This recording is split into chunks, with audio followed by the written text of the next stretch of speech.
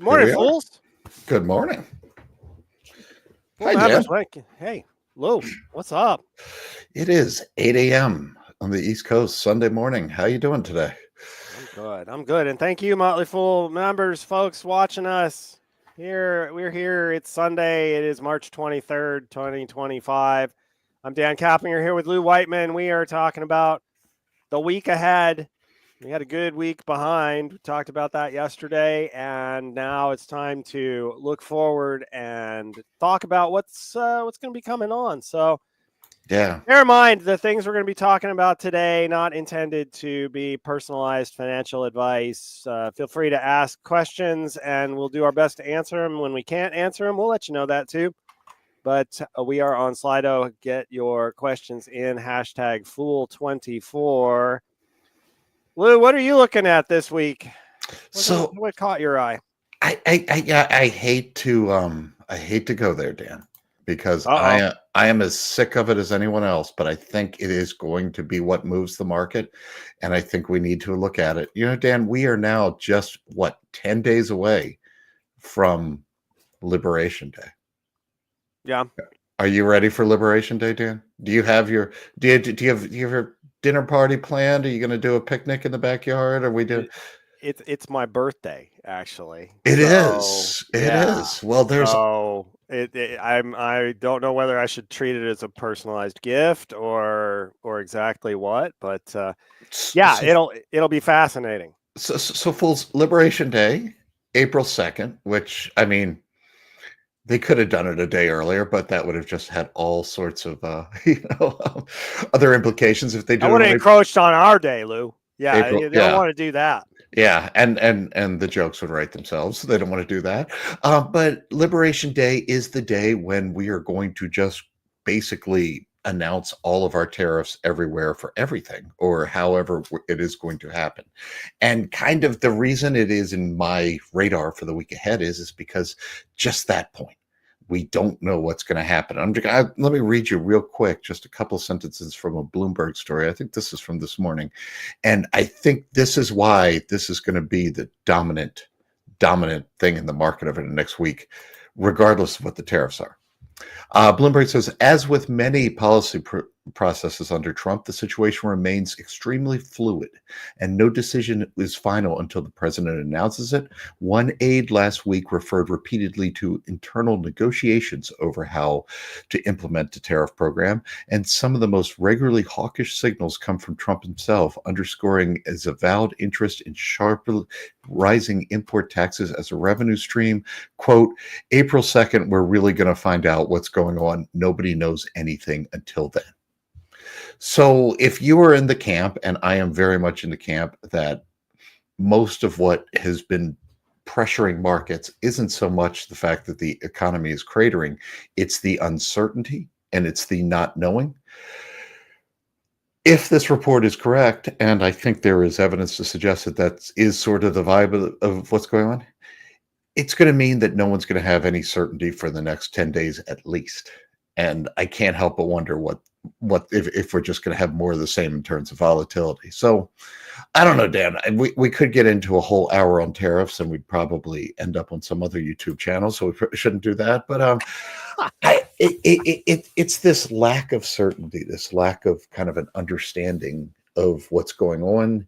I think that is just driving CEOs wacky right now. And the forecast looking out my window is for another week of strong headwinds and just volatility, probably a lot of ups and downs, so maybe green, but just it's really hard to operate. It's really hard to play a game when you don't know the rules.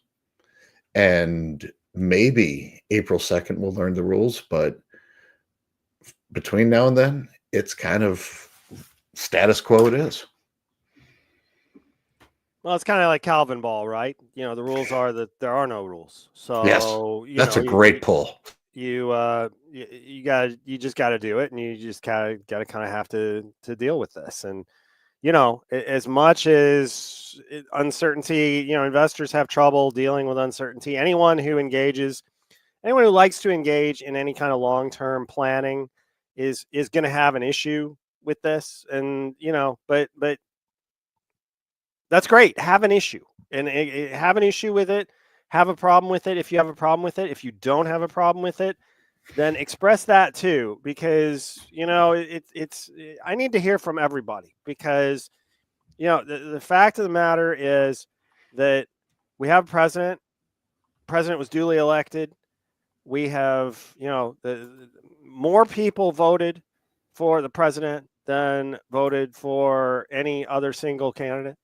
And so, you know, we're getting this is what the democratic process has produced. The question is, how do we feel about that, and what are the institutions that we have agreed to under the Constitution? What do they give us the ability to do about it? I know that I have read that a lot more people are talking to their lawmakers in both parties, trying to figure out how to deal with the uncertainty. You know, if people feel like this wasn't what they expected, then they're letting people know that. If people do feel like this was what they expected and they are happy about it, they're letting people know about that. And that's how it's supposed to work, is that we're supposed to have a dialogue and we're supposed to come up with ways to work together. I don't know whether that's going to be the outcome or not, but it is at this point what is supposed to happen, in that dialogue is supposed to at least be attempted to happen, and then we see what the feedback is. So yeah, that in general. And then with April 2nd, with the tariffs, with all that, it's sort of like you have to wonder, you know, I've heard a number of people say that you can't pay attention to the president's words. All you can do is pay attention to what actually happens. And like, I personally have deep problems with that because, I mean, let's face it, I'm talking my book. I'm a word guy. I write for a living. My words are how I make my money. So words matter to me. But there is a certain amount of criticism, especially in the political world, of all these politicians talk and they never actually do anything. I think that is part of the president's appeal, is that there is no disputing that President Trump does things, that no one is going to argue with that. And a lot of people find that refreshing because the words to actions ratio with the president is relatively low, more actions, less words, relatively, compared to what you've seen from other politicians in the past. So I don't know. If I were doing this show a week from now, that would be what I would be thinking about in the week ahead, is that April 2nd date. But this week, I'm just kind of like, God, are we really going to obsess about this for the whole week? Like, isn't there other things that we could take a look at?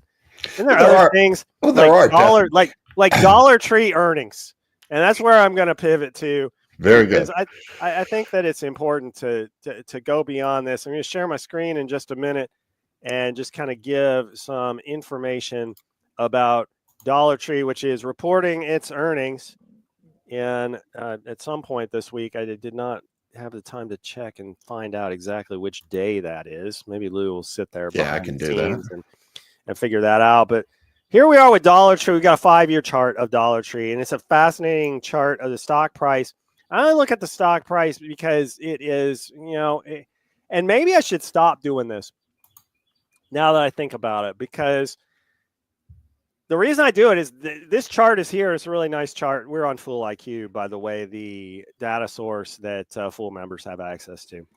And, it gives me a nice little chart of this. It actually gives me all of the information on the fundamental business too. But the stock chart is interesting because we had a big jump in 2021, in 2022, and it stayed up pretty high. You had a whole bunch of people, dollar stores like Dollar Tree, offering a discount shopping experience compared to what you get at a full-size department store, kind of haphazard from store to store. Like, it's not necessarily the well-organized, easy to walk up and down the aisles kind of shopping experience all the time.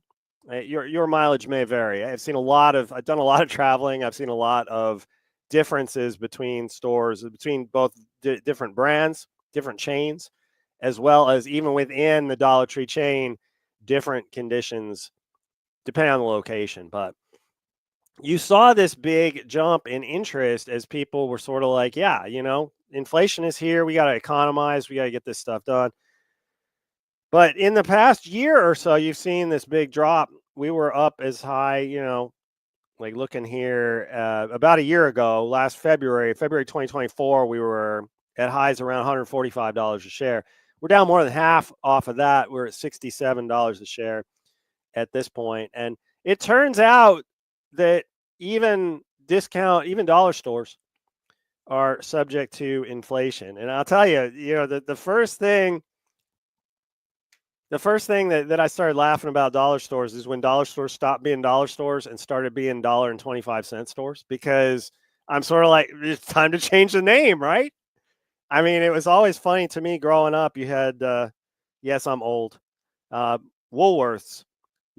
You talk about 5 and dime stores, that was sort of a Woolworths thing. And the idea there was that you could actually buy things, real things, not just bubble gum, but real things for a nickel or a dime. Obviously, inflation's taken care of that one. But, it's done the same thing for dollar stores. And dollar stores, I'll be fascinated to hear what Dollar Tree says in its earnings this week about what may come from tariffs, because obviously a lot of the merchandise that you'll find at Dollar Tree is going to be imported, and those customers probably the least able to bear the increased costs. And again, like you can't be true to the dollar store brand if you pass through those and suddenly you're $1.10 store or $1.20 store, or if you're already $1.25, then I guess it's not going to be too long before you're at the $2 store. And then I guess then you start thinking, okay, yeah, maybe it is time to change the name. But yeah, should be interesting. So yeah, and I was just looking. It is Dollar Tree is before markets open on Wednesday, for one. Thank you. But so the interesting thing with this to me is, and this is kind of a broader thing, is, and kind of you're joking about the name, Yeah. but there's something to this now, where what we used to think about as the differentiation in retail, those walls have really broken down in both directions. Like Walmart, for most of my knowledge of this company, was for just the lower tier shopper. But Walmart, part of its gains has been they have gone upstream. Similarly, I think a lot of and looking at that chart, the thing that struck me first is that we're supposed to have right now, maybe a consumer under pressure due to inflation stuff, yet they aren't quote unquote trading down to the dollar stores. A lot of that is because nowadays you can trade down at Target and trade down at some of these other places where just kind of the lines have been blurred as far as what's what, and it makes it a lot harder for any of these companies to operate. You don't get to inherit a customer base, or you don't get just like this steady customer base because that you are where they go in X market conditions. You really have to fight for every dollar because everybody is competing, and we have definitely seen. I mean, a lot is made of what Amazon has done to retail, and that's certainly part of it. But I do think part of also what has happened to some of these retail brands like Kohl's, like some of the department stores, JCPenney's, is that just it used to be that we had this weird vision, like if you want this, you go here. If you want this, you go here. And we've seen effective, good operators tear down those walls and just compete all over the place. And stores like Dollar Store just have to either adjust or end up looking like Kohl's, unfortunately. But yeah, interesting earnings. Yeah. The thing, I'm not cool enough, Lou, to know what's really going on with this other trend that I'm starting to see. But there are some e-commerce sites that are connecting China to the U.S. like more directly, and I think that. And it's not just China, just trying to take advantage of different pricing levels across different countries. And the site that I've done almost no looking at is, I don't know if you pronounce it Shine or Shane, Shein, but it's like this super discount for fashions. Shein. Thank you, Lauren. Lauren in the back is helping me out on the pronunciation. We appreciate that. But they are offering things at like what look like ridiculous prices, sort of like the same ridiculous prices. It used to be that the first time that you went into a Dollar Tree or another dollar store of your choice, you went in there, you're sort of like, I can get this for $1? Huh, that's interesting.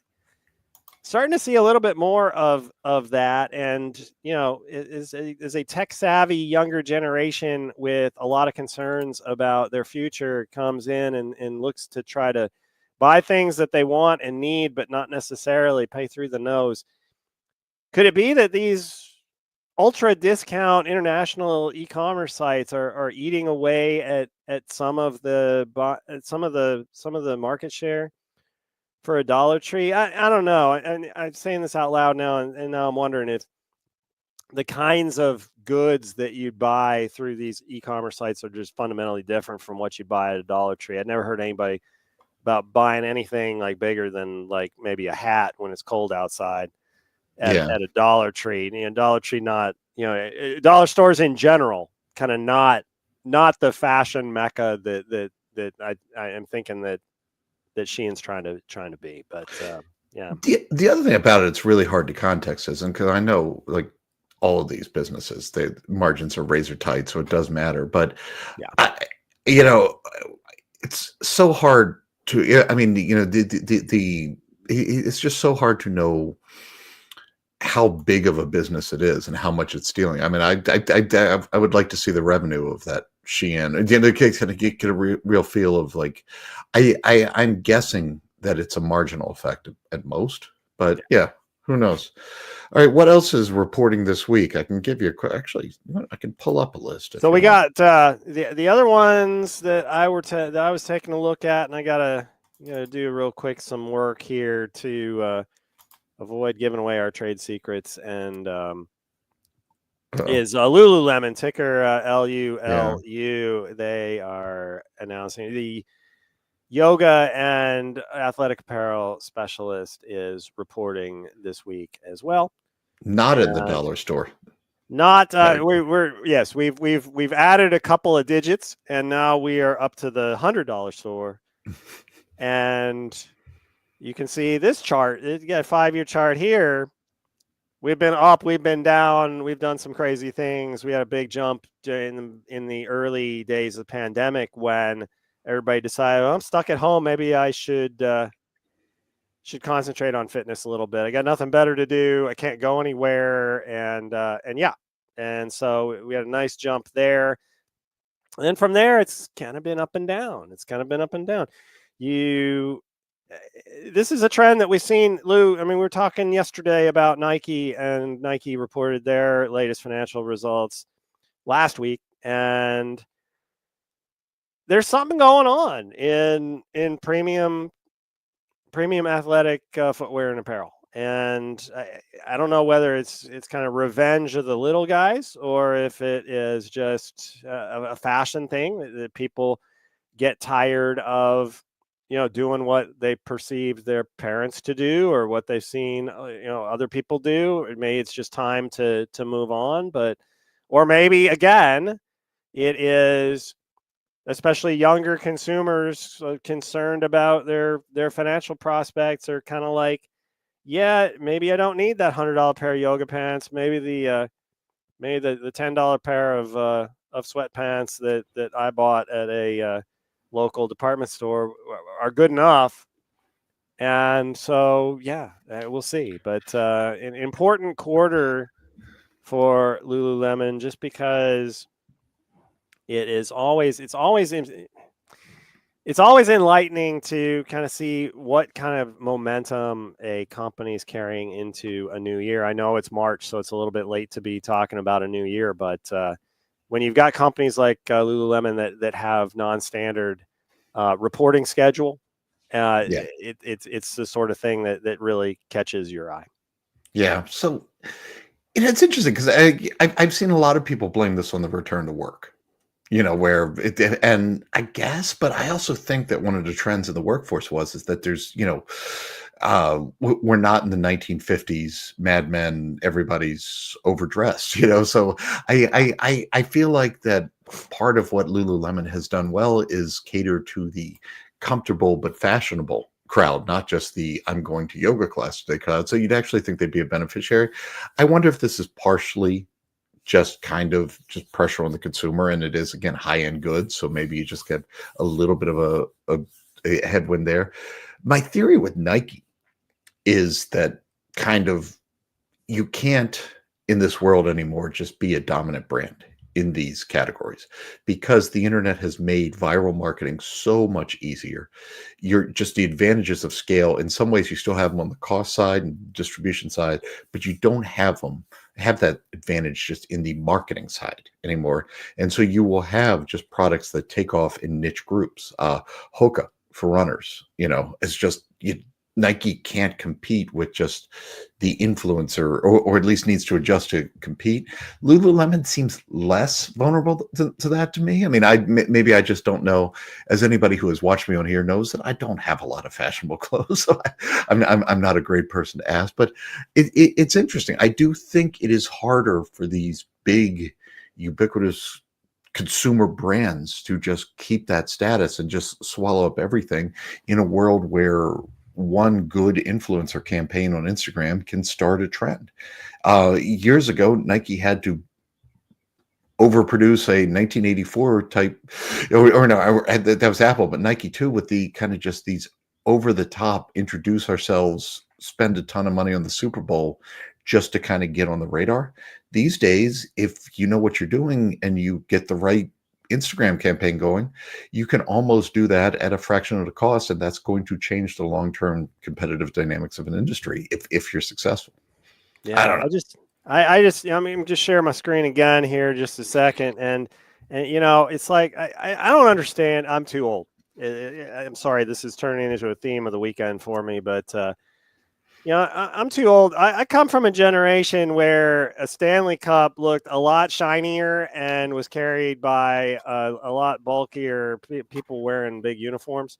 Mm-hmm. And, and I just don't get it. I mean, there's an influence. There were influencer campaigns. I listened to a podcast documentary on how Stanley Cups became such a big deal. And it's fascinating to me because it's just, I mean, it seems so haphazard. It just seemed so like, yes, there was an influencing campaign. It was focused on the merits of hydration and fitness. And it was one particular person who had decided to pursue a hydration program in relation to their broader fitness strategy.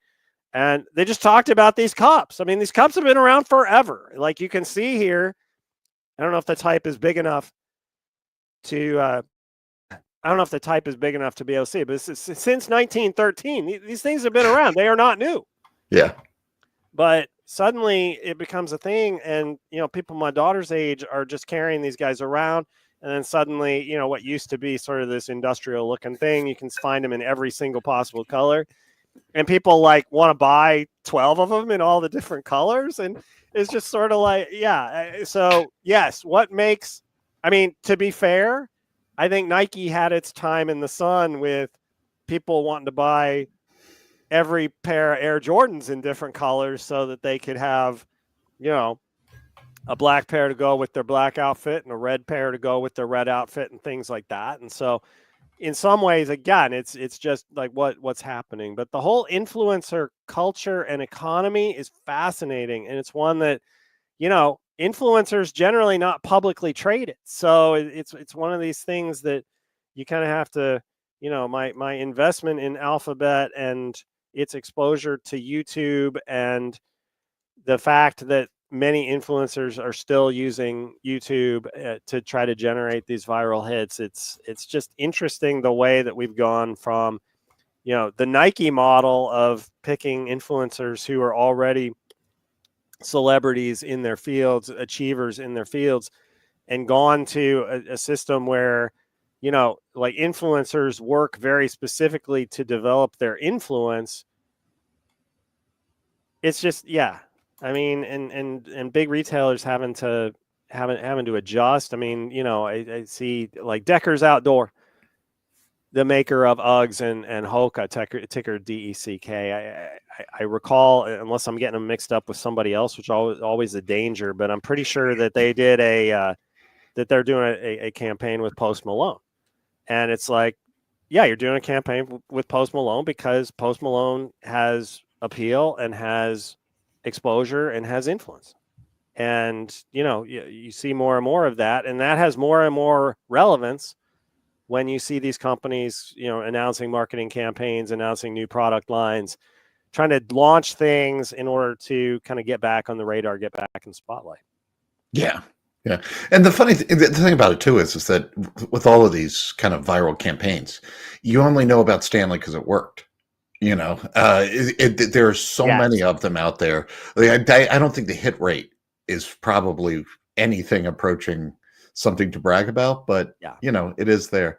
It's a good reminder. That's a good reminder in just about everything. You always hear about the successes, and the other question you should be asking is, okay, yeah, that worked for that one person. What's the batting average? How many people try it and strike out? So good point. Good point. Yeah. Yeah. It's the reason I'm not Mr. Beast, Dan, despite my trying. All right. And by the way, I think Stanley is out now. Someone gave me this. So I don't know what it cost, but I was told at the time that I got it that this was Owala is the new big thing, but that was about 6 months ago. So I'm guessing there's a new. Wait, hold that thing up again. It's huge. It's way too big. That thing? It's 32 ounces. It is, and you know what? That's the thing. It just doesn't even fit in the cup holder in the car. I mean, But I used to buy the super big gulp, whatever the yeah, big, and it was like, yeah, I look back at my teenage self and I'm sort of like, you drank 44 ounces of that. yeah. And it's like, But yes, Dan, I'm cheap. I got it for free, and it works, and so I'm just going there you with it. go. Even though, yeah, no, I mean, it basically it changes how my car moves because it's so heavy in the middle of the car. Like it changes the forces of gravity when I have There it you in the go. car. I have Yes. to center it in the car too. Yeah. But anyway, I I need need it. input. Yeah, yeah. Yeah, Go ahead. I need input points out. My daughters used to get stuff from Shein, but quality is very bad. They're in fast fashion, and so their manufacturing process very bad for the environment. We stopped buying. That's an important aspect too. I mean, one thing about fast fashion is that if you are a purveyor of things that go in and out of style quickly, then yeah, you don't necessarily need durability. It only has to last as long as the fashion cycle lasts, right? And if it falls apart, well, it was going to sit in your closet doing nothing anyway. And so if it fell apart just in time before it was going to go in the closet, then maybe that is something that it actually fits the cycle a little bit. But yeah, the environmental aspect's not necessarily what you want to hear for sure. There's definitely an element to that. Is the old adage, if it's too good to be true, it probably is when you're looking at these prices and stuff, right? But it is, again, if it's just a one-time thing, I guess. I don't know. Yeah. I would bet maybe these are two old men and don't know any better, but I would guess it's a marginal impact on just US retail, but Yeah. who knows? Speaking of retail, this is one from last night, but it's kind of, it's funny because it's a question that it's a question about a company that we used to talk about a lot more, I think, to the point here. But Besties has said, what are your views on Adyen? Are they Dutch? I think but anyway, the European payment processors. I hear good things about it, but it hasn't moved for years. Like PayPal, these stocks we can't be sure why the market doesn't like them. Adyen is. Let me check the ticker on this because it doesn't trade in the U.S. It is ADYEY, I think, right? Yeah, on the Fool system it is, and Yeah, it probably has a direct listing somewhere on I, on an I, exchange in I Europe as don't. well. Yeah. In Europe, yeah, I don't think it has a U.S. ticker, and it is Dutch. And this is one of the reasons I think that it is sort of out of favor is that there is just that added complexity. But part of it is, look, for me personally, and again, we are Motley. I think a lot of people around here would disagree with this. So if so, because as Bestie's pointed out, PayPal has a lot of love around here, and at a valuation, I kind of get it. But Adyen, I like Adyen's business a lot better than PayPal. What they are kind of fools is they are kind of a one-stop shop for payment processing for these big retailers. That I think Dick's Sporting is good, uses them in the U.S. A few others, they're very very popular in Europe, but they will provide a omni-channel retailer with both the cash registers, to really date myself, or whatever you call them now, the terminals in at checkout at a real store, the e-commerce and mobile payment systems too. So instead of just having different vendors for your retail outlets and your website and all that, they will kind of just package that all up for you. That way you have all of the sales coming back into a same system. It makes it easier to analyze. It's just, for a big company, it's a lot more convenient way to do things. I think so this is another one. If you look at what it did, I think it tripled maybe during the pandemic when e-commerce was everything, and suddenly all of these retailers needed to modernize their systems, whether they wanted to or not. They had to, and we did see business go. It fell back to where it was pre-pandemic, and it's kind of just gone nowhere. I do think, though, that this is the classic case where some of that growth was pulled forward by the pandemic, and maybe investors new to the name sort of made assumptions based on that level of growth, and so they weren't able to continue at the pace they did in the pandemic. And it, not to say the markets are stupid and they they didn't see, but I do think there is, you kind of get these targets in your head, and there's a reaction and a shift in the shareholder base when that growth slows. I think for slow and steady wins the game. I think it's an attractive company. For me, just the hassle, I don't like buying over the counter. I tend to, unless I really have to, not buy foreign listings because I have a very, very old and antiquated brokerage system that has very, very, very, very, very low costs. But in return for their low costs, and they keep bringing down costs, they don't tend to modernize their systems, and it's a pain to do things like even OTC stocks. So that, yes, Vanguard, I'm talking to you, but and again, I love the low I'm fees. so there with you, man. but if you wanted to take that fee up just like 0.5% and invest in a website that isn't running on, I don't know, like the Commodore 64 operating system, that would be welcome. So that's kept me on the sidelines. I do think it does, kidding aside, take some of maybe especially the momentum traders out of the stock, just because it is just one extra hurdle to buying in, which may affect the price. But I think if you're looking for attractive candidates and payment that are forward looking in terms of like where the world's going with omnichannel and what big customers need, I think you can do well over time with this one. I just think it got caught up in the kind of COVID phenomena, and we're still trying to figure out where it rests after that. It's tough to analyze in some ways. Like, I'm taking a look at the metrics that I've had the access to here, and what it looks like on the surface is that we have gone from seriously nosebleed valuations to like more attractive, but maybe not like not deep value level valuations at this point. There's still considerable growth that seems to be required in order to justify the share prices where we are, and we're just not seeing it yet. Yeah, I think the reason we're not seeing it is it's just like there's so many of them now. Right, and that's the glass half full, glass half empty argument on this company is that they haven't really penetrated the U.S. yet, and the U.S. is a huge market. But Dan, you just got to the glass half empty about it. It's not exactly they're not coming into an empty marketplace. There's a reason it's not easy to penetrate the U.S. market, is because there's a lot of options there. And talking about PayPal, I mean, ticker PYPL, we're talking, the valuations have really started to get almost, comical in terms of, these investors seem to believe that like PayPal's a fully mature business that's not gonna go anywhere, and right. Maybe that's true, but like I think pricing that in that way for like no possibility of maintaining a competitive advantage, I don't know. I mean, but I will say, PayPal surprised me on the extent to which it has fallen and the tenacity with which the stock has refused to move back higher, and and it is one of those things. And I'll admit it. Do I use PayPal? Not really. I mean, I was early on. They had deals where you could put money into crypto at no fee, and I took advantage of that. Now they have a fee, so I don't do it anymore. And maybe that's a part of it. That was probably part of the rise and fall, is that you saw the big crypto gains in 2021, I think it was, aligned very closely with when PayPal got into that business. And then, we had a long crypto winter where, nothing happened. We had the traditional 80% drop. Now we're back in a good crypto place, but we haven't really seen, I mean, PayPal's gone back up a little bit, but, nothing close to the highs where it was before.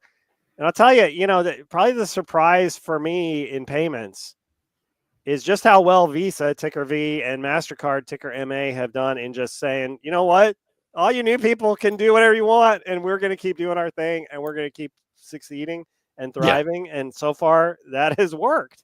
Yeah. And so it's a win. You see all these disruptors, and it's kind of like, yeah, you're disrupting, but there are big monolithic companies sitting there behind, looking over your shoulder, seeing what works, seeing what doesn't work, selectively adapting and integrating, the best things into their own products. And so far, that's been working. Yeah, PayPal is fascinating to me because you're right. The valuation is something now, right? I mean, the valuation is, but and here's the deal: they're halfway there for me. I think maybe it was partially crypto. But they just really had a bad idea that everything app for finance that they were going to do. I- they solved a problem that people didn't have and people didn't really want. I didn't want an everything app for my finance, it turns out, and they spent so much time on that, and it sort of hints to. I think the problem the market has with them is that okay, what's next? Yeah. And I think it's time for both the market and PayPal, to be honest, to kind of say it's we have a great franchise and it's okay not to have a what's next or not to force a what's next. And to me, like I say, they're halfway here. Dan, what's PayPal's dividend yield? I switched to the next company. I don't have Okay, it in well, front of me anymore. I'll spoil it. They don't pay a dividend.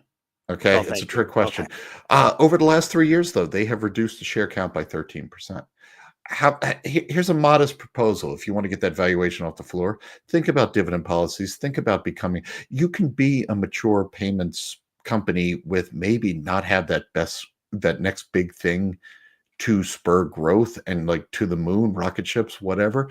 But if you're going to do that, act like that, keep with the share purchases, but return, just become a mature kind of income stock. You know, you can still put a lot of money. PayPal's a very profitable business for the most part. You could still kind of put your money into innovation some, but they are kind of right now at this crossroads where they are still sort of want to be this growth focused company.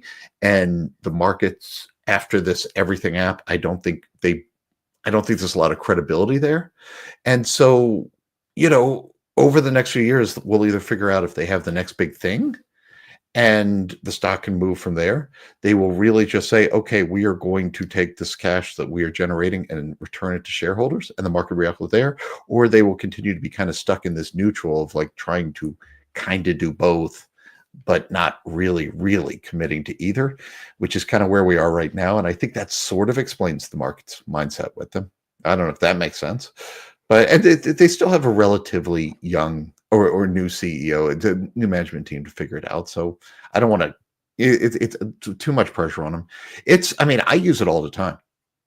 Do you? I and Huh. as someone and less so now as my daughter ages out, but everything is Venmo in terms of parent to parent. Yeah. Yeah. Hmm.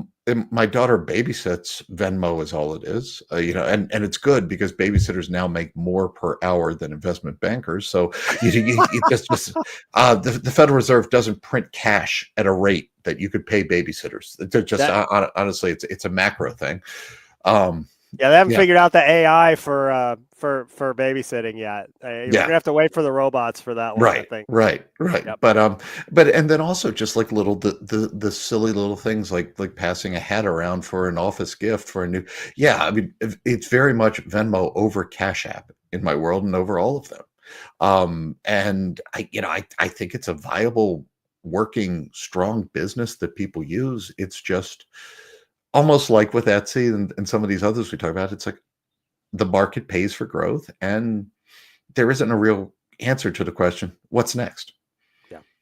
Yeah. I mean, going to PayPal and its shareholder friendly characteristics, it is what it is, and it's good to see falling share count, but it's not so good to see falling share count not falling as quickly as it could if you were more prudent with your capital. Yeah. I dug up the last 3 years worth of looking at things. In fiscal 2023, PayPal spent $5 billion buying back 74 million shares of stock. That is an average price around a little above $60 a share, which is pretty good. Nice job, guys. But then fiscal 2022, go back a year, spent $4.2 billion buying back 41 million shares of stock. That's a little bit over $100 a share. Not so great, but these things happen. Fiscal 2021 spent $3.4 billion buying back 15.4 million shares. That works out to my back of the head math, about $220 a share. That's starting to get into ouch territory with the stock in double digits at this point and off its lows. but still at a position where, yeah, would have been much better off if you paid the dividend instead of buying back those shares at prices that turned out to be unsustainably high. Let's we got Cena woke up early today. The trendy consumer companies make Cena happy to hold boring compounders for many years. We're Motley. Cena, you and I are in the same boat, figuratively, not literally yet, but I've got Cena's a sailboat guy, and I'm kind of looking forward to that. It's this summer in the harbor. We'll be there. I need input is pushing us over towards thoughts. We're doing the retail hour, it turns out, today, Lou. And so I'm talking about TJX companies, ticker TJX, and the company behind TJ Maxx, Marshall's Home Goods, Sierra, what used to be Sierra Trading Post for outdoor goods. And I, again, am going to share my screen because I, again, have put the full IQ chart and basic information on my other screen here, and we can see. I mean, the stock has done very nicely, kind of in line with what we've been talking about with retail shoppers trying to find affordable ways to stay in touch with prevailing trends. For those of you who aren't familiar with the business model, the chains that TJX uses. They buy up excess inventory of fashionable goods from other retailers or from manufacturers who either made too much or they bought too much, and they negotiate really good prices to do that. And then they take the goods that they bought and they put them in their stores. You get kind of it's sort of like the Costco thing where, like you're never really quite sure what you're going to find in the store. If you see something, if you're visiting the store one day and you see something, you're kind of like on the fence. Yeah, I kind of am interested, but not 100% sure. Yeah, you cannot assume that good is still going to be there like a week later if you push it to the next weekend or something like that. But it's been a good business model. It's interesting that they're actually integrating this is discount retail. You might think would be the last place to have a technology connection, but there's actually a very sophisticated system that goes into training their sales associates to find. And when I'm talking about sales associates, I'm not talking about the people like at the cash register in the stores. I'm talking about like their merchandising associates who like go out and find the inventory, because that's the key. You got to have good stuff in order to keep the shoppers coming back. Yeah. And what they do, their process increasingly is data driven, even starting to use some artificial intelligence in there to, identify, they've got plenty of relationships with folks, but keeping connected, getting the latest inventory data, and then like proactively working on that has become increasingly important as TJX tries to stay ahead of, they're not the only game in town. Ross Stores, ticker ROST, is also in that business, and it's competitive. And so, but they've been doing a great job so far. It's a surprising growth story. Yeah, they've done really well. I tend to shy away from retail just because I'm not trendy and I don't know, but I do think that they are. I mean, I talked earlier about kind of some of these companies losing their way as the walls have broken down in terms of like, we no longer have like, okay, I go to Macy's for this, I go to whatever for that. They are a big beneficiary here. I mean, they aren't just kind of just search for the bottom. They've become at times the trendy place to go, or at least taking some of that spillover business. It really is. The story in retail over the last decade is we kind of just lump everything as everything that fails, like Amazon, right? And that's part of it. But part of it is just a changing perception of the consumer in terms of just, you don't have to go the old and we're 80s kids, so the old mall thing, where the old mall back when everyone went to the mall is you had such individualized stores for any one given thing, right? You had your coin collector store or whatever, your guy's t-shirt store, and then where we've broken it down where just consumers are much more willing to just go where they see value and where they want, regardless of the demographics, regardless of just this product specific. Some companies have adjusted to that very well and benefited, and some companies have kind of sat on their laurels and thought, well, we're this, so people will come, and been caught off. And TJX has definitely been a beneficiary of all these trends, regardless of the economic cycle. Yeah. It's good management. Yeah, they do pretty well. Yeah. All right, Lou, what else on your mind? But we do have some non, you know, I don't know. This is a favorite. I guess it kind of could be retail, but Chewy is out this week. And I don't know if that's one you follow, but that is a Fool favorite. We need to get Emily Flippin on here to talk about it. I gotta tell you, Lou, every time I hear that name, I'm disappointed. You know, I have this moment of clarity and happiness, and then I realize, no, there is no clarity and happiness. And this is a total aside, so I apologize for anybody who's watching, but my favorite restaurant of all time, which is Chewy's Holdings. It used to be ticker CHUY, Austin headquartered. They went private, and so it's gone. And it was, I loved being able to invest in my favorite restaurant, and it's gone. But every time I hear Chewy, it's like Chewy's, and it's like no, we're talking about pet food. We're not talking about Tex-Mex. So it's always, apologies for my, you know, if you do facial analysis, when Lou first said Chewy, I probably had this Pavlovian reaction of, oh, we're going to be talking about Tex-Mex. This is great. No. We can talk Tex-Mex. We can talk Tex-Mex though. Not in the stock context. Well, I'm sorry. I'm not gonna pretend like Chipotle's in the same category. It's just not. It's just not. But that's the Texas in me talking, I have to say. Fools, you will not get a hotter take on this program today. Chewy's over Chipotle. I don't know. I believe didn't you drag all of us to a Chewy's? No, yes. Yeah. Yes, I did. When we were in Alexandria, Chewy's had done the expansion into the Northeast. I'm bummed they have not made it to Boston. Probably never going to make it to Boston. But they made it to Northern Virginia, and I took the gang out. It was great for me. I think most of the fools that I took with me just kind of smiled and nodded and let Dan be Dan for a night, and that was perfectly fine.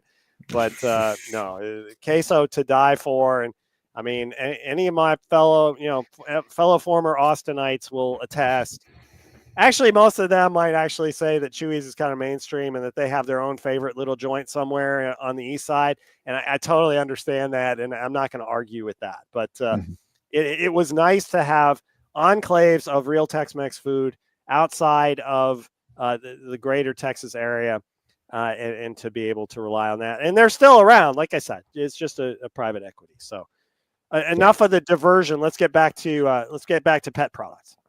So as a dog owner, I am constantly amazed at how much I spend on a dog. And, you know, I don't think, I don't know, fools, tell me in the comments, but I don't think we're alone here. I mean, what my wife and I have joked that, you know, you can't go wrong marketing to pets, right? Because and Chewy is, this one is always interesting to me because in a way I think you can make, and Dan, you can pull up, but for Chewy's, you can make the case on valuation against them at any given time. But what we have seen is last few quarters, you know, active customers sort of fell off, you know, but the customers who are on there, they spend more. Auto ship really, really works because at least my dog, they do eat. They do. And this is one of those businesses that I've never invested in, despite all of this, but it fascinates me. And it is sort of we've talked a lot about the consumer in this hour and talked a lot about retail and talked a lot about, you know, I don't know, there's been a flight to safety in the market. Chewy, in a way, doesn't look like a flight to safety stock because it is a, you know, online company with a valuation that isn't, you know, pedestrian. But I'm not going to be surprised when it turns out that everything's going just fine at Chewy's, and I do think it's kind of an interesting bellwether in a different way, because it's just a different kind of business in that I don't this is it fascinates me, because I've become convinced that is the way to get rich, is to sell to people's pets. Yeah. And Was they it do that you? better than anyone. Was it you or was it Rick? I had a discussion about Fresh Pet the other day, and I can't remember who it No. was with. Yeah. Ticker FRPT. They're the guys that you have the refrigerated cooler like in the middle of the pet food aisle, and you're sort of like, what the heck is in here? Is this like ice cream treats for dogs or something like that? And it turns Mhm. out that it's Fresh Pet, and they have high quality fresh food, meats, and other things that they keep cool and charge premium prices for, and people go for that. And you may have seen the commercials where you've got two humans and a pet, and one of the humans is talking about Fresh Pet, and the other human is sort of like, why are you feeding your dog better than you feed yourself? And then the two humans aren't friends anymore because they don't get each other, and the pet owner is just has quality time with their pet instead. Mhm. And I That's think relatable. I mean, it's relatable, and I think that's the secret of their marketing, is that they're able to really to tune into that, because Mhm. let's face it, humans are unreliable. It's based, if you have a faithful relationship with a human, then you are lucky, and you should count yourself very fortunate that that you don't have a situation where your human is unreliable, and not going to places on time, and not dressing up the way that they should, and all that. Because compare that to your dog. Your dog may have shortcomings, but they are usually adorable shortcomings, and they're faithful to a fault. I mean, it's to a point where you can take advantage of it, and your evil human tendencies might come out. And this is the source of so many of the dog videos that you see online. And I mean, Chewy, to Starbucks made its name not necessarily for the quality of its coffee, but for the fact that it gave humans a third place, beyond work, beyond home, a place to be. And Chewy, as much as they make out of auto ship, as much as I mean, the whole pet food phenomenon, pet products phenomenon, to me, it's not an e-commerce story. To me, it's the companies that have done, like the Petcos of the world, that create a third place for dogs. And oh, by the way, the humans are welcome to. Yeah. I think that's how Fresh Pet is, at least in their ads. I mean, how like Arby's or Burger King always, like it's not really food in the ads, because it's so that Fresh Pet stuff looks terrible in the ads. It just looks like, I don't want that in my house. But it's just, but anyway, they need to spice that up if they want to make it work. Right? Yeah. Dan, you only have a few more minutes. Cyber Mikey sort of has a personal finance question. We want to try and get to that. I don't Yeah, know. let's do that. Let's do Yeah. that. I'm back in an hour, so it's not That's right. anything pressing. I'm doing the tag team. Who's Jeff is coming in, I think. Jeff's coming in to Yes. it's one of those things, full members. We've got this. I don't know if you guys, if the members have to do all this two-factor authentication, but I do. And the thing is that our scheduling program has these deals where you have to sign in every day, and you have to I have to have my phone ready. I have to remember all the stuff, and it's just kind of like whatever. So I didn't have the schedule up in time, but let's get to Cyber Mikey's question before I get out of here. I've used some of my dry powder of cash, but I've kept a healthy reserve.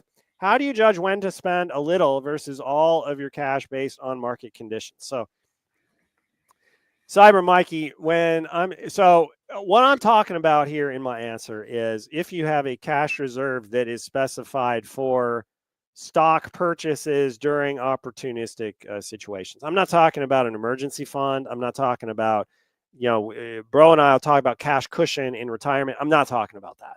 That to me, that's an untouchable, because that's for a different purpose. It's not for me to take advantage of short-term investing opportunities. But I'll tell you, it is, it's a tough deal, because you're sort of like, well, 5% pullbacks happen pretty often on average, a couple times a year. 10% corrections less common, annually on average, and a lot less often than that more recently. Full bear markets every several years. We're talking 20% drop or more. And so, when you run the numbers, it's sort of like, well, when do you invest? Do you invest at the 5% drop? Do you invest at the 10% drop? Do you invest at the 20% drop? And the answer is, the more that you wait, the fewer opportunities you're actually going to jump on. But the bigger the potential gain if you're right and you end up timing it right. But the thing is, you will not time it right. The odds of you picking the absolute bottom are just about zero. You might get lucky, but a lot of the time you end up buying in, and then it drops some more and you feel like an idiot, because you're sort of like, gosh, if I just waited, why didn't I wait? The answer is you didn't know. You might have picked the bottom. And so I find the people who do this best use almost mechanical strategies. I remember Morgan Housel talking about this. And, if I recall correctly, he divided his spare cash into parts. And at certain levels of drops, he would put one of those parts in. And then if it went up from there, well, yeah, he still has some cash on the sidelines, but that's fine, because it's there for the next time. If it kept falling, then if it fell to, like, he'd have a second threshold. And if that happened, he put his second part in. And I can't remember, I think maybe he had 3 parts or something like that. But it doesn't matter. You can pick whatever number you want. But that may be a strategy that works best. Trying to time it like emotionally, I don't know. You might get, again, it depends on how you feel. But the good news is that, if over time you have invested in things that, have good long-term growth prospects and are gonna be successful, then the exact timing when you get in doesn't matter necessarily as much.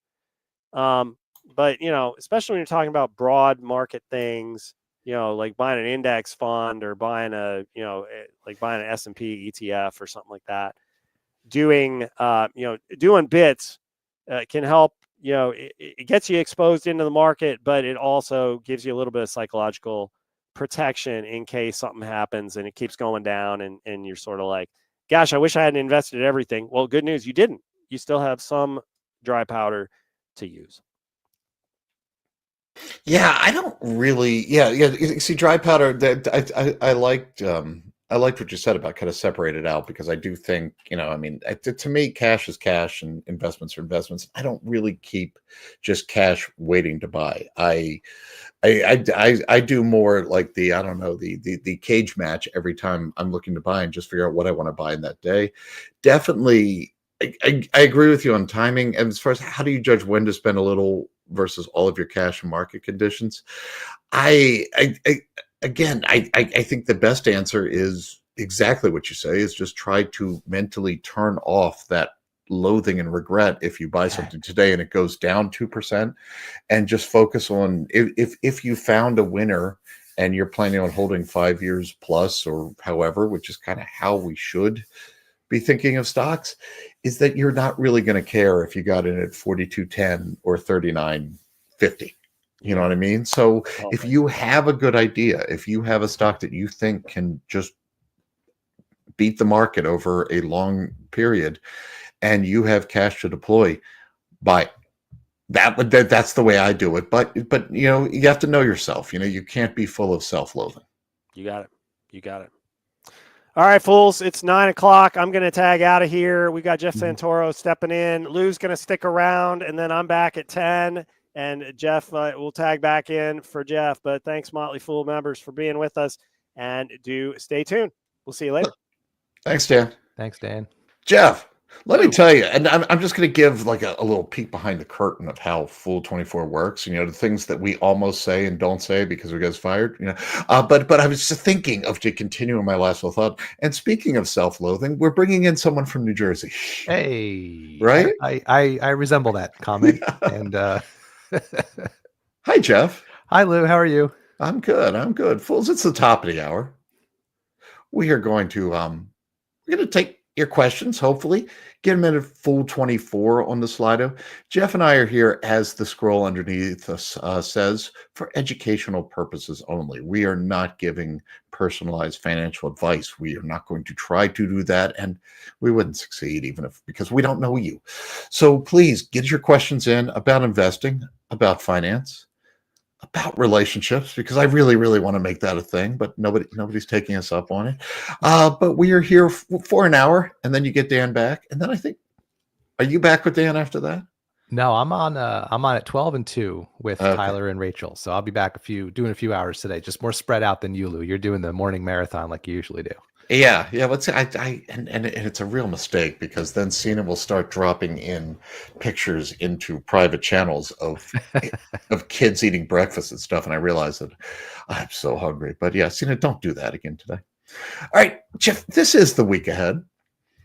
I'm curious kind of what's on your mind going into this. I mean, in a way, we're long-term focused investors, so we shouldn't be thinking about, oh no, this is happening this week, but the kind of where is your mindset right now, and kind of what are you either worried or excited about for the week?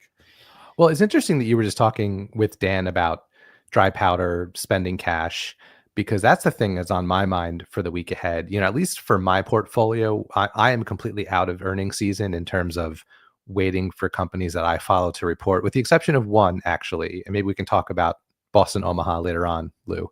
But so other than I think they report this week, they're not real great about announcing that ahead of time, but just based on where they reported last March, I think it was that last weekend. And so as I think about the week ahead, my head is just around the markets generally, because, it looked like at the end of, I guess, not this past week, but the week before that, Wednesday, Thursday of 2 weeks ago, it really looked and felt like we were headed towards continued red days in the market. And then all of a sudden, 2 green days in a row, and the narrative shifted. And then it was sort of like a middling week last week. So I love the question you and Dan were just talking about deploying cash, because this is something I think about a lot, and I've thought about since we hit that long bear market in 2020. And, Dan mentioned people who have some sort of mechanical way of thinking about it, or some sort of rules-based system, tend to do the best. And I think I agree with that. I don't really change what I do. I still buy something every couple weeks when the money hits my account. I think the difference is when we're in a down market or a bear market or a correction, whatever you want to call it, or wherever we're at, I think what I tend to do is there's just more options available to me in terms of how I like to invest, right? So every time I make a purchase decision, I'm trying to look through my portfolio, look at my watch list, and kind of just think about where my levels of conviction are with individual companies, and then also what is the valuation of the stock at that moment. And what I have found is when we're in an up market and things are all heading up and to the right, and a bunch of green days in a row, there might be 1 or 2 options out of the 40-something stocks that I own where I'm thinking to myself, not only do I have high conviction in this company, but I don't think I'm overpaying right now. And now when I look at my portfolio, it's like a third of it, it falls into that bucket. So I think for me, I do the same thing. I don't really change my cadence, because I don't want to try to time the market. I don't want to have that regret of, oh, I doubled how much I bought last week and now the market's down another 5%. I just keep doing what I do. I just have more options. And what I like about the bear markets too is that I find that there's companies that I've been wanting to add to for a year plus, and I just keep looking at the valuation and thinking about it and just saying, I don't know, not yet. And all of a sudden those kind of fall into that range where I'm comfortable. So to me, it's not about changing my process. It's that the market brings to me better opportunities, and I feel like I can capitalize on those. And that's where I feel like I'm making a positive step for my future self by just kind of taking what the market is giving me, but still sticking to my process. And that's how I've been trying to get through this last month or so. But it also hasn't been. It doesn't feel like it's been as down as it is, and I think it's because of the recency bias, right? The last week or so has been less bad than the week before that. So I don't know. I think you and Dan kind of covered it, but I wanted to jump on at as I came on here because that's what I'm thinking about in terms of the week ahead, because I don't have too many more earnings reports to wait for. I'm still chipping through old ones I haven't really dug into, but I'm just thinking about how I'm going to deploy capital and buy more stocks. Mm-hmm. Well, let's bring up, if I can, and oh man, which screen is it? I found the screen. Okay, and I don't know if this is fodder for us or it'll just get anyone out there thinking about what they might want to talk about, but just bringing up the earnings that are this week. And I think I shared there, hopefully. Yeah. So apologies. That's probably really hard to read on screen, but this is just a Russell 1000. So the big companies, we have McCormick, we have GameStop, we have Core & Main, Dollar Tree, we already talked about, but Paychex, Sintra, Jeffries, Advanced Auto Parts, Lululemon, Walgreens, Boots Alliance, which is always fun. The smaller caps, probably nothing of interest. Come on. Well, especially if they don't want to come up. All right, it's they're going to be, but yes, technology, right? KB Homes actually on that list. That's sort of an interesting one on this one. But yeah, we are sort of. But I mean, what's funny, Jeff, is I just got my first couple of announcements inviting me to some calls for first quarter earnings. Yep, so you better do your homework now. Get the whole, just kind of staying on the dry powder for a second, because it kind of, I definitely agree. Just like, I mean, so I try to, if I have money to deploy, find a place to deploy it. I don't worry about just keeping cash in my brokerage account. Yeah, definitely in up markets, it's almost harder, right? Because you do have more, I don't know, loathing and stuff. Like I tend to be. To be more loathing when people are happy and more excited. That's just kind of the nature I'm looking for. I do think though, like the big point, just to make it again, is that it's more mindset than it is strategy, because you have to know yourself. Ideally, we're looking 5-10 years out, and you don't need to get the bottom if you did right. You can get something and it crashes 15-20%, and in the near term that really hurts, and over the long term you'll hardly remember it. Yeah. So it really is. But look, know thyself.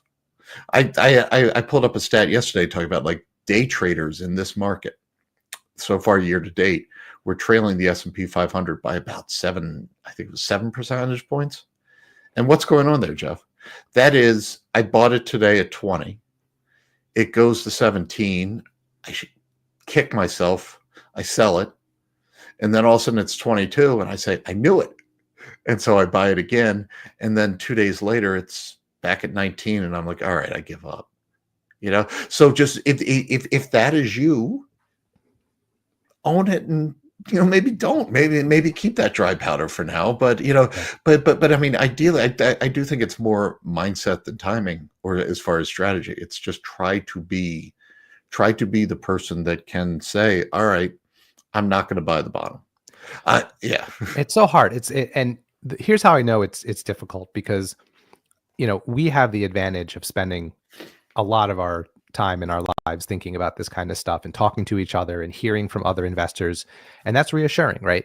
One of the things that got me over a lot of this mindset stuff when I was a newer stock investor was hearing from more seasoned stock investors by being a Motley Fool member and then a contractor, and hearing people who've been doing it a long time saying, this is normal, this happens, all that data that this percentage of a drop happens every this many months, and so on and so forth, is really helpful. But I know that we are in the small minority in terms of investors who understand that, because when I happened to be at a St. Patrick's Day party last weekend, and multiple people who aren't really following the market super closely were talking about the market's falling, and and no one was saying I'm going to go to cash or anything like that, but it was in the zeitgeist of this like room of, let's just say, normal people. And I have, in other instances, I've had conversations with people who who don't stop. They stop investing, or they sell stocks because they're scared they're going to fall down more. And so I think the mindset is super important, and you have to know yourself. We have, the mechanical thing of, if it drops this much, I'm going to deploy this much cash. I mean, our mutual friend Jason Hall has a system that he follows that's similar to that. If it falls X%, I'm spending this much of my cash hoard.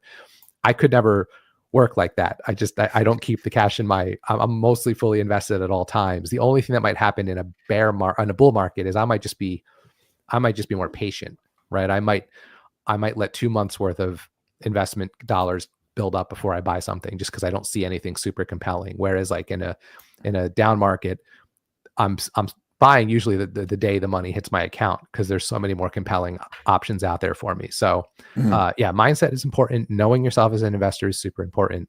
But really, the main thing is just not to get shaken out of being a net buyer of stocks when the market goes down, because this is the price of admission, so to speak, right? This is just part of how it works.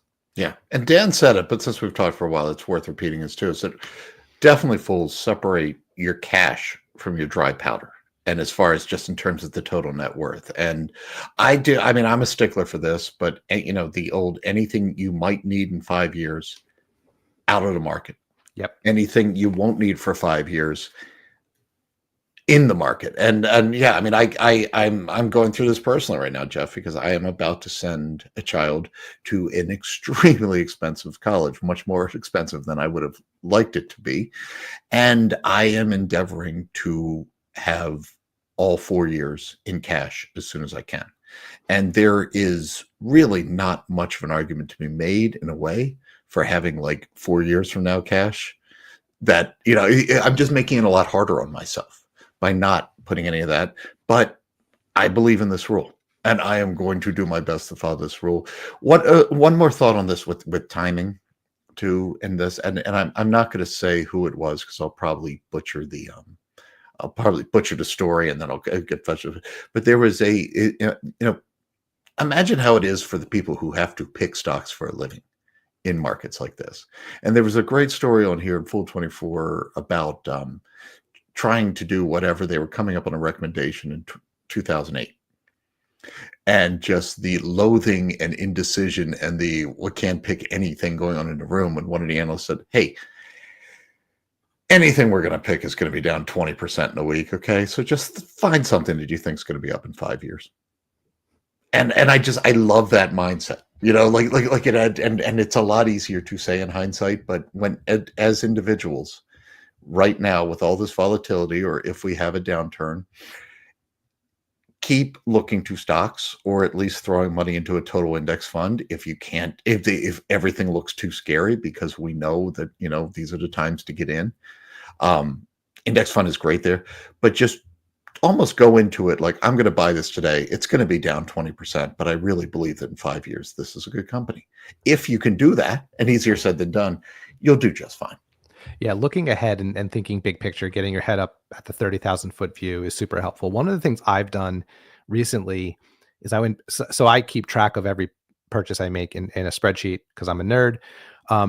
But anyone who's not a nerd can just go back to their brokerage account, and you can see all the purchases you've made. I use Fidelity. I know if I click on like the actual stock in my Fidelity on the screen in the account, it'll open up like all the purchases I made in that stock over the past however many years. One of the things I did recently, because I remember during the 2022 bear market feeling like I don't know how to invest anymore, because exactly what you just said happened. I'd buy something thinking this has got to be near the bottom, and then I'd look, a month later that it would be down another 10% or whatever. But if you go back now and look at the purchases you've made in that 2022 bear market, and look how those individual purchases are doing now, right? I think a lot of people will probably see that some of those purchases that happened at the time it felt the worst to make them might be some of the best, have some of the best returns out of all the purchases you've made for that stock over time. So kind of going back and looking at the data that kind of can countervail how you felt at the time is just another way to, I think, help yourself feel okay about buying in a down market. So that's just another kind of trick that I did to sort of remind myself that, it was okay that I did what I did, 3 years ago. Yeah. I like that. So BG asks, and I don't know if either of us are the best person to answer this, but I'll give a thought. But BG was asking, is Lululemon impacted by tariffs? LULU is the ticker there, right? So the short answer is yes. But the one thing I love can't point out enough is that, remember, the tariff is taxed on the value of the good at the time it enters the national border. Products like Lululemon, and I don't judge here, but that have a huge markup, they tend to be less impacted in terms of the total business. And because if you think it's not just markup, there's a lot that happens as far as the price of a good from the time it hits the point of the port of Long Beach or whatever. Okay, you have this pair of pants that was maybe manufactured outside of the U.S., so it will be subject to a tariff if these tariffs come in. But the actual value of those pants when they're coming through Long Beach is kind of what Lululemon paid the third-party manufacturer, or what if they did it in-house, the cost of that individual unit, which is really, really low. So you're going to get the tariff on that. And then what isn't tariffed? The cost of getting that good from the port to Lululemon's warehouse, then to the retail location, then to, they don't sell a lot of third parties, so you're not going to have a separate retailer markup, but you have their profit built in. You're not going to have whatever expenses they have internally, like the salespeople and all that go into a price. None of that is really tariffed. So it tends to be just on a percentage of revenue, something, if you're a seller of 1 trillion low margin widgets, or if you're a seller of something that makes multiple passes through the border, like automobiles, that's which both of those, in that case, you have very, very, very low margin components where kind of the cost of the good at the port is sort of reflected in the total price that in the finished product. That's where you take a huge hit. And then with autos, when you could have a engine component made in Mexico that goes to somewhere in the US to be added to a subsystem that then goes back somewhere to be part of an engine that then goes somewhere to be put in a car, then it comes into US, where you have like just a treble effect on. So Lulu, I'm sure you'll hear it, and I'm sure there will be some pressure, but I don't really worry about goods that have a very good markup as much with tariffs as I do goods that don't enjoy that advantage. Yeah, that's a really good point. I worry more about, like you said, the low margin businesses or things that have to cross the border multiple times, like auto parts. Like, one of the stocks that I'm really interested to see in terms of how they handle tariffs is something like Costco, because they said on their most recent call that they are prioritizing keeping costs low for the customer as they see their costs rise. So that means two things for Costco specifically. That means, one, if they do get hit with increased costs because of tariffs, and they're not going to pass them along to the customer because they value keeping their prices low for the customer, they're going to take a hit on their margins, right? They're going to absorb that extra cost. The advantage they have is because it's the products they sell are never consistent in a lot of cases. Like, so if product A is tariffed and product B is not, but they're the same product, they can just pivot to product B and maybe avoid it. So they have a little bit of flexibility. I really like your point about Lululemon and its higher markup, right? Because they could do a combination of things. I think they have two advantages. One you mentioned, which is, they can take a little hit on their margins and absorb it because they're marked up so much and keep the prices consistent for their customers.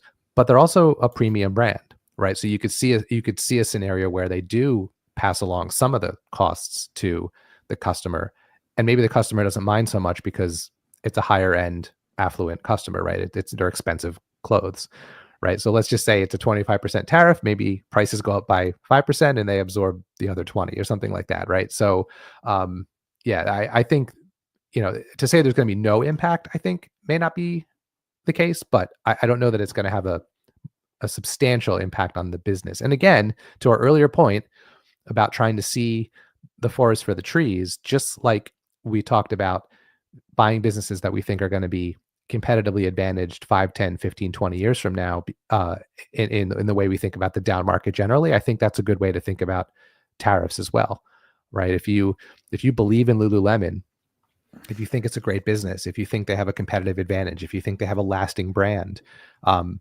even if they do see some short-term headwinds from tariffs, the other way to look at that is buying opportunity, and to build a position, a larger position at a lower price, so that once we're through the tariff issues, that you're in better shape down the road. So another way to kind of think about it. Right. And definitely, I mean, good management in general, but especially a business like this that has the margin advantages. This goes back to what Dan and I were saying at the top of the 8 o'clock hour, is that once we have certainty, even if the tariffs last, they can figure it out and they can manage through it. It's the lack of tariffs, or it's the lack of certainty on the tariffs is what is what can do us in. By the way, Sina, I could take 2 comments from Sina real quick. As one, Sina agreed with you, said, and I love that idea, looking back and seeing how you did a good metric. But then again, apparently Sina just lets his kids watch YouTube videos all day. So I don't know if it could be a compliment from him. I don't know if that's something you really, really, really want anyway. But yeah. All right. Cyber Mike, who is a fan of 2-factor authentication. So I'm Cyber. I'm Mike. I'm kind of biased against you already. I'm sorry, but I'll take your question anyway. AIT is a stock I'm following using Motley Fool principles. It's not wrecked in any of my service. What are your thoughts on AIT being a 5-year market beater? So this is Applied Industrial Technologies. Jeff, I'm sure you're familiar with them. Think about it. So it's an interesting company, and Cyber Mike, I need to be careful here to point out I am not speaking for the Motley Fool or why it's not in services or anything like that. So I can't answer that, but I can tell you what, because this is one I've sort of looked at, because I really, really, really believe in the big trend here. The trend that they're playing here is warehouse, factory, and other automation. All right, they make not like the robots that you see in these really cool supply chain videos, but they make a lot of the parts for that. Okay, they are sort of like the supplier to this industry. This is a huge industry, and it's a growing industry, and it's one I really, really, really like. So I'm attracted to this. But I would point out the actual business. Okay, they did a huge acquisition, Hydralane, that is really driving the bus right now for the growth. You strip that out, maybe not negative, but there's just not a lot of organic growth there. So that scares me. You're also trading today, throwing in debt because of the acquisition. So at about, including debt, 15 times forward EBITDA, which isn't terrible, but for a company that kind of really needs to, because it is a component supplier. We're talking electric motors. We're talking bearings. We're not talking to finished systems where you can get markup. I would this is more a radar stock for me than it is one that, I think is a no-brainer for me. So I think very, very interesting. I like where you're looking. I sort of, and please come on and make the pitch for me, because I haven't looked too close, but it's sort of, I would like to see more out of them in the quarters to come before I'm really ready to say I have conviction here. But they're in the right market, making the right things. So there can definitely be a nice winner here. It's been a nice winner, Lou. I'm just looking at the stock chart while you're talking. I mean, it's that's the other part. 520% over the past 5 years. I mean, that's not bad. So I'm that's surprised he's looking at it. But and that's the part too. I should have mentioned that again, I really want to see revenue growth to continue that. And a lot of it is, look, they're consolidating the industry. I love consolidators. I can't speak poorly after everything I say about Brad Jacobs around here. I can't go on and say this, like, roll-ups and consolidators are bad, but it does sort of, one of the issues with it is you do have to try and strip out the effects of acquisitions and look at the performance of the underlying business. And I'm not ready to say anything harsh about it. I'm just not ready to celebrate what I see from the underlying financials. Yeah, this is a ticker I heard from the first time in my life today. So good. I have nothing to add. Yeah. All All right, I want to go in a different direction here, Lou, because I think we both can answer this because we're both kind of have gone through this, I think. Richard asked about 24 minutes ago, do you have any recommendations for what age to start teaching kids about stock market and investing? We have a second grader. So I'd love to hear your side of this, because when I got very excited about investing in stocks and became a Motley Fool member, I tried to get my kids interested, and they were older than second grade. And they just were like absolutely not interested at all. Just got eye rolled. Just, okay, Dad, kind of a thing. Yeah. I will say this though, and I think this is a good place to start with a kid of just about any age, and it's very simple. If you can get them to understand that there's a way to own a company that they know, I think that's a perfect place to start. Mm-hmm. Right. So that is where I did get some headway with my kids. Right. So I ended up opening a brokerage account for each of them, and it's just full of stocks of things they know. And it's a tiny amount of money. I mean, I think I put just a couple $100 total into it. Just, I'm buying like 0.012 shares of companies. Right. But the idea that, my son has an iPhone and he knows that he owns a very, very small part of Apple. That was a way, even at their younger ages, because this was years ago at this point, they're in middle and high school now. But when they were younger, that part they did at least conceptually understand a little bit, right? Oh, I bought a stock, which means I own a little bit of this company. Like, that's a very basic concept. And then, my kids are not super interested in it. My older one, who's in high school, understands the basics of finance. Like, he understands, okay, I invest so that I have money to retire with later. I've gotten him thinking about, putting away 10% of everything he earns into investments, so he has a nest egg in the future. Like, he understands that conceptually, but no interest in like researching stocks or buying stocks. It's just not his jam. But I know other people whose kids love it and are very interested in it. So I think it just depends on the kid.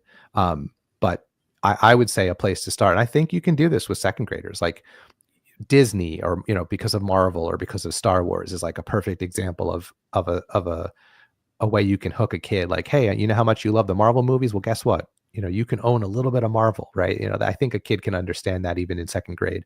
And then I think you just have to sort of keep introducing and mentioning it and kind of see if you get any traction, because anyone who has kids knows that if you try to get them to do something you want them to do, they will not do it. Right. Right. So right. That is a universal law of parenting. Right. So I don't know, what was your experience with your kid growing up, Lou? Yeah, no, I failed miserably here, but so, but I think a lot of it. So I think what I would say is, kind of to your point, so much of it, like, just if it resonates with the kid, it's just the individual's, kid. And there's all sorts as parents, Richard, Jeff, myself, everyone else out there, not Cena, because Cena probably does this fairly well, but the law of unintended consequences is real. I know one friend who from an early age tried to get all this, and the result is they now have a teenager who's just like at tears at the idea of like spending money to buy gas, because it's just like, I can't spend. So, even if you try and think you're doing well, you'll fail. For a second grader, to me, I love what you said about, and it depends on the kid. You might even want to say, we own Disney, or something like that, because I think for some kids the "you can" is weird, but just to say, but then they'll talk about, my dad owns Disney. I to me, like, at that age, it's kind of the concepts to start with, and it's young but too young, but just kind of just have the conversation through life of don't spend more than you make. Of just the idea that you have a limited pile and do not overreach that pile. Just kind of that concept, and the concept of long-term wealth. Just the idea that a little bit over time can add up, and that, I think, age appropriate, you can get more sophisticated with this as it goes on. I would not show spreadsheets or market charts to a second grader, but I think the concept of like a little bit over time adds up. I would start there, and I think that is how you kind of try and just get that mindset settled with a second grader. And then as interests develop, then yes, I think any kid today should be introduced to the stock market investing, because the way we run our country today is that you're basically responsible for your own retirement. And so you need to know that. I think once you get to high school, like I tried to teach a course to kids in high school about investing. And I think by high school is when you can have like the real serious conversations. And the conversations there are like, I teased it with the kids. It's like, I guarantee you, I have a secret that will make you richer than your parents or anyone in this room. And part of that is just because over time, inflation, the stock market, like just dollars are worth less, so there's more dollars. So it's a pretty good bet that 50 years from now, money will be worth less, so there'll be more of it, so you can like make that. And then just talked about just kind of, look, it's just my goal for my kid and for all those kids in the class was just the 4 years from now, when they get out of college, wherever they go for their first job, when they get that paperwork that has the 401k or whatever, that they sign that paperwork. If I can get them to that, I think my job is done. And then hopefully we can do better than that. But yeah, I think Morris Pearl was talking about, you can talk about finance to a second grader, start out explaining that you have a job because you need to earn money and then invest. Yeah, I think, just keep it at the very, very fundamentals there. And then look, if your kid likes this stuff, they will get into it. And I love the idea of starting brokerage accounts and getting them involved and all of that. But be careful with that, because apparently, depending on how you do it, you can actually really, really mess yourself up for financial aid later. Yeah. If they own it. Well, that's why I purposely left them a tiny bit amount of money. Even if they really hit it out of the park, I don't think it'll be substantial by the time. Yeah, because fools, and again, you want to talk to Bro or Dan about this, not us, but basically anything your kid owns is weighed much more heavier by the college and FAFSA, the system they use, than anything you own. So yeah, if you got your 10-year-old Apple stock, whatever, a decade ago, or Nvidia stock, you might have to cash it out for that college, because you're not going to get any financial aid. Yeah. But really, I mean, to me, the goal is, like I say, for my kid, is just that she gets through college, gets a job, and then there's just that starts that lifelong trip with the retirement accounts, and then hopefully I can layer it on as we go, and kind of have. But well, there is no formula. Yeah, and the thing with like younger kids is like, you have to keep it age appropriate, or else you'll just lose them. And then as they get closer to like middle school, high school, they start to understand just conceptually money a little bit better. And then when they get to the point where they're going to have a job of some sort, babysitting, whatever it is, then all of a sudden the money thing becomes real. And, I've had much better conversations with my high schooler over the past couple of years, because he's getting a paycheck. And, the other, I'll say this, and then we can move on to a new topic. The last thing I would add, and something you said made me think of this, Lou. The other place that I found traction with my kids, who, again, not interested in investing as a hobby, thinking something to like enjoy thinking about, by telling them, at some point you're going to want to stop working when you're older. And they understand that conceptually, because they know that like their grandparents don't work, right? They're all retired. But you still need money to live on. Like, you still need money to like buy food. So you have to save now when you're working, so you have money later when you're not working. And that that made sense to them. Like, they at some age they were able to conceptualize that.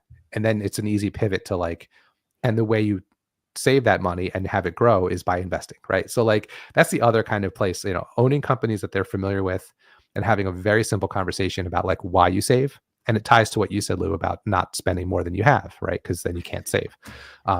So yeah, it's a fun topic, but it's everything we do is individualized when it comes to investing in finance. But with how kids are, especially in listening to their parents, it's a whole nother layer of difference kid to kid. The hope is, like with most things, is that they are secretly listening, and over time you'll figure out that for the most part they do, through trial and error, make the right choice. But I would not expect an aha moment in the meantime. So you teased Boston Omaha. I really want to get to that, but Ed just put in a question real quick that I think it's very that aerospace or plane parts. Aerospace or plane parts manufacturers, are they cyclical? They can't be boom time always. Ed, they are extremely cyclical historically, where you have had boom and bust.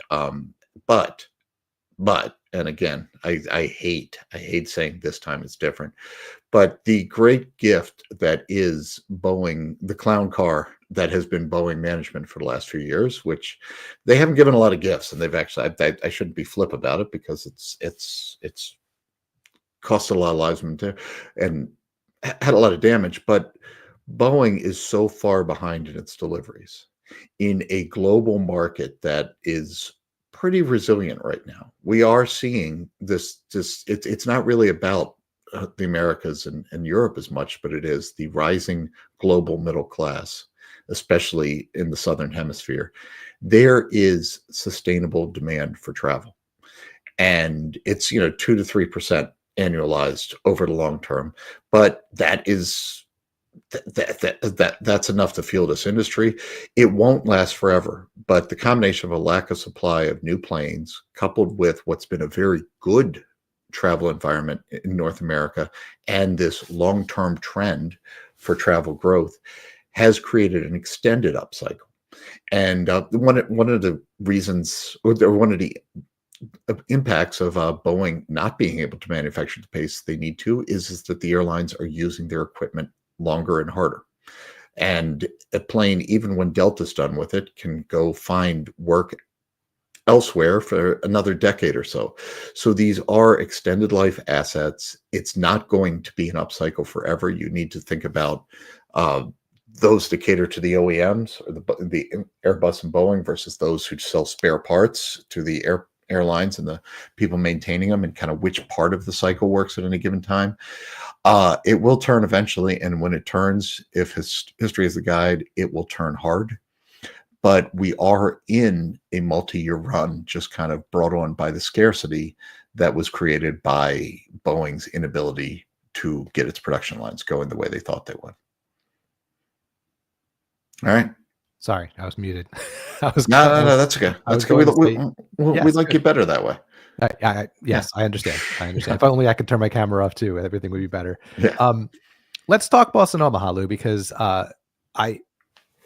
this is such a funny company because it was talked about a lot around these parts for a while, and then it stopped being talked about around these parts for a while because it has not been as nearly as compelling of an investment over the past year or so as it was in the years before that. So just real quick, if anyone's not familiar with it, this company got tagged early on very unfairly by a lot of people as being a quote unquote baby Berkshire. And it made sense a little bit, right? It was a company that had some steady growing cash generating lines of business, and then also an investment portfolio and some exciting, less stodgy kind of part of the business. And I think that drove some excitement. It also used to have a co-CEO, co-founder that was a great grandnephew of Warren Buffett or something like that. And he has since departed. And that's part of why I think the company is where it is now. Yeah. But when I first bought this company and was following it, I've been following it closely for a while. I'm the ticker guide for it on the Motley Fool discussion board. So it's been on my radar before it was even in my portfolio. And it was one I looked forward to every quarter because it was exciting to see how the three pillars of the business were doing. They do billboard rentals, broadband, internet, and insurance. Those are the big three parts. But it was always exciting to see the other part of the business when they would report, right? Did they buy a minority stake in something? How did their investment portfolio do? And fast forward to the past several quarters, it's just been disappointment after disappointment because they've kind of taken a step back from what was the more exciting part of the business, right? All of the investment and other income is what they call that segment now. And it's just, they report and it's really just how did billboards do? How did broadband do? How did insurance do? And they don't do conference calls. There's no earnings transcript. It's just the press release and the numbers. Now, the last couple quarters, they've been doing a slide deck at least, so that they give a little bit more information. But they were very low on info at a time when they probably shouldn't have been. They did not have the track record to be like, oh, we're just going to give you the report, the SEC filing. So I've held on to this one, Lou, because for a lot of people, when the co-CEO departed and they got out of the I can't remember what they called the part of the business where they were trying to get investors to come in and invest alongside them. And they had Right. I can't remember what they called that segment at the time, but that was the more exciting part. So for a lot of people, I think bailed at that point. Thesis broken. This is not what I invested for. I've held on because honestly, if you look at the results, even though they're boring, they grow revenue in the mid-teens consistently every quarter. Not profitable, but getting closer. Cash generation has gotten better.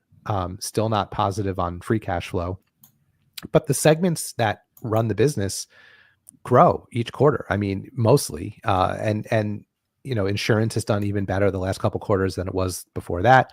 So I don't know how much longer I'm going to hold on, Lou. If I get 2 or 3 more quarters where it's just nothing exciting, nothing interesting, nothing of note every single time, and the stock is still not responding, I'm not sure how much longer I will hold on. The last thing I'll say, and then I want to hear your thoughts too, is it is certainly cheap right now, especially considering how much of another company they own, Sky Harbor, which we can talk about too, Lou, because they actually report this week also. Yeah. There's a case to be made that investment alone justifies the current valuation. But still, I've not added to this. It is a tiny, tiny company at this point. It has lost a lot of value. But I don't know. I'm curious. I don't know if you owned or still own it, Lube, or what you think about it. But those are my thoughts. So I've owned it, yeah, and I'm bringing up it just if you want to know kind of how it's gone, I just send a screen share. I've probably owned it the entire length of this chart, which is to say that $1 in Boston Omaha 10 years ago is $1 today, basically. Lauren, I don't know if you can get the screen share up, but yeah, there you go. That is the 10-year chart. There were some highs. I mean, my work with hindsight capital management, which is, where you get to just go back in the past and change things, we would have sold right about there, right? Yeah. Hindsight capital management still undefeated, but still, yeah. A couple of thoughts on kind of what you said. You said maybe painted unfairly as the next Berkshire Hathaway. I'm not going to give him a pass for that, because I think especially the one who was related, it always seemed to come up. I don't know if that was, I mean, it was probably good strategy, but I don't pity them for being cast with that when they seem to really invite that comparison, even to the point where having Uncle Warren do your marriage proposal at the Berkshire annual meeting, he wasn't trying to shy away from that connection. Yeah, fair. So it is now, as you say, the company should be rebranded as Omaha, because it was named for, there was just these co-CEOs. One was in Boston, one was in Omaha. The Boston guy, who weirdly, the Omaha guy wasn't the one who was related to Warren Buffett, but the Boston guy is now gone. And so, yeah, we just refer to the company as Omaha now. So it was, you mentioned Sky Harbor and all these other things. It was the Boston half of this, the part that's gone, that was sort of more willing to take risks and to look around. And the new strategy from here seems to be, let's just make the most of what we have instead of finding the next Sky Harbor. I'm going to hold indefinitely, I think, as long as they last, because I am curious about this. And it is, I mean, I just showed you the chart. What's the point?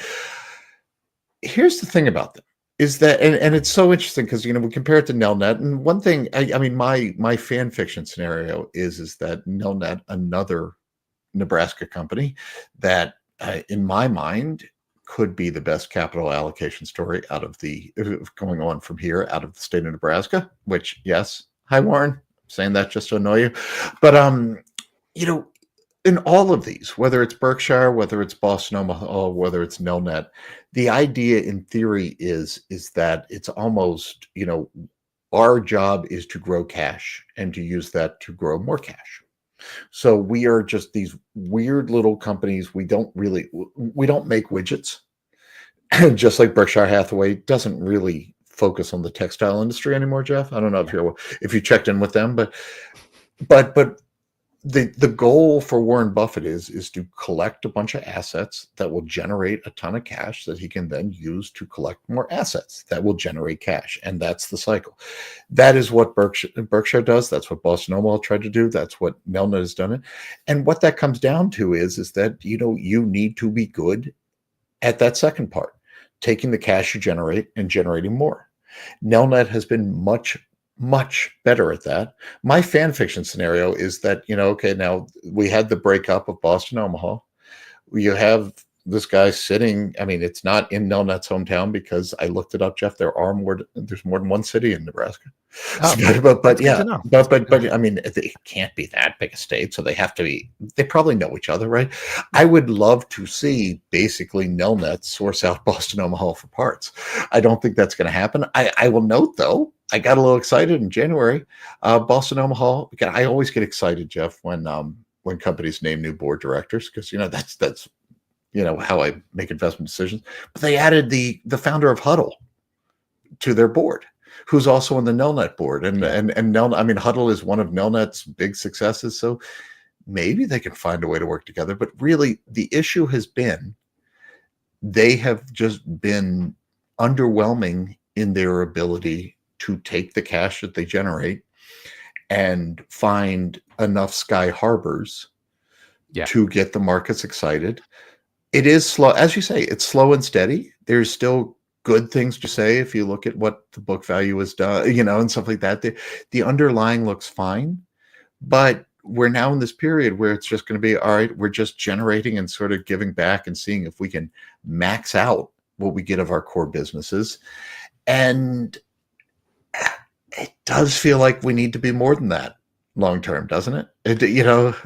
Yeah, I mean, it is an investment in this company. I think the thesis for a lot of people was you're investing in the capital allocation decisions of the co-CEOs. Yes. Right?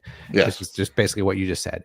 And I think the reason I didn't sell when the co-CEO arrangement broke up is that I think I want to give the remaining CEO time to see what his capital allocation decisions are on his own. Because my thinking was, what we were hearing, what I heard people say was the one who departed, and I always forget which one's Alex and which one's Adam. But the one who Adam's still there. Okay, so Alex, who left the company. I think I should. You're right. So the one who departed was apparently the one, like you said, who was a little bit more the acquisitive. Let's go buy this. Let's go invest in that. The envelope pusher. Yeah. Yeah. And I could see a world where maybe they no longer agreed on where that capital should go, and that's why the split happened. So to me, I was willing to wait and give the remaining CEO time to sort of do it on his own, right? Maybe he was right. Maybe the company could have been better if not for the constant struggle between the co-CEOs. This is speculation on my part, but to your point about kind of waiting and seeing, this is the reason I did not sell my shares. The problem is there's been at least, I think, 3 quarters that have reported, maybe even more since the co-CEO situation broke up. And I've yet to see any substantial evidence that, there's a reason to believe in the remaining CEO. But again, it was a small position for me. I'm very interested. I'm still interested in the company. I think it's interesting to see how this shakes out. So I will continue to hold probably and see how it goes with just one CEO. And to your point, I mean, maybe this does get acquired by Nelnet or somebody else. I think if Nelnet grabs it, man, you should get a prize because you've been calling this for a while now. So that'd be interesting to see. But yeah, I'm very curious to see what happens this quarter. Is there any new information? Is there any glimmer of hope? Any green shoots that tell me that things are going to be better in the future than they have been in the recent past? So we'll see how it goes. It's the terrible, terrible fate of, spending time in the investment banking world is that everything looks like a deal candidate. I don't think that'll actually happen. But yeah, no, I think, and you mentioned that they don't do calls and they don't really talk that much. It's funny because, what we stand for here, and definitely I would be probably more this way than even I think Motley Fool standard is focused on the long term and don't get caught up in the short term and don't get caught up. But I always say that I use earnings season as just a guidepost to see if the long-term path if we're still on course. And there is value, especially in a story that kind of lacks credibility, of making your argument, even if I don't make a rash decision based on every 3 months buy, every 3 months sell. There is value in seeing how things are going and discussing it. And it is a privilege not to have to do an earnings call. It is not a right not to do an earnings call. I bet you CEOs hate earnings calls, most of them, even if they're good at it, and even if they see it as a chance to get out there. And I love sort of the holier than thou. We do not focus on 3 months. We're not going to do it. But at the end of the day, you are missing an opportunity to articulate a vision to a shareholder base that, as we say, is somewhat delusioned right now, or is somewhat questioning. And it's shame on you, Adam, for not doing it at this point. You need to do this. And this is a small company, so I know an investor who has a not insignificant amount of Boston Omaha shares in their portfolio, or at least did, to the point where the CEO would take his phone calls. So it's, again, you're not a multi-billion-dollar corporation, and you don't have the track record to just be like, our results speak for themselves, because the results just make me ask more questions. Yeah. So, right. So let's pivot a little bit to a related company, which is Sky Harbor. Yeah. So this one has been on my watch list for a while, and I think it's just because it's such a weird little niche that I'm not familiar with. I've had trouble convincing myself to even open a starter position. I will say, I want to say it had to be maybe a year and a half ago. There was an interview on Motley Fool Money podcast that I think Bill Mann did with the CEO of Sky Harbor, and it got me a little bit more excited about the company, because he seemed like a straight shooter, transparent, seemed like he really understood the industry.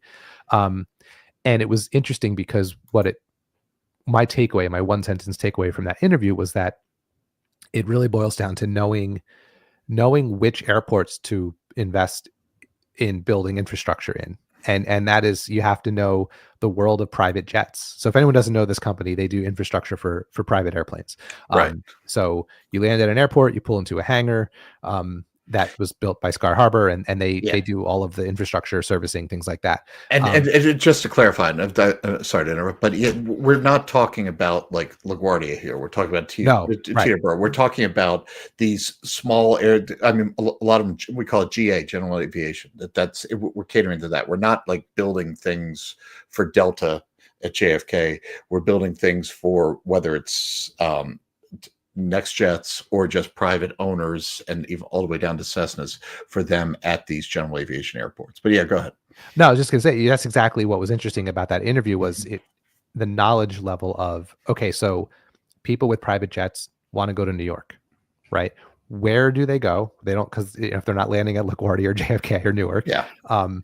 And what GA, general aviation locations near the big places where people want to go, does it make the most sense for us to invest, right? So like, that was the interesting thing.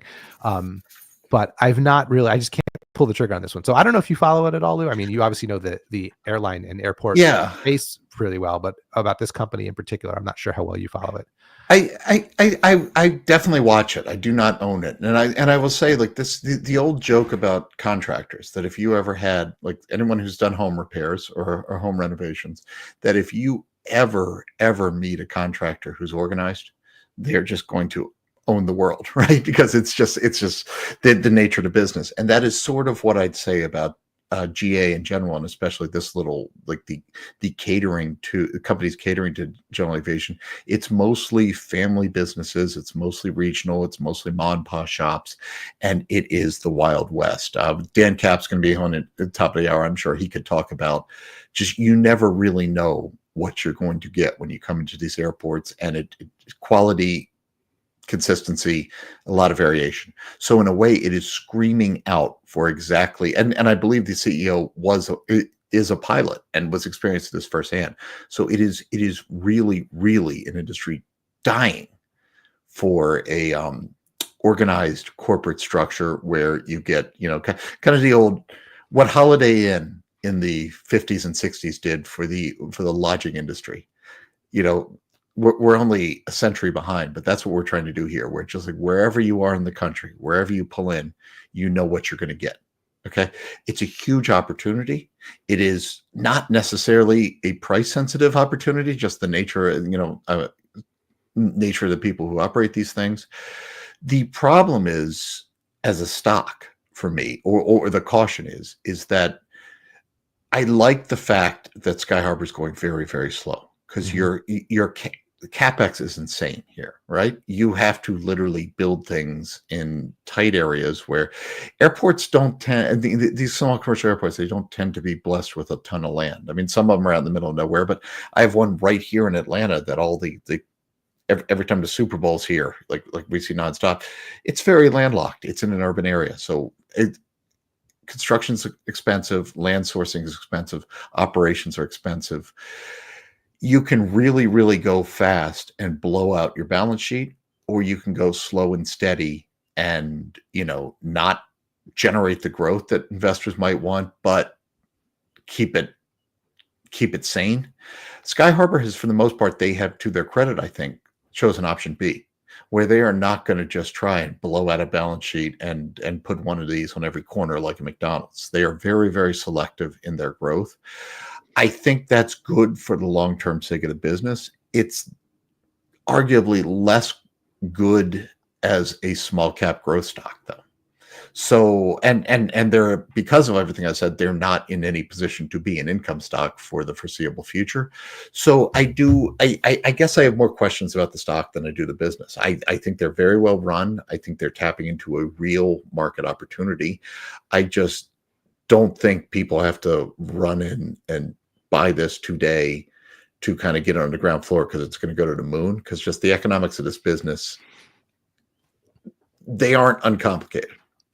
Yeah. And I'll say, yeah. So to that point, right, at least as of September, the Q3 results, they were a sub $300 million market cap company, right? So to your point, that this is not a couple $1 billion, right? So like there's time to wait and kind of see how it shakes out. I will say this, they went from like $400,000 in revenue 2 years ago, using September quarter as a marker here because they haven't reported Q4 yet. Last year that was 2.5 million. And I'm sorry, 2 years ago it was 2.4 million in September of 24. Last year it was 2.5 million. September of 24 was 4.1 million. So top line's growing pretty nicely. And even the burn, the operating expenses, the total operating expenses as a percentage of that revenue has come down over the last couple of years. So to your point, not a super high growth story, burning a lot of cash, spending a lot of money, building out the infrastructure. Like this is a capital intensive business, but if they can grow revenue decently and slowly, not burn too much cash, like you could see this growing into a strong cash generating profitable business at some point down the road. I just don't know that I have to own it now to see that play out, right? Like to your point, I think buying something now, buying a stock like this now, to me, if I were to purchase shares, it's start a position, I'm thinking this is a stock for 2035. I want to watch it. I'm interested in it. I think it's in a niche that is important and needed. Like to your point about, and Dan's going to probably add on to this when he comes on because this is his world. Let's bring Dan in. We're almost at the top of the hour, Lauren, if you can. But yeah, because Dan knows this business kind of on the other side of it too. But go ahead, Jeff, Dan. No, I'm just saying for me, and I'll turn it over to Dan and then I'll split in a minute. But this is a long-term stock holding. If I were to buy shares now, I want to watch this play out over years. Dan, Sky Harbor. Yeah, I'm a Sky Harbor shareholder. I'm an aviation guy. I understand the value proposition. Everything they say about the business, absolutely correct. If you got a corporate jet, it is a traffic jam at some of the biggest airports around. Sky Harbor trying to solve that by putting more infrastructure in. But I'm sharing my screen with I got a beef with Sky Harbor, Jeff, and it's this press release from December 2024. Sky Harbor announces second closing of equity raise, and basically the print is probably too small unless you got one of these Uber 80-inch monitors. It's probably too small to read, but I'll just summarize. Basically, Sky Harbor went to its private investor in public equity bench and said, "Hey, we'd like some more money." And the PIPE folks said, "Yeah, we'll be happy to give you some more money. at $9.50 a share. And at the time that this happened, I think the shares were around $12, something like that. And, you know, they made a big deal out of saying, oh, you know, these partners bring value. And, you know, it's just like, I'm sorry, I'm not buying it. If you want to give the pipe folks the chance to buy in at $9.50 a share, be my guest, but let me do the same. Give me a chance to buy at $9.50 a share instead of $12 a share. Because, like, I mean, because I'm not buying it. Like some of those investors, yes, I mean, I get it, but they already got their first bite at the pipeline when they did the SPAC financing in the first place. And so to rub it in and to say, yeah, we're going to SPAC you again, I'm just kind of like, come on. You know, you've been a public company long enough. Let's start acting like a public company. You want to raise capital, be my guest, but do a shareholder rights offering or something like that. Give me a chance at $9.50 a share. You get more money that way. You build shareholder confidence that way. That's the kind of move that, Jeff, when you're saying, hey, why should I bother getting in now? I can wait for it to actually become a profitable business and wait. It's stuff like this that supports that argument and works against being a long-term shareholder, because the long-term shareholders are getting second-class status compared to these insider pipe guys that just now got a second helping at the $9.50 buffet. I just don't get it. Yeah, individual investors are always getting second the scraps at the table anytime there's an IPO or a SPAC, right? Because the people who are there at the beginning get the best deal. So to have it happen twice, I hear you.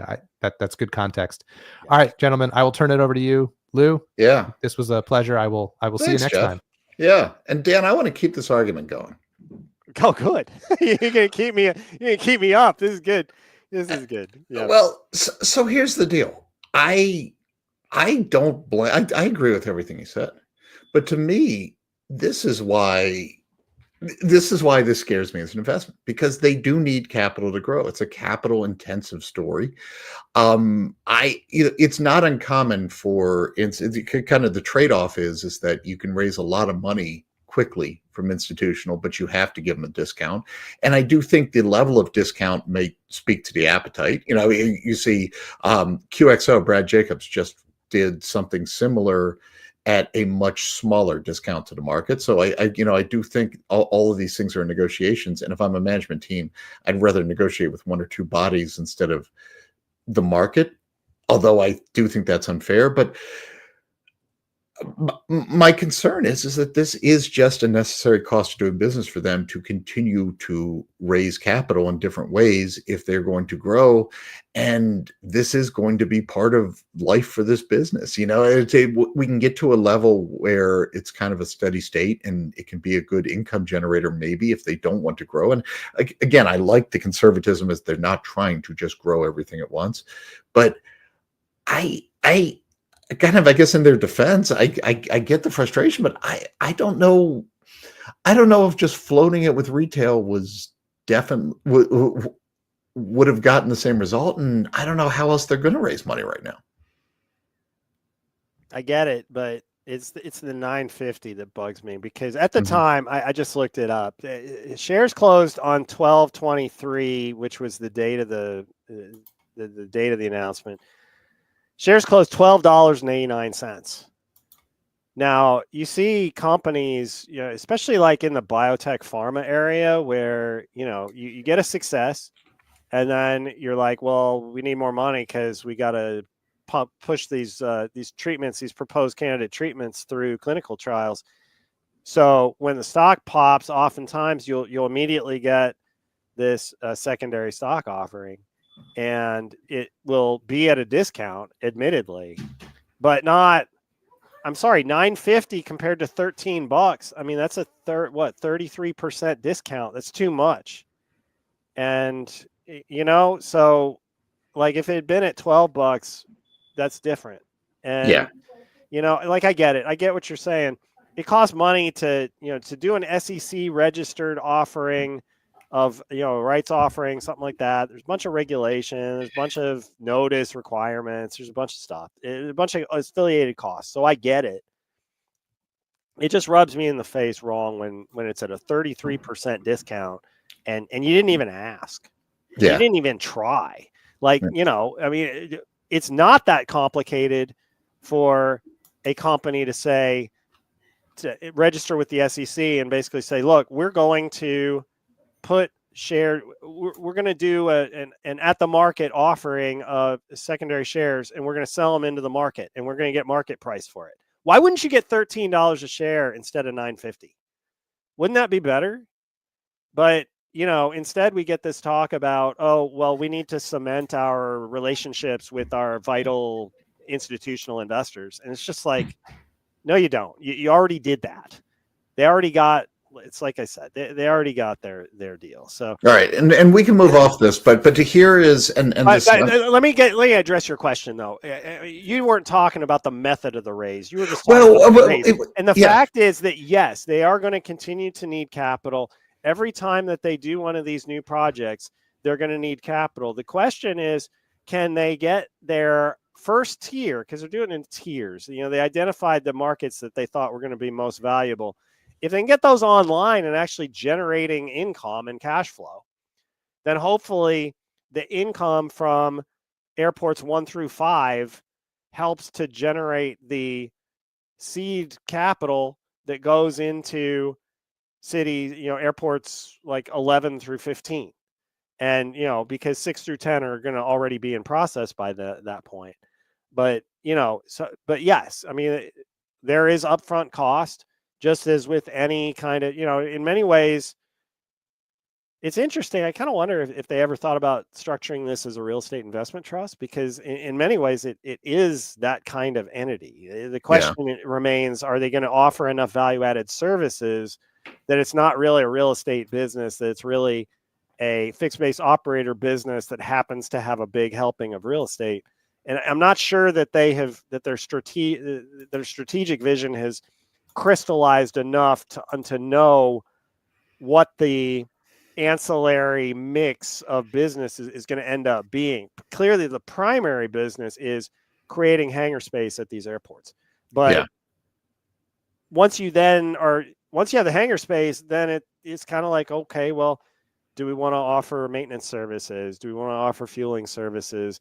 A lot of these airports that they're going in already have well-established FBOs. So it's not like they need the extra infrastructure. But if they have an opportunity to do it, why the heck not? And kind of, I don't know, maybe you would disagree, but I know I've been to enough of these places. A lot of the existing FBOs, there is room for improvement, I think. You know, it depends, but it's a very mon pa. And room for competition. I tell you, there's been big consolidation in this industry, and now you've got a couple of big players that have bought up a lot of the smaller private operators, and you see competition kind of going down. You see fuel prices going up. You see, and so if there's room for disruption, but at the same time, Sky Harbor has to be careful, because, like, in some ways, those existing FBOs are also going to be, if not clients, at least distribution channel to get to their clients. Because if you're parking at, you know, I mean, I'm going to name names. If you're parking at Signature, you want Signature to say, oh, you know what? If you want a hangar, Sky Harbor's got a hangar, and here's how much it costs overnight, or here's how much it costs a month, or like whatever it is. And so you don't necessarily want to be have Sky Harbor competing with Signature in that situation, because then the aircraft operators who already have strong relationships with Signature are going to be like, well, they don't want me to go over there. So it's a balancing act. Right. I'll leave it. And again, I'm sort of playing radio here and oversimplifying, but I think there's a broader investment lesson. So, and we can move off, but for all your gripes, I get it. But you're kind of, to me, it's just, you know, thinking as an investor, you're painting yourself in a corner with the stock. I am. I've thought about selling the stock. I really did. In December, I was like, you gonna do this to me? Well, okay. Or this, I mean, the implication of if they sold it at a 33% discount and they didn't have to is, why are you backing this management team? Yeah. And if the implication is to get institutional money to give them $30 million, you had to sell at a 33% discount. I think it speaks to kind of just the challenges of the economics of the business, maybe. So, yeah, I mean, either way, I would bet. I think enough of this management team. I don't think they just decided to give their pipe friends a good deal. I believe all things are negotiated.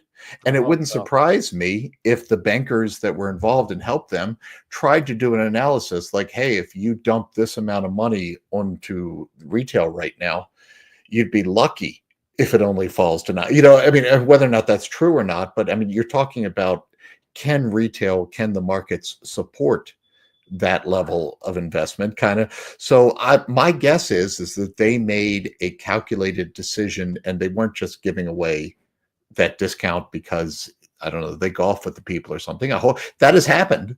So, you can say, but I'm going to give them the benefit out there. And if so, at least in the near term, that is the market voting on the value of the shares. And it does speak to, you're right, at some point they get to a level where hopefully they can self-fund. But in the meantime, it's an expensive business. And this could be a reoccurring thing for them, at least for now.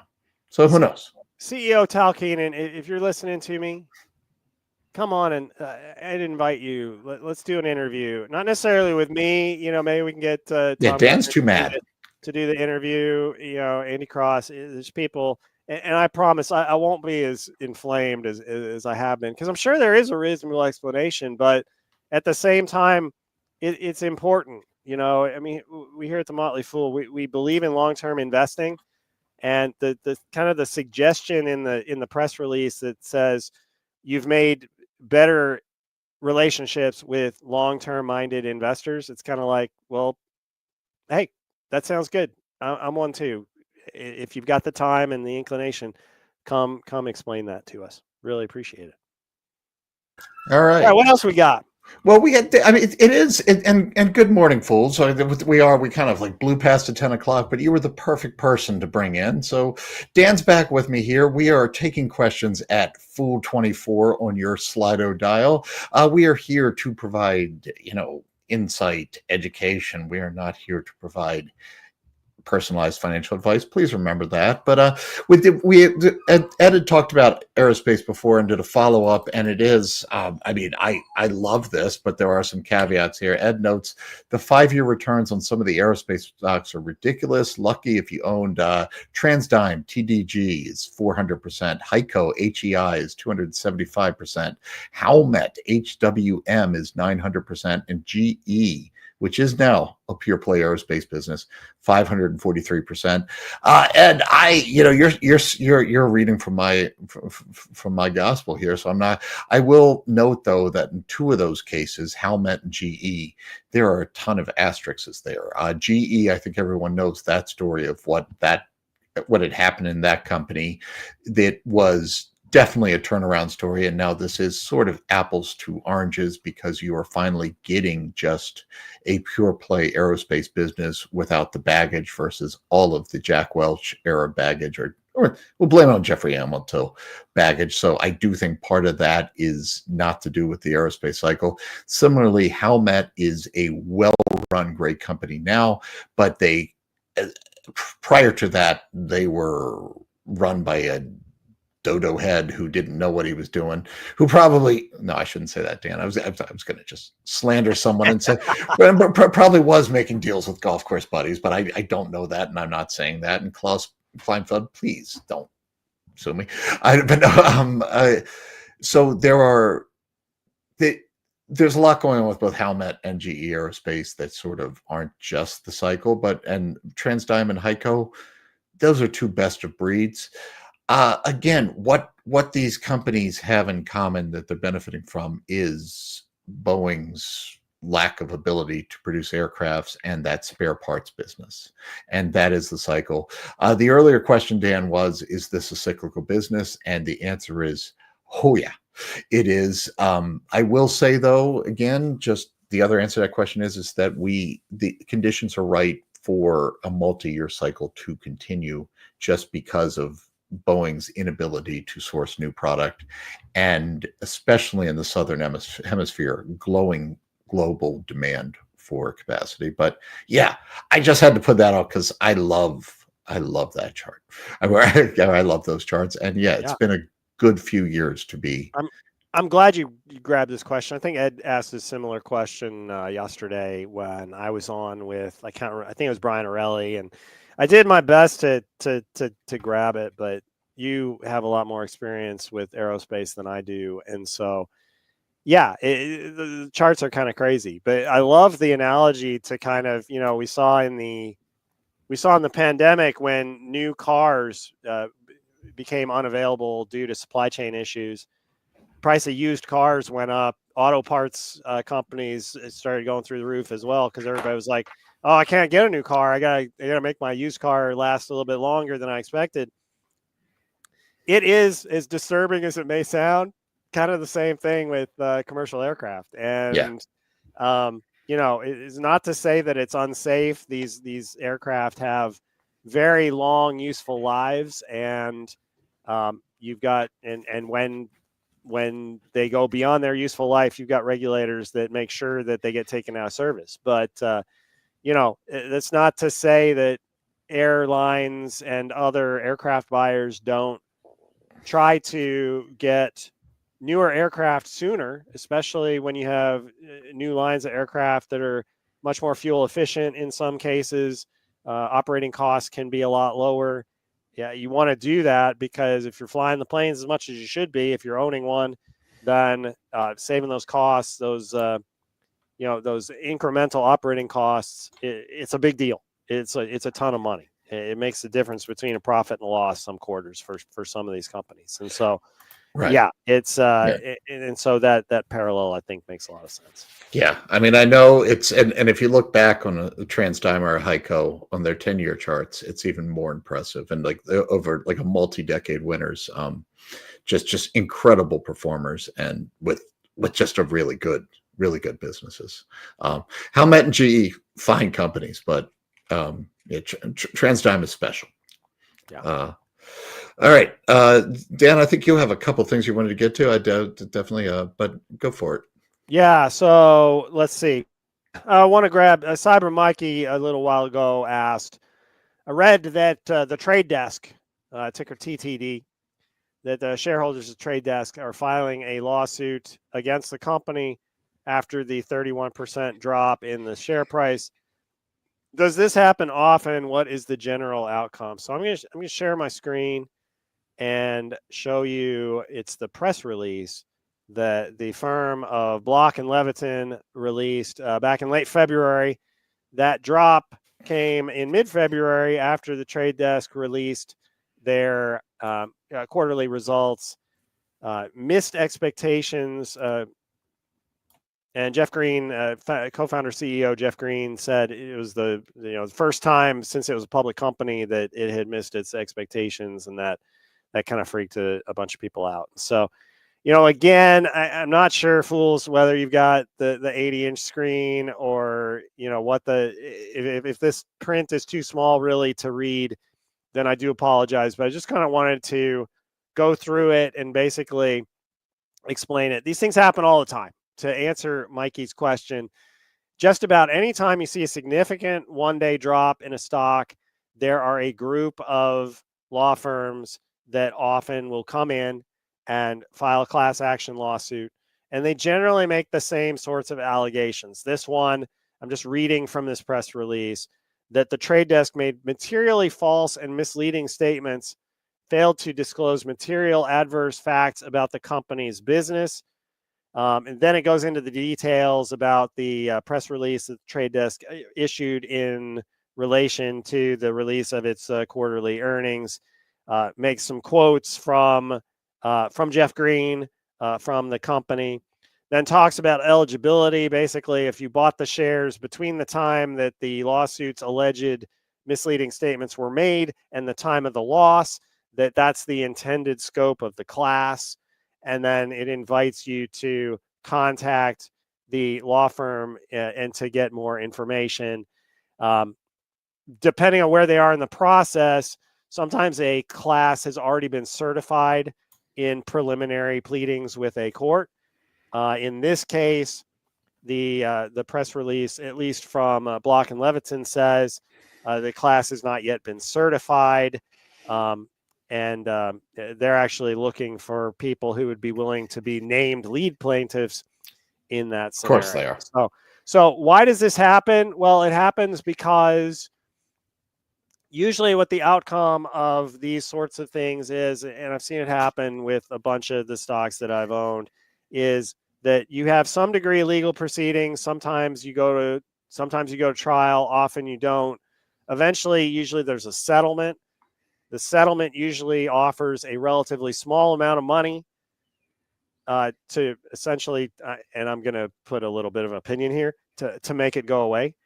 And what happens then is that whatever the terms of the settlement are as approved by the court go into effect. Usually what that means is a payment for expenses to the law firms involved, a payment, kind of more of a payment for being lead plaintiff, because being lead plaintiff means that you had to be available for court, so you had to go to depositions, things like that. And then some minimal payment back to shareholders. I'll tell you, in my experience, it's usually been pennies per share. Yeah. So, you own 100 shares of something and you get a check, something gets dumped into your brokerage account for like $80. And you're sort of like, oh, where'd this $80 come from? This stock doesn't pay a dividend. What's going on? And then you realize, oh, wait, yeah, there was this class action that I signed up for. That must be where I got it from. You gotta be careful. Sometimes some brokers will charge you a fee for that. They call it a corporate action, and they'll say, "Yep, here's your $80, and we're going to charge you $29.95." Even some of the commission-free brokers will do that under certain cases when these corporate actions happen. So particularly annoying for small shareholders, because oftentimes you can have a situation where the amount of the fee exceeds the amount that you recover in the thing, which is just terrible. But it's something. These law firms do it, so there must be enough money to justify keeping them in business. It gives shareholders like a minimal recovery sometimes, but you think about it. You're a shareholder. If you're still a shareholder, it's kind of you paying you. And, because the money's coming out of the coffers of the company. And so presumably the share price of the company going forward is lower by the amount of the settlement. And so, people have different opinions about it, but we often will get these questions about, oh my goodness, somebody just filed suit against my company. Is this a problem? And it's like, no, this is sort of like a mosquito biting you in Minnesota in the middle of the summer. It's table stakes for what happens when you have an unexpected adverse event, and usually it doesn't amount to a whole bunch of anything. If anything, Dan's being too polite here.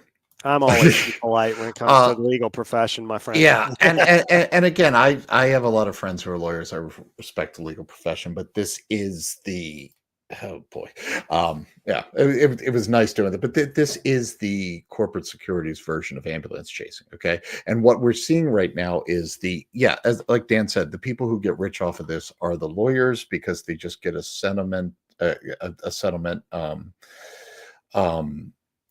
But yeah, I'm going to share a screen too. I'm just trying to blow this up to make it even less legible. And the real thing right now is you have to be a race, because everybody is racing. The reason they come out immediately is you need to be the first to court, basically. So you need to get your case together.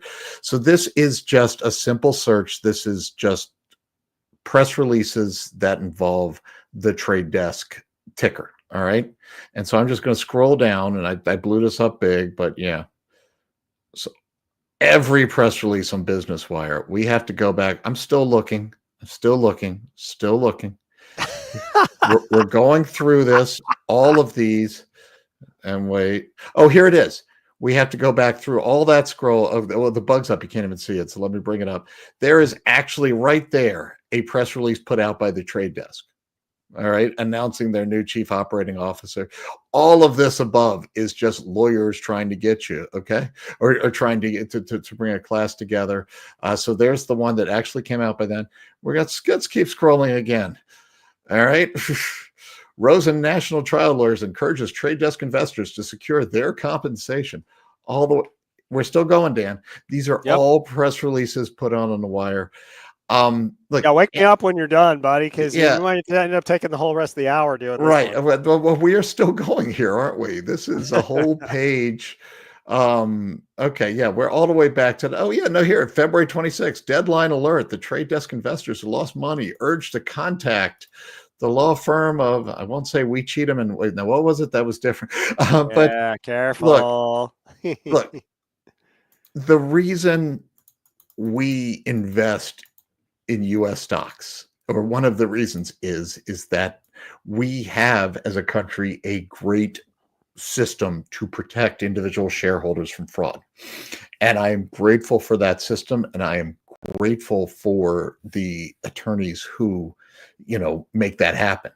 But as with any system, you can use the tools in a number of ways.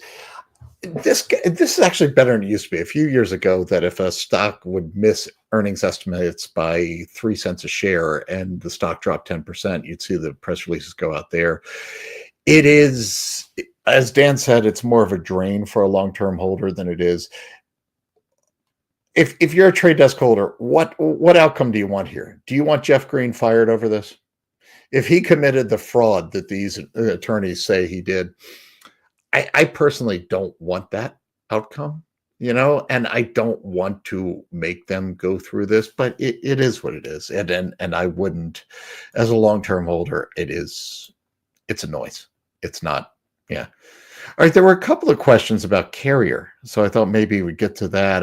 About an hour ago, Mayhol said, what are your thoughts on Carrier? And then there was also an answer. Sergey kind of answered it for him. Hi, fools. Carrier CAR here seems like a great stock. It has massively overperformed both the S&P 500 as well as its peers over the 5-year period.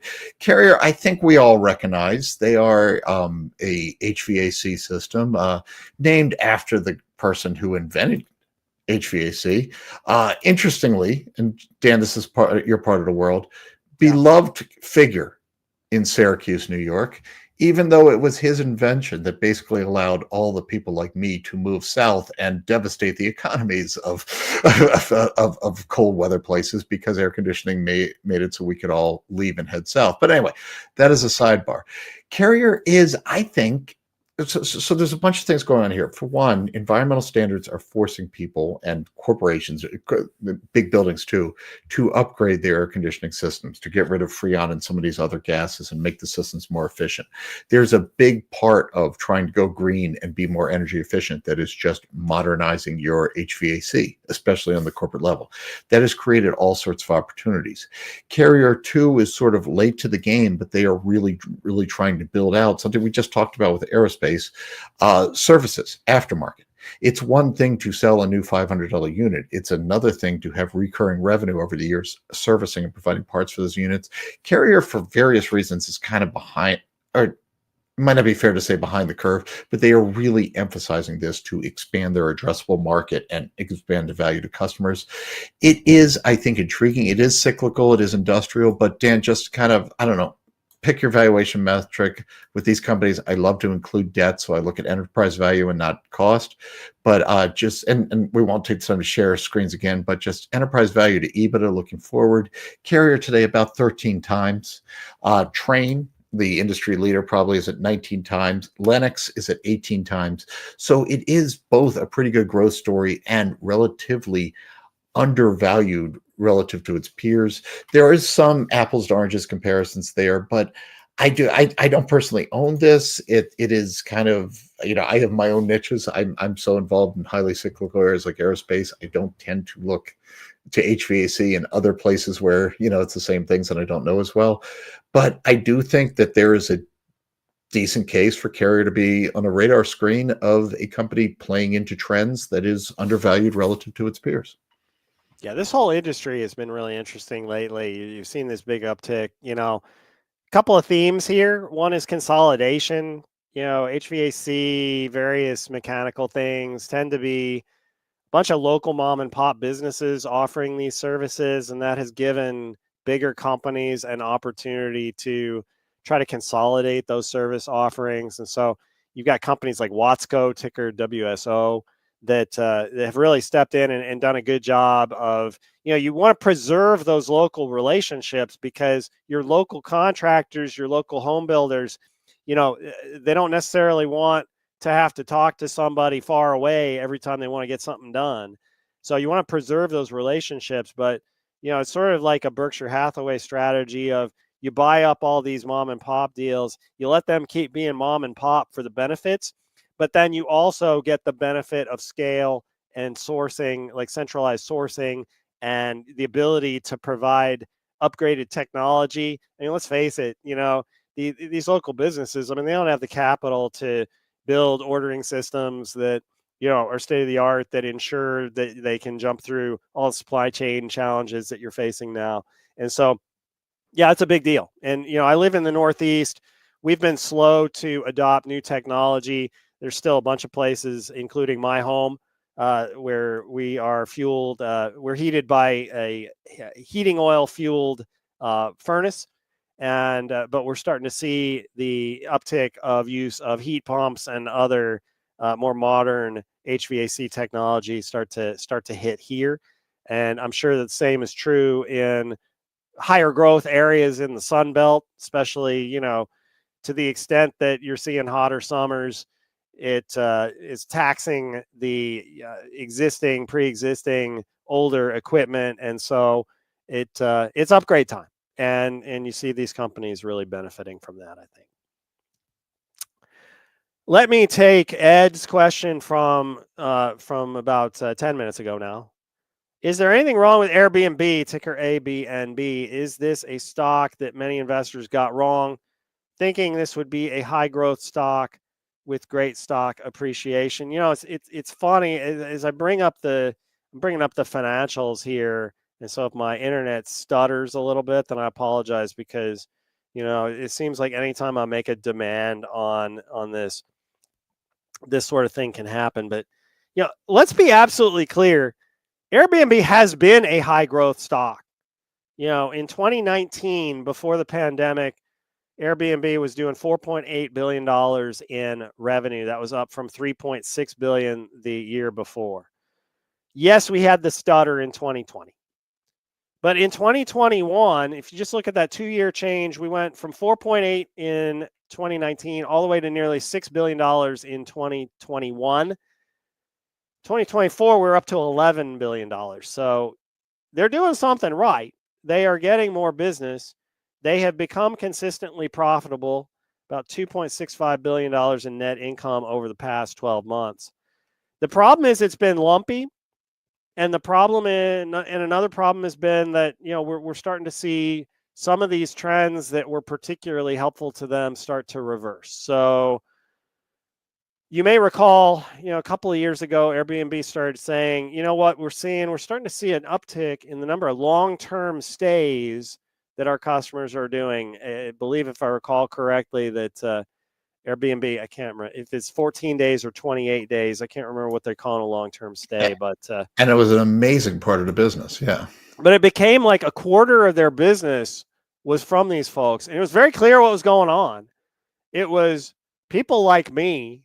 I didn't do it, but people like me who were working remote, and you could work remote from wherever the heck you wanted. You didn't even, a lot of businesses, like, they weren't making you come into the office once a month. They didn't care where you were. And so a lot of people were like, hey, I don't want to be in the big city. I mean, I'm locked up in the big city. I can't do anything. Why don't I go someplace fun, and I'll rent an Airbnb, and we'll get her done.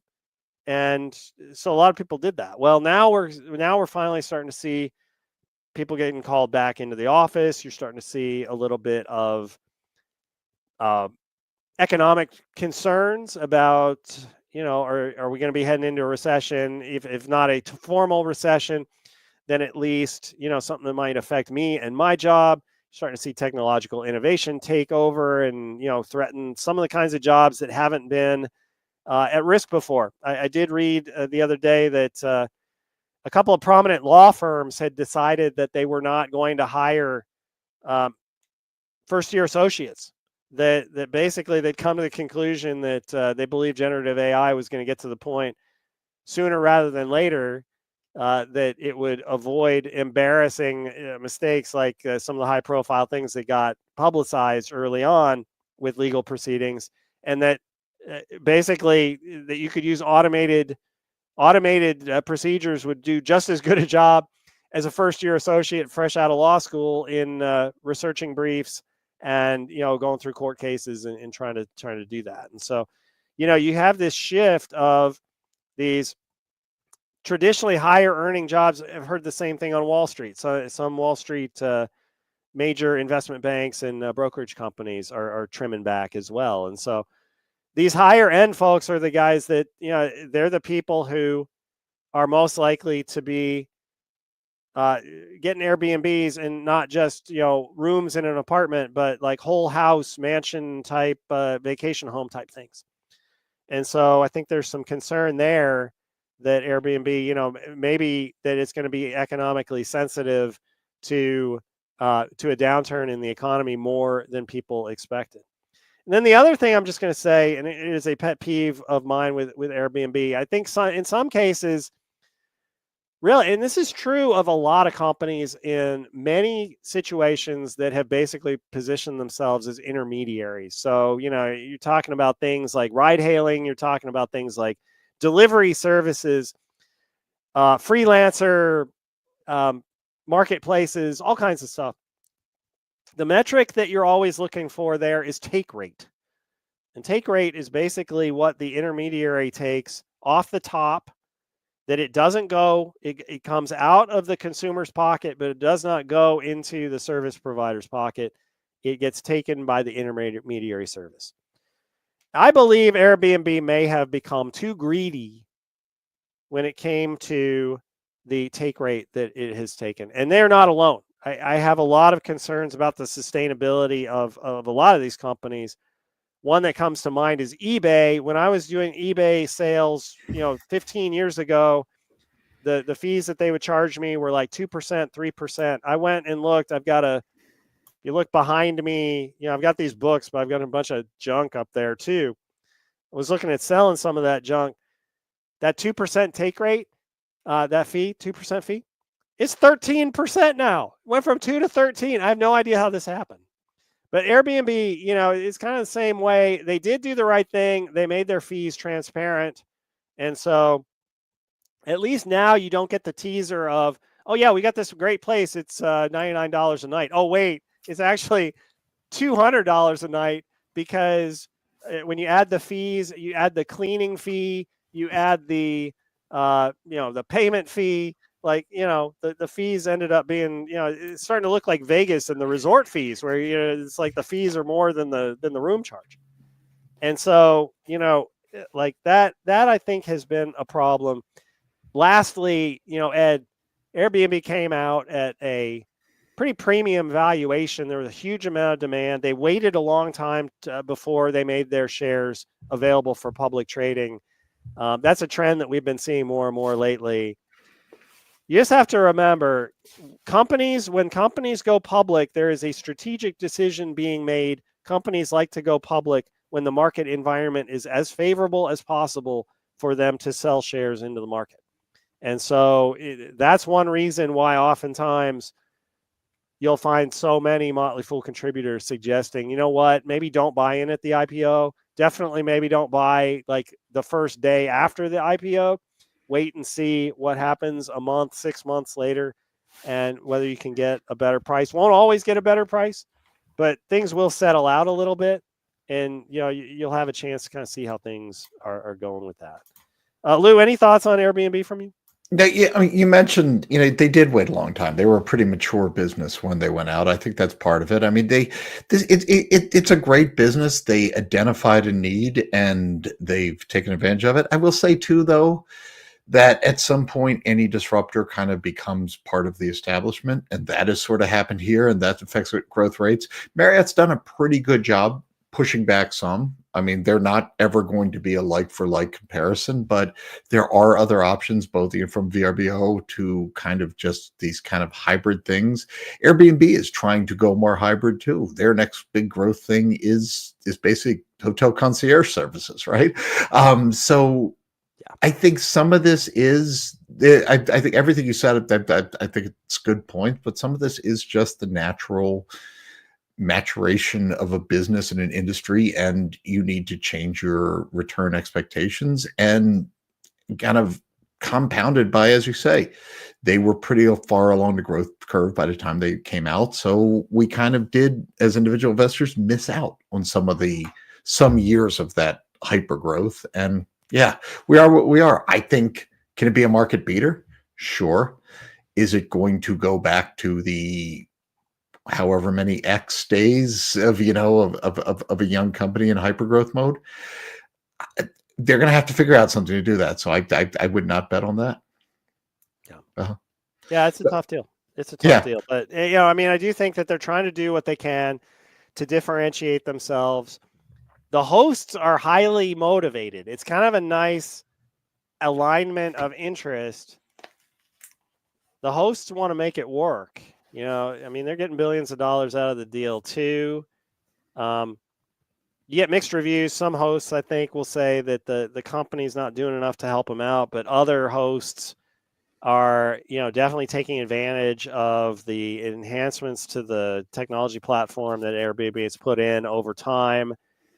But yeah, it's, love it or hate it, and you do have the anti Airbnb ads from Verbo that I always find amusing, where it's sort of like, maybe you don't want a host who is talky-feely about it. And like, I get that, but different travelers have different experiences. I'll tell you that the Airbnbs that I have stayed at, I've had a unqualifiedly positive experience with. Everything I expected and more. There have been a couple of situations where I booked something on that platform, and then for whatever reason, the property owner kind of canceled on me. And like, I think, that's kind of beyond Airbnb's control.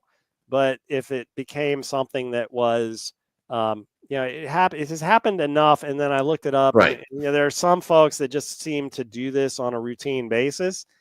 Yeah, that's no way to run the railroad. So right, and that became a problem. Yeah, and it is a different variable. I'll tell you, as a consumer, if I'm going with the family somewhere for a week, I would much rather be in a house. But if I'm going, like, I know some of the fools, like if they're going to the Berkshire annual meeting, they love to just get an Airbnb for the weekend and do that instead. I'd much rather be in a hotel for that sort of a trip. I mean, good luck getting the hotel room for that. That's a bad example, but you know what I mean. It's like to me the big factor is that how long is it? If you have kids, if you want a separate room, that's huge. And do you want a kitchen? But I actually, I think we're in a hybrid world, and Airbnb is one part of that hybrid, and that's probably how you think it's growth prospects. So Sina wants us to talk about boats, but I mean, Sina, go ahead and ask a question about boat stocks. Huntington Ingalls usually gets its share of questions, but I mean, boats just aren't as interesting as to investors as airplanes. And speaking of which, Ed tried to solve this to make this happen by asking a question about planes that go on boats. I know, wasn't that good? There you go. And I thought, frankly, I felt bad. I really wanted to do the transition from carrier air conditioners to carriers. Carriers. Yeah. And I blew it. I'm sorry, Ed. That was a perfect setup, and I just whiffed. But what we're looking at, Sina says, enough about planes, let's talk about boats. And Ed says, this year, will the government award a new contract for a next generation of jets for aircraft carriers? If so, who would be the contenders? So there you go. Planes on boats, right? So, Ed, in fact, yes, there is currently, this week we got, all right, probably one you need to know, but the F-35, which we all know about, the F-35 was designed to be an airplane for all comers, for all the services. And it has all these variants and all these complications because of that. That was a break from tradition, and there is very mixed reviews on how that went. So this year, there is simultaneously bake-offs on a new Air Force fighter and a new Navy fighter. These are not F-35 replacements. F-35s are categorized differently because they have different usage. This is a replacement for the F-22 Raptor, which is just the pure dogfight fighter. The Raptor was sort of a doomed program because it was designed at sort of the end of the analog age.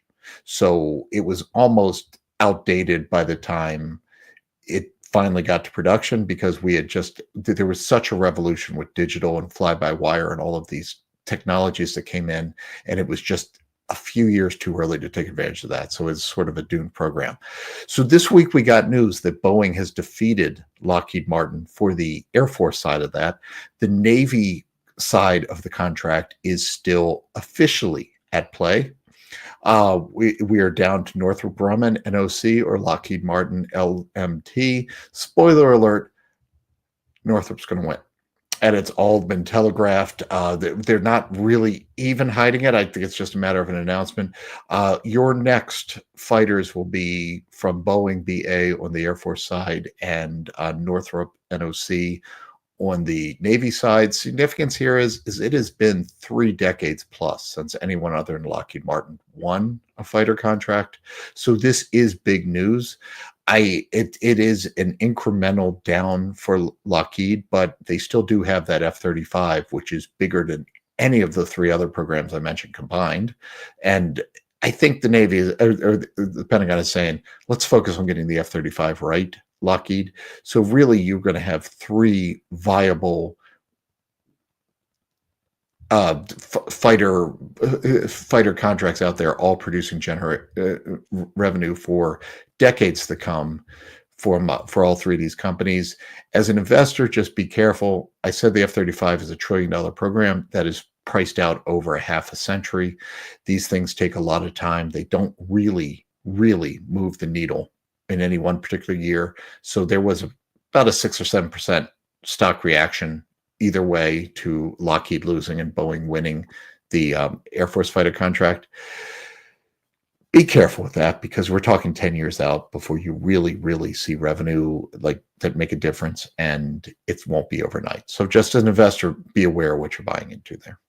Yeah, the other thing I'll just point out is that I recall that President Trump, when he was talking about the recent award of what's now going to be called the F-47, said, don't talk about, I can't tell you what the cost is. And that was an interesting comment, because that's something you have to remember, is that these prices are negotiated, and because of the length of the program, oftentimes it's hard to estimate what the actual costs are going to be throughout the course of the program. And so, what you hear, it's sort of like with companies, you hear about company sales. Oh, sales are going through the roof. And then you ask the question, okay, are we making any money? And, they just say, well, sales are going through the roof. And that's kind of your signal to be a little bit careful with it.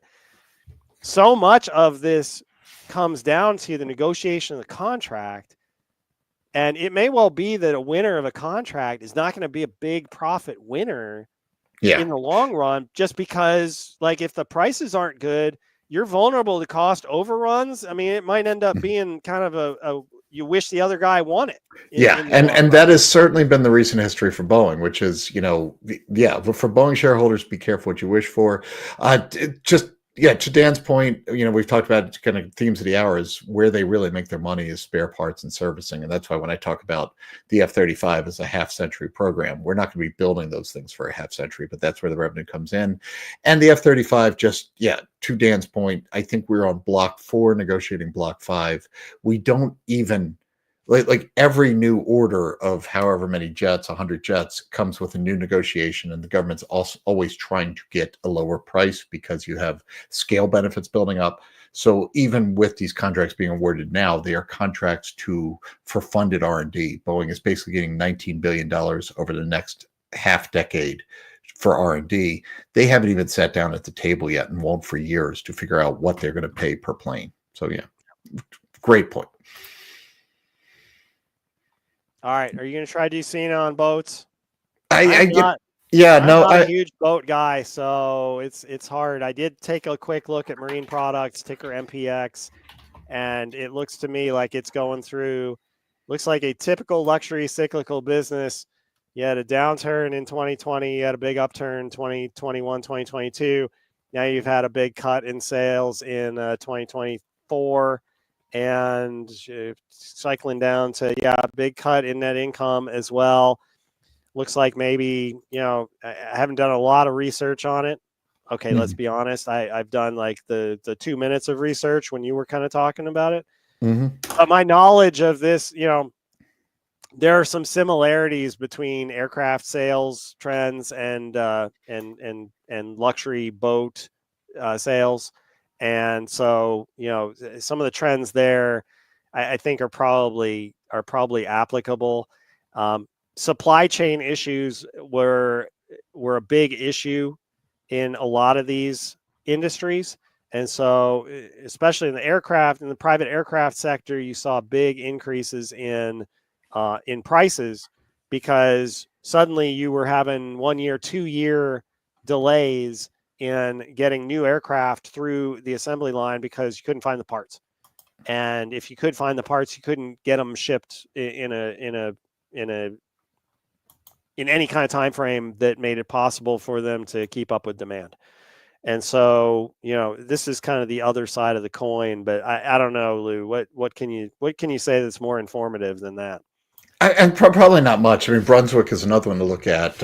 What is Brunswick's ticker? But that stock, I think it's BC.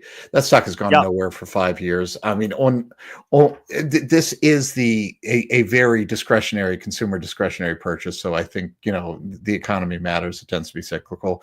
On the more industrial side, the stock to look at. The stocks are General Dynamics, GD, and Huntington Ingalls are the HII. Are the two shipbuilders to the military. General Dynamics, you have a lot of diversification. They have IT, they have land systems, they have missiles, they have all sorts of things. Huntington Ingalls is a pure play shipbuilder to the government, and that is a really, really, really tough business to be in. So the lack of diversification, they were spun out of Northrop Grumman because Northrop didn't want that side of the business, and the lack of diversification really makes things hard. You're talking 10-year life cycles on these contracts. A lot of them were negotiated before COVID, so they're still paying in the pre-COVID cost world. Just a really, really, really tough business, though necessary. But yeah, that is your ship, Cena. Well, the carryover, I will give you my favorite marine stock, and it has been doing lights out. It's been great lately, and that is Garmin, ticker GRMN. Yeah. Once left for dead. Kids, there used to be a time when GPSs were not available in phones, when phones could not give you directions. And in order to get directions early on, you had to have a dedicated box, a separate device. And Garmin was a big provider of those devices, especially in vehicles. That business kind of, got commoditized, and now you just ask your phone, and so you didn't really need it anymore. But where Garmin has done really well, I mean, they do have fitness watches, and that was a good business. Wearable GPS type stuff has been important. But the reason it's relevant to this conversation is that if you've got a boat and you want to know where you are going, and whether you are about to hit something that you don't want to hit underneath you, then Garmin has very expensive but very necessary equipment that you're going to want to put in your boat to make sure that you don't get yourself in trouble. Same thing is true for airplanes. If you are in the air and it is cloudy and you're flying through the clouds, you're going to want something telling you where you are and where you're going. And Garmin makes the avionics, a popular suite of avionics to make that happen. And, these devices are expensive enough. Yes, the volume is not nearly as much as what you would expect from fitness watches or from automotive GPS stuff, but it's high priced, and the supply demand dynamics, the elasticity of demand dynamics are much different. Basically, yes, there's smaller volume, but if you've got the need, you have the need, and there's a limited number of providers. Garmin still a very good one to do. And yeah, I mean, they've seen, they break out their results by segment, and so you can see how the marine segment's doing. You can see how the avionics section is doing. You can see how the fitness segment is doing, and kind of run from there. But Cena, you make me pick a marine stock. That's the one I would pick, Garmin, ticker GRMN. Yeah, that's a good call. That's a good call. Let me All right, close it Dan, we're out. coming up. Yeah, we're coming up on it. So come on. I'll close it Go out ahead. with this question from William C. That was, Robert Brokamp, my partner in financial planning. We're not on until Tuesday, so I'm not going to make you wait. Let's get this done now. William asks, for identity theft protection, do you recommend using a fraud alert? Are there downsides when getting a credit loan, etc.? So, William, I have used a fraud alert. I currently have a fraud alert on my system. I'm a Star Trek fan, so I like to simplify things in a certain way. And I see a fraud alert as a yellow alert. So it's not the highest level of protection. It doesn't prevent things from happening. What a fraud alert generally does is it sits there on the credit report. When somebody does a credit inquiry and gets your credit information, that fraud alert is there. And it encourages those credit providers to take some extra steps to make sure it's really you and not somebody who's impersonating you. Because all of the things being equal, most merchants, they don't want to engage in fraudulent stuff. They don't want to have to deal with a credit card company or somebody, some financing provider coming to them later on and saying, you know what? This person who bought this thing from you, they weren't legit, and you need to reimburse this money. You need to undo this transaction. That's a big hassle. And so what it does is it gives people the information. It gives those credit providers the information that do something extra. Ask for ID, ask for references, do a deeper background check, something that will hopefully prevent a repeat of an identity theft situation. Now bear in mind though, it is less extreme than a credit freeze, which in my Star Trek analogy, that's the red alert. If the fraud alert is a yellow alert, then the credit freeze is a red alert, because a fraud alert doesn't stop you from, if you want to get a new credit card, go get a new credit card. You can expect to jump through a couple extra hoops, but you'll still be able to get the credit card. If you do a credit freeze, that's basically, it is what it sounds like. You're not getting new credit because you've basically voluntarily said to the credit reporting agencies, I've had it. I'm getting, let's shut it down. And there you go. Now, again, it doesn't mean that you cannot get, under any circumstances, that you cannot get new credit, but it does mean you're going to have to unfreeze your credit freeze in order to, make things flow through the system again. And at that point, you can expect some heightened scrutiny because you had a credit freeze and then you unfroze it. And so that'll tell the people giving you credit that you care and that, you're going to need to jump through the hoops. Most people who do this are very happy to jump through the hoops. They're glad that the companies are actually doing their due diligence. But yeah, I see fraud alerts. It's a good first step. It's not 100% sure to solve the problem, because it's basically advisory in nature.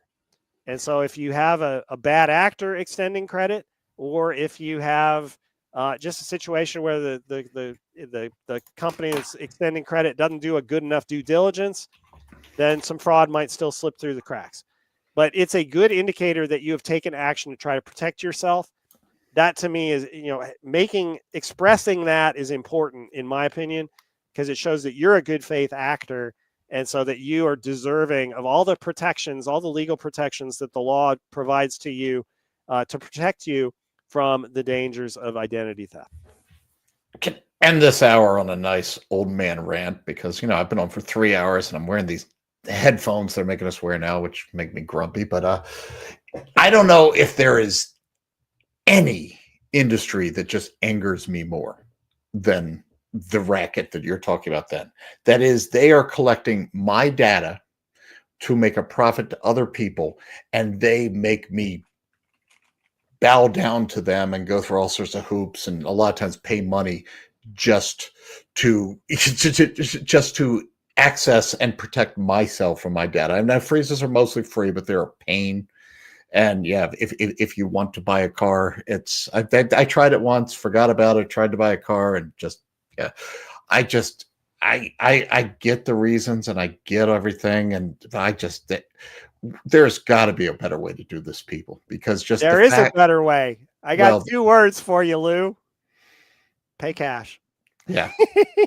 Yeah, I think that's true. I think that's true. But it's just, I can't believe that we as humans have allowed ourselves to end up in this position where these companies can do this to us. And I know you could probably say that about a lot of industries, but yeah. All right. On that note, I probably need a nap, right? That sounds good, Lou. Lou's done with his 3 hours. I am not done. I'm sticking around. We got Rachel Warren coming in to, I think we've got to Ask Us Anything segment. Lou, thank you so much for joining us. Motley Fool members, thank you for joining us. And also thank you for joining us for, as I do my regulated pause, I'll do my regulated pause right now. And here we are again. I'm Dan Caplinger, still joined by Rachel Warren for the first time today.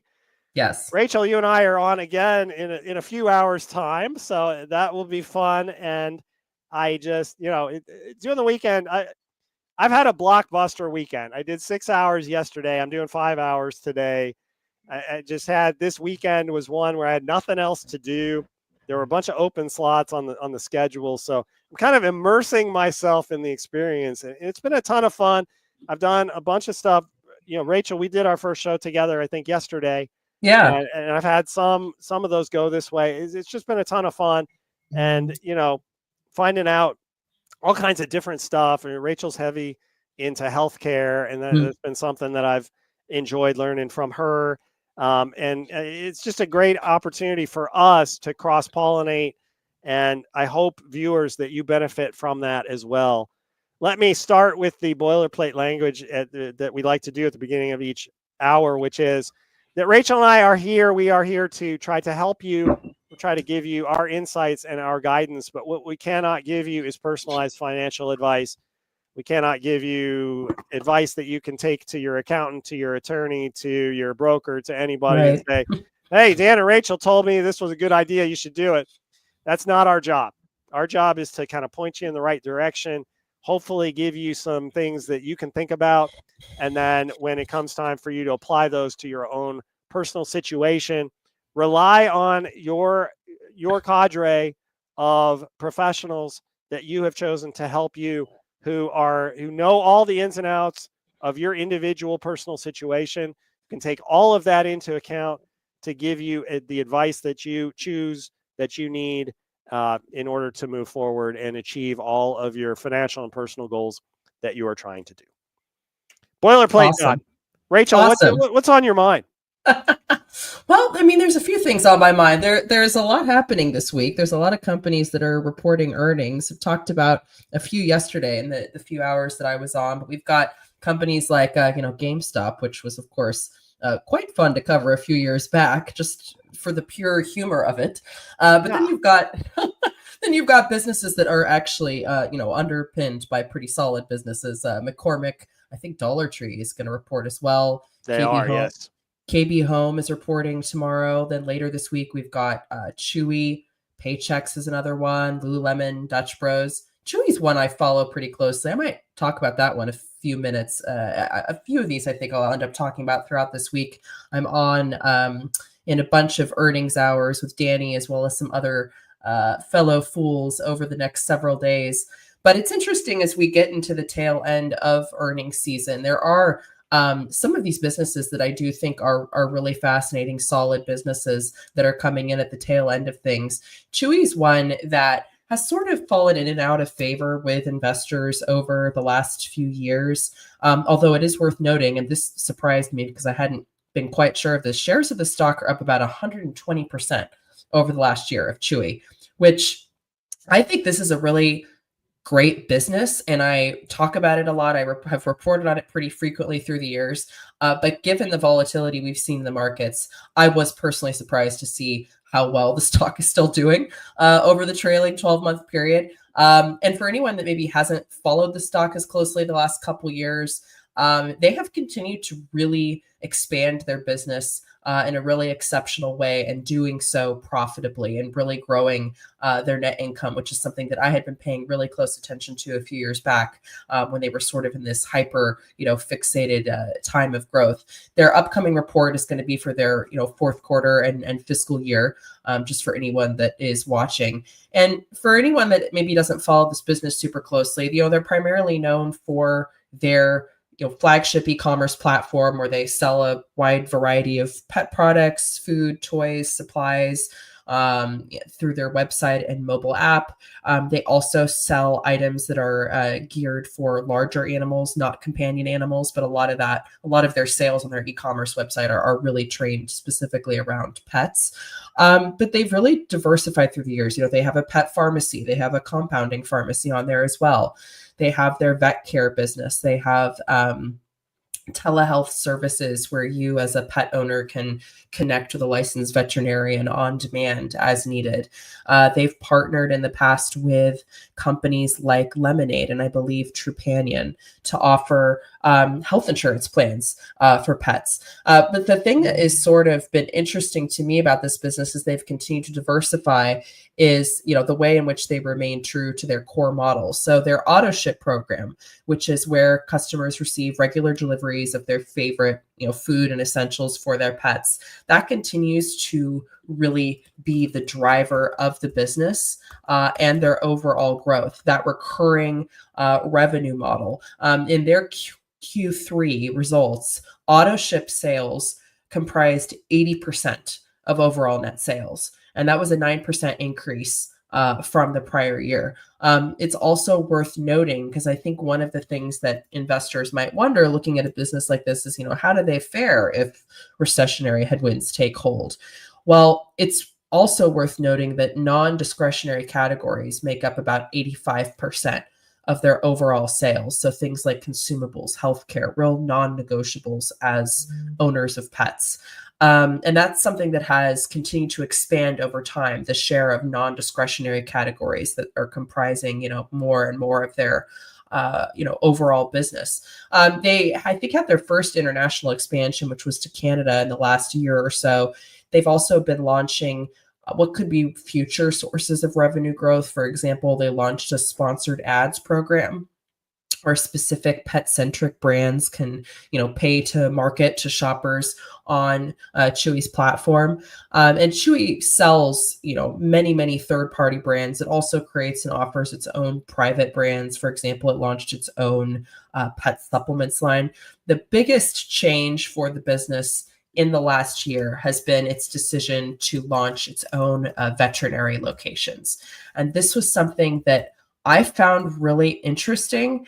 I had to pause and think about it a moment when I saw that they were announcing this, because obviously this is a company that has been known for being primarily, online, right? They have their e-commerce platform and brick and mortar vet locations, much more capital intensive, was something that gave me pause. But this is a roughly 25 billion total addressable market opportunity according to management.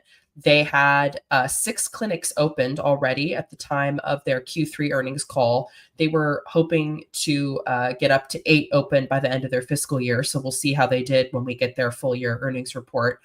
The other thing they've noted is that their launch of these clinics has not only been something that it does fit into the overall trajectory of the business. So for example, for a long time, Chewy has provided software that is used at vet clinics. A lot of vet clinics would go use their software and then also, help place orders for, customers on Chewy.com. What's interesting about these new Chewy vet clinics is not only are they providing a wide range of services, including, urgent care and other various medical services, but they are also finding that it is a sales funnel to their flagship e-commerce platform. So people go in, they bring their pet for their checkup or, surgery or whatever the case may be. Then they're very, very likely to go and place an order for a bunch of items on Chewy.com. So interesting business.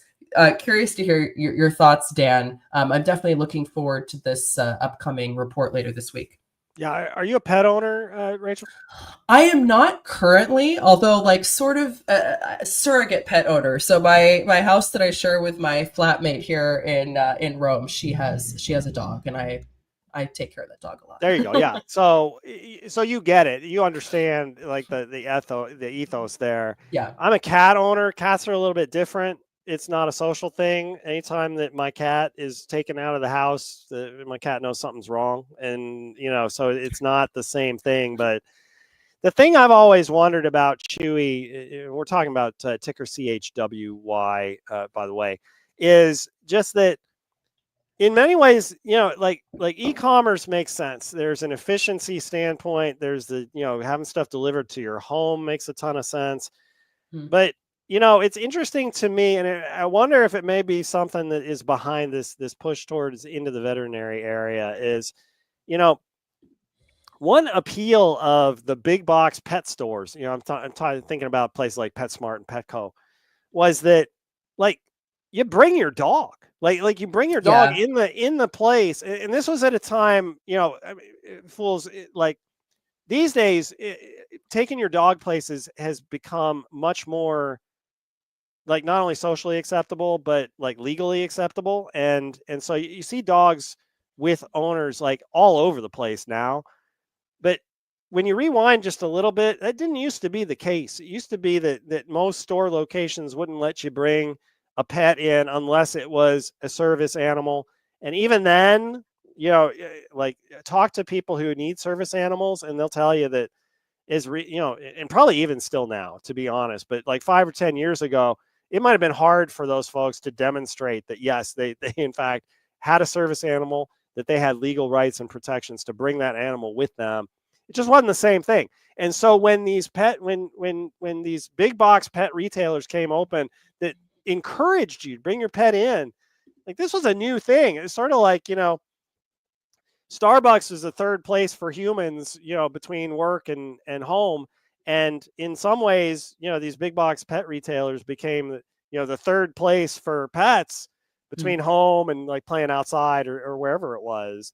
A good place for social connection, a good place for, a coming together for people with shared interests to have a chance to meet and to hang out.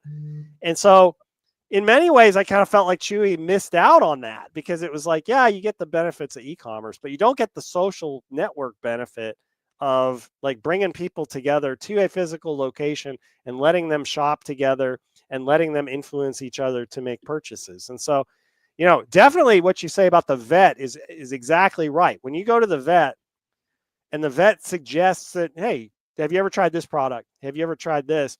It's like, no, I haven't. And, you're telling me, so maybe I ought to try that. And maybe I ought to try it right now. Yeah. And where do I buy it? Oh, if I've got Chewy there and, maybe Yeah. the veterinary place actually has a kiosk, like Home Depot has kiosks, where if you forgot your mobile phone or like whatever, you just place the order right there and you're good.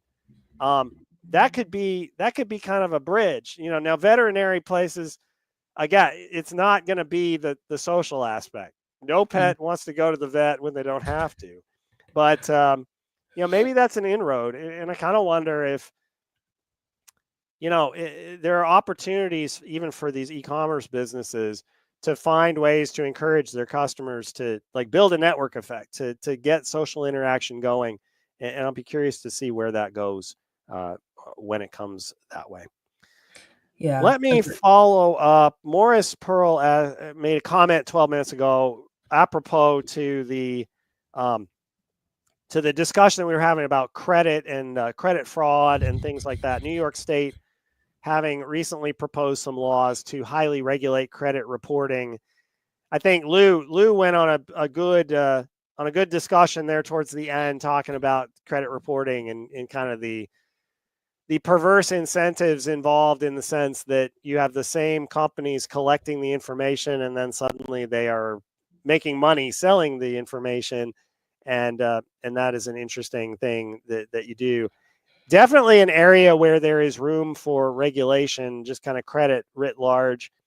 I did read an article, interestingly, talking about bipartisan support in Congress and in the White House for legislation that would potentially restrict the maximum credit card interest charge to 10%, which would be like wildly lower than what you're seeing now. Not uncommon these days to have credit cards charging 25, 30, 35% or more. 10% would be a big drop. It would have obvious ramifications for credit card issuing financial institutions. Questions about whether that rate would be adequate to handle high default rates among certain cohorts of with a given credit score, with a given set of credit history, might have the potential to push some current credit card users out of the system and require them to use alternative financing methods, things like payday lenders and things like that. So it'd be interesting to see if this comes of anything. I don't think that we have legislation that's already drafted at this point. So there's no starting point to analyze this further. But just as a concept, it is an interesting response to an issue where, there's been a big debate over the time about predatory lending and taking advantage of people who were not in an economic situation where they could negotiate or seek out less costly alternatives in order to get the credit that they needed. I'll be curious to see where this pans out. And not the idea of things being bipartisan these days really appeals to me because, I feel like anything that we can all agree on, there's a premium on that sort of thinking right now that I personally appreciate. There was a question from Let It Ride that named a bunch of stocks, some of which have some overlap with Chewy, some of which don't. Let It Ride, please rank the following for the next 5 years. Chewy, IDEX, I believe DGX is for Quest Diagnostics, and Zoetis. I'll offer my thoughts on these. Some of these I follow less closely than others. We've obviously talked about Chewy quite a lot this hour. Zoetis, for anyone that's not familiar, they are a leading animal health company. They sell a wide range of products for both companion and livestock animals. That includes vaccines, medicines, diagnostics, and technology. So they generate revenue from both pet care and the livestock sectors. I believe that, yes, that's what I thought. They were previously a division of Pfizer. And then they were spun off a number of years ago. They became their own publicly traded company back in 2013 on the New York Stock Exchange. And after the spinoff, initially, Pfizer retained an 80% ownership stake in Zoetis and then eventually sold off their remaining stake, leaving Zoetis a fully independent company. So just a little bit of history there. So their product portfolio is broadly divided into two areas: companion animal products and livestock products. So their companion animal products include medicines, vaccines, diagnostics for pets like cats and dogs. And then they have products for cattle, poultry, and other farm animals like vaccines, medicated feed additives, and other pharmaceuticals. A significant portion of Zoetis' revenue comes from the sale of products for companion animals. And that's been driven by just, I think, increasing demand for pet health and wellness. We've also seen an increase in pet ownership generally. But they also generate substantial revenue from, the livestock sector, as they really cater to farmers and producers. Just to give you an idea of how they've been doing from a, financial perspective. In 2024, they reported revenue of $9.3 billion. That was an 8% year-over-year increase. Net income of $2.5 billion, or that's $5.47 per diluted share. Those were increases of 6% and 8% compared to the prior year period. From an operational standpoint, their revenue grew 11% year over year. Adjusted net income grew 15% year over year. For 2025, they're looking for revenue to be roughly flat compared to fiscal 2024, but they are expecting to deliver 6 to 8% organic operational growth in revenue. This is in some ways it's a different business than Chewy. It is more diversified. I do like it. It's not one that I have necessarily gravitated to as much in the past compared to some of the other companies that I talk about and follow, but they are a solid business. They do also pay a pretty consistent dividend, which is worth noting as well. The stock has not been a particularly high performer, and even still with that, the yield is a bit on the low end. So this has not been, a high performing company in terms of share price perspective or overall growth, but they are a steady business. There's been, I think, some concerns recently with just their guidance for the next year falling a bit short of expectations, even though they did have a really strong close to 2024. They are seeing really strong growth still in their companion animal segment, especially because of products like Librela and Silencio, which are pain management drugs, as well as some of their other products. So that's a lot of that sentiment is what you're maybe seeing feed into the price for the business. Quest Diagnostics is one I'm probably a bit more interested in. I probably would rank that in terms of my personal interest right below Chewy there. They make money by providing diagnostic information services, but for humans. I don't think they offer any type of pet related testing, except maybe if you're allergic to animals. They have a menu of diagnostic tests, clinical testing. That's a huge portion of their revenue. That's routine lab tests, specialized tests, molecular diagnostics. They also have a lot of services in areas like anatomic pathology. They provide substance abuse testing services. They have a smaller segment of their business that focuses on diagnostic solutions, so clinical trials testing, risk assessment services, even some information technology solutions that they provide. They have, for anyone that's familiar and probably has gone to a Quest Diagnostics location at some point in their life, they have a large network of patient access points, including service centers, as well as mobile phlebotomy services. And then they partner with many of the major health insurance plans like United Healthcare, Aetna, Humana, Blue Cross Blue Shield to provide access to their testing services. This is a very mature business, right? So you're not seeing, massive growth rates, but this is also a really solid and profitable business. In 2024, their revenue was about 9.9 billion. That was up 6.7% year over year. They completed 8 lab location acquisitions in 2024, including Life Labs in Canada and 4 hospital outreach lab acquisitions.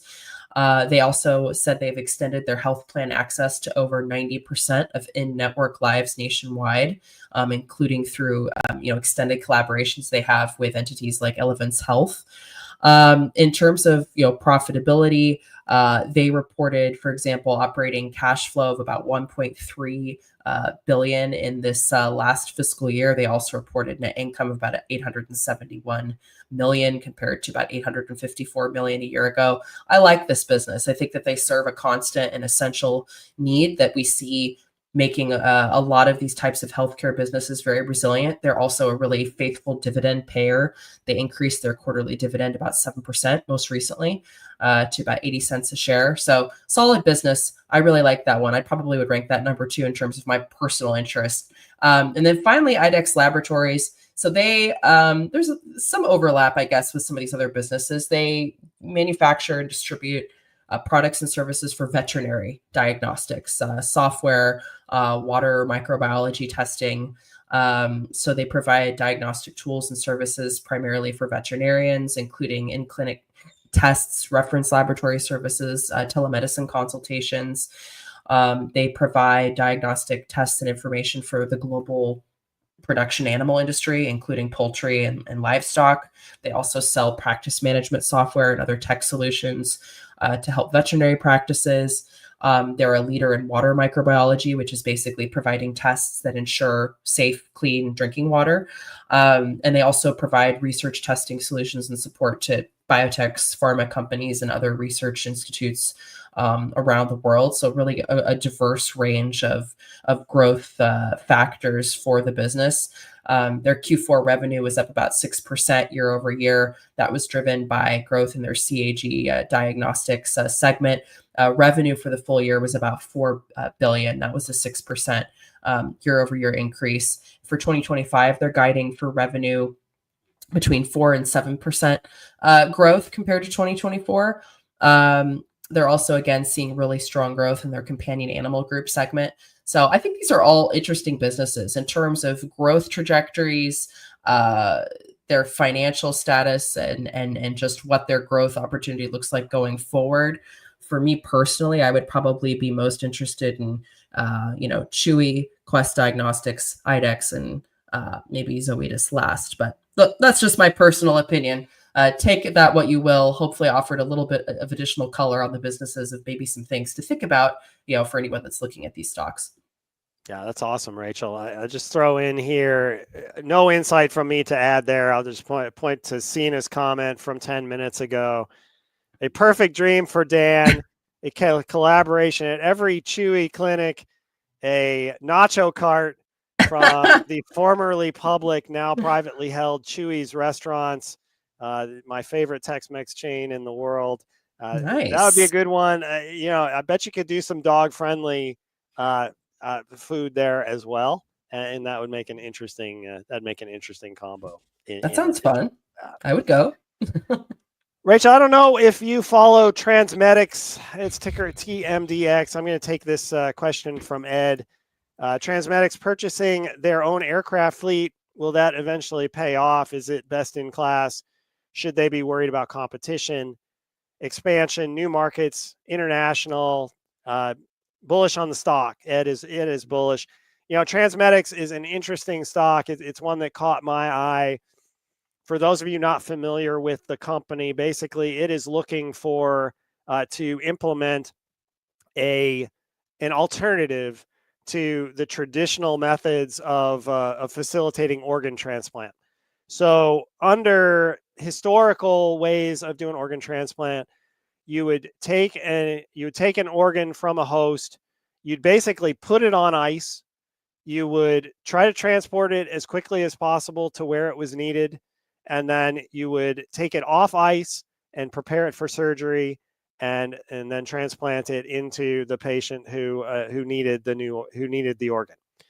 And this had obvious complications in that putting a living organ on ice has, there are successes and there are failures, and the success rate not always as high as you would want it to be as a result of that, because organs are at a premium. They are not readily available. They are, it's difficult to find organs. Despite the large number of organ donors out there, it takes very specific conditions for organs to be viable enough that they are transplant eligible. And so, the ones that make the cut, you kind of need to make the most of that opportunity. Transmedics has come up with technology that, trying to simplify as much as possible. Essentially, you implant the organ into one of Transmedics' devices, and these Transmedics devices do their best to mimic that organ's function in an artificial context. So the way I picture it is that, like, if you have a heart, then Transmedics has what essentially is like a mini circulatory system, and it keeps the heart functioning during the transport.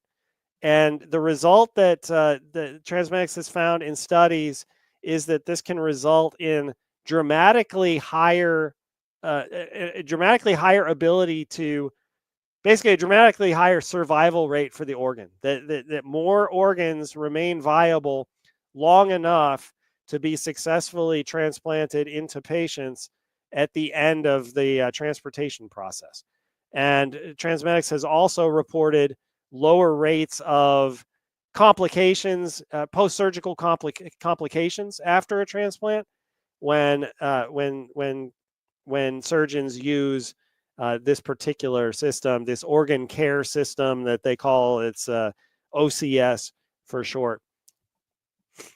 But what Transmedics found at some point was that, they wanted to kind of have complete control over the process. And so rather than relying on other third-party forms of transport to try to get these organs to where they needed to be, they decided they were going to create their own national organ program, national OCS program, that essentially brought in-house a transportation system to get those organs where they needed to be. And so, as strange as it may sound for a healthcare company, Transmedics now operates a fleet of aircraft that are dedicated with pilots and professionals dedicated to moving these organs, being supported under this organ care system, moving them where they need to be as quickly and efficiently as possible in order to maximize success.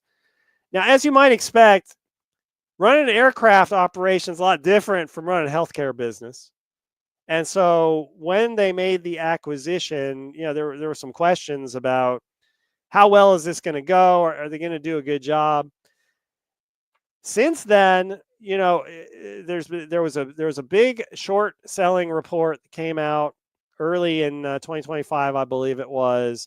Made a whole bunch of allegations against the company. Company responded and said, these allegations without merit, not based on reliable fact. But that hasn't stopped the stock. We saw a big jump in the stock in 2024 on excitement from, the greater utilization of these organs. You saw a big drop here in 2025, in part as a result of this short report, introducing some doubt among some investors and traders in the stock. To me, it's a fascinating thing. And, I don't have the medical expertise to really know beyond how I just described it, the benefits, but it sure seems to me, based on the data that the company has presented, that there are real gains to be made here. And to the question that Ed brings up, I just haven't seen other companies really pursuing this, this kind of alternative. And so, the question is just going to be, are they able to deliver? Are they operationally going to be able to get this to work to the full potential?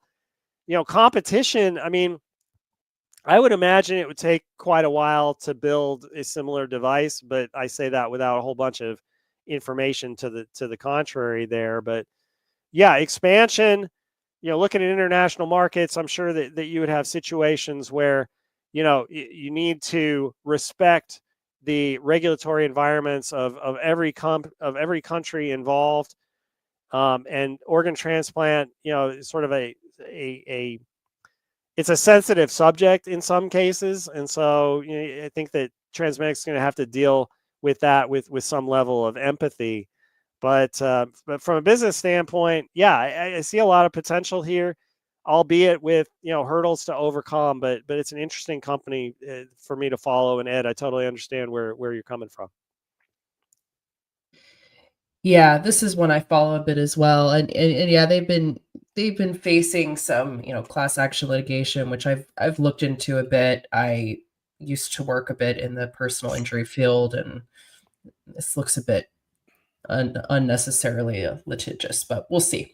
The point being that this is still a business that is does have its very, very unique technology. As Dan was talking about, so their organ care system, it essentially mimics human physiology. It allows donor organs to be kept alive and functioning outside the body, which obviously can potentially increase organ utilization and improve clinical outcomes. Instead of being placed on ice, sort of the old way of transporting organs to the donor recipient, they are connected to the OCS, which perfuses them with this oxygenated, nutrient-rich blood. It allows for continuous monitoring of the organ's condition, including temperature, pressure, oxygen saturation, and it allows doctors to actually assess and optimize the organ's health during transport.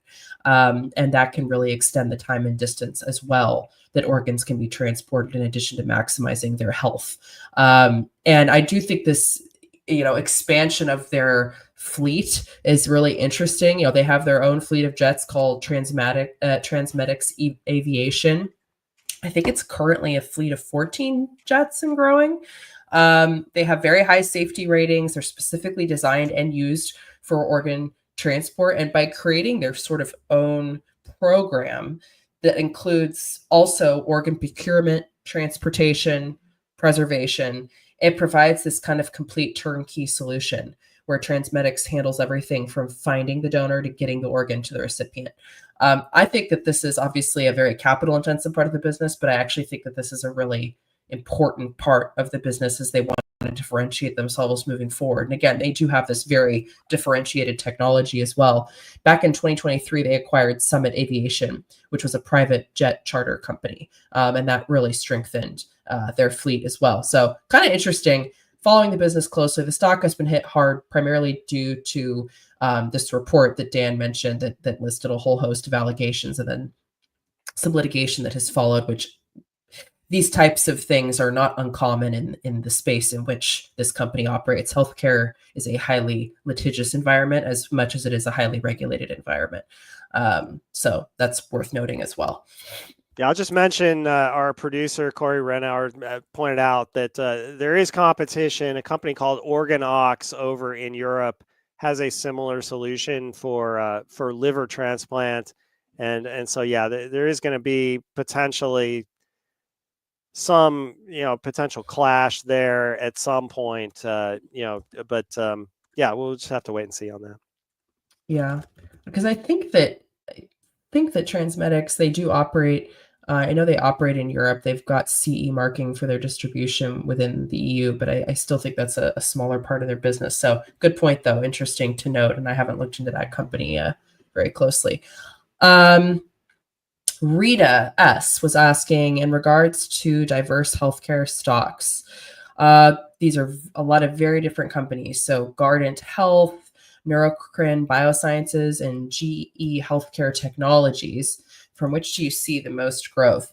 I mean, it's hard to make predictions for these things. So I want to talk about the businesses and share my thoughts to hopefully give maybe a few things for you to think about, Rita, if you are looking at these businesses. These are companies in very, very different sectors of healthcare as well that I think it's worth noting. Guardant Health, they are known for their precision oncology tests, including liquid biopsies that they sell within the clinical and biopharmaceutical market, but they're primarily known for their advanced blood and tissue-based tests and liquid biopsies for cancer detection and management. So again, these tests are used to identify cancer early, monitor for recurrence, help doctors choose the best treatment options for patients with advanced cancer. And their tests are used in both clinical settings, so hospitals and clinics, as well as by biopharmaceutical companies for research and development. And they earn revenue in a variety of ways, but fees charged for these tests, obviously, which are purchased by third-party insurance companies and drug developers, is a major source of revenue.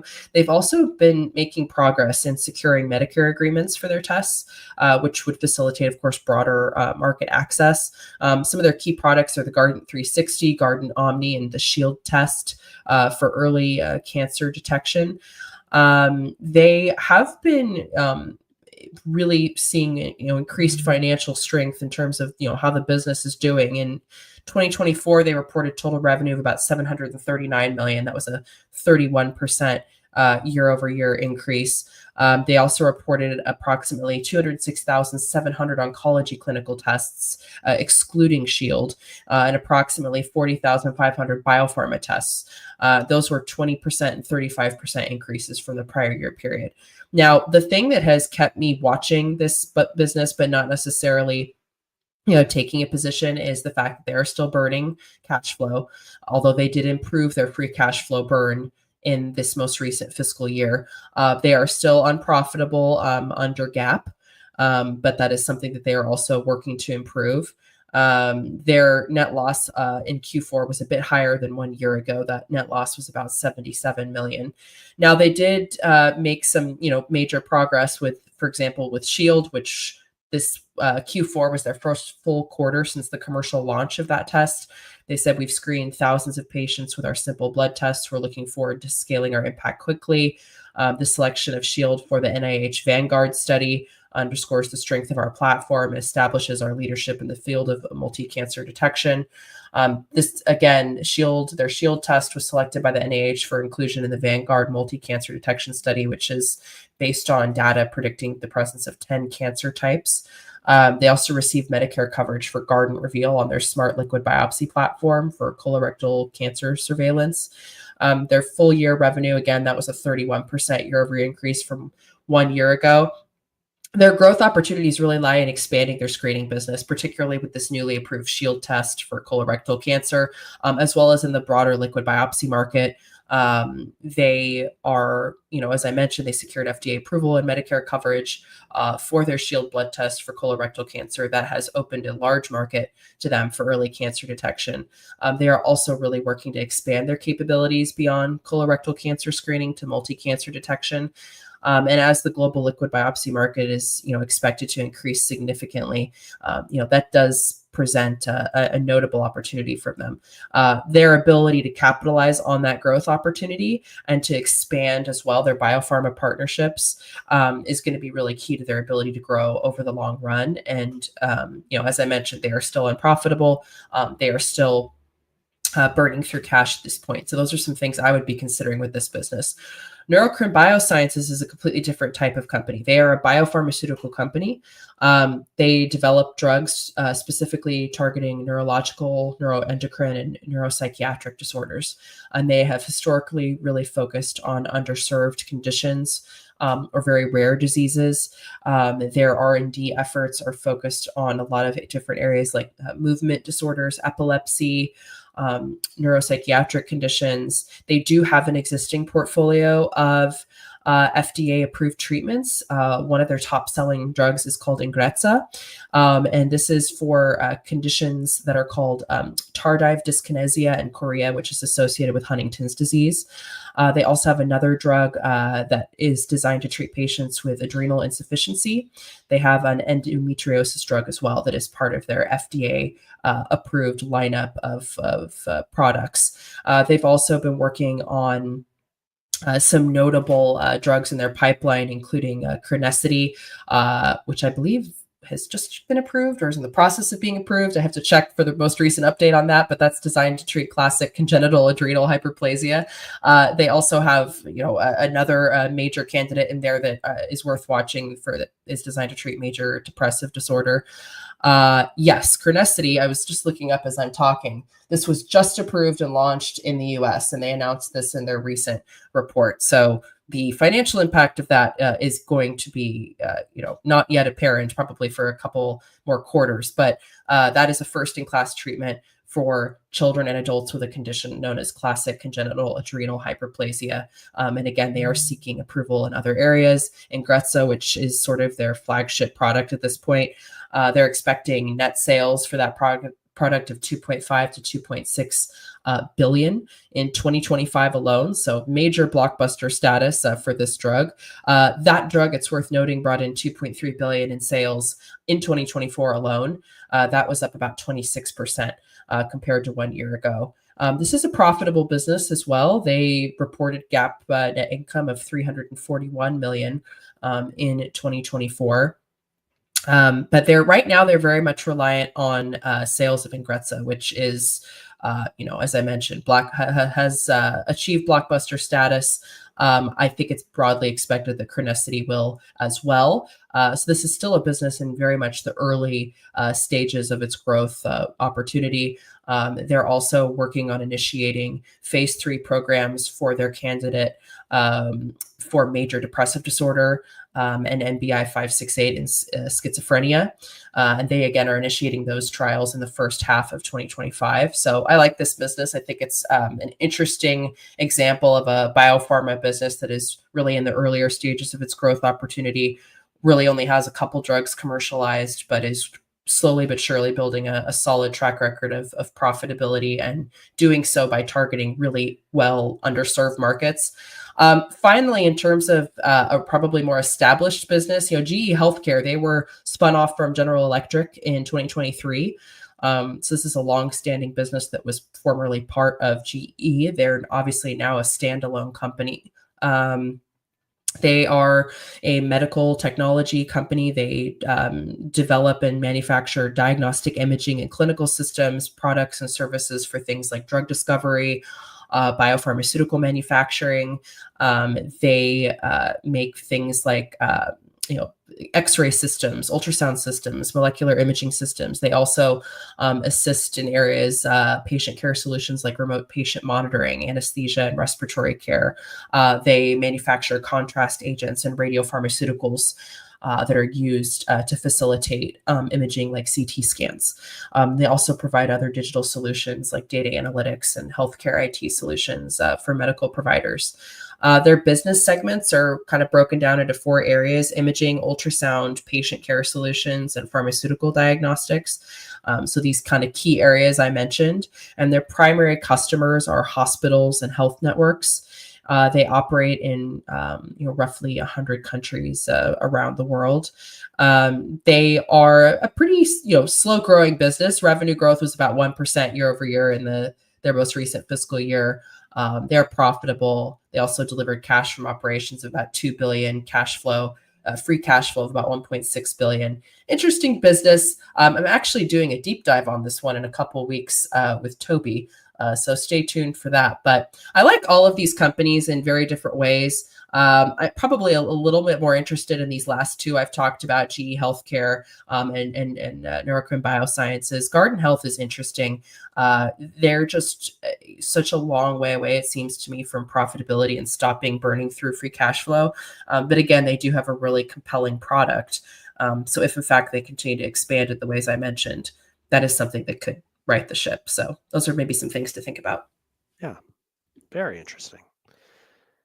Let's see. Ed 23 minutes ago asked, when a restaurant stock such as Wingstop, ticker WING, is struggling but keeps expanding by adding new restaurants, is that an issue? Ed, I think a lot of it depends on what the source of the struggle is and whether the struggle seems like it's temporary in nature or permanent. I haven't really seen a whole lot of, the potential challenges Wingstop's going through. We're seeing disruption in the chicken market, and the question lies, is it going to be temporary or permanent, or how long of a temporary are we talking about? Just with avian flu making the rounds, obviously we've seen the impact in the egg market. Just about everyone's seen that impact very closely. Impact on chicken wings, perhaps not as obvious, but but still, anytime that you have something that is affecting the animal population on which you are relying for supply, it is a cause for concern, and it's something that you have to pay attention to make sure that your product is going to be economically viable. Now, I read between the lines into your comments that you may be skeptical as to how inelastic demand for chicken wings might be in the wake of price increases. I don't know. I mean, I'm not personally a connoisseur of wings, but the people I know who do the wing thing are passionate about it, many of them. And so if a company like Wingstop were to have to pass through higher costs, if higher costs materialize and become kind of entrenched in the in the agricultural system governing chickens, then it's not like they'd lose all of their business if they had to pass through those higher costs by hiking menu prices. But I view expansion strategic view moves as being sort of like, I don't want a corporate management to step back from a long-term expansion plan because of a short-term hit. In fact, I would see that as more of a red flag if a company had an expansion plan, they had multi-year strategy for building out and saturate, reaching full saturation for markets by adding new locations. If they had one bad quarter and then they said, you know what, we're canceling that, we're putting a pause on, that gives me cause for concern, because to me it suggests that the company is running kind of so close to the line that even a small temporary disruption has enough of an impact to make them potentially change a long-term strategy. That's not what I want to see. I want a long-term strategy to be for the long term. Now, admittedly, if you think that this disruption that we're seeing is more than just a short-term event, then yeah, you may be concerned, and you may be sort of like, well, if your business starts to fail, then you're going to feel silly having built these new restaurants that may not get new business. One would hope, though, that if you see a pullback in expansion behavior, in expansion volume at some point in the future, when companies do research on where to put new locations, they have a ranking list. They have a priority list.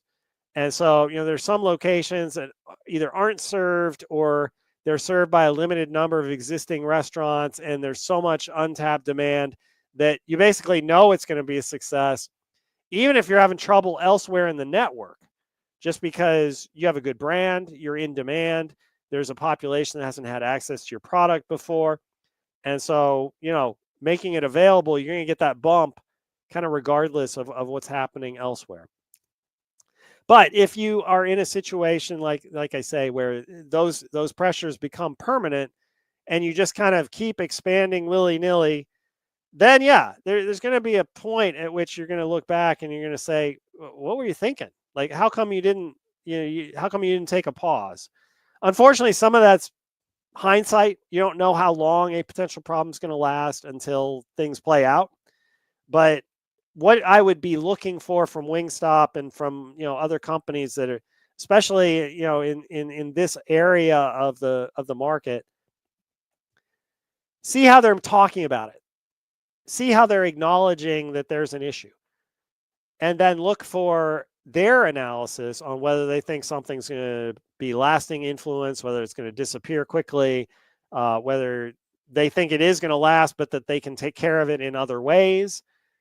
Sometimes not so much with Wingstop, but many companies, there are substitutes when there's a supply problem with one particular product. There can be a substitute that does just as well. Again, I'm not saying there's a substitute for wings for a restaurant chain called Wingstop, but yeah, those are the things I would be looking for from management, just to get a gut check. Okay, are you on top of this? Do you know what this thing is happening? Have you analyze the potential impacts? Is that going to change your long-term strategy? As long as they're asking the questions, I'm not so concerned with exactly which answers that they come to. It's just that they need to be thinking about it, so that I'm convinced that they're not just missing what could be a potential threat to their business that isn't just short-term in nature, that could actually have long-term impacts. Yeah. It's interesting because we think about how like the avian flu has impacted egg prices, but there's actually been whole news stories about how egg prices are surging, but not the cost of chicken wings, which is kind of fascinating. And, back in August, for example, or in the last few months, I should say, the CEO of Wingstop had credited their chicken sandwich that they launched in August as being a continued element of their success. But I mean, I don't know that I know this shares maybe have been a bit volatile, but the business itself is doing quite well. I mean, there's it just hadn't shown up yet. Yeah, their system-wide sales have increased 37% in fiscal 2024. Their total revenue increased 36%. Their net income increased 55%. They did achieve 349 net new openings. This is a business that's doing exceptionally well. I mean, they delivered their 21st consecutive year of same-store sales growth as well. So, I mean, maybe we will start to see some impact in the coming months. We haven't so far. Ironically, the cost of wings has not seemed to increase even amongst other players. But this is still a business that is fundamentally doing well, regardless of maybe the volatility that share prices have seen, which obviously the stock is down about 26% year to date, about 50% over the last 6 months. So the stock is struggling. The business, I would argue, at least at this moment in time, does not appear to be struggling. I think that they're doing pretty well. Agreed. This is kind of an interesting question. I don't know all of these companies super well. A few of them we were just talking about, but Ed was saying, tough question. How would you rank these stocks? Adobe, Elf, Transmedics, Wingstop. I think that's the Trade Desk, UPS. So many different businesses. I mean, a few of these we've both talked about quite a bit in this hour. Elf's one I follow a lot. I really like. I think the market's been unnecessarily hard on Elf. I think that this was an example of a company that sort of, I think, got out ahead of what could have been, some potentially rough news. I mean, they slightly decreased their guidance, right, for their fiscal 2025. They had previously been expecting 28 to 30% year over year growth, and they said actually we're expecting 27 to 28% year over year net sales growth, which, yes, that is a a drawdown in their previous guidance, but still solid growth figures for this business. I mean, they've been growing net sales by 30 to 40% on the regular as well. So there is a point at which one might expect some of that to come down, but they're still very consistently profitable. They're expanding in a really exceptional way. Their international, their international expansion has been something that I've been watching very closely. They have been expanding into new markets like Germany and Mexico as well. Also here in Italy, that's been a major part of their international expansion in the last year, 2 years. They've been really working to expand their market reach outside of US markets. And they're doing so through really extensive partnerships with leading global retailers, like, for example, Sephora in Mexico, Rossmann, which is a major network of retail stores in Germany, Douglas here in Italy, is where they have been really expanding their reach. And they've also been achieving global distribution through an e-commerce platform called eShop World. But non-US markets represented 16% of ELF's total net sales in the first quarter of their fiscal 2025, because they report their fiscal year a little bit differently. And then non-US market net sales grew 91% year over year. I think that's an exceptional opportunity for them. And again, ELF does not own and operate their own brick and mortar stores. They expand through their partnerships with third-party retailers and e-commerce sites. And that gives them, I think, an ability to grow in a way that is less capital intensive than what we've seen. They've also been expanding into Australia, the Netherlands. They're the #1 mass makeup brand in Etos in the Netherlands. In Australia, they launched in Kohl's. They've also been planning to launch it in the different Nordic countries as well. So I think the market has been unjustifiably hard on this business, in my opinion. I think we might see growth slow if, economic conditions become more difficult, but I think that they're still reporting exceptional growth figures. So if you go from 30 to 40% growth to even the low to mid 20s, those are pretty solid rates for a business that is getting more mature in its growth cycle. And I think is doing so in a really excellent way. And they've also been very successful in their strategy of focusing on social media campaigns, TikTok campaigns, influencer marketing. They've had a very different approach than the likes of companies like Ulta, which has been struggling a lot the last few years. So I don't know. I like that one. I picked that one out of there because we've spent so much time talking about the other businesses. I don't know if you have any thoughts on some of the other tickers in that question. Yeah, I mean, I know Lou and I talked a lot about UPS and some of the other shipping companies earlier in the morning, and so I'd suggest people go back to that and take a look at that discussion on UPS. The shipping industry generally having some issues just with respect to, there's disruption in logistics, and the tariff situation is introducing some new challenges. I would argue probably not as much for UPS as for like a competitor like FedEx, ticker FDX, just because UPS tends to be a little bit more domestic. They do have international shipping, but not necessarily as much as what you would see from FedEx. Pretty stable business. It's something that I think has the ability to. You just kind of have to look and see what's happening in the industry with that. ELF, I agree with everything that you pointed out. And I think that, you may have seen a little bit too much excitement on the upside, on the upswing when the stock was going up. And so now, we're overcompensating back to the downside.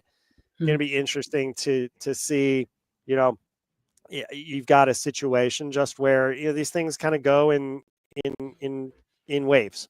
And navigating that sort of thing, you kind of have to do what Rachel's been doing really throughout the hour. Focus less on the share price moves, a little bit more on the fundamental business and what's happening with those businesses. I'm not a big rank person, so I'm just sort of like, I don't know. Ed, you admit it's a tough question, so I know that you know what I'm saying here. It's kind of hard when you've got companies that are in such very different areas of the different sectors, different business areas. like trying to rank is, it's kind of above my pay grade perhaps. But each of the companies that you mentioned, definitely has its strengths. A lot of them dealing with, weaknesses that could be short-term in nature. But most of them in highly competitive areas as well, especially a company like Adobe, dealing with, all kinds of competition on the software side, AI-based innovation that could, change the landscape for a lot of the things that these software suites were designed to do in a very specialized manner. Some questions about what capabilities AI may have to to remove some of the intellectual property value of the software that a company like Adobe's put together. And that brings us to noon. It is noon here on the East Coast, and that brings us to the end of our hour. Thank you, Rachel, for joining me, and thank you, Motley Fool members, for watching. Let me turn the reins over. It is still a little bit cold here in New England, but animals are coming out of hibernation. And as animals come out of hibernation, so too do stocks. And Tyler Crowe and Jeff Santoro are here to run you through some stocks that they've picked that they're calling hibernation stocks. Gentlemen, take it away. And Rachel, I'll see you back here at, I think it is 3:00. And we'll do another hour of this. Should be fun. Sounds good. What a read-in, man. What a pro here. He is a pro. I thought he was going to make a joke about us coming out of hibernation. And I think actually for you, that's kind of true. But if there's anybody in the extended universe of Motley Fool commentaries on Fool24, I might be the most coming out of hibernation of the whole group here. Yes, which we'll talk about that as it relates to our theme here, or the genesis, the idea for our theme. But welcome to the top of the hour, Fools. It is 12:00 here on the East Coast in the US. Tyler and I are going to answer any questions that come in to slido.com, and the code is Fool24. We'll answer your questions. We'll have good conversations about stocks and investing. We will not give any personalized investing advice. We are not qualified to do that. We are not allowed to do that, but we can certainly answer questions, have conversations, and hopefully amuse and enrich and entertain everybody for the next hour. So Tyler, the genesis of this idea was you've just been away for a while, off the grid, so to speak. I'll leave it to you to disclose any information beyond that you're comfortable, but that's where we got the idea for hibernation stocks. What companies could you put into your portfolio and then go into hibernation and wake up 5 years later and not really have to worry about in the interim? So that was where we came up with this idea. So this will be a fun hour to kick around some of these ideas. Yeah, not quite a 5-year journey for me, but went out in the woods for like a week, stayed in a tent in the middle of the winter because I'm crazy like that, and just wanted to. It was a good time to like get off the grid. And as much as I didn't quite think about investing, as we started to come towards the end, there was that idea of like, not having to think about investing for a really long time. And is your portfolio or the companies that are in your portfolio built for that sort of thing? Because I don't know, sometimes life happens and, maybe we won't be able to do, be as active with our portfolios or whatever. And sometimes having that reassurance in what we have in our portfolio that, we can kind of more or less sleep easy for the most part. I don't know about the Rip Van Winkle 10 to 20 year kind of hibernate in the woods, but, it's a fun experiment, if you will, because, so much of what we do is market commentary on a day-to-day basis, and we're all looking for the most recent update on like what's happening. But for individual investors, the whole point is to invest for 10, 15, 20 years. And as the Motley Fool ethos has always been, is buy and hold for the long term. So with that in mind, like, why not think of it more in that way and just kind of as an experiment, just like if we were to go into hibernation for a while, what would we come up with afterwards? Yeah. And I like that you mentioned, we're always waiting for the next update, the next bit of information, because I think for me, I've tried to keep two competing thoughts in my mind at the same time. So one is I want the updates, not day to day, not market move to market move, but I do want to check in on the companies that I own when there's a press release or when the quarterly results come out or when there's an investor day and there's something to listen to or read. But so that's like the one thing that I hold in my brain as a thing I want to do. But on the other hand, I try not to let that quarter to quarter or even year to year flow of information shake me out of a company. I try to hold as long as I possibly can. And I think that's the challenge or the balance that I try to strike all the time.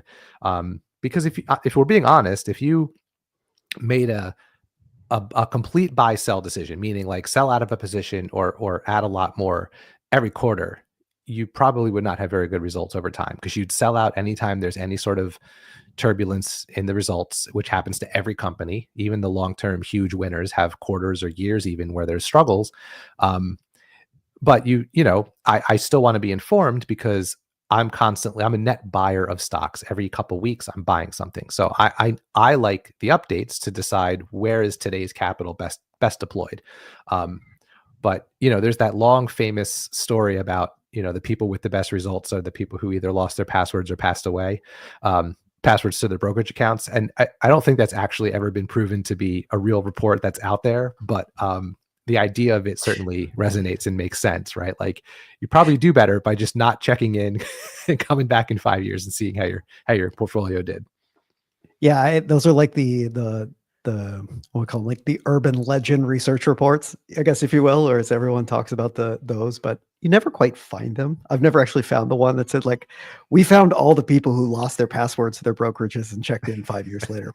But the other couple of the ones that I've heard before is like, if you look, you'll find them. It's like the cockroach approach or the coffee can approach. Basically, it's the same idea where it's like, go stick it in a coffee can or something like that for a long time. There's some research reports that use that particular phrasing versus hibernation or that sort of thing. So they're out there. They kind of confirm that idea of like, if you just kind of hold, it typically works out for you, provided that you don't, buy the dumbest things imaginable.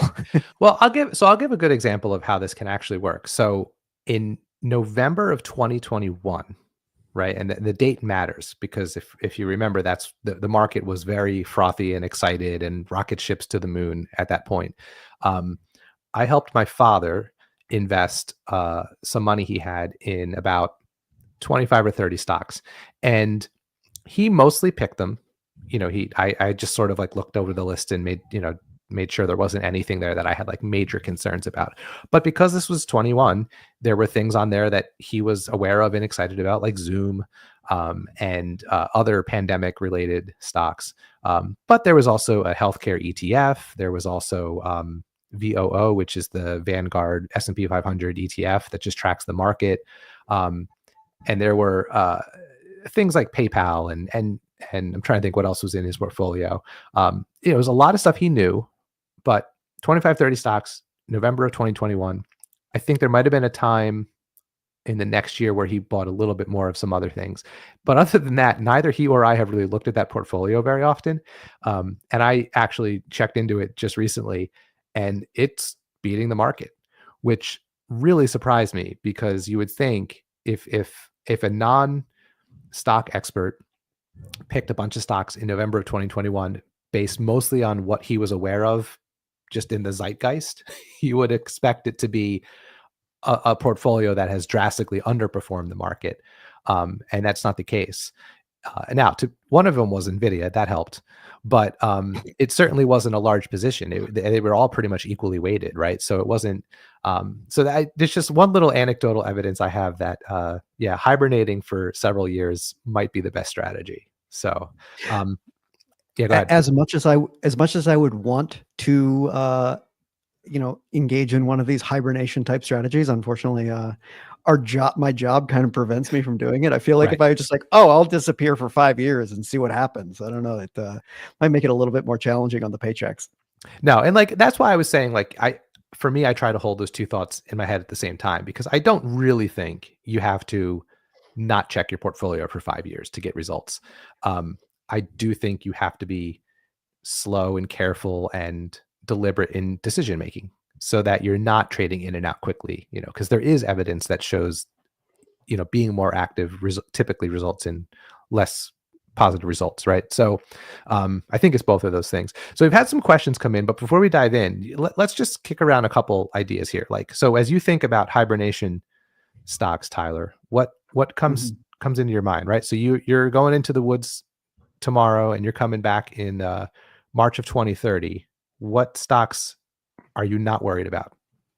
Well, worried is I think the key term here, because for the longest time, I think for probably 10, 15 years that I've been around in investing, I would have probably just the knee-jerk reaction you get at the doctor where they, tap you on the knee to see if you get the reflexes. Mine would always have been, for the longest time, been Berkshire Hathaway. And, obvious for the conglomerate aspect of it, the kind of the recession resilience of the diversified portfolio that you've built into the company already across utilities and railroads and insurance and kind of all these varying things that can have different market cycles and different components that can kind of offset each other, on top of the publicly traded portfolio that, all market commentators love to comb over at any given moment to tell, Apple and all that other stuff. But the thing that I struggle with a little bit now is there was the for so long it was that, and also because Warren Buffett was the the CEO, excellent track record, things like that. And it's 2030, dude will be almost 100 years old. I don't know how much longer he's going to be doing this. And there's a little bit of as much as I would want to say hibernation portfolio Berkshire Hathaway, just from the operation portfolio alone, there is that little thing in the back of your head saying, well, it's not going to be the same thing in 5 years for that very reason. There is going to be a change in leadership. I think the hope for all of us is that the lieutenants of Berkshire Hathaway are going to more or less run it the way that Warren Buffett would.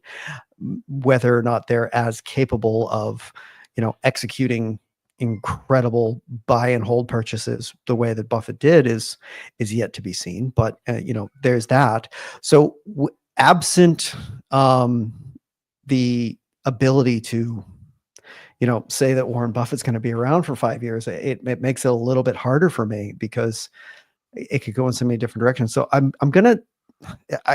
guess I'm kind of cheating, because it's more or less a Berkshire Hathaway type insurance conglomerate, multiple investments sort of business. I would say Markel. It's I loathe the idea of calling Markel a baby Berkshire Hathaway, because anything that's a baby anything always is the dumbest idea possible. Right. It's like when things are the next Amazon. Exactly. It almost feels like a bad marketing technique of calling it the baby something or other. But Markel, it's a very similar concept of an insurance business, perhaps not the same forward-facing insurance business that you see, because Berkshire Hathaway, it's Geico, and most people know Geico from typical auto property insurance and stuff like that. But Markel's a little bit more specialty insurance, reinsurance, kind of the sausage making of the insurance industry that we don't see as much in personal line, much more like commercial lines, things like that we're a little less familiar with as individuals buying insurance, but has a very large insurance portfolio, has that kind of ventures business where it's investing in wholly owned companies. It has a publicly traded portfolio. It's quite small. They tend to be a little bit more debt, or buying bonds, buying publicly traded debt as a return on investment. But it has it's a business. I've been to the Markel meetings. I've listened to management. I really like what they say. I really like the way that they do things. They feel like perhaps not as effective as Warren Buffett in Berkshire Hathaway, but it is kind of the business that I would feel relatively comfortable owning for 5, maybe 10 years, depending on, leadership sticking around that long without having to think about it that much. So, which is, again, I'm kind of cheating, because it's two businesses that are more or less the exact same thing, with, ever so slightly differing results. There are I'm trying to think of others out there, but it gets really hard because when we think about it in these timelines, there's so much that changes in those timelines that it makes it that much more challenging. You're not just trusting in the bones of the business itself, but you're also like, you're betting on corporate culture, like changing of management, making different executive decisions, or a change in strategy or something like that. An example I'm thinking of that comes to mind immediately is American Tower. This was a cell phone tower company that for the longest time, all they did was invest in cell phone towers. It was a spectacular business. You buy a cell phone tower and you lease it out to the Verizons and the AT&Ts in the world to, they put their equipment on it, and they have to update their equipment every 3 or 5 years because of 3G, 4G, 5G. It's going to keep going. It's going to keep going. And, in other countries where there's more than 2 or 3 major telecom providers, you can stick a tower and you'll have like 5 people renting from you at the same time. It's a great business. And they did it like this for a long time. But then all of a sudden they go and buy data centers and like didn't do a very good job at like making these purchases. And so it's things like that where it's like, as much as you think of the business today as like this super stable, super reliable, like I think I know what I'm getting exactly from this business. And then something like this changes it. And it, as much as you want to like live in this hibernation mode, I don't even have to think about it. So many things can happen over these 10 years that are not just like, strategy, things like that. There's obviously the things of like the waste management world. It's like, well, yeah, obviously we're going to be continuing to produce waste, but management could do something really stupid. You don't know if it's going to happen or not. I'm not predicting anything stupid from waste management, but there's always that possibility. And so that's what makes it hard, is because you're not just looking at like the strategy of the business, but you're also looking at like the corporate culture of them being able to continue to execute that strategy in a consistent manner that they've been doing for a long time.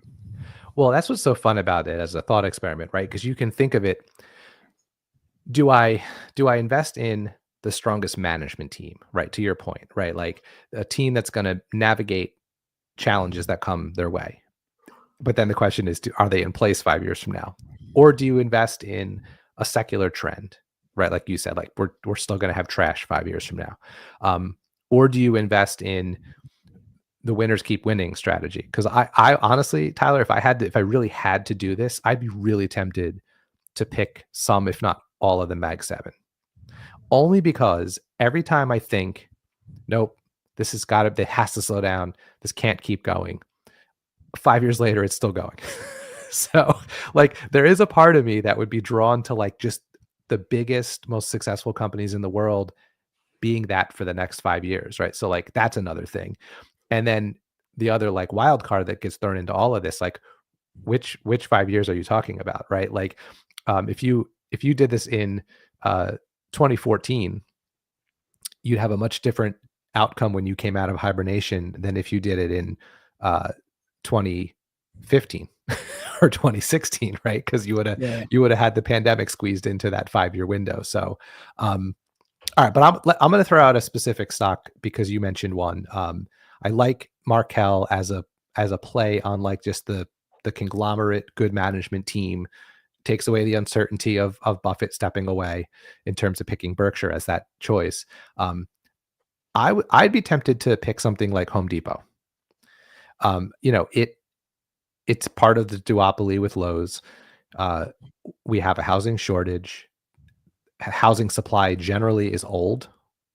And, things have been more difficult for them over the past couple of years with interest rates and the overall, real estate market kind of being locked up with people not wanting to move and maybe people worried about the future, putting off a big project for their house. But I just feel like if I were to wake up in 2030, I think Home Depot is going to be just as important to the country and people who own homes as it is now. If I might even just do a basket and pick Home Depot and Lowe's, maybe a home builder thrown in there too, just to play on that secular trend. But yeah, I would go Berkshire too. Like if I was just going to pick one, but I would be worried about the same things you are. But I think just to go in a different direction, Home Depot, I think, is one that you could hibernate on and probably end up being okay over the long term. I'd actually, we were talking offline about 5 years is at least a fun thought experiment. Once you get to 10 or 20 years, it's almost impossible because so much does change over that length of time. But I don't know. I'd feel pretty confident with Home Depot over a 20-year time frame too. I mean, nothing would be confident really, but I'd be as confident as I could be with that company. Yeah. And certainly Home Depot fits into that realm of having both the trends, secular growth, long-tailed secular growth components that you just mentioned, and also management track record over, what's it been, almost 40, 50 years now that Home Depot has been a publicly traded company that has been immensely successful. And that's not a coincidence. Like it's one thing to have like an incredible 15, 20 years where you're under like one management team that does incredible things. But once you start extending it over multiple management teams over, 3, 4, 5 decades where you've had all these, other people involved that, came up through the ranks, it starts to really, that's when things like corporate culture and executive training and, things that we don't necessarily think about when we make an investment. Like, when's the last time you looked at a company and you were like, I really like their executive training, program or something like that? Because I can barely think of one that I've done that with, but at the same time, that is actually a huge thing because it's, it is that thing that's going to last beyond the current administration. It's not the right word, but the current management team. Once you get beyond that, that's when you things start to get a little hazy. And you were mentioning like the Mag 7. The funny thing is for a lot of the Mag 7, they've all been run by the same person for the whole time. It's been Jensen Huang. It's been Mark Zuckerberg. What was it, only a couple of years ago that Amazon was handed off to Andy Jassy from Jeff Bezos. Elon Musk is still in charge at Tesla. I could keep going. The funny thing is like we talk about the Mag 7 as the winners keep on winning. It's like, what happens when they actually have to what happens when Mark Zuckerberg has to hand the reins over to somebody else? I mean, I know he's, only a couple years older than I am. Yeah, I was going to say, maybe he wants to keep doing this till he's in his 70s. Yeah. But, who knows? Maybe he's 45. He's been doing this for 30 years. He's like, I want to do something else. I mean, there was a lot of people who looked at like Jeff Bezos. Warren Buffett outlasted Jeff Bezos. He was like, I want to go live the cool, the party life, I guess. And well, I think with these, I think one of the reasons I would be tempted to pick one of these huge mega cap companies is, what's the old line? I think it's a Buffett or a Munger line, right? Pick a company that a ham sandwich could run, because at some point one will. There's a lot of room for error with these enormous companies, right? Like a bad manager at one of these mega companies could absolutely damage what they do, but like there's just so far to fall because they're so competitively advantaged at, like, I feel like I could get through 5 years. Yeah, I mean, that there is no real good answer to this, right? Because no one can see the future. I just think I would be really tempted to just pick. I think I would end up going big picture, right? What is a trend or a space or a sector or something in the world we're going to need just as much 5 years from now as now, and go there. Like, that's why I was drawn to Home Depot, right? I just think of like, I don't see a world in which we stop either building or fixing up houses. To your point about Markel, like, we're always going to need insurance, and that's if you run an insurance company well and you have that float to do other things with, that's a business model that has been proven to be pretty successful. I think if I was going to go big picture industry, I'd be tempted to pick a cybersecurity company too. The one I own in my portfolio that I would probably go to is CrowdStrike. Again, I just feel like there's going to be more cyber security needs in 5 years than there are now. That, I think, is a much more volatile industry. I could see even a leader like CrowdStrike getting disrupted by another company that comes along and does a great thing. So I think I'd pick Home Depot before a company like CrowdStrike. But again, just thinking of like secular trends, that seems to me to be a pretty durable sector to look in, recession resistant, if not recession proof in my mind. I think companies might cut back on some spending in that area, but they're not going to be like, times are tough, let's stop securing our devices and our network. So it seems pretty resilient in that sense to me. So that'd be another area I might look into. But there, I think management could make a big mistake there, as we saw with the CrowdStrike outage last July, right? Like that turned out to be more of a bump in the road than a fatal mistake, but a bad management team could have made that a lot worse. It was funny you went cybersecurity, because the thing that I started thinking about, because when you mentioned, Home Depot, it was, I was starting to think of like shelter, and like, I started thinking of it in like the terms of like Maslow's hierarchy of needs for humans, where I'm like, I don't, not really sure where cybersecurity lands in like hierarchy of needs of things that like you don't even have to think about. But and like the one that started popping into my mind again too was like water utilities. Like there are these, municipal water companies that are publicly traded. For the longest time, I they've been wonderful businesses, and they've kind of grow their regulated utilities. They're even like, it's really hard to be more boring than a regulated electric utilities, but regulated water utilities really give them a run for their money when it comes to boring. It's just one of those industries that I followed for a long time, but it was just one of those, it was always like, oh, a utility trading for 40 times earnings. That sounds silly.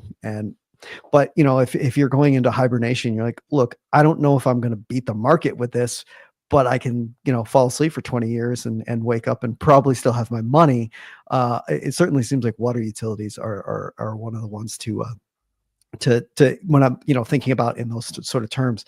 And just on this conversation, I see Lovely saying, I don't know if I could hibernate, but I wouldn't sell on an impulse. I mean, certainly it would be a lot harder to do. And I think that's kind of this mental exercise too, is like trying to find those types of businesses that you won't sell on an impulse, because they're so solid. They're so built for this long-term thing that you can kind of like look away from the daily news cycle that can freak anybody out about something, whether it be tariffs, whether it be, labor shortages or higher interest rates or something like that.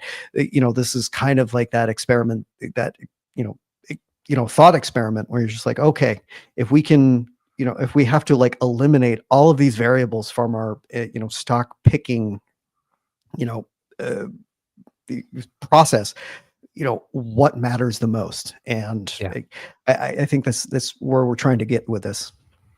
Yeah. And what you just said made me think about, when I look at my own portfolio, a little less now than how it used to be, there are some companies where they report and it takes me just a few minutes to kind of go through the results. And then it's sort of like yep, everything's on track. And I sort of move on, right? Like the bigger established, competitively advantaged companies that I think are just going to be winners for the long term.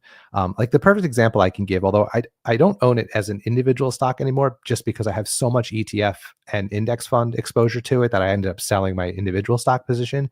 But it makes me think of Apple, right? Like when I was actively following Apple and I was looking at every earnings call because it was a stock in my portfolio, Sounds exhausting. How did iPhone sales do? How did iPad sales do? How did wearables do? How did services do? Do they still have a ton of cash? Okay, I'll see you in 3 months. Right now, I'm exaggerating to make a point, but like you can do that with a company like Apple versus, some tiny, like some micro cap in my portfolio where like any quarter could blow up my thesis. I'm going to spend a lot more time there thinking about it.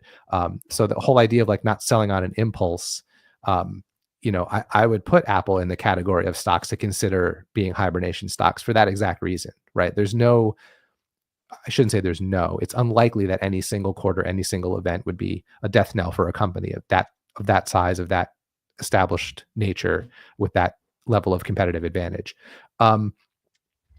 So I want to grab this a question out of the queue here. There's two from Matt that I'll just hit on really quick about the discussion boards internally here at the Fool. Matt, I don't know who the TransDime ticker guide is, and there probably is a list somewhere, but if you ping me on the boards, I'll find out for you. So that's probably the easiest way to get you an answer there rather than try to find it live on Fool24. We got a question here from Jack Carlisle, Tyler, that I think will be interesting to talk through for a few minutes. Do you refer certain penny stocks or certain penny stock sectors, please? And he asked a similar question a few minutes ago about a list of good possible penny stock gainers. So I stay completely away from penny stocks, Tyler. This is an area where, from what I've learned from my fellow investor friends, is fraught and dangerous if you're not careful.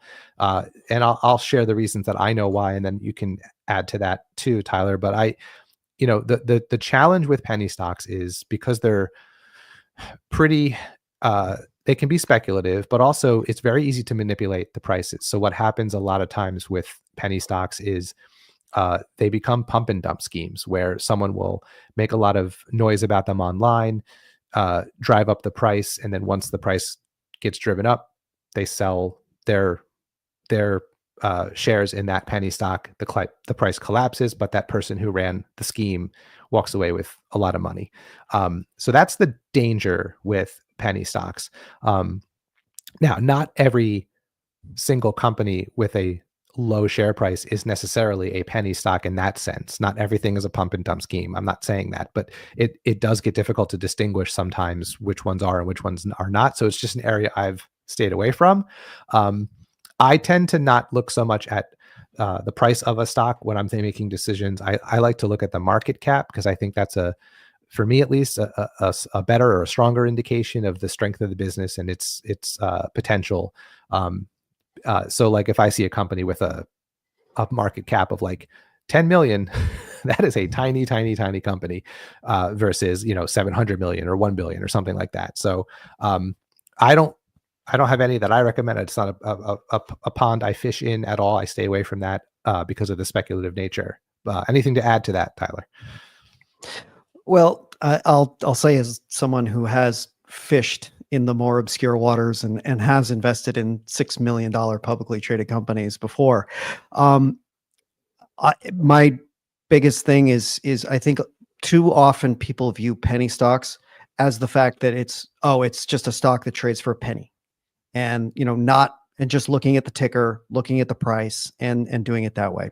You mentioned the pump and dump scheme. It's funny because like it's a thing that has been going on as long as investing has happened.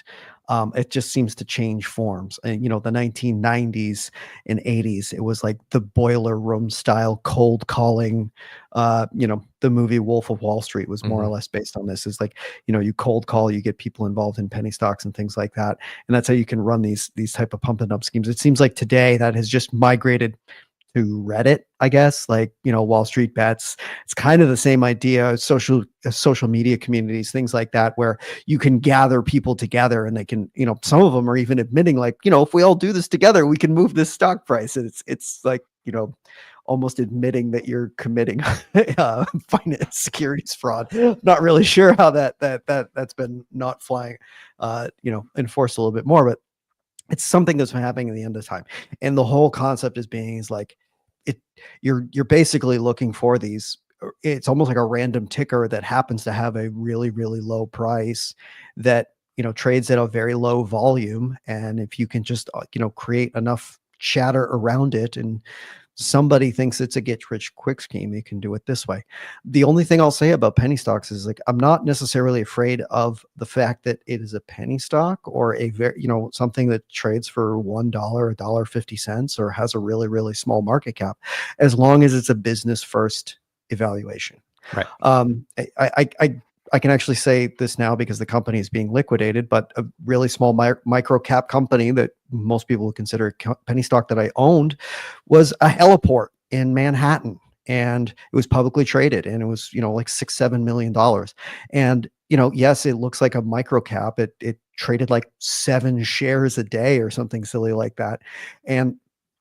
But as I did my evaluation of the business, I was like, wow, they have, they have more cash on their balance sheet than like what the whole stock is worth, and they have no debt. And I was like, well, geez, if they just liquidate today, I'll get more cash than what they're trading for.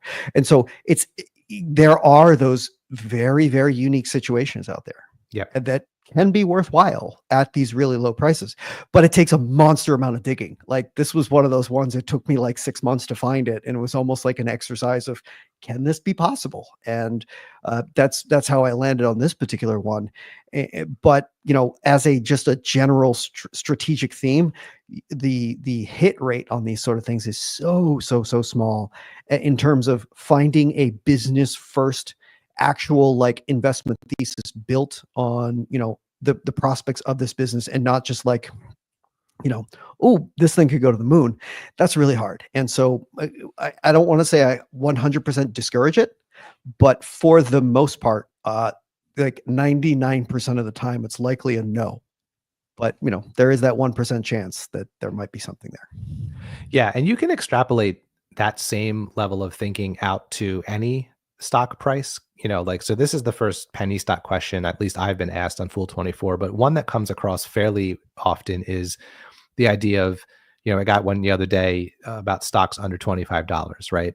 And, I understand the compelling nature of finding stocks that have lower prices, because it sends the message, even if it's not the case, that, oh, maybe this is on sale or inexpensive, or I don't have fractional shares in my brokerage, so I can buy, a bunch of shares. And, it's a mindset shift, I think, that can be helpful for investors to understand that like the share price itself really kind of tells you nothing.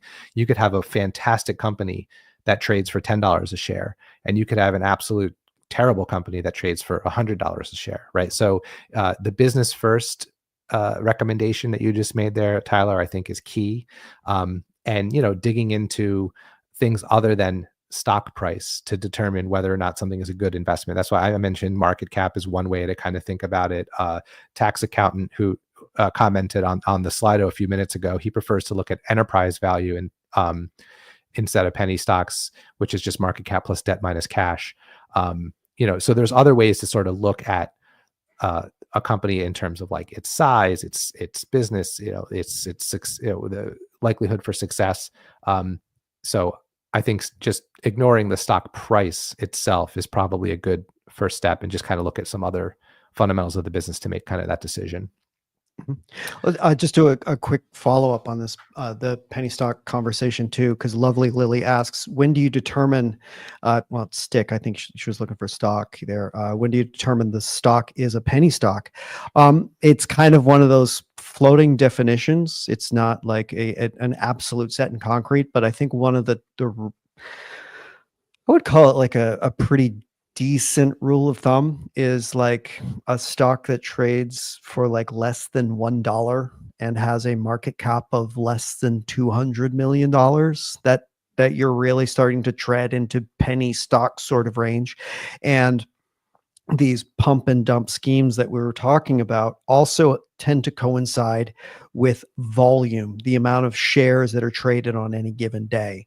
Because if a stock has a very, very low volume of trading, it means that the spread between your buy and sell prices is very wide.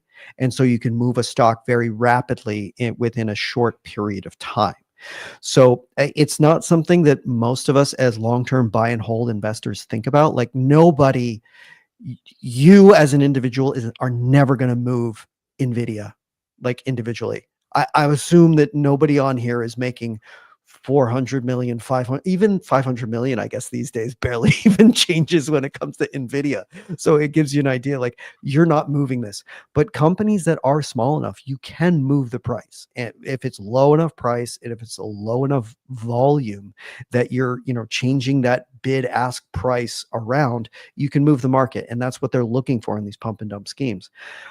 If you're looking for if you want to avoid like low volume situations, also called thinly traded stocks, if you go to a Yahoo Finance or basically any data provider and you pull up the ticker page, there will be something that says volume. and that's basically how many trades shares that trade in any given day. Anything less than like 50,000 shares in a day tends to be pretty thinly traded, and so it gives you a rough idea of what we're talking about in terms of penny stock and those tendencies for penny stock. Again, these are not concrete numbers. This is, I would say, like kind of if I stick your finger in the air and try to determine the direction of the wind. But this is decent enough, I would say, guardrails to define a penny stock. And I see the moderator also put up we have an actual web page that gives a much more accurate definition of penny stock. And it's because I was just kind of going off the top of my head. Yeah, I mean, I think that definition is pretty good. I mean, but what's interesting, so like there's a stock in my portfolio that was not a penny stock, is an actual real business that was just so beat down, it became a penny stock, right? It traded for less than $1 and it had a very small market cap, to the point where it actually did a reverse stock split to just get the stock price back up into non-penny stock territory. So that's why, again, you have to sort of dig a little bit deeper. Like, you can make all the comments you want about that company maybe not being a viable business moving forward because of all the struggles it's had, but it is a real business, and has been publicly traded for a while, and was not a penny stock until recently. So, but if you just looked up before this reverse split, if you had just looked up the stock price itself, you would have absolutely said like, oh, this is just a penny stock, and not known anything else if you didn't dig a little deeper. All right. We got a question from Paulie D a couple of minutes ago. Can you help me understand what's going on with Tesla? Seeing article headlines about accounting issues.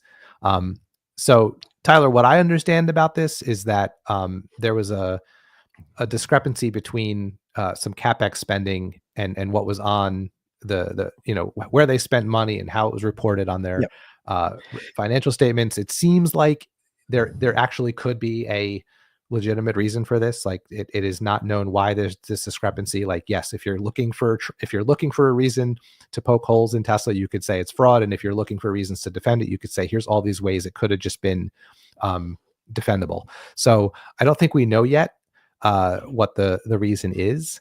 I don't know much more than that. I've just read about it on the articles that have come out about it. But you can imagine that people are looking at Tesla with even a finer tooth comb now than maybe they used to, because of how much in the news it has been. So that's as far as I know about that story. Tyler, I don't know if you have anything else to add. Yeah, just a little bit, and to help contextualize a little bit more. If Paulie D, if you're looking for what kind of set this all off, it was an article in the Financial Times that came out a few days ago, and basically the whole concept being is that there was this. They called it a $1.4 billion kind of like discrepancy in their accounting, because typically, when you look at like a cash flow statement, there'll be like the additions to property, plant, and equipment, right? That's like how much you spend on CapEx for all your various things. Because that line that says investments in property, plant, and equipment, typically you should see a commensurate increase on the balance sheet that says, the total value on the books of my property, plant, and equipment has gone up by more or less like this much, maybe minus some depreciation for some previous assets and things like that. So there was this, when basically the article of the person that started kind of looking into this, they basically said like, look, there seems to be like $1.4 billion missing here, where there was an property, plant, and equipment investment on the cash flow statement that didn't seem to commensurately show up in the balance sheet. And we don't know where that is. Now, this is not wholly uncommon. Sometimes, asset values rise a little bit more than CapEx. Sometimes they don't. But often they're much, much smaller, right? They're normally, for a company this large, it's maybe 100 million, 50 million, something like that. And it's much more often that you get the above zero, where the assets kind of appreciate a little bit because of, investments or things like that. A mark to market valuation of your assets. To see such a large, CapEx missing number, is a little, it's odd. Like there's no getting around the fact that, something that large is, as they kind of mentioned in the Financial Times report, it's like, look, this stuff happens. If it's left unexplained, it gets really weird. There could be a very legitimate reason for it, and perhaps in the coming days they could mention why this is the case. But if they don't, that starts to look weird. Like what as big as Tesla is, $1.4 billion missing is weird. And so, where that went, who knows? And so, people will start making accusations of like bad internal controls on their accounting and things like that. I don't want to make any accusations beyond, what it may be, but those are the sort of things that people who are bearish on the company will start saying. They'll be like, oh, their controls are bad. This is yada, yada, yada, yada.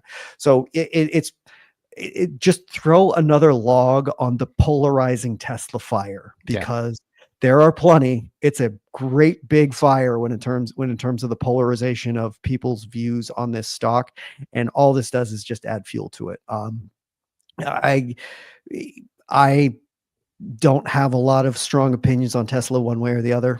Not really a company I think about a whole lot, but certainly a lot of people have very strong opinions on it. And I think this is going to be one of those ones where I don't know if it's going to be one of the ones that changes somebody's, like, who's very bullish on the company is going to see that and be like, oh no, I'm out now.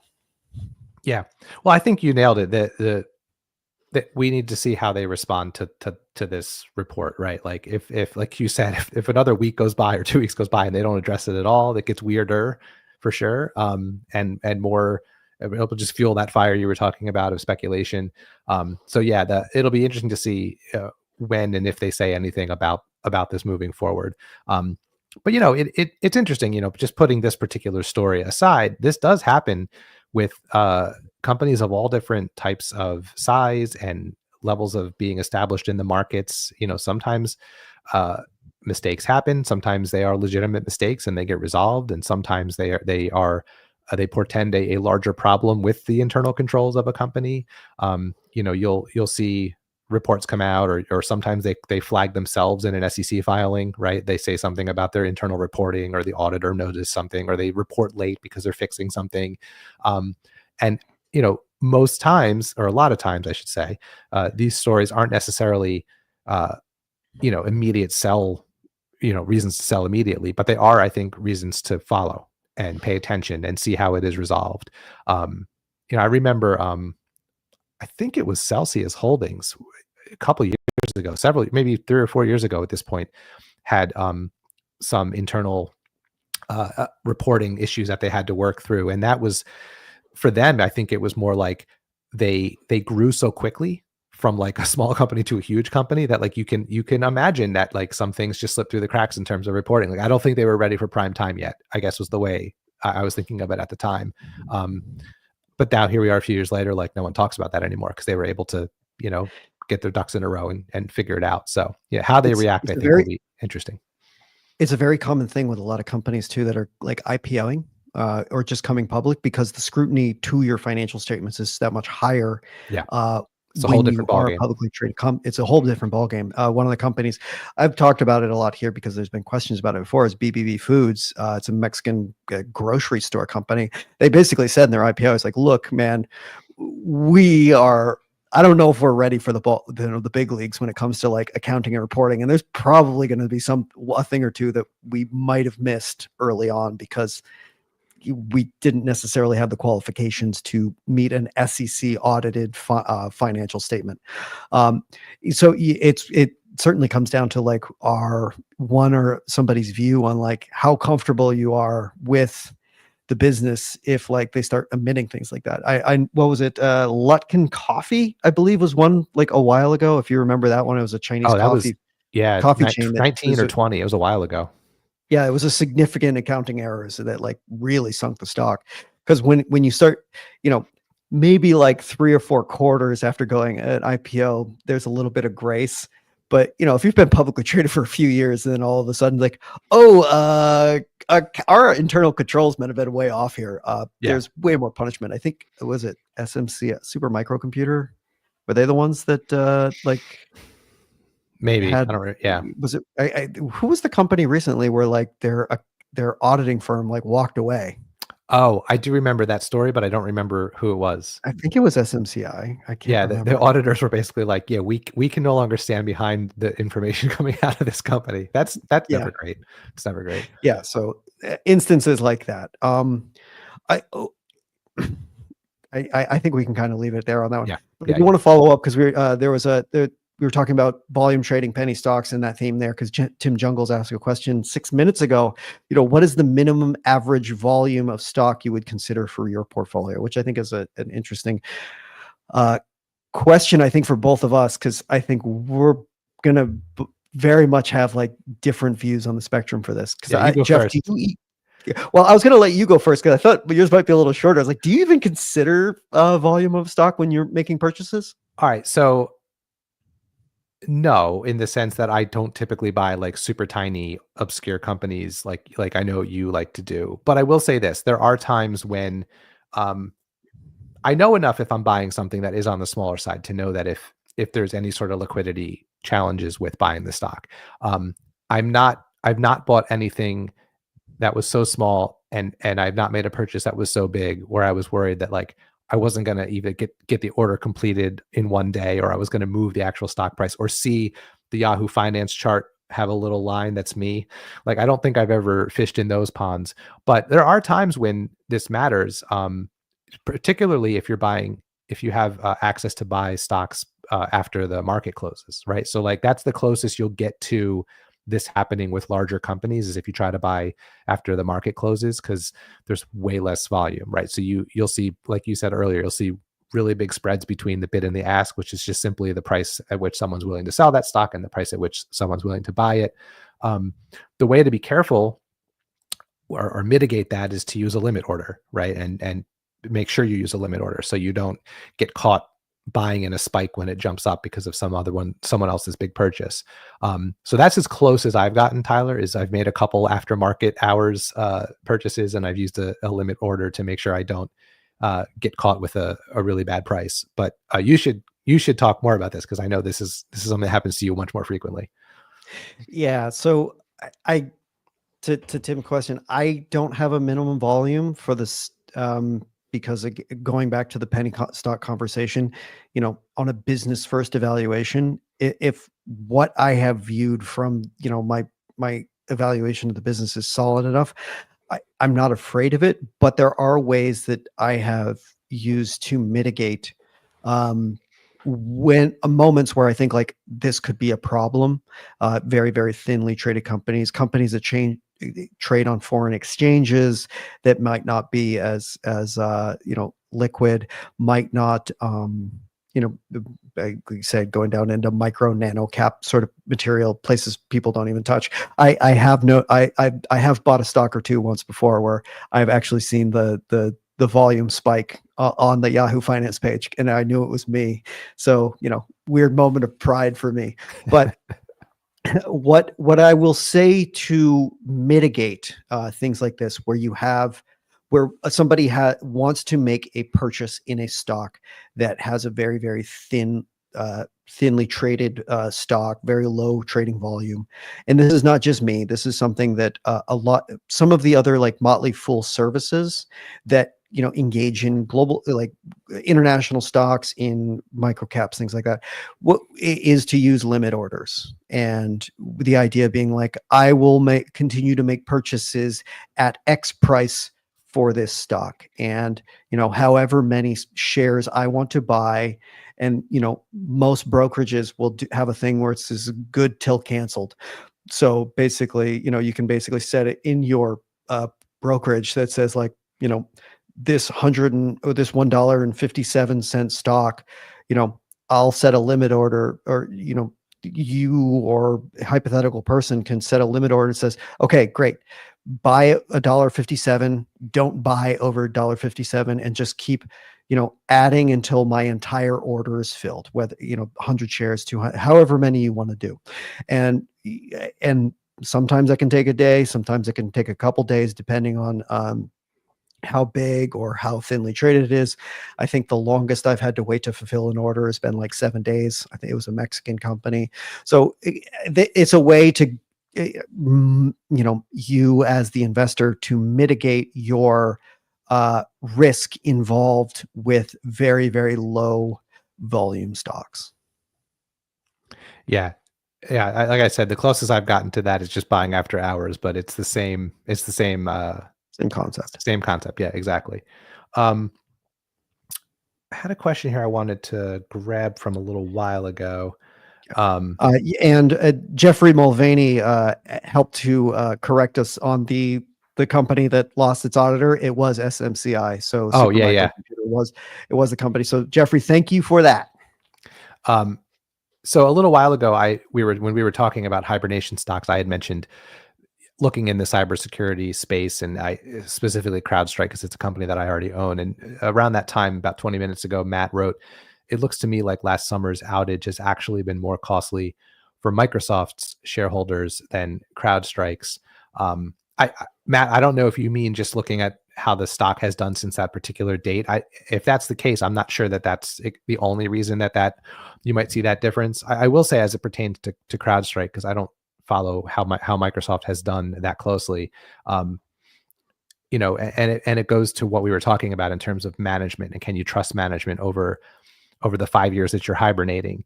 When the CrowdStrike outage first happened, I think the question we were all asking was, is this enough of a mistake to materially damage CrowdStrike's business and its standing as a leader in this space? And I think to some degree we've answered that question now, but it took several quarters.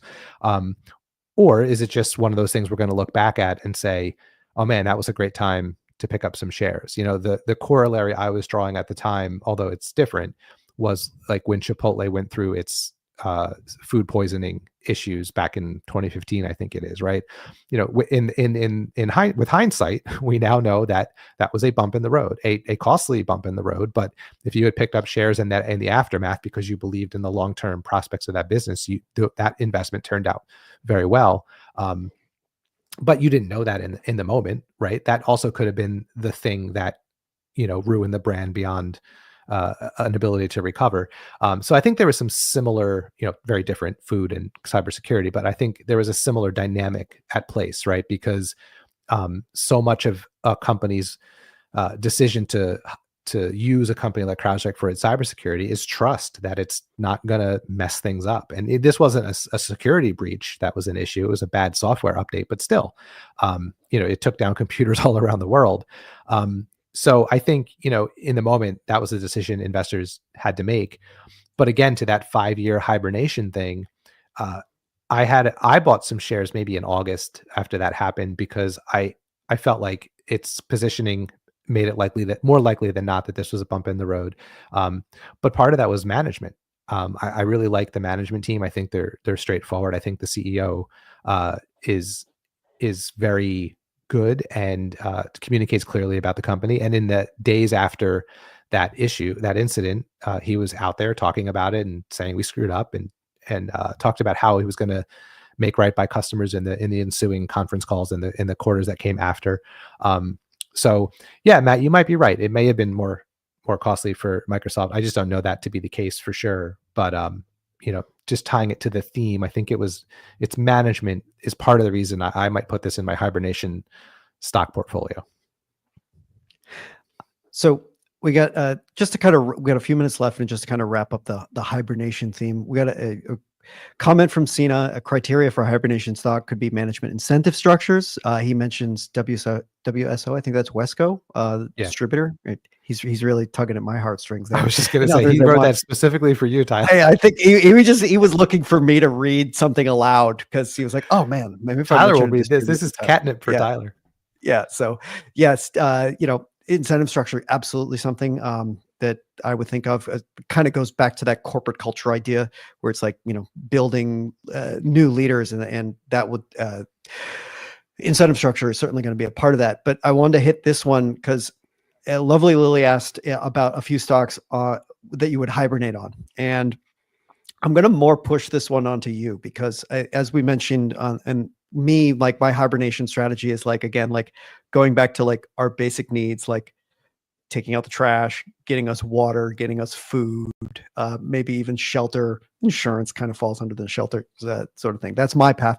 So the lovely Lily asked the questions on companies that for me don't necessarily fall in that bucket, but she mentioned Palantir, SoFi, is that SoundHound? I'm guessing it's SoundHound AI. Yeah, that's my guess. SoundHound AI, Embraer, and Rocket. And I'm assuming I don't know if that's Rocket Lab, like the rocket company, or Rocket Mortgage. Or Rocket Mortgage. Yeah, I don't know. Yeah, so there's two rockets, but Jeff, take your pick. It could be either of the rockets. Any of those would you hibernate on? Okay, so I don't know any of these enough to really make a determination, but I'm going to answer the question a little bit differently because one of the other things I've thought about, like if I was building a portfolio of hibernation stocks, not just making like one stock as my pick, right? I would put in the ones we've talked about, right? The hierarchy of needs, the Home Depots, the Markells, the Berkshires, the CrowdStrikes, the things where when I take a step back and look at what's the world going to be like in 5 years, I think these companies will still be necessary and bigger and better positioned than now. But if I was building a portfolio, I'd also take some swings, right? I'd put some stocks in there that I know are speculative, that are smaller, that could have binary outcomes, or that I just think are a little less sure things, but could turn out to be multi-baggers if things break right. Because I do think, for me personally, if I was putting together a hibernation portfolio, I'd want to have a couple swing for the fences picks in there, right? Position sized appropriately. Maybe they would be 10% of my portfolio would be these swing for the fences type stocks. These would not be the ones I would choose only because I don't know them very well. But I might put something in there that is a little bit more of a wild bet, but I think had the potential of really driving returns and just see where things shake out over the next 5 years. So that's how I would answer this particular question. Well, it's a good way to end it because we've got Santoro's hierarchy of needs, which are food, shelter, and cybersecurity. That's right. I'm gonna patent that or trademark it. That'll work. So that brings us to the top of the hour. I'm going to stick around for another hour. Jeff's going to kick out, and Neil Rozenbaum is going to be coming in to join us. We're going to do an hour of Ask Us Anything. So Jeff, thanks. I'll see you next time, and maybe we can hibernate on some more ideas. Yeah, sounds great. Thanks, Tyler. Have a good hour, guys. Thank you. Okay, you know what, Neil? Let's open on this. Do you have? And I'm going to put you on the spot immediately. We just did an hour on hibernation stocks. If you kind of had to hibernate for like 5 years and basically not look at your portfolio, what would be the stock that kind of immediately comes to mind to you? One name? Yeah. Or, if you got 2 or 3, sure. But like, what are some of the knee-jerk reactions when you hear like, oh, I can't open my brokerage, I can't look at news for like 5 years? Probably an Amazon, I'd say. Amazon. If I had to choose one right now, probably an Amazon 5, even 10 years. I think will be fine. Fair enough. I mean, that's a good one. I mean, obviously it's been around for 20 years and it's branched out into a lot of other things other than e-commerce. So you're not exactly playing on any single, any single theme anymore than in perhaps the Amazon of 1999. Mm-hmm. Wait, did you pick a name or? Mine was, it was complicated because originally I said Berkshire Hathaway, but I was like, Warren Buffett might not be around for another 5 years. I went with Markel, kind of the same concept of a Berkshire type corporate structure with a I own the stock. It's a management team I trust. Met him personally at the annual meeting. So yeah, it kind of falls into that same sort of bucket for me. Okay, no, I mean, if it's the same or similar, I don't think you can go wrong with that for sure. So you've been sitting in the wings for a little bit. Were there any questions that you wanted to hit here right off the bat, or if not, we can start to look through the cues here.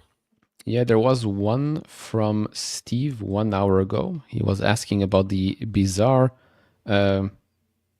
price action of Micron. So Micron reported earnings Thursday after the market closed. The stock was actually green after hours because it was a beat across the board. Margin was a bit weak, but then again, management did tell us a couple of weeks ago that margins are going to take a hit. But I guess that a 50 basis points lower margin for guidance was the reason why the market, I think the stock went down 8% on Friday. Because other than that, very good comments on the future of the company, especially HBM, because that's where the huge growth is going to come from. High bandwidth memory, things that you see in the big NVIDIA GPUs, the Blackwells Ultra, Rubin for next year. You're going to need quite a lot of memory, and Micron is one of those players. The other one is SK Hynix. But Micron right now, they also said that HBM is bringing in already $1 billion, and that's only going to grow from here. So short term, fine, the market can take this stock down a little bit, but I have seen nothing that would concern me as a shareholder of Micron, nothing that would concern me about the business or where the company is heading. I think the company is heading higher and higher for longer because HBM is not as a commodity as the other parts of the memory industry. So we've seen that in the past. Good earnings report, stock is down, and then a day or two, maybe we see a rebound because then the market had more time to actually look at the numbers and see, actually, it wasn't that bad. So yeah, bizarre price action, I would say, but I'm not surprised anymore with this market. I think we've seen bizarre things happen in the last couple of weeks, months, and even years. So I'm gonna take a long form weekend privilege here and ask some follow-up questions too, because Micron, something I know absolutely nothing about. So if you could give me like obviously market reactions on a stock on any given moment, like you gave your reasonings wise, but like the long-term thesis, the thesis that wasn't altered by this at all, what is the long thesis for this for Micron?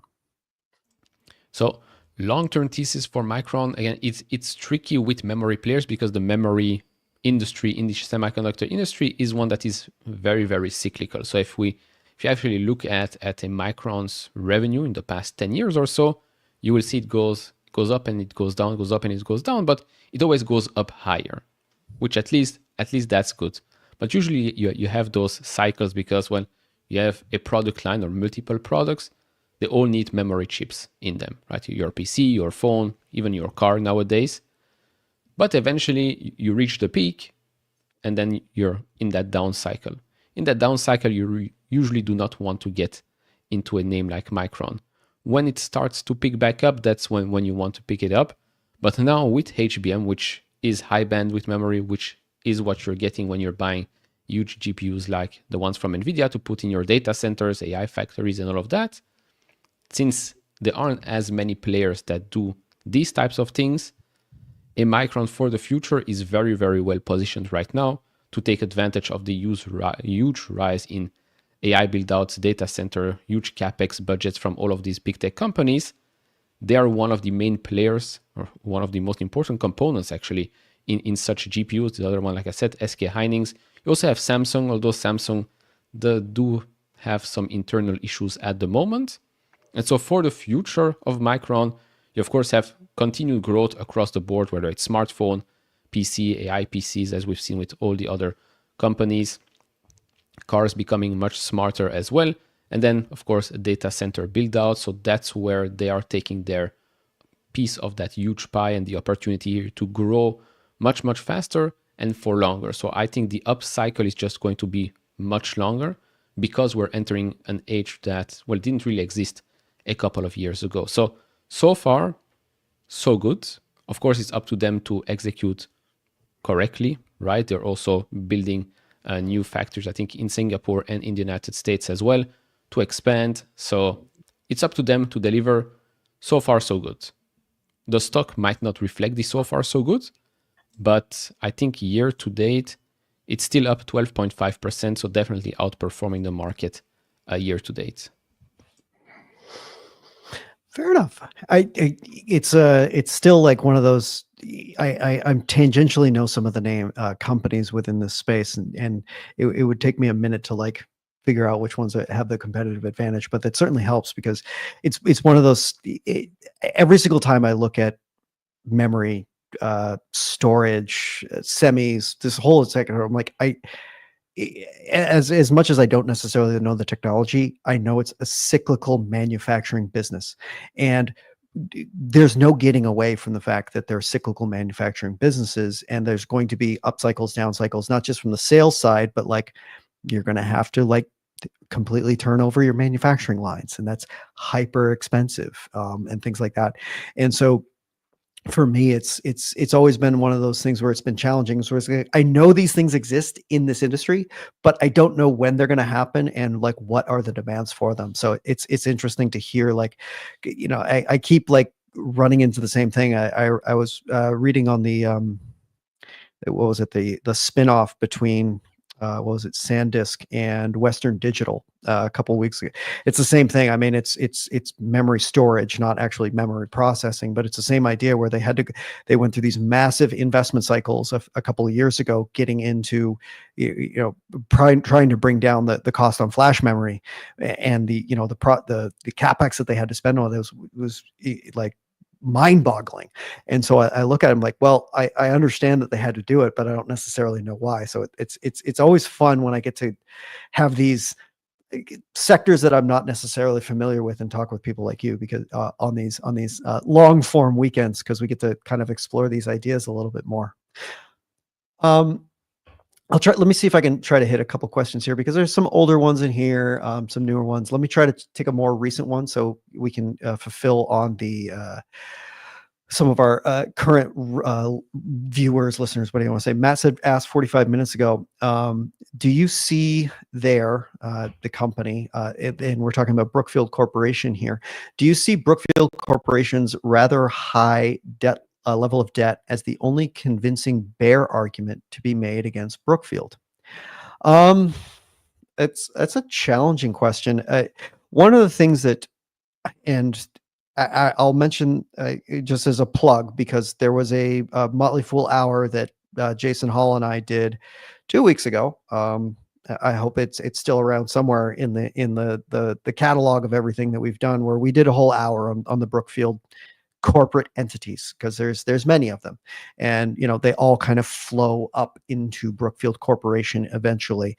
And so just to give my bigger thoughts, level of debt, that's a really hard one to parse out, because as the upper holding company of everything, a lot of the things are going to show up on the books as debt, but may not necessarily be debt to the corporate entity.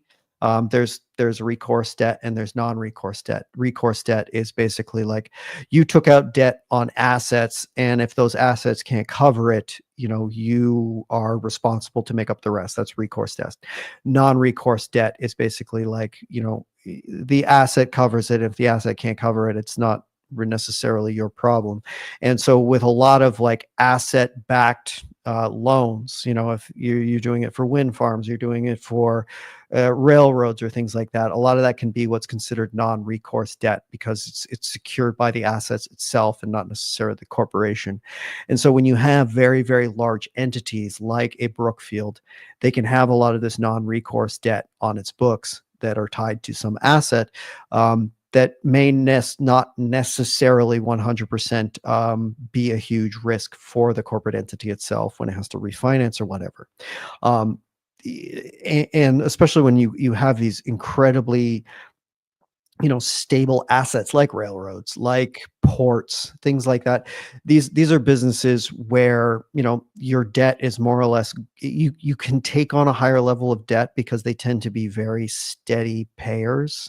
They're almost like, you know, for example, if you own railroads, it's almost like owning a building in a sense, where like the railroad company is going to pay you rent to use this, and it's an overgeneralization of the concept, because it's going to based on usage and things like that, but for the most part, that's more or less how it works. And so without getting too deep into the specific details of Brookfield Corporation's balance sheet, it's things like that when I would go diving into Brookfield Corporation's balance sheet, I would go, okay, yes, it has a lot of debt, but how much of it is actually like, recourse to Brookfield Corporation? How much of it is like corporate level debt relative to like, oh yeah, it's got hundreds of billions of worth of debt, but it's all backed by real estate and renewable assets and everything else that they have underneath in the corporate entity.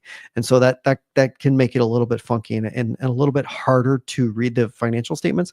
And that actually has, for me, been the most challenging. I wouldn't call it bear, but one of the reasons I've kind of shied away from the upper parts of Brookfield is when you start to get into slightly more complex accounting, it's harder to understand who owns what, how these assets are carved up in any particular way. Sometimes it can be, you could have one asset that's like partially in one, like a renewable energy private fund. Part of it is in its publicly traded entity, and then it's also in another private fund and carved up three ways, but then it all kind of flows up into the Brookfield entity. That to me is actually one of the things that, it has kept me away from the parent entities, for the simple fact that it's harder to trace who owns the assets. And so the things that I own in the Brookfield kind of universe are the publicly traded partnerships where, I have a more direct claim on the assets itself, and it kind of gives they're a little bit simpler to understand when it comes to the financials. And one of the reasons I continue to own, for example, Brookfield Renewable Partners and Brookfield Infrastructure Partners. I mean, I did take a little dive into Brookfield, but then I was like, okay, this seems very, very complex. You've got Brookfield BN, then you've got the asset management, you've got the other ones. It's very, very complex. So I was like, you know what? I'm sure it's a great company, but maybe not for me. Maybe not for me right now. There was another question about Canadian stocks, I think, from Neil and Rockville 2 days ago. So maybe you can share some info about that, because he also asked about Canadian holdings like Brookfield and Constellation Software and how tariffs might impact such companies. I can't speak specifically to Constellation Software because that's not a company I know terribly well. But when it comes to Canadian holdings for Brookfield, if I'm assuming, Neil, this question that he's asking is because he's an American investor with holdings in Canada, and for tariffs and things like that. But for the most part, and this was a question that we addressed a couple of weeks ago, was that most of when the Brookfield entities don't have any interstate exchange or intercountry exchange from their assets. So like, they'll own a railroad in Brazil and they'll get it paid in local currency, and then that'll all flow up to the country, to the parent entity, devoid of tariffs. It's just like moving money in a bank account. Pretty much all of them are structured in this way, where they have set up, an LLC or whatever, or some sort of corporate entity, such that they don't typically have interstate exchange issues in terms of tariffs or whatever that are going to impact what they said. And I think they even did some press releases related to this. So tariffs themselves for the Brookfield entity is not a big deal. And it's not like, there's no tariffs on owning stocks for, you don't get like a 25% tariff from the US of trying to buy a stock on the Canadian exchange. And Brookfield has a American ticker as well. So not really much of an issue there. The thing is with any of these Canadian companies, or any company that is a foreign listed company with an American depository share or an American public listing, Brookfield being one of them. Enbridge is another Canadian company. A lot, especially companies that pays dividends, you are going to have to pay taxes on those dividends, both in Canada and the United States. And so that can be a little bit challenging. Typically, your broker will automatically deduct those tax payments from your account. And so you don't actually have to like write a check to the Canadian government or anything like that. It'll be an automatic deduction. Certainly, I can't speak to all brokerages. I know that I have several foreign listings in my portfolio with Fidelity, and that's how they're all handled. When I get a dividend payment, it'll show, be like, you got paid this much. We deducted this much for your French or Canadian tax obligations, and then here's the remaining. So when it comes to that, I think that's pretty much the biggest risk when it comes to tariffs or foreign currency, I guess, if you will, for anyone that owns a Brookfield company. Again, Constellation Software, I can't speak to, because I don't know precisely how much interstate exchange you have to do with software, vertically integrated software companies. Okay, no, fair enough.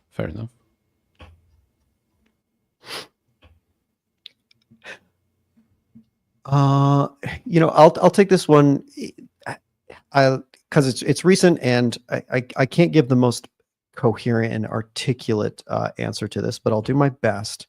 But because Let It Ride asked about Vestas Wind Systems, the ticker is VWDRY. As the name indicates, it's a wind power company. It's not no surprises there. This is a company that I can't remember where it is. Where is it based? It's obviously it's on the pink sheet, so it's not based in the United States. Yeah, it's based in Denmark. This is one of, I think, the 3 largest wind turbine manufacturers in the world. It's basically, I think it's GE, Siemens, and Vestas are the 3. There might be a couple Chinese companies that I can't think of at this moment. But in terms of Western companies that are making wind turbines, it's Vestas, it's GE, and it's Siemens. They seem to be the big 3 in this industry, which, as part of the thesis, being in not a duopoly, but I don't know what's the word for is it a triopoly? I guess maybe I just made up a word that doesn't even make sense.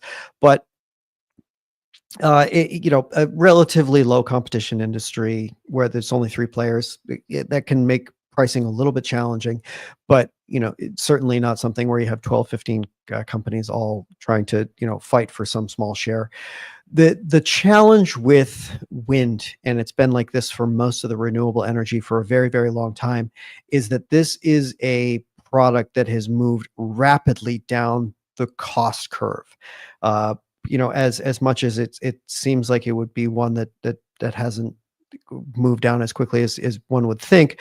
If you look at the evolution of wind turbines or windmills over the years, you've seen blades have gotten much, much bigger. They've gone from aluminum to carbon fiber. The turbine, the actual turbine on the inside, has gotten much, much more powerful, much larger. And so it's been an industry that, on a per megawatt power generated basis, the cost curve has gone way, way, way down. And that's nice for when you're trying to sell stuff, but it's not great for your margins, because when you're rapidly moving down the cost per megawatt scale, that just means you need to push much, much more volume out the door to meet the same amount of sales. And that's been a challenge for the wind industry for a very long time. If you look at over the past 10 years, Vestas has only had a total return of 98%, which kind of goes to that idea of as much as it's been a business that has grown, and a business that it seems like there's a lot of secular tailwinds behind it in terms of renewable energy has been growing. Wind energy has been a fast grower in many years, and you look at Vestas and it's its revenue is nearly doubled over the past 10 years. There has been some growth there, but you look at the margins have always been razor thin. Takes a lot of capex to turn over into investing in new blades, investing in these bigger, beefier turbines. All of a sudden you got to stack it that much higher to get plenty of clearance for those big blades. It's it's an immensely challenging business. And this could be almost said for for anyone in the renewable energy space, whether it be wind, whether it be solar. They are all racing down the cost curve on a cost per watt basis that has made it incredibly challenging. Very few have been able to preserve pricing power. And so when you're doing this in a high tech industry where you have to constantly invest, it's been incredibly challenging. It always, the first blush look at renewables, you're like, you see all this growth in like total capacity installed and how much is it, additional capacity is being added every year. And you're like, man, this is such a fast growing industry. But then you start to look into the guts of these businesses themselves, and it's like, well, yes, it's growing, but they're also cyclical and they're subject to these huge investments. And so, as much as like I feel bad saying this, but sometimes it's like an industry you want to succeed. Like I don't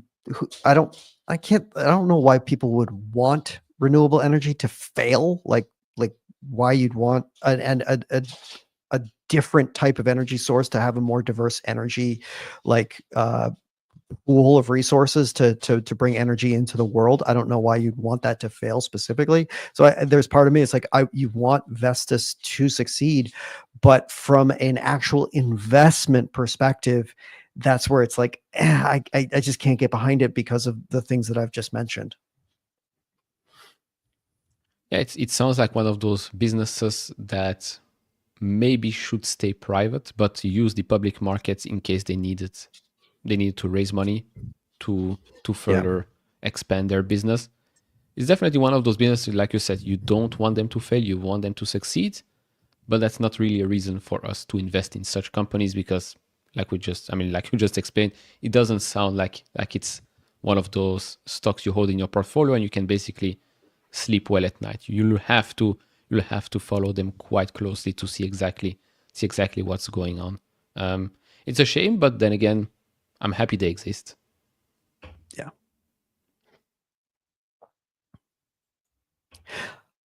I see there's a couple, I see Besties just asked a couple of questions, but what I want to do is before I get into those specific questions, I see that Besties asked a couple, was it 2 days ago, asked some questions. So since we know that they are on and listening, I wanted to hit it because Bessie's asked 2 days ago about the question of EQT, buy, sell, hold expectations for the next 2 to 4 years.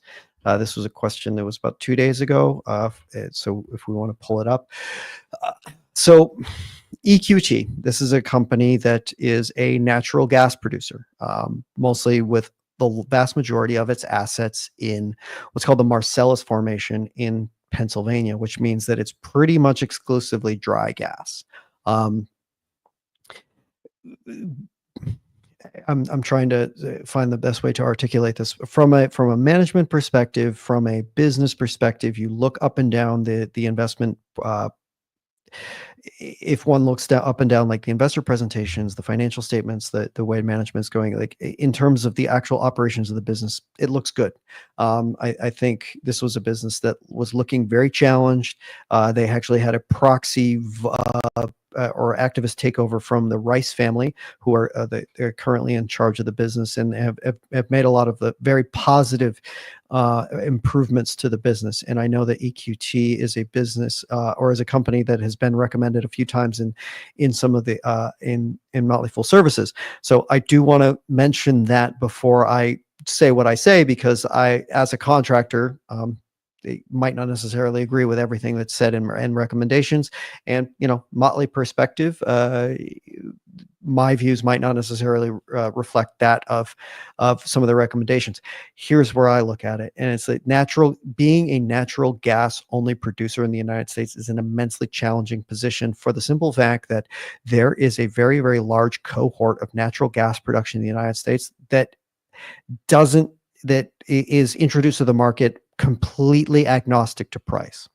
If you look at oil production across the United States, no oil well in America produces only oil. It produces some fraction of oil, some fraction of gas, and depending on where you get that oil, It's going to change that variation.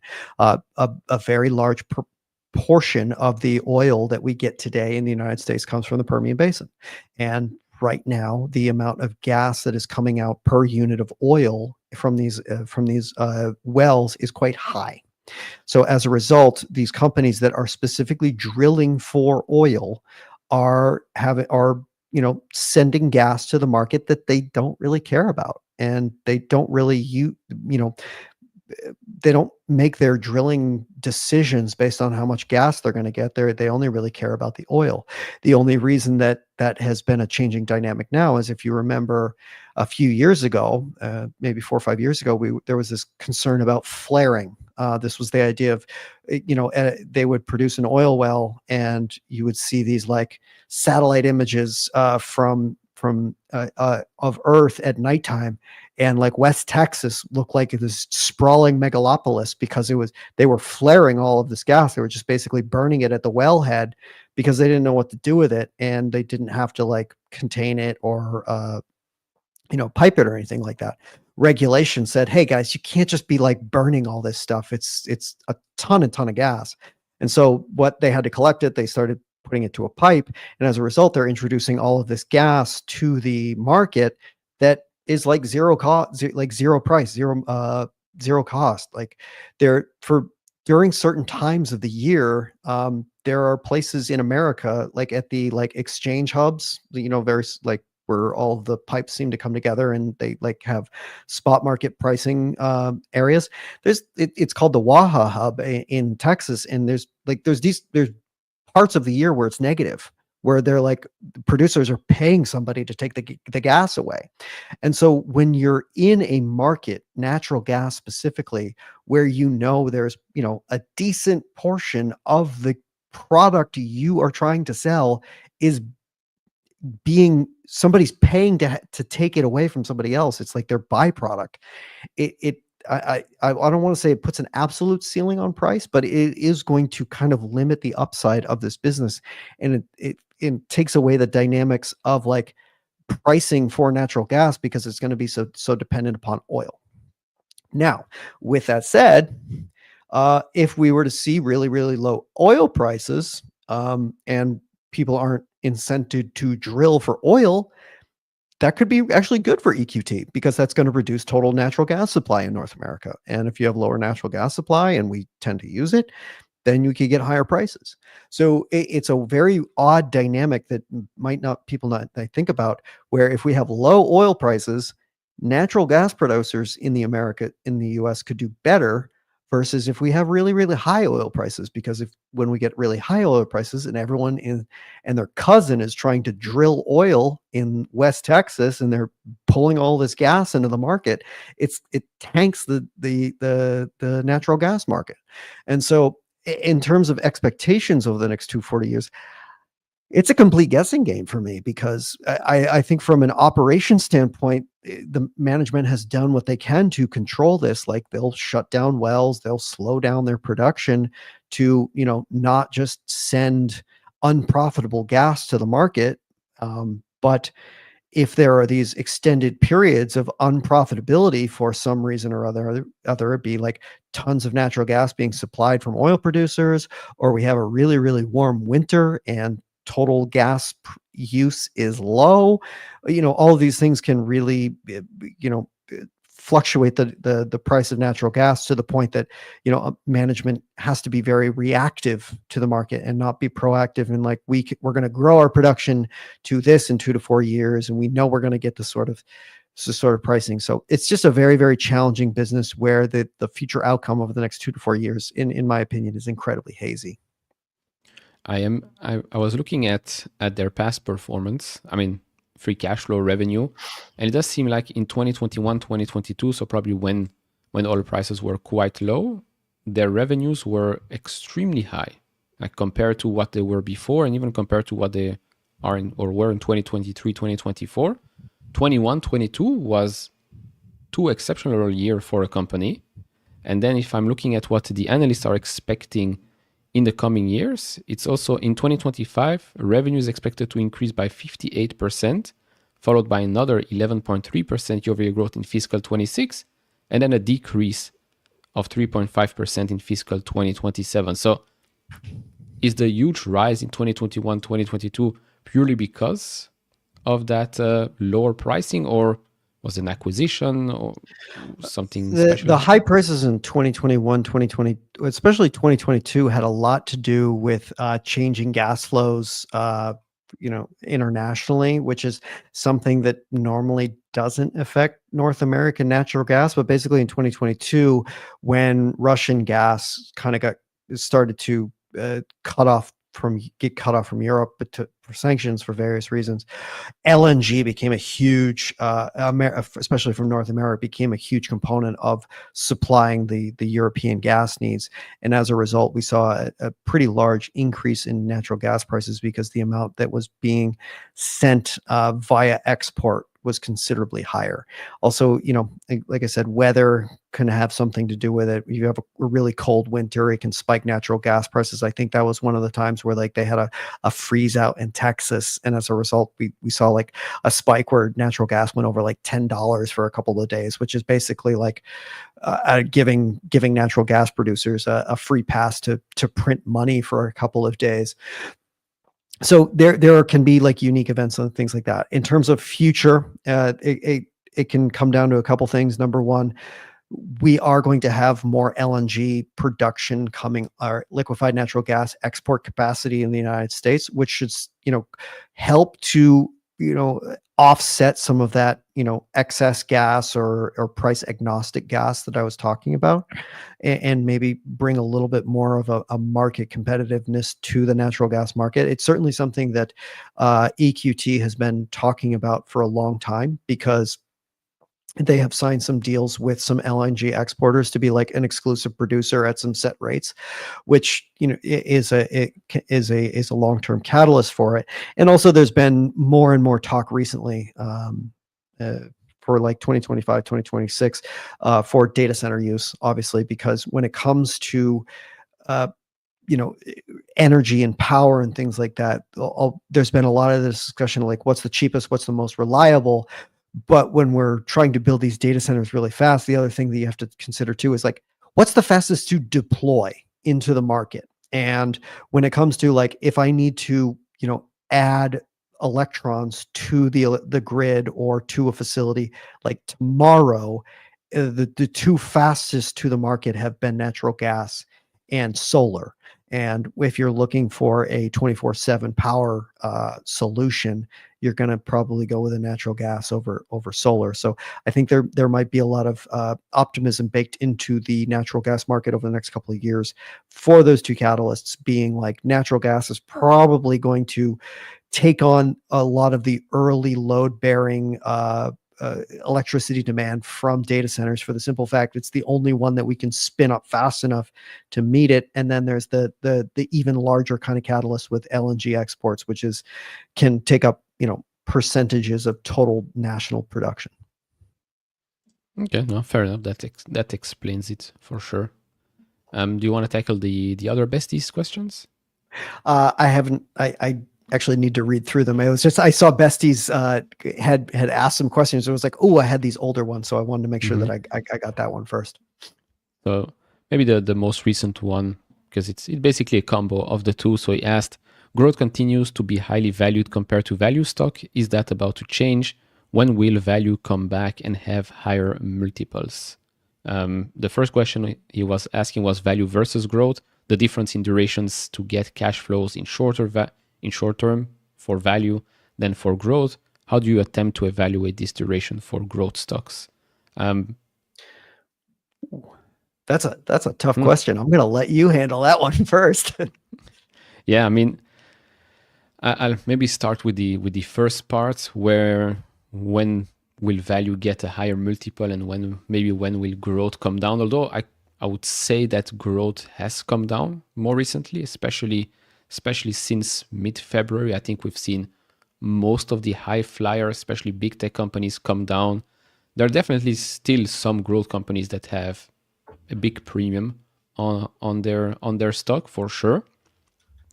And the value names, Yeah, maybe not. But then again, I've been looking at some, well, value name. For me, it's value. For some, it might not be so value. But I guess there are some companies that will just stay in the value bucket until they actually show the markets that they deserve a non-value multiple on their stock. Whereas growth stocks at the moment are still performing quite well, are still delivering higher growth than the market, that's for sure.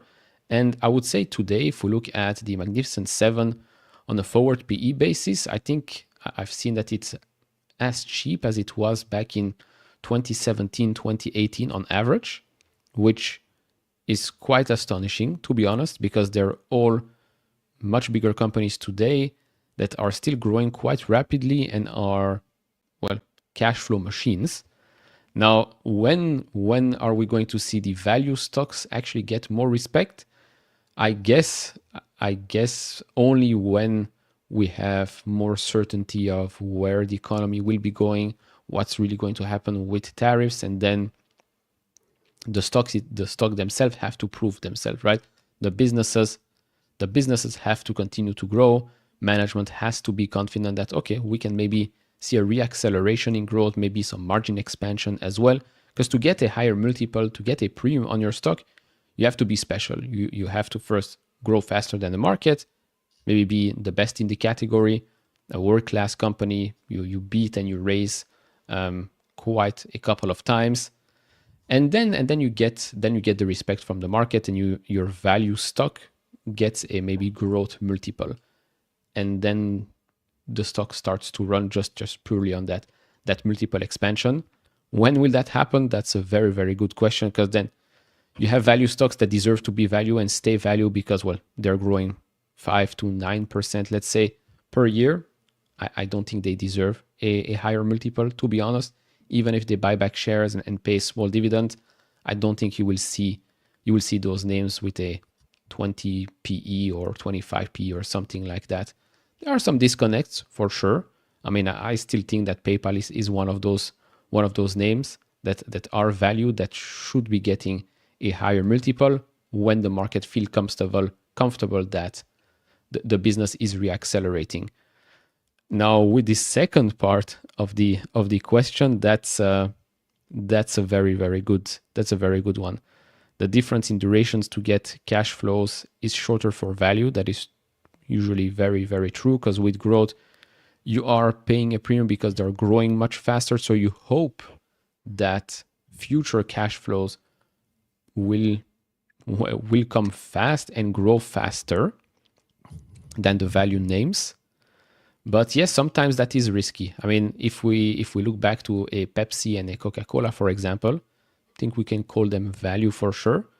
These types of companies are not super high growers, but their PE usually was higher than what you were expecting. It was above 20, 24 times or something like that last time I checked. Of course, it might have come down more recently, but you're paying a premium for those names because, well, their cash flows are quite healthy, less risk, so very, very predictable, and so the market puts a premium on that. You could say the same actually about Apple. Apple's PE was, I think, above 30 times for a while now, for a company that in the past 2 years, let's be honest, didn't really grow that much.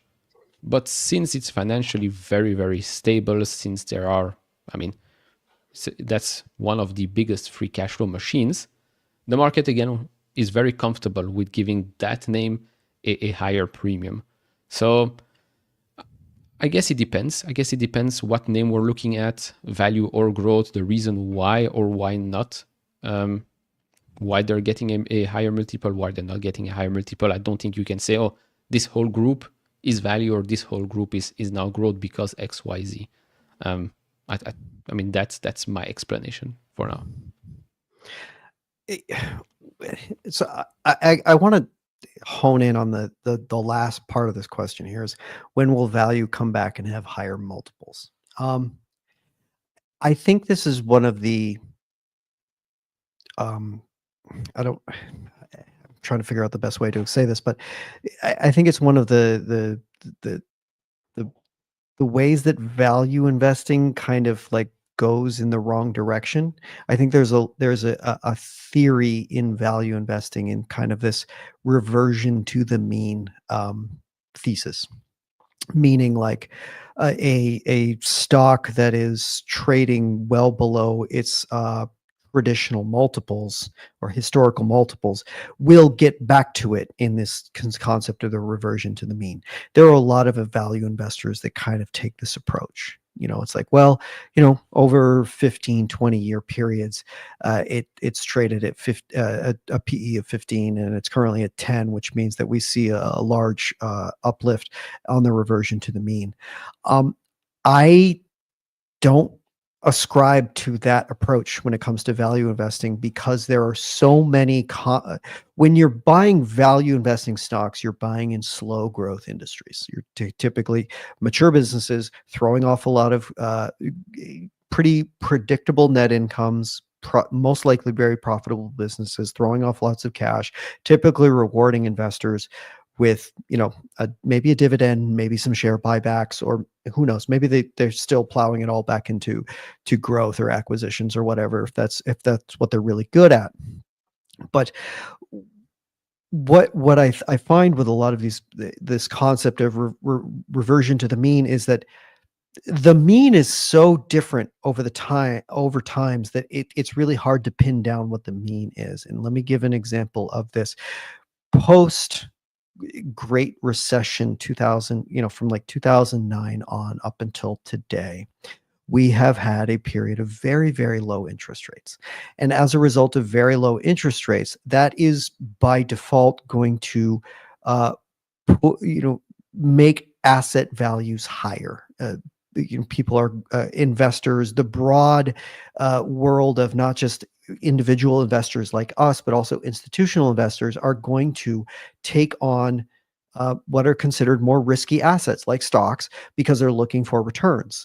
When interest rates are down to 0 to 0.5% for the longest time, that means bond yields are low, which means all these things. So if you're a pension fund owner or an institutional investor who has to get a minimum amount of return every year because you have outflows to pay pensioners, to pay annuities, to cover insurance losses, all those things, you need at least a certain amount of money coming in the door at every given moment, and you want it to be as low risk as possible. But when all that stuff is really, really low, you're going to have to go into stocks, which is going to push up the value of stocks.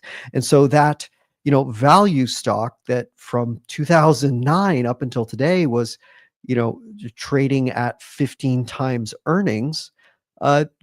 It's not just the stock itself, it's also the conditions of the market around it. We could have taken that exact same stock back in the 90s or something like that, when we had real interest rates. Maybe it was trading down at the 10 range, because it was based on like the institutional investor calculations of what is a fair value for it back then, when there was a very different value for lower risk assets. That could be a thing. And so going back to today, if this hypothetical stock currently trading for 10 times earnings, but since the Great Recession, it's traded at 15 times earnings. Well, today we're in a higher interest rate environment. Maybe you should be looking back to that period in the 90s where it was trading at 10. So that's where that reversion to the mean gets challenging, because of what is the mean? Is it a 5-year mean? Is it 10-year mean? And the conditions of the market are so much different that that I find that reversion to the mean thesis to be almost not that great. And so when looking at value investing, if you are a dyed in the wool value investor, in my opinion, you can't base your thesis on a multiple expansion. I think you have to make your thesis this thing for me can work at 10 times earnings. I know it's cheap, but it doesn't have to grow much at 10 times earnings. Maybe I'm getting 3% growth and a 5%, dividend yield, and maybe a little bit of buyback in there to boost earnings per share growth or something like that. If I can get my desired rate of return at that current multiple, that's to me what value investing has to be today. Because if there is this, if you're looking back at this 15-year period of practically zero interest rates, and trying to use that as your, mean reversion, you're basically betting, like, not only are you betting on, like, the quality of the business, but you're also betting on, like, interest rates falling through the floor again, which I just can't get behind. So, I just feel if you're a value investor, you have to kind of throw this reversion to the mean thesis out and just be like, look, if it works at its current stock price and I can be comfortable with it staying at this current, like, valuation multiple for a long time, I think that's just kind of how it's going to have to be. Yeah, no, I agree. I mean, especially I like to continue on that last part. It's if I feel comfortable, right? If I feel comfortable about the price that I'm paying for a certain stock. And I think that's the most important part, right? Because Warren Buffett says it, Peter Lynch said it, the stock doesn't know that you own it. The stock doesn't care about you. You care about the stock, you know you own it. So as long as you feel comfortable about the price that you're paying, whether it's value or growth, you should be fine. I think that's the most important part, like know what you buy, know what price you're paying for these stocks, whether it's value, whether it's growth. It's always important to know what you own, because imagine, I mean, you buy something, you think you buy something at a good price, it goes up, you don't ask any questions. I mean, nobody usually asks questions when things go up, but then suddenly, if it comes down 50%, then you're like, oh, what happened here? Like, why? I thought I paid a good price, but turns out it wasn't a good price, even at those levels. So always good to know what you buy. I'm going to hit this one and kind of go off in a slightly more generic direction with it too, because the specifics of the business I'm not 100% on. I was just doing a little bit of homework while we were talking today. But Pauly D asked, any thoughts on BRC Inc. The ticker is BRCC. This is also the company that's behind what's called Black Rifle Coffee. It's a canned, they do coffee in a can, sold in grocery stores. They also have a direct to consumer outlet, as well as, instead of not just also canned, but they also do like the powder packets and things like that. The question was, it was a SPAC company that went public. I think it de-SPAC'd somewhere in like early 2022. And since then it's done quite badly. As Pauly D mentions in the comment, it looks like from the time that it de-SPAC'd, it's down about 77%. So it gives you a rough idea. I mean, number one, yes, it was a SPAC. Everything in 2022 that was a SPAC was probably overvalued. And I'm looking at this business right now, 466 million market cap company, and only has about $300 million in $395 million in annual sales. So like you're paying, more than sales for a low margin coffee company. That's already challenging enough as it is. Looking through its financials, it grew up until this past year. Sales growth looked pretty good. They flatlined here. Gross margins are fine, but it looks like from an operational standpoint, they just can't seem to get their act together. They, in their investor presentations, they're like, well, adjusted EBITDA is fine in the high single digits, but then you get down to the brass tacks of a GAAP accounting, and like it's just not quite there. So the adjustments are very liberal in this regard, and it's a business that's still consuming a lot of cash. So from a business perspective, a challenging one. But the point I want to get to here, because as Pauly D mentioned, is like, it's a stock that's done badly, but their coffee tastes good. I no comment. I've never tasted their coffee, but it's an interesting concept in the consumer goods space, because sometimes a decent product or a product you like might not necessarily translate into a good business. And I'm going to give two examples from my like consumer, me as the consumer versus me as the investor, like lens, that have had very different dynamics that were quite surprising.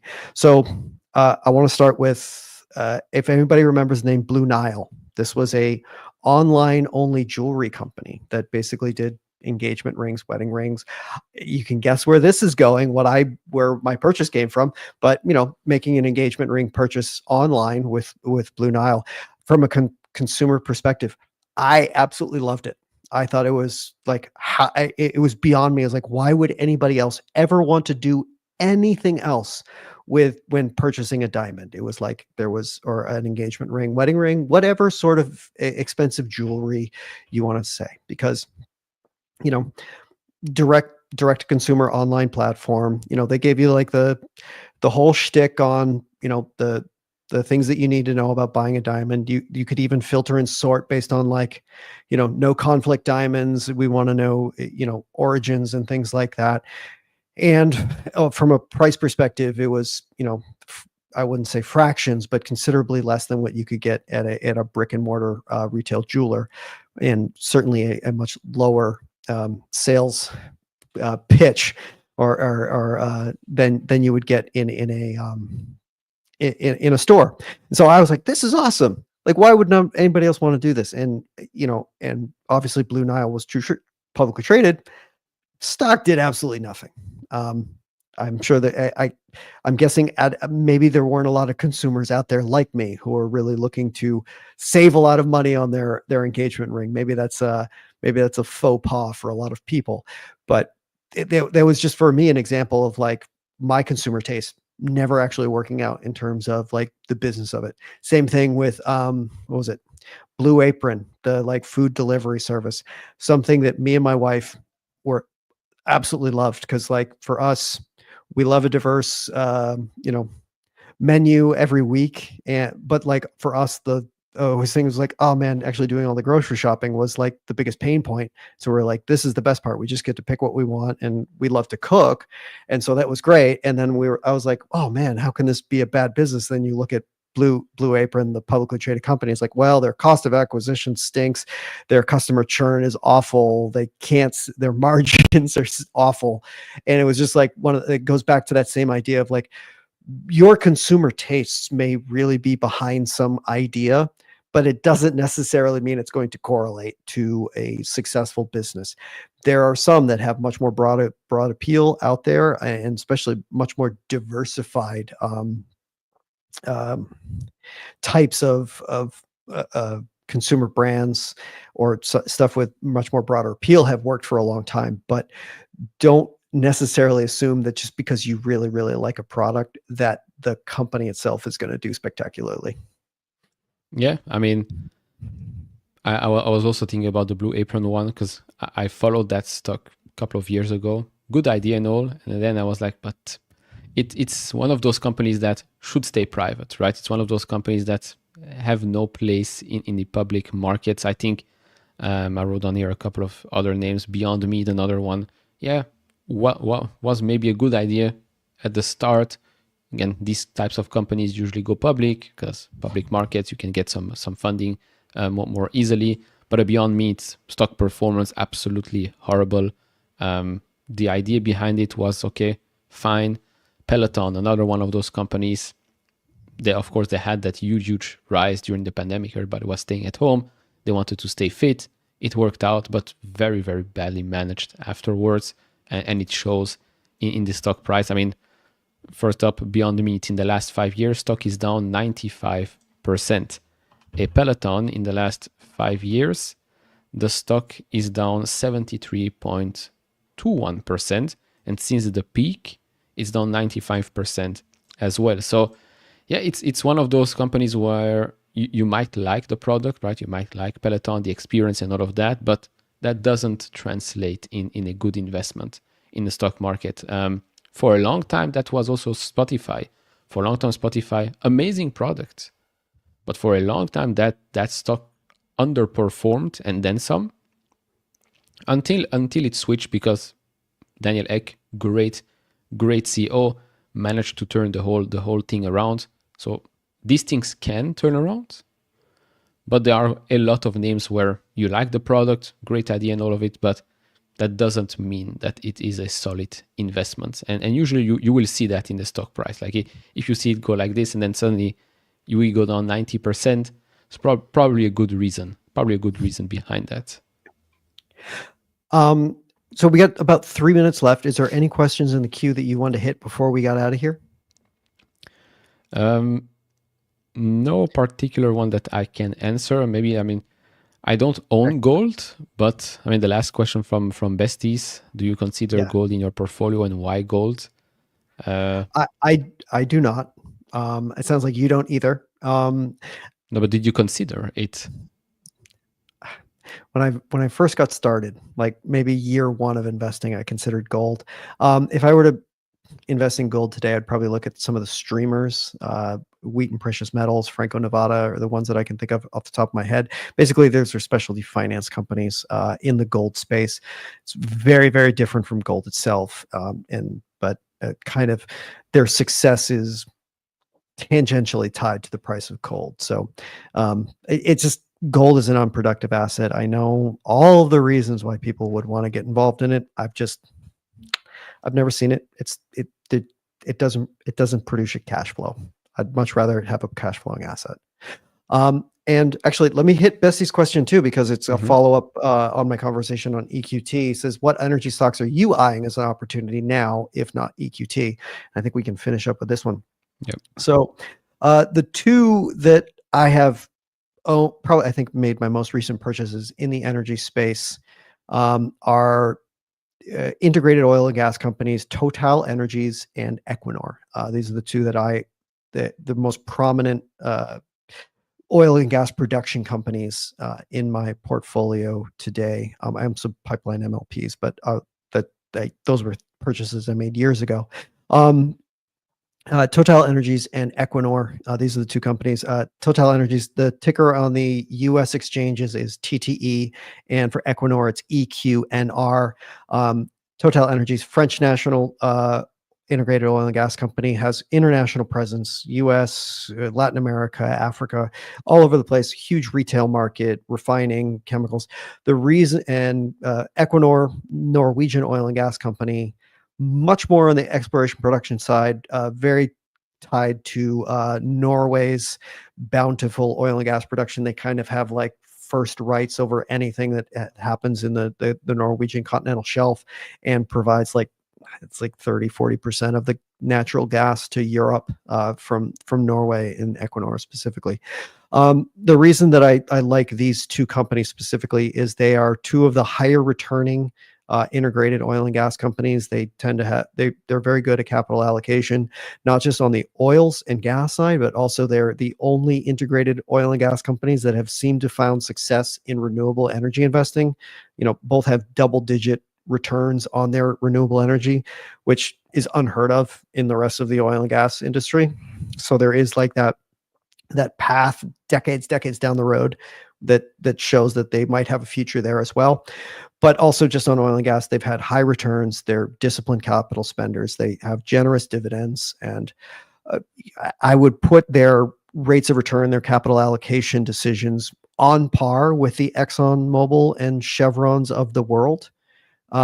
So, rates of return and capital allocation relatively similar to those companies, but I'm getting them for a much, much cheaper price. If you look at the valuations for Total Energies and Equinor relative to ExxonMobil or Chevron, you're getting them at a fraction of the price for what I think are comparable returns. The reason is because they're European stock companies? Probably. I would assume so. I mean, yes, they have much higher tax rates. You have to pay a foreign tax on the dividends and things like that. Some people just don't know it. There's not a lot of people that know, at least the American investor base, or probably don't have any contact with Equinor.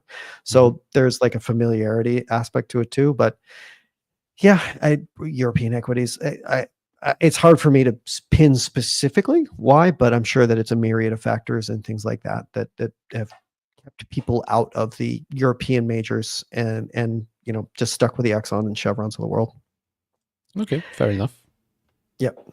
And with that, it brings us to 2 minutes past the hour. We went over a little bit longer because I tend to be long-winded, especially on these long-form weekends. And so we have coming in Jeff Santoro and Rachel Warren.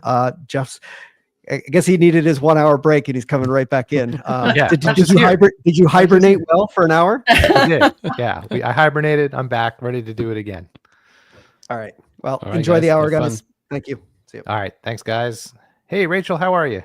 Doing pretty good. How are you, Jeff? I'm good. You're doing more than 1 hour today as well. So Indeed. good to get these breaks in between, rest up, and get back on it. So welcome, Fools, to Fool24, the 2 o'clock hour here on the East Coast. Rachel and I are going to answer any questions that come into the chat today. If you want to ask us a question, go to slido.com and type in the code Fool24.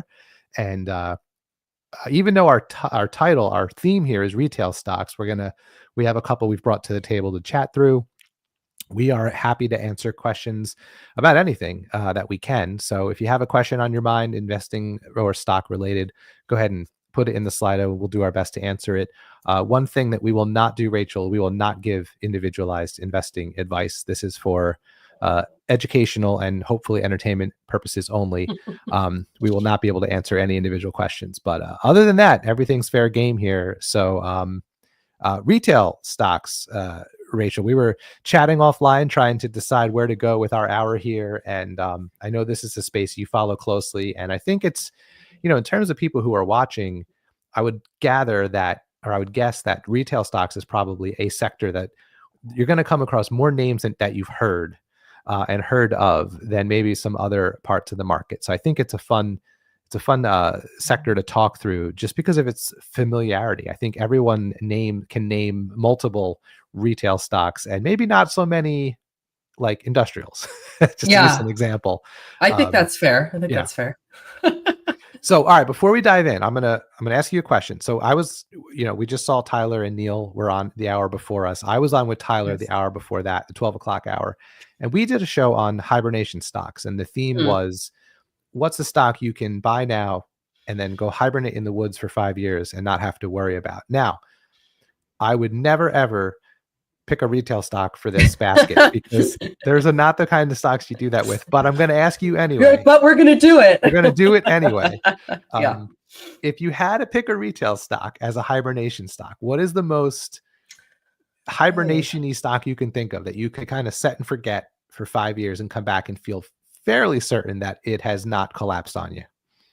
Yeah, I mean, there's kind of a couple that come to mind. One we'll probably end up talking about more this hour that they're reporting this week, Dollar General. I think about that as a really resilient place for consumer spending in a wide range of environments, and even more so in a, potentially recessionary one. But the other kind of main company I want to talk about, and again, retail is a cyclical space, right? So you might think, okay, this is a great investment over the long run, but if economic conditions worsen, these are all companies that would most likely see some impact. But if I look at the space, and I'm thinking along the theme of hibernation, trying to follow your directions, Jeff, one company that comes to mind is TJX Companies. I've talked about this business a lot on some recent shows, and it's, this is the parent company of TJ Maxx, TK Maxx in the UK, Marshalls, Home Goods, as well as some other name brands, and they really operate a extensive and very successful group of off-price retail businesses with a unique model that I think has enabled the company to succeed in a wide range of economic environments, even though they are, again, operating in a very cyclical space. They focus on selling brand name and designer merchandise at prices that are typically 20 to 60% below the regular prices of full price retailers. And then they don't usually run a lot of sales beyond that. It's kind of like you've got heavily discounted items, but they're not in a constant sales environment. It's sort of at that point, that's the price that you get as the end consumer. But what's particularly interesting is the way in which they source and distribute their merchandise. So they source their merchandise from a variety of channels. That's overstock, closeouts, manufacturer cancellations, special agreements they might have with certain manufacturers and suppliers. And that ensures that they have sort of this constantly changing and exciting assortment of inventory for consumers to shop from. They have a global buying strategy. So they source merchandise from vendors around the world. And this includes everyone from really big, well-known brands to boutique labels to emerging designers. And unlike traditional retailers, they don't really fall prey to the sales, coupons, other promotional activities type of environment. Instead, they're just focused on consistently offering low prices. And a lot of the stores under, the TJX Companies, family of stores are known for their kind of treasure hunt experience. So there's sort of a wide variety of merchandise that's displayed in a very dynamic and really ever-changing assortment. And they have continued that model through their stores, both domestically as well as internationally, and they continue to see really extensive growth internationally as well.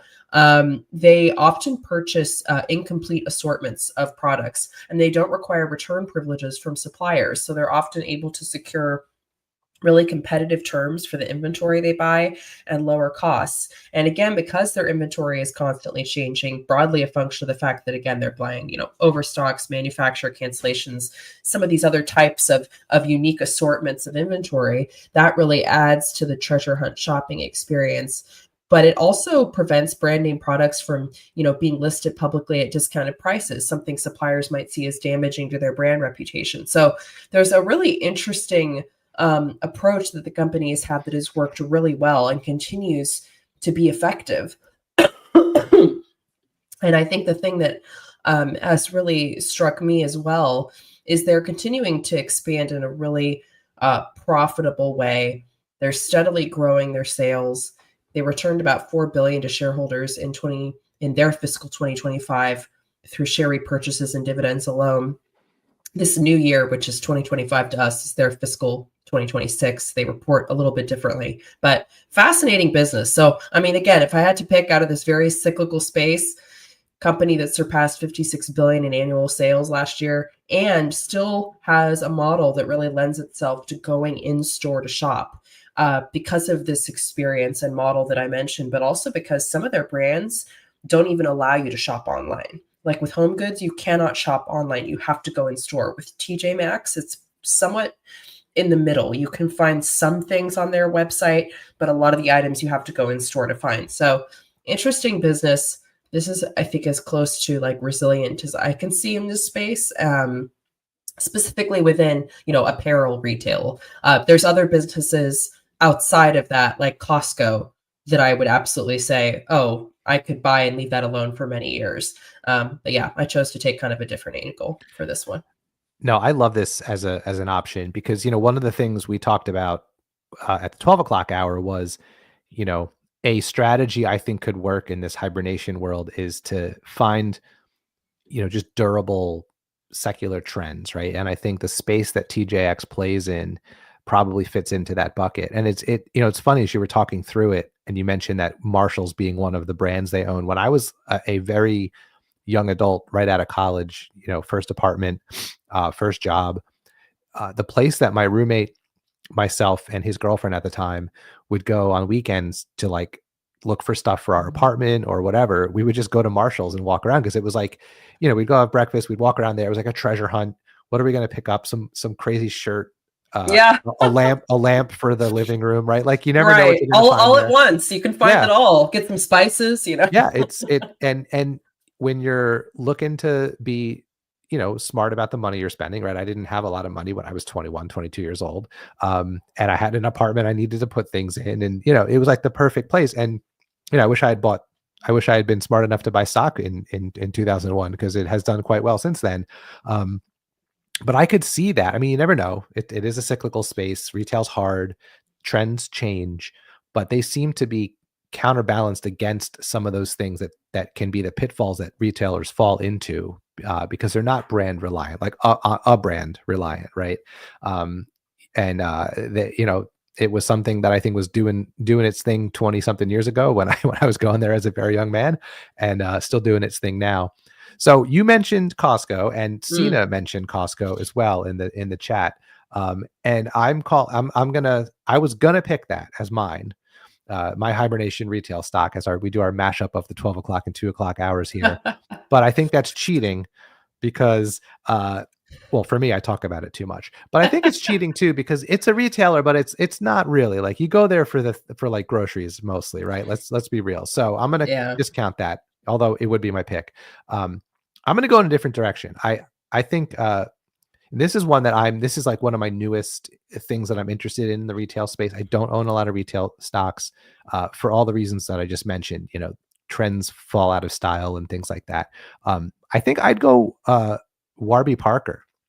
Now you could say it's on the edges of retail, right? It's getting glasses is a medical thing. But I think I count it as a retail stock. It's one that I've been very interested in recently. They do, if anyone's not aware, they are an eyeglass retailer. They started online. They were known for a very easy. They send you 5 frames to try on at home, and you send back the ones you don't want. I use it as a customer years ago for the first time, and that's how I first became aware of the company itself. But it came on my radar as an investment over the past year. And they're doing some interesting things. They're growing pretty healthily, and they're doing what I would call like a reverse retail strategy, right? So you sometimes see legacy brick and mortar retailers pivot to having an online presence, right? Because they existed before the internet was a thing, and now they have to kind of make sure that they adapt to meet customers where they want to be met. Warby Parker has kind of gone the other way. They were online first. They were e-commerce first, and their strategy right now is to pretty robustly grow their store count, their physical brick and mortar store count. And they're doing it in some interesting ways. So they have found that they tend to open stores in the area where their e-commerce sales are high, right? So people who have bought online can go not too far to a brick and mortar store if they have a problem with their glasses, or just they're trying to kind of saturate a market with awareness as a growth strategy first before they start branching out into new markets. I think that's an interesting strategy. They say several times that customer recommendations and word of mouth is one of their biggest ways to grow and get people aware of their brand. And the results have been pretty impressive. I'm trying to find my spreadsheet here. I mean, they're growing the top line in the mid-teens. They are not profitable yet, but they are getting closer. So just as an example, 2 years ago, they had a net income margin of negative 14%. That improved to negative 12% a year ago. And then the most recently reported quarter, it was just negative 4%, right? So still profitable, but heading in the right direction. Same thing with cash generation. That has improved slowly over time as well. Their operating expenses have shrunk as a percentage of revenue as they've gone through this, physical capital intensive growth phase, which I think is an important and interesting thing to see. They are able to turn their new locations profitable pretty quickly. So I think that's how they've been able to grow rapidly and not really see a massive hit on the bottom line. And with cash generation is that they're able to pivot those stores to being profitable pretty quickly. So why is it my retail hibernation stock? Because I think, people need glasses. I think more people are going to need glasses in the future just based on how much time we spend staring at screens that are no more than a foot away from our faces. So I believe this is a growth industry. And I just feel that if I were to wake up in 5 years, they're going to be a larger, more competitive business in more places with a bigger footprint and more customers than they have now. Could be totally wrong. I wouldn't put this in my real hibernation basket, but if I had to pick a retailer and I prevented myself from choosing Costco, I think I would go Warby Parker, just because I think they're at the beginning of a growth spurt that I think that will be, too. yeah, I think it'll be successful. At least that's what I'm hoping as a shareholder. So, all right. Yeah. I'll add a couple comments with that. It's interesting because I've gotten some questions on this company recently, and I've been getting to know them a bit more. I'm not as knowledgeable about them as you are, obviously.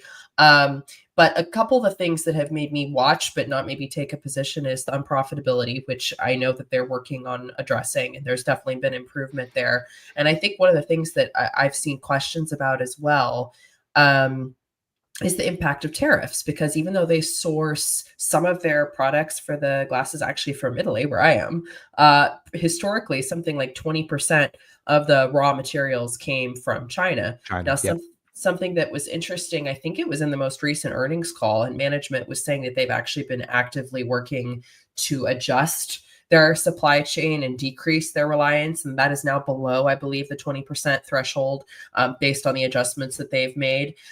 So that's interesting. It's still a concern that I have. But again, certainly not the only company that would be foreseeably impacted by that. You have a lot of of businesses that source their manufacturing and supply chain back to China. I don't think that is something that is going to just go away regardless of the state of tariffs. I think that is just an integral part of the global supply chain at this point and a reality of modern commerce. But also, I thought it was interesting that while that has been a concern of mine, and I think a lot of people that maybe have watched this stock, because especially that is really key to their low-cost direct-to-consumer model is how they source their materials. It does seem as though management is very aware and is being very proactive and taking steps to moderate that risk. Yeah, no, I'm glad you mentioned that because I did want to make sure we talk through that. Just for stepping away from the hibernation stock aspect, but just talking about it as an investment generally. So right. We talk a lot about on Fool24, like how to think long-term about the threat of tariffs and how some companies are going to be more impacted than others. I do think this is a legitimate short-term potential issue for Warby Parker because they are sourcing materials from China.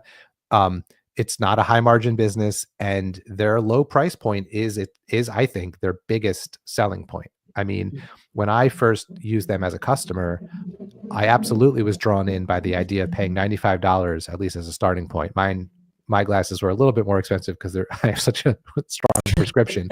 But before that, I was paying $250, $300, $400, $500 for glasses, lenses and frames included. I mean, the cost difference was enormous to the point where I remember saying to my wife as I was discussing whether I wanted to kind of roll the dice with this company I've never heard of is honestly for I think my glasses ended up being $125 with the stronger prescription, but like at $125, if I had to replace them twice as frequently as I usually have to, I'd still break out probably saving money. I could buy 2 pairs for the cost of what it was costing me to buy like a regular pair at my eye doctor or Lens Crafters or wherever else. So if let's say the tariff concerns materialize and they're not one of two things are going to happen. They're going to have to raise prices, which is going to really potentially be a headwind to one of their biggest selling points to consumers, right? The low price point, or they're going to have to take the hit on internally, and you're going to see margins compress and you're going to see profitability stay even more elusive. And that's going to impact shareholders, right? That's going to make the stock not perform like we hope it will. So now will that be the case in 5 years? I don't know, right? Like we don't know what the tariffs are going to be like in 2 weeks. So we certainly don't know what the tariff might be like in 5 years. So from a long-term perspective, I'm not as worried about it because I feel like you said, they're trying to figure out ways around that. Whether they can or cannot, we'll find out. Whether they can or cannot with the same cost profile that they have now, we'll find out. But if I'm holding on to this company for many, many years, I think that's something that they'll figure out over time or will shake out in the wash, so to speak. But yeah, in the short term, they might have mentioned, I think they did mention it on their call, but also I think it was in their 10K as an identified risk, and it was specifically about tariffs with China. So, and that's why it's the shares have sold off in the last couple of weeks because of that. So yeah, absolutely something worth considering, but over the long term, it doesn't worry me as much as it does over the short term. Yeah, it's still an interesting business. Cena NYC was saying regarding hibernation, I'm assuming I would not be in a rush to sell after such a long nap, so could be open to a cycle to play through. Yeah, that could apply to numerous companies. I think that's a good way to look at it. There was also, I think, a question I had missed earlier that Cena had asked. Rachel, thoughts on how to tell a good espresso spot in Italy from a bad one? Traveling fools need this info. I mean, I really have not yet had bad espresso in Italy, except, maybe it's Starbucks. Dare I say it? I was talking about how, though, I enjoy that they have some Starbucks locations here the other day because it can be a great place to bring your laptop. And, just don't go there for, Italian coffee. I would say any place where I'd be here, like the local coffee shop, it's like you call it a bar here. And so you might be able to go get a drink, but it's not a bar. It's where you go get your coffee. You go get your espresso, your double espresso, which we would call espresso doppio. But honestly, places where locals are congregating are always great. That's always a good sign. You just go up to the counter, get your morning coffee. Yeah. Anyway. I like that the answer is it's really hard to go wrong anywhere. It That's good really to know. is. That's good to know. All right, I'll grab a question in the Slido here from Everything Is Fine. Not sure if anyone commented on PayPal in a recent segment. Have been curious about what different folks think of their long-term earnings growth rate target of 20% plus. So this is a company I'm going to try to talk and pull up my notes on the company while I do so. I've been pretty bullish on PayPal for a while now. I think they're in still the early innings of a turnaround story.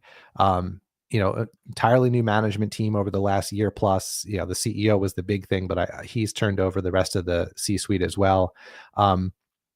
This is one I've owned for a while now, and through a lot of ups and downs. And when I think about PayPal moving forward, there's a couple big picture thoughts and then some smaller picture thoughts that I want to quickly go through. So first is, this is if you just take a minute to read through its corporate history, it's really remarkable that for its entire time as a publicly traded company, it really hasn't had many like multi-year periods of time without something very weird and strange happening, right? So they were part of eBay, then they were spun out from eBay, and they were still using eBay, or eBay was still using them as the payment for their platform, and then that completely spun apart. And then right as that was starting to get resolved, and they were saying things like, we're no longer, we're now lapping quarters that don't have this eBay change in our results. Right as that was happening, boom, the pandemic hit, right? And everything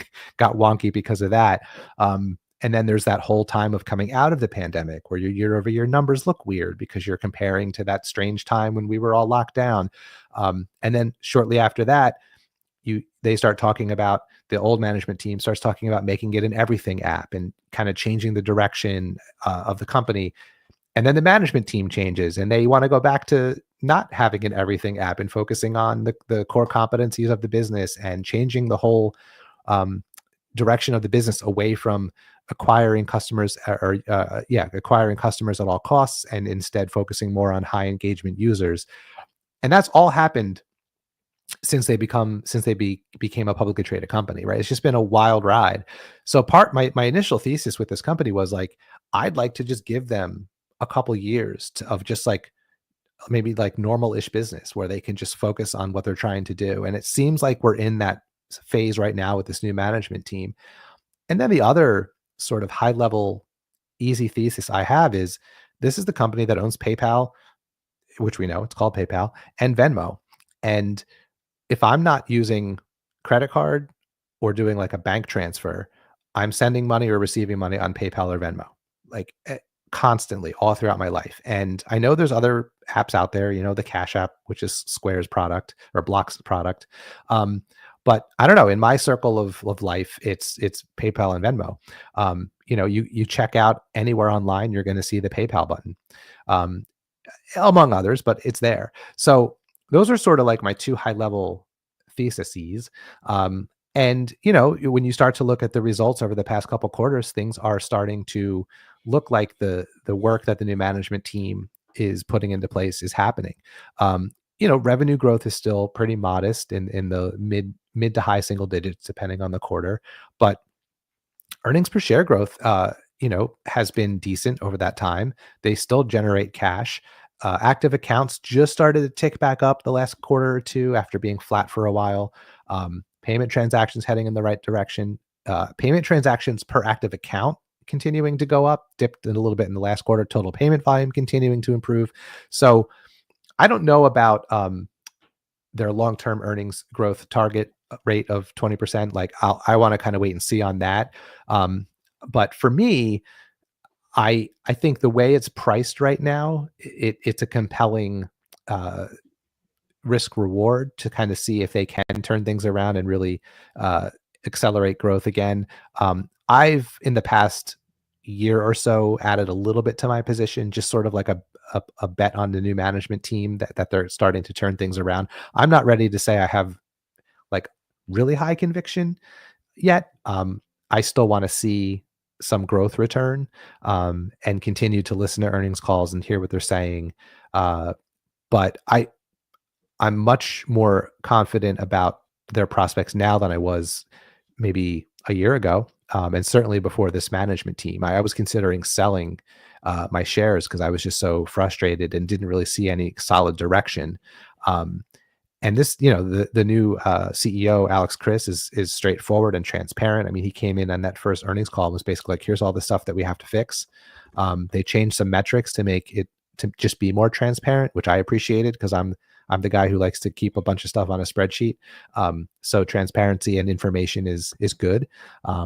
So anyway, I'm not sure if this is one that you track closely, Rachel, but those are my thoughts on PayPal. I'm moderately bullish on the future here.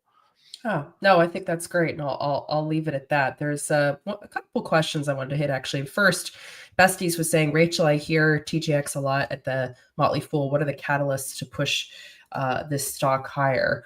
I mean, I think it's also important to think about what are the catalysts that are going to impact the business over the long run, which should also inevitably over time feed into stock price. I was trying to look as well. Shares are actually trading up about 20% over the last year, even though the stock is down a little bit year to date. So that's worth noting as well, which is interesting in the current environment we're in. But I think, the business, it's all about their ability to expand and continue doing what they're doing, both domestically and internationally.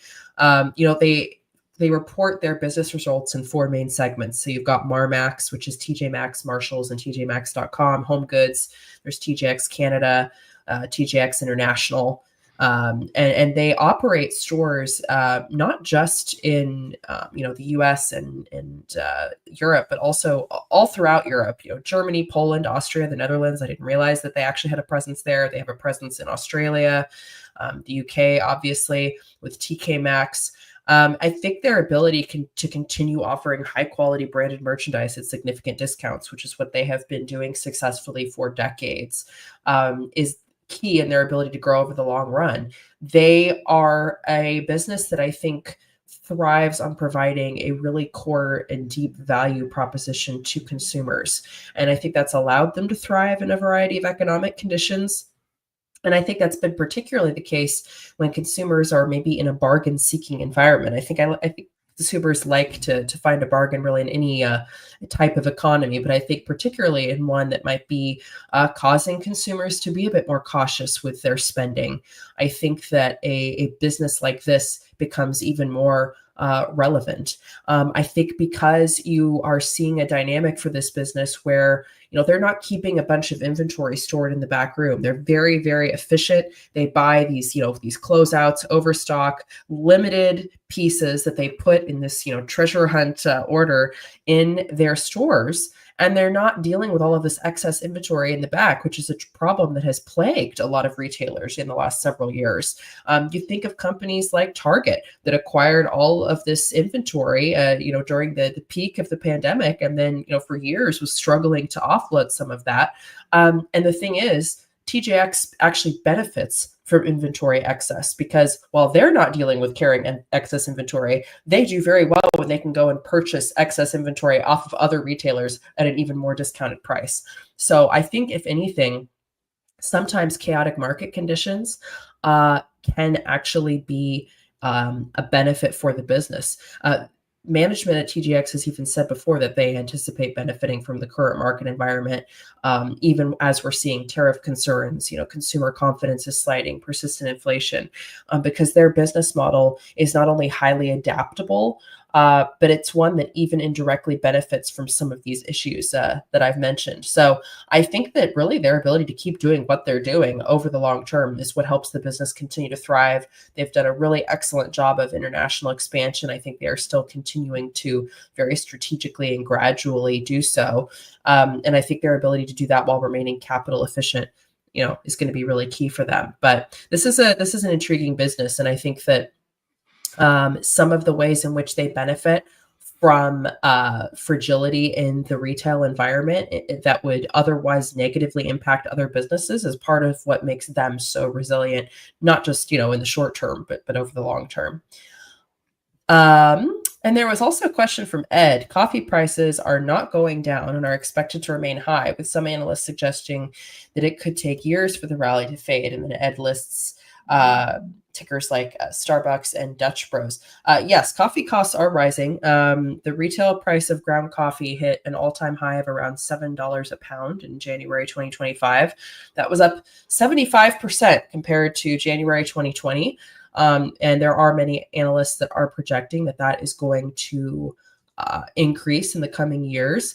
There are numerous factors that are contributing to that. For example, severe droughts and unexpected frosts in key coffee growing regions like Brazil have significantly reduced crop yields. That has led to lower supplies. There's also been heavy rainfall in some areas that has actually damaged coffee plants and can impact the quality of beans. At the same time, coffee consumption is increasing. Demand is increasing. For example, in emerging markets like China, there has been data that's shown that consumption is up 150% over the last decade in China as it regards coffee consumption.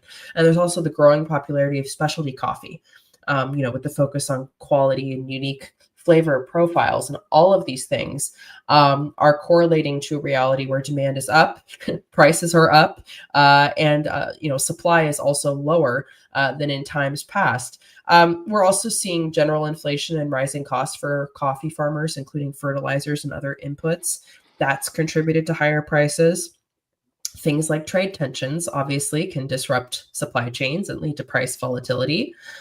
Threats of tariffs on coffee imports, for example, can create uncertainty and drive prices up. So broadly speaking, this is a dynamic that has been in place for a period of time now. And I think given some of the dynamics we've seen in the last couple months that are contributing to that, I would not expect prices to be going down anytime soon. So, what does that mean, obviously, for these types of businesses like Dutch Bros, like Starbucks? Well, obviously, the cost of doing business goes up. Now, I think I've talked a lot about Starbucks in recent days. We've had some interesting questions on that business. I think that their international expansion, particularly in the EMEA region, is really key to their ability to grow and remain competitive over the long run. Their biggest international market is China. Between the US and China, that represents about 61% of their entire global store count. And while China is an incredible market in terms of opportunity, including for coffee, there are many local dominant players like Luckin Coffee, and that has completely disrupted Starbucks's market share. And so I think their ability to really succeed over the long run is really tied to continuing to expand within North America, which is obviously their huge area of concentration, but also doing well with their international expansion, which I went through some ways yesterday in which, they are expanding in Europe, for example, as well as other parts of the EMEA region. They have previously said they plan to open something like 300 new stores by 2028. They've been focusing on markets like France, Spain, the Netherlands, and Portugal. They are also have a strong presence in the UK. They're planning to open additional new stores there as well. They've been investing in digital channels, new store formats, and they've been expanding their greener stores framework, which focuses on sustainability and store operations to not just within Europe, but also in the Middle East and Africa. So I think that's really where the growth opportunity for them lies over the long run. Dutch Bros is a fun one. I've gotten to know this company a bit more in the last couple months because we get a lot of questions about it on the show. It's one that if I take a vacation at some point, and I'm not talking about it every other day, I would like to buy shares. I think it's an interesting business. They're obviously a much smaller enterprise, right? Than the likes of Starbucks. They've been around for 30 plus years at this point, but they have a different model. They're not where you really go and sit down and have your relaxing coffee experience. It's much more about the convenience factor. You drive up or drive through and you go and get your coffee and off you go. And that's great. And that's been a very popular model for them. They celebrated their 1,000th shop opening around the time of their earnings release, which was, I think, a huge milestone for the business. And they've also said that they've really been working to expand mobile ordering, which was interesting to me because obviously mobile ordering, I think, is a habit that is pretty well ingrained in the lives of coffee consumers nowadays. But this was their first full quarter of mobile order. they said at the end of their most recent earnings report. And they said, we're really beginning to see the benefits to our business. They said that approximately 96% of system and 99% of their company operated shops had a mobile order functionality as of December 31st. They said our customers are enthusiastically embracing the mobile order occasion, and they've had reward customers as of the end of the year, so I'm sure much more by now, that had placed around 5.4 million mobile order transactions. They said that as of December 31st, approximately 8% of their channel mix was mobile order. Not only is this interesting to me that this is kind of a new rollout for them, like a brand new rollout, but the fact that they have been this successful without having really well integrated mobile order capabilities was something that stuck out to me.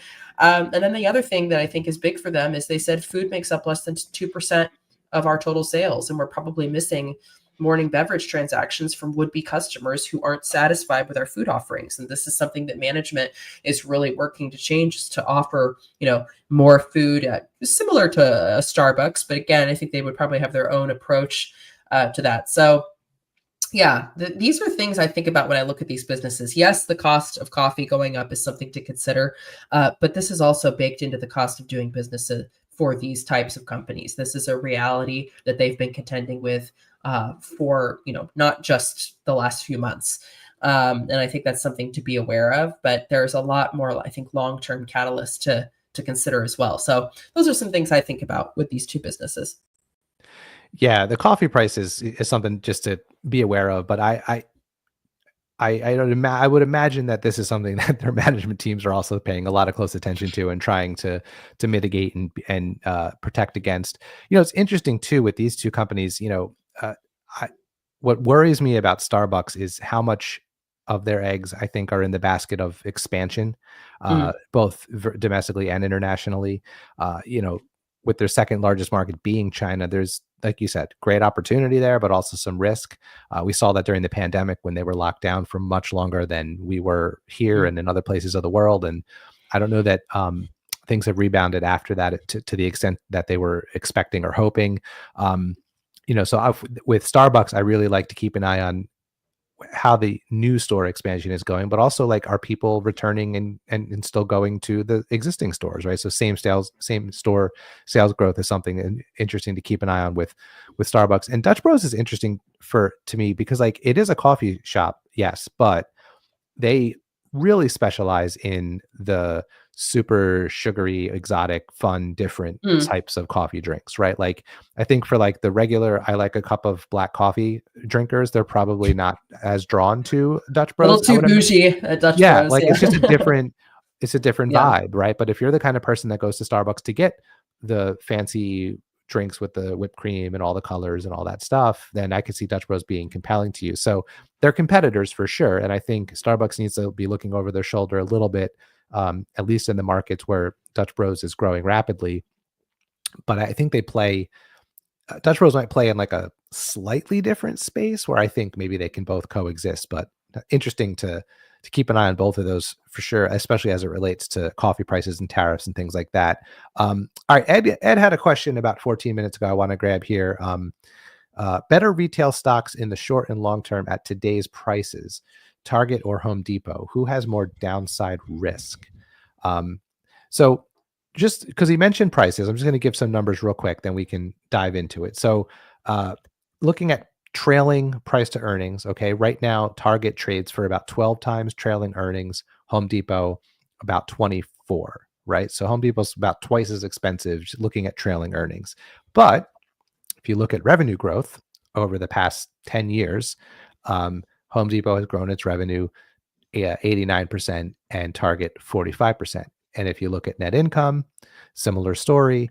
Home Depot has grown its net income 114% to Target's 22%.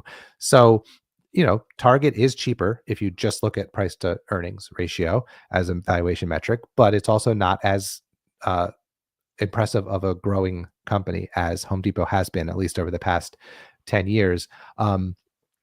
I don't know about downside risk. I would say out of these two, I would favor Home Depot. I mean, Home Depot is still part of a duopoly. There really is no competitor to Home Depot other than Lowe's, and between those two, that's kind of all there is. Yes, there are still mom and pop hardware stores around and some other competitors, but really, I know around me, like if I'm going out to get anything home improvement related, I'm going to the Home Depot because it's right down the street from my house and they have everything I need. So, thinking about long-term trends, we have a housing shortage in this country. So there will be hopefully more houses being built in the future. And the average age of a home in the United States right now is just under 40 years. So that means that people who don't choose to move, or people who move into an older house, are going to have to do upgrades and make improvements. And, a huge home builder isn't maybe going to Home Depot for the things they need. They're probably buying from larger distributors because they're huge companies. But I know that, we renovated our kitchen back in 2021, and the local contractor in our town who does all that kind of work, he was running to Home Depot every day to buy stuff, because he's just a guy with 5 or 6 employees who does, home improvement in my town. And, Home Depot has a great pro program, right, for professional contractors. That's been the strength of their business. So, and there's tons of those little businesses all around. Every town in America has got contractors who do home improvements. So, I still think that Home Depot is probably better positioned for the future for all those reasons. Yeah, Target still is as well in a lot of ways, but I just feel like there's a lot more places you can go for what Target sells. You can go on Amazon and get what Target sells. You can go to the grocery store and get what Target sells. You can go to Walmart and get what Target sells. You can go to Costco and get a lot of what Target sells. So I think that there's just a little bit more competition in that space than there is for Home Depot. So I guess between those two, I would favor Home Depot, both in the short term and the long term, even though Home Depot is, by at least price to earnings ratio, more expensive. I think you're paying for those advantages that I just went through. What about you? Would you think of this any differently? Yeah, Target's been a hard one because I like them as a dividend, play potentially, and I do think over the long term they will probably recover and be okay. And the yield right now is like 4 something. I just had it up. Because it's been so beat down, the dividend. I know. Dividend yield is looking pretty good, at least. It's 4.29 right now. Am I looking at the right? Yeah, Target's 4.29. So. Yeah. Home Depot is 2.6. Yeah. Yeah, and the thing that Target has struggled with so much is, they are, I think, broadly speaking, much more of a discretionary centric business. Like, yes, they do have their grocery segment in some of their stores, but they're much more reliant on discretionary spending, for items like clothing, accessories, and other items. And those are obviously areas that are much more, susceptible to economic downturns. And that has really, contributed to their struggles. They've obviously had a lot of issues as well with just operational challenges. They've had too much inventory in some locations, and they've had inventory shortages in some locations. They have been impacted, it seems, at a higher rate than some of their competitors by issues like retail theft. You've got much more resilient businesses like Walmart that, 60% of their overall sales are just from U.S. grocery sales. Walmart's really invested in AI and automation in a way that I think has outpaced a business like Target. So I think Target will be okay in the long run, but I do think, if I had to pick between these two, they have their own challenges. I think Home Depot is a really solid business as well, probably more solid than Target is at this point. And I think, again, Home Depot's facing some short-term issues, right, with the housing market. Obviously, home building is down. That's something that adversely impacts their business due to their work with construction professionals and others in that space. And then there's also the reality that consumers are really not as inclined to spend money on home renovations right now. So that's impacting their business. But that isn't really anything fundamental to the actual business itself. It's just the environment in which it's operating. So I'm not a hater of either of these stocks over the long run. I think I'm probably a little bit more interested in Home Depot if I was going to invest in one of these two. But I still think they probably both win over the long run. There was a question from Besties. This is a lot of tickers here, so maybe if there's Yeah, I was going to grab this one too. Yeah, let's do I it. was gonna say we could team tag with this one, but Besties was saying, how would food and drink and related stocks do if going into a recession? Which one would hold better? And then listed, let's see, Kava, Chipotle, Wingstop, Texas Roadhouse, Starbucks, Celsius, Casey. Is that Casey's General Stores? Am I wrong? I think so. Yeah. Yeah, Casey General Stores. Okay, there you go. MUSA, Murphy USA. I'm not sure. Is that a restaurant one? Oh, they're a chain of retail gas stations. Okay, I don't know that one. I might look that up. And Toast. Okay, so I know most of these. I didn't know Murphy USA. Look, I think food and drink stocks, I think that you have to take these on a business by business basis, right? It's not just about how share prices would perform. It's also about how the businesses would perform. I think we have seen, especially in the last couple of months as a great example, that sometimes you have businesses that are doing really well on the fundamentals, and due to broader market sentiment are in, dark red negative territory in terms of how share prices are performing, even though the business is doing well.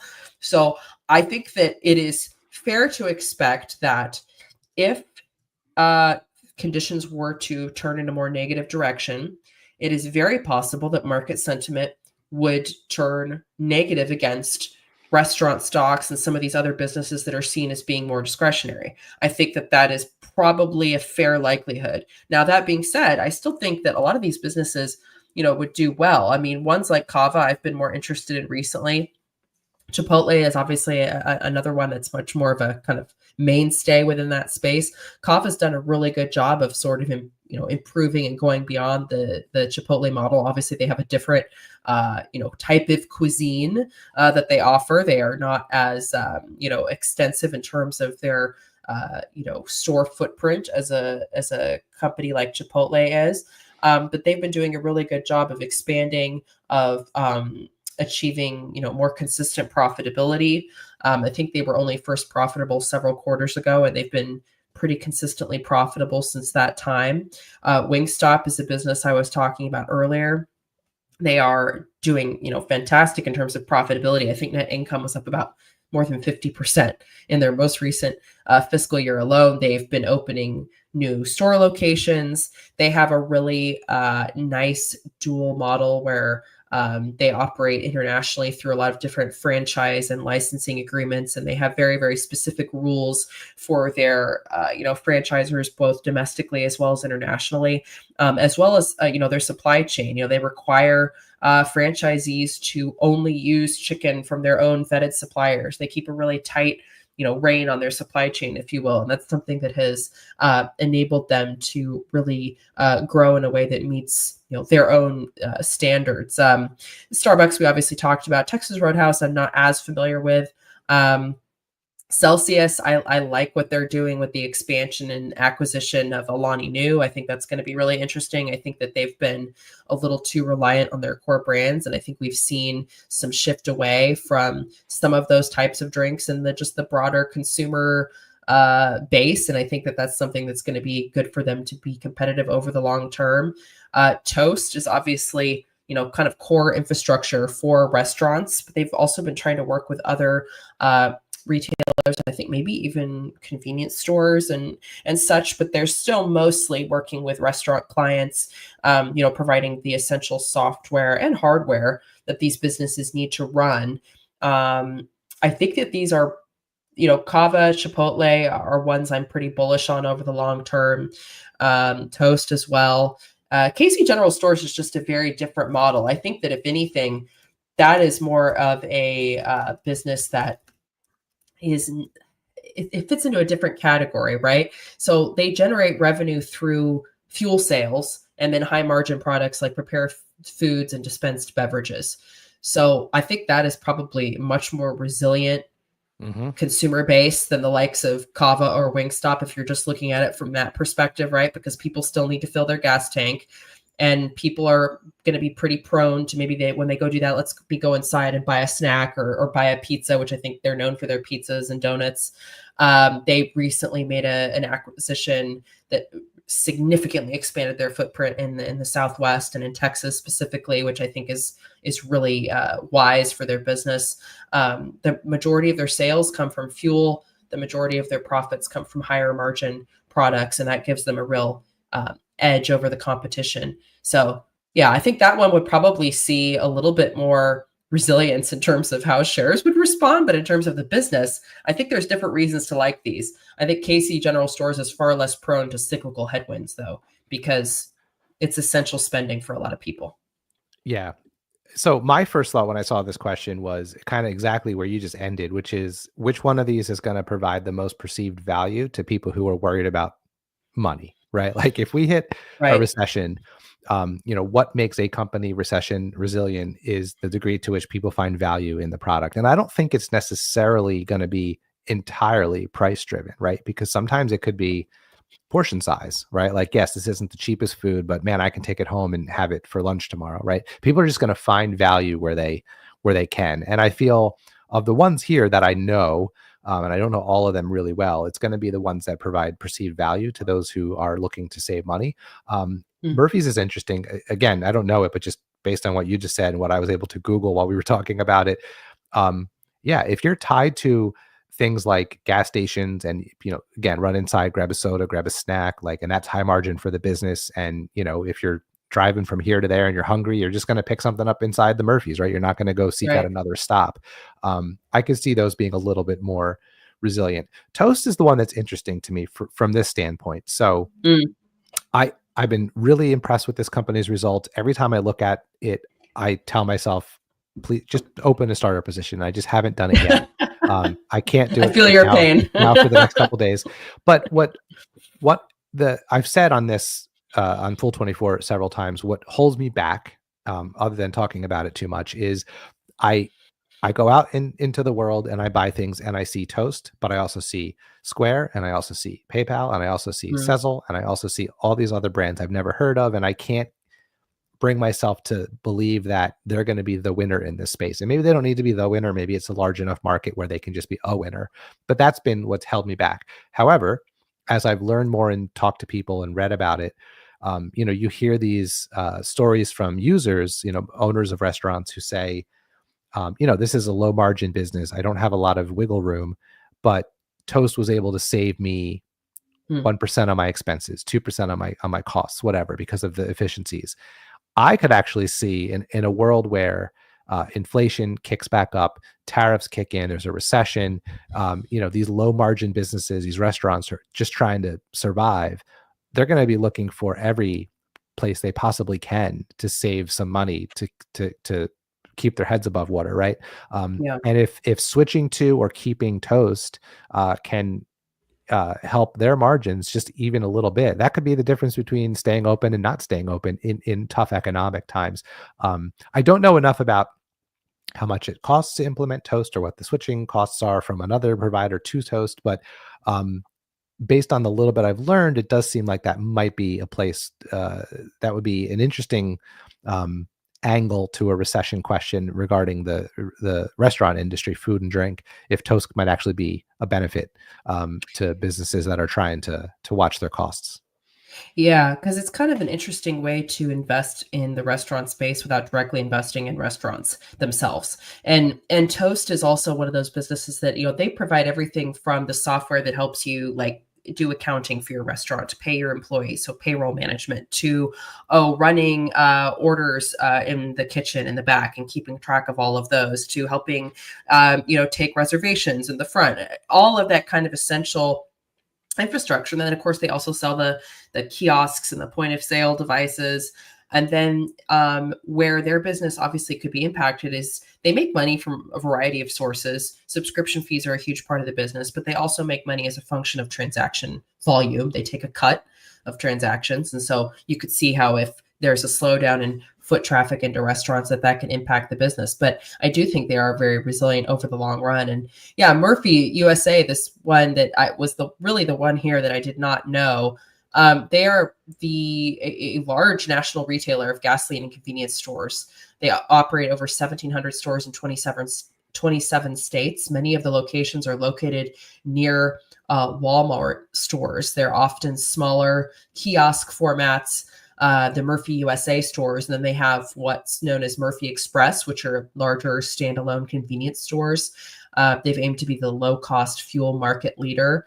You could definitely see companies, like that, Casey General Stores, just broadly speaking, being more resilient, compared to restaurant businesses. But the thing I'll note here is we've been seeing a lot of different comments from management in this earnings season of different restaurant businesses. I talked about Darden International last week. I talked about Brinker, which they own. Brinker owns Maggiano's and Chili's. Darden owns a whole range of brands, but a couple of the ones they're really known for are Olive Garden and Longhorn Steakhouse. And one of the comments, I think it was Darden's CEO made that really stuck out to me was this idea that, we're seeing all of this concern, obviously, about consumer confidence and changing consumer spending patterns, but people are still going out to eat and people are still spending money on, a nice meal out or a mid price point. Obviously these are restaurants that are not, overly expensive in terms of the average cost for a meal. And then you've got more quick service categories like Chipotle, Cava, Wingstop, which you could almost see that even being more of a draw to these types of businesses. Like, maybe consumers are not going to have it within their budget to go out for a really expensive meal, but they can't afford, a quick meal somewhere at one of their favorite spots. So, it's very hard to predict these things sometimes. And I think it's the reality that any company with perceived or real exposure to discretionary spending might see share prices take a hit if we go into recession. That has nothing to do necessarily, it may, but not necessarily with how the actual business will be doing. And that will be a case-by-case thing. Yeah, for sure. I think there could absolutely be a, shoot first, ask questions later market reaction if we see recession. But, there will be companies who, that will be a reaction. But, if a recession lasts as long as they do on average, right? I think they're not all going to be like the recession we saw after the pandemic, which was like the shortest recession in the history of recessions. They can be many, 12, 18, 20, 24 months long sometimes. And over that time, you're going to get multiple earnings reports from each of these companies, and they're going to be talking about what's happening, the weakening consumer, slowing demand, and the degree to which each one of these is able to mitigate that or put up decent results in spite of that. That's where you're going to kind of see the winners here. I just think if you're looking in the food and beverage space and there really is a really bad economic downturn, I don't know that any of these are the ones I'd like go looking at, right? I'm thinking that's where you're looking at McDonald's and, some of the more, value focused places for people to eat.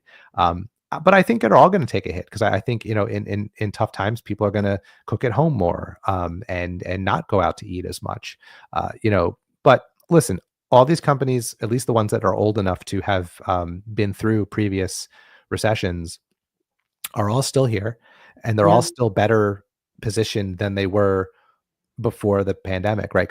Before that recession, because so much time has passed since. So I guess the way I'd end it as we hit the top of the hour here is, if you own if I owned any of these and I was worried about a recession coming up, I don't know that I would do anything other than hang on as long as I believe that after any upcoming recession, they'd still be around and resilient businesses because, all recessions end. Some are different, they're all different lengths. Some are longer than others, but we're hoping to buy stocks for decades. And, look, Starbucks certainly has been through tough times. Chipotle's been around long enough to have been through tough times. A lot of these other ones have as well. And I think, that's the way I think about this kind of to close things out is, where's it going to be in the recession is one question, but where's it going to be after the recession and in the decades after? I think that's the more important question. All right, we are past the top of the hour. I believe you're sticking around, Rachel. I'm here for one more hour. Yes. All right, I'm tapping out. I think we're tagging in Dan Caplinger. He's back. You guys, I think, were you on together earlier today? We were. We're all bouncing back and forth. So here he is. It's a weekend. Yeah, it's a weekend. We're all here for multiple hours because it's a weekend. We're all hanging out. That's right. All right. Rachel, this has been fun. Thanks for the hour. Dan, all yours. Thanks, and I'll see you guys later. Thank you, Jeff. Rachel, hi again. Hello. It's been a long time, Dan. Indeed, indeed. 3 hours. It's an eternity. It's a whole news cycle sometimes. It really is. So we're on the bag for valuation today is the name of this. I think, Rachel, I think I signed up second, which means that you were probably the one to pick the topic first. So I let me yield to you and let you kick things off in the direction in which you would like us to go, and I'll just trail along. Well, we kind of have our recurring valuation hours. And so it's one of those things where, fools, if you have any questions regarding valuation or the valuation of a specific company, feel free to go ahead and get that in the Slido. We obviously answer a wide range of questions in these shows and, are happy to do so within our ability, which does not mean we are able to give personalized financial or stock advice that is outside the parameter of our roles here as Fool contributors. But I think there's a lot to think about when it comes to valuation with stocks. And it's something we talk about sometimes at the beginning of these hours. And I'm sure, Dan, you have your own thoughts on this as well. I've talked about how, as it pertains to myself, I, of course, do look at valuation metrics when I'm analyzing different businesses in the, purview of my job, but also maybe for my own personal portfolio. And part of this might be a function of the fact that, I'm a relatively newer investor. I started investing about 5 years ago. And I have also quite a long, window ahead in terms of how far away I am from thinking about retirement. And so I use valuation as a tool, price to sales, price to book, price to earnings. These are all ratios that I find to be helpful depending on the type of business that I'm looking at. But I have never really let a high valuation keep me away from a great company that I'm really interested in. And that's been my personal approach. I know that we have a whole range of different opinions on this amidst Fool contributors. But for me, sometimes I'll look at a high multiple, but it doesn't necessarily keep me away from a business that I look at that I think is great for my portfolio over the long term. I think of an example of a company like Shopify. I bought that about 5 years ago. That was trading at a pretty steep multiple then. Fell off a bit of a cliff after that. So probably if I had waited, I could have bought shares at a discount, which I did not. But I'm not mad about it. It is still one of the best performing positions in my portfolio over the last several years. That's just one example. So I'm curious, maybe Dan, you could share how you think about valuation as it pertains to growing your portfolio. Yeah, it's funny, Rachel, among folks who routinely talk here, I am probably one of the least as far as individual stock orientation is concerned. I invest in a lot of ETFs, and part of it is, Rachel, that as you know, but as our viewers might not know, we have trading restrictions that we're required to follow that, when we talk about a stock, we're not allowed to trade in the stock for a certain period of time. We write an article about a stock, and I don't write nearly as much as I used to, but back in the day, I was writing about, a dozen companies in any given day. And it just got to be too much. Like I couldn't keep track of, okay, did I write about this? Did I not write about this? Is this on the list? Can I trade this? Can I sell this? Can I buy this? And it just wasn't worth it. And so I kind of took a step back and I said, well, you know what, if my job is talking about individual stocks, about businesses, about companies, then maybe, since that's where my income is coming from, maybe I should diversify my human capital a little bit. And that didn't keep me out of the stock market, but it did keep me out of individual stock valuation. But it doesn't mean that I don't know how to value stocks. It doesn't mean that I don't know how to think about this stuff. It definitely doesn't mean that I don't have opinions about it. I do have opinions about it. Share your opinions, Dan. But what I will say is this, I know investors who pay very little attention to valuation, and they've done extremely well by identifying companies that are just high quality companies. And oftentimes those high quality companies, they'll have a high valuation and then they will keep going and they'll have a higher valuation and the business just keeps going. And so that it ends up validating itself because the business lives up to the potential that it has. A stock that I fairly recently added to my portfolio that I'd say falls into this category, where my old value investor self would have been, Dan, what are you doing? You're like, you're not being true to yourself. But it's Axon Enterprise, ticker AXON. the company behind taser stun guns, more recently getting itself into Axon body cameras, other recording equipment for collecting evidence, as well as getting into some cloud computing. Axon's got a platform that helps law enforcement, other officials collect, monitor, keep the chain of custody for evidence that will be used later on in the judicial system. Serves not only law enforcement officers, but also, prosecutors, court officials, that kind of thing, just making sure that everything gets collected so that you can have a lawful process, so that the justice system can be as efficient as it can be. That stock has just been doing really, really well for a really long time. And there were situations where, if you look at, like, take any moment in time pretty much and take a look and look at traditional valuation metrics, and like, it never looks terribly inexpensive from a valuation standpoint, using things like price to earnings, price to sales, kind of the traditional stuff. Even when you try to factor in a growth rate, oftentimes it still looked expensive, even in relation to a relatively rapid growth rate. But because it had a reputation for doing its business well, because it had demonstrated an ability to grow revenue, grow earnings, be in a position to kind of invent and then dominate an entire sub industry, I decided to buy some shares. And sure enough, I mean, the stock goes up, and every time it goes up, I've been sort of like, how can it keep going up? But Rachel, you can probably understand this with holdings you've had for a while. It's just sort of like, if the business is doing well, maybe just don't mess with it. Maybe just kind of let it keep doing its thing, and then you're good. So that's one example, and I'm sure I'll have other examples from the other side of the value spectrum, because sometimes I do that, but don't let me talk too much, Rachel, or else I just, how. So let me ask you. I like it. I like it.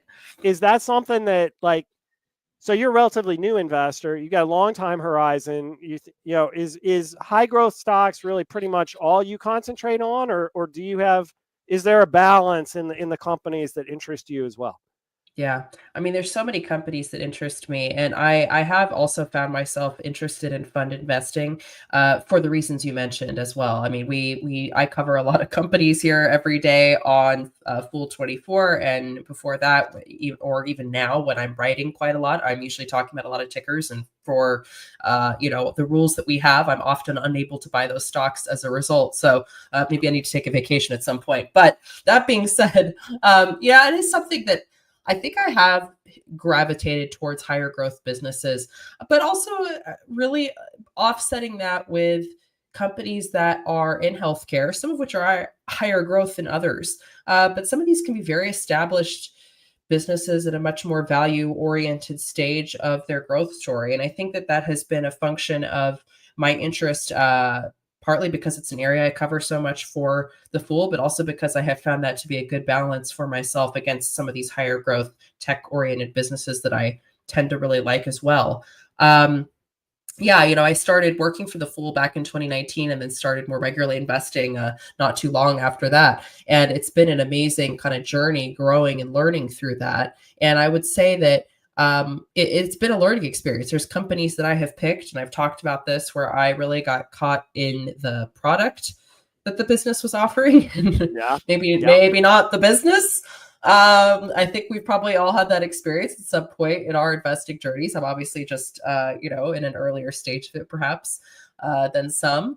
But I think that also my interests largely have remained the same. I really like investing in really innovative businesses. I have gravitated towards larger businesses as well. I'm not someone that has felt the need to let me find this small business that no one has ever heard of and hope that this will be the gem that blows up my portfolio. I enjoy researching those companies. I enjoy talking about them. That hasn't necessarily been what I've gravitated towards as an investor. I remember when I first started investing, and some of the first stocks I ever bought were Amazon, Apple, and Alphabet. I was not recreating the wheel there, right? These were not, no one's heard of these companies before, right? And honestly, it's been a volatile time to be an investor in a few of these recently, but I mean, Amazon's been a great position to have, even through the last 5 years, there's been a lot of great moments as a shareholder, and Alphabet's another one. Apple's obviously been on a bit of a lag recently, but I still think it's a fundamentally fantastic business. So I do think I gravitate towards larger companies. In healthcare specifically, I find myself really interested in a lot of pharmaceutical, medical device, biopharma companies. There's just such a wide range of businesses there that I find intriguing, but it's really about the business. And the way you evaluate these businesses is so different, right? The way I look at a tech business is completely different than the way you evaluate a healthcare business. For a tech business, these might be more capital light in some ways. You're looking maybe a software as a service business, right? Okay, healthcare, pharmaceutical, for example, highly capital intensive, highly regulated. A lot of a company's ability to grow depends on their established product portfolio and their pipeline, because any company is inevitably going to be dealing with, patent cliffs, generic competition, and all of these other factors that then really flow into the valuation and growth prospects for the company over the long term. Their IP is really essential, and to their growth over the long term. And so the way you look at these businesses from a valuation perspective is very, very different as well. So that was kind of a long answer, but those are some of the things I think of. No, it's fascinating. And it's kind of an interesting barbell approach, just because, as you say, trying to value technology-based companies that are highly innovative, where you don't even necessarily have a product for the intellectual property that is sitting there being developed, but you kind of on the long horizon, you've got a potential, hit. The same is true to some extent in pharma and biotech, because you know what's in your pipeline. You have a good idea how long it's going to take to get through clinical trials. If things go well, oftentimes you have a sense of how many patients there are that you could end up helping, what you might charge for a treatment if it ends up getting approved, and you can kind of do back in the napkin analysis to get a sense of just how big your potential market is. I think that might be a little bit easier in pharma healthcare, in pharma biotech, than it is in technology, just because with strict technology, oftentimes you're kind of creating the market. It's not like you've got a base of patients who are already suffering from an illness and they're sitting waiting for you to get the job done to help them. And with tech, it's almost like there's all these people out there, they like new things, but they don't necessarily know exactly what you're going to come out with. And when you do, then you pitch them on that, and it can be a hit, it can be a miss, it can be somewhere in between. And so it's fascinating watching the ups and downs with that. And clearly, Rachel, you point out you having stuck largely with kind of the larger cap stocks.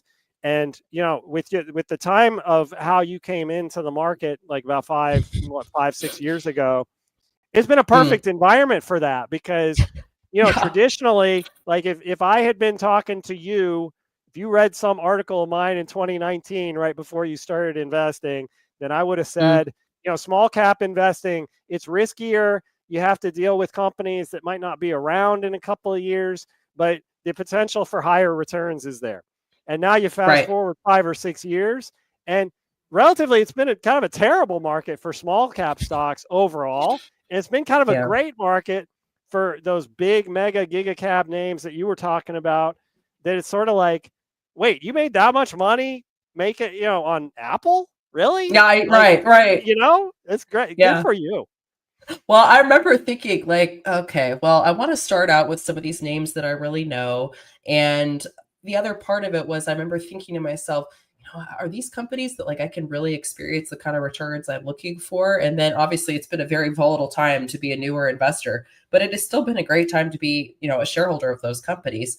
And I have found that to be the case. And there's there's probably 20 other individual stocks that I am just raring to buy, that I talk about a ton, and I have not been able to buy for all the reasons we've talked about, and hope to within the next couple months, because I think I've become also more confident in my investing abilities over time. That's something that you learn sometimes through trial and error. There are companies I picked. Teladoc's a great one.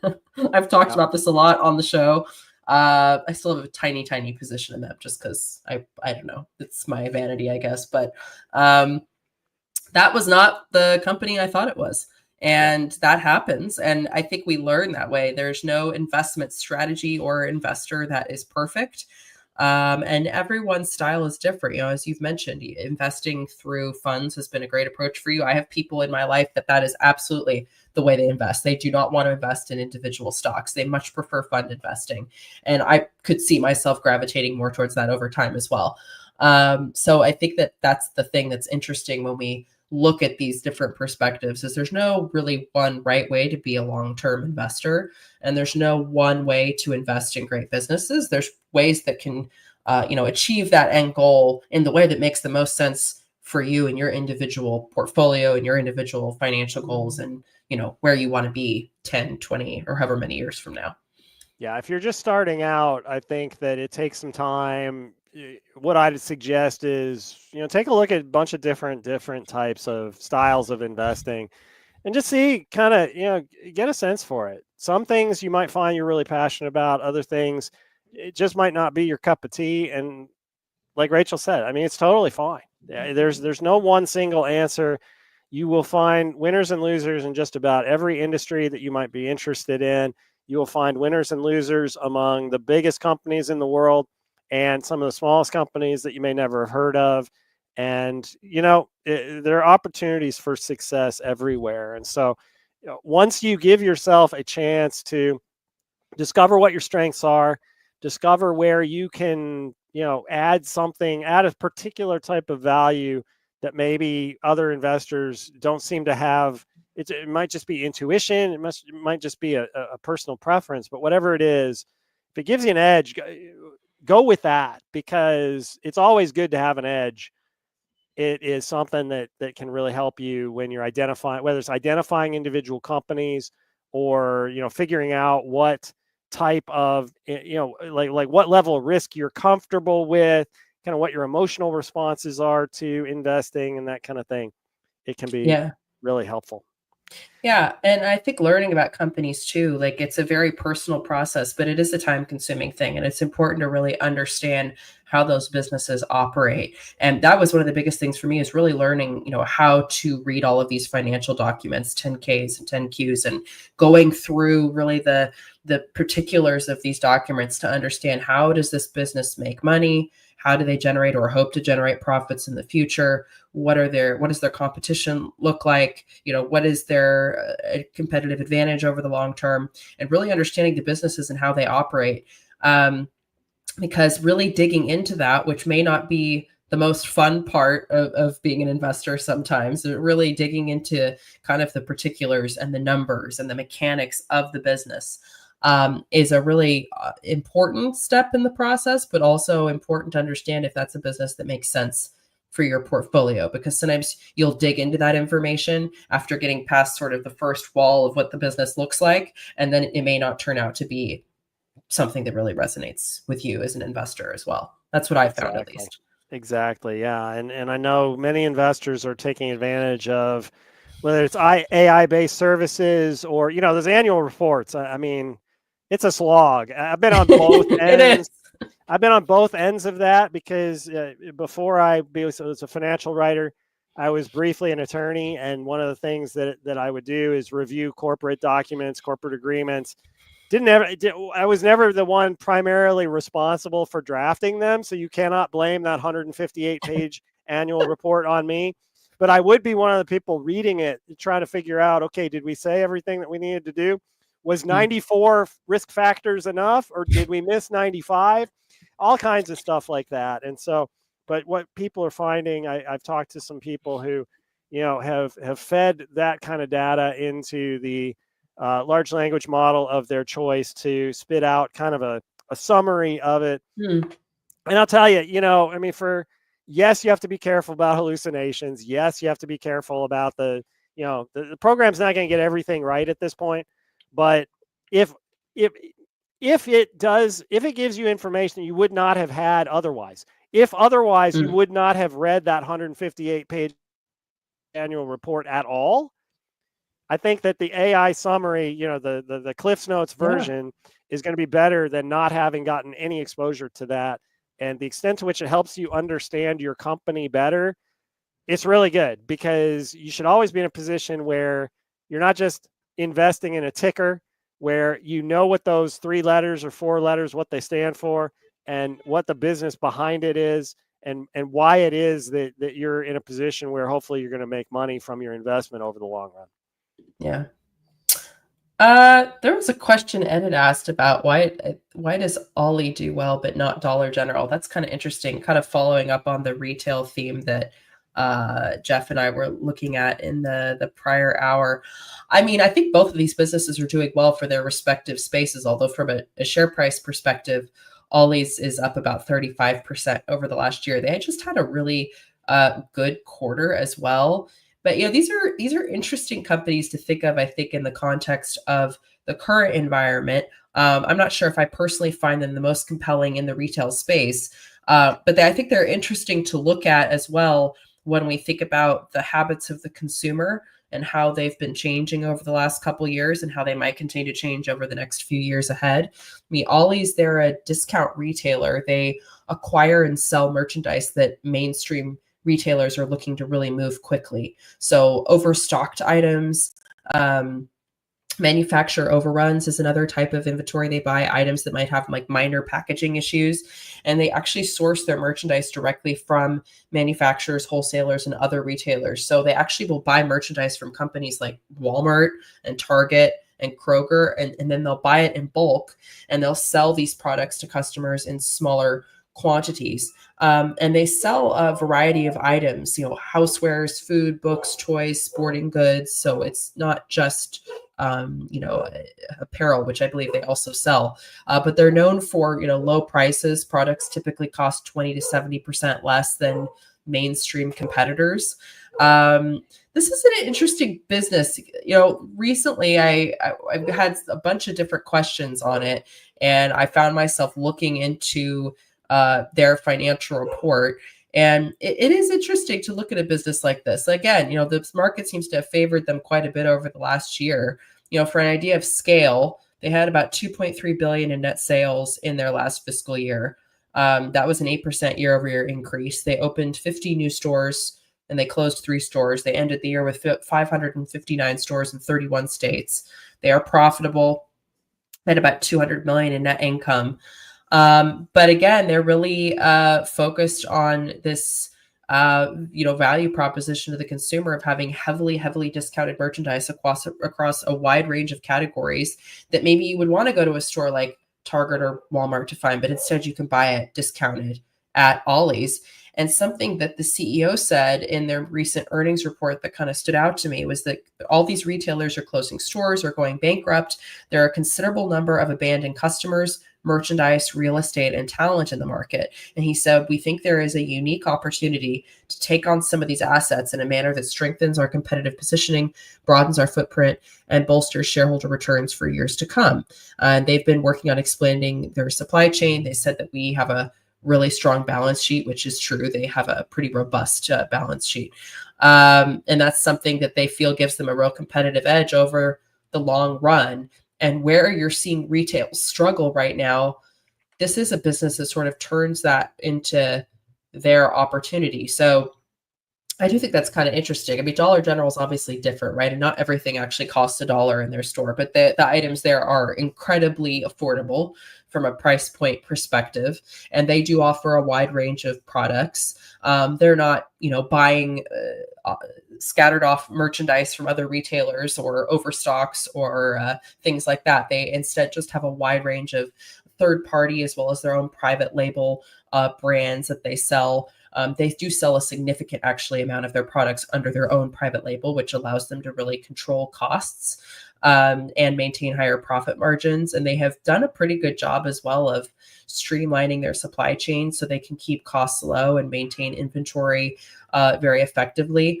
But their model has been partly so successful because they offer really affordable everyday essentials in smaller, convenient locations, and particularly in rural and very underserved areas. So their stores are typically smaller than those of like a store like Walmart. The average size is just around 7,500 square feet. They have very low overhead costs. They lease their properties instead of owning them. They keep their staffing quite minimal. They have very no frill store designs, and they're often they often locate these stores in very busy thoroughfares or in residential areas. And it actually makes them accessible to customers who might not even have cars for transportation. And then they sell, food, they sell health and beauty products, they sell cleaning supplies, they even sell some basic clothing. So a lot of it is even, you could say, not non-discretionary and more essential items that customers go there to find.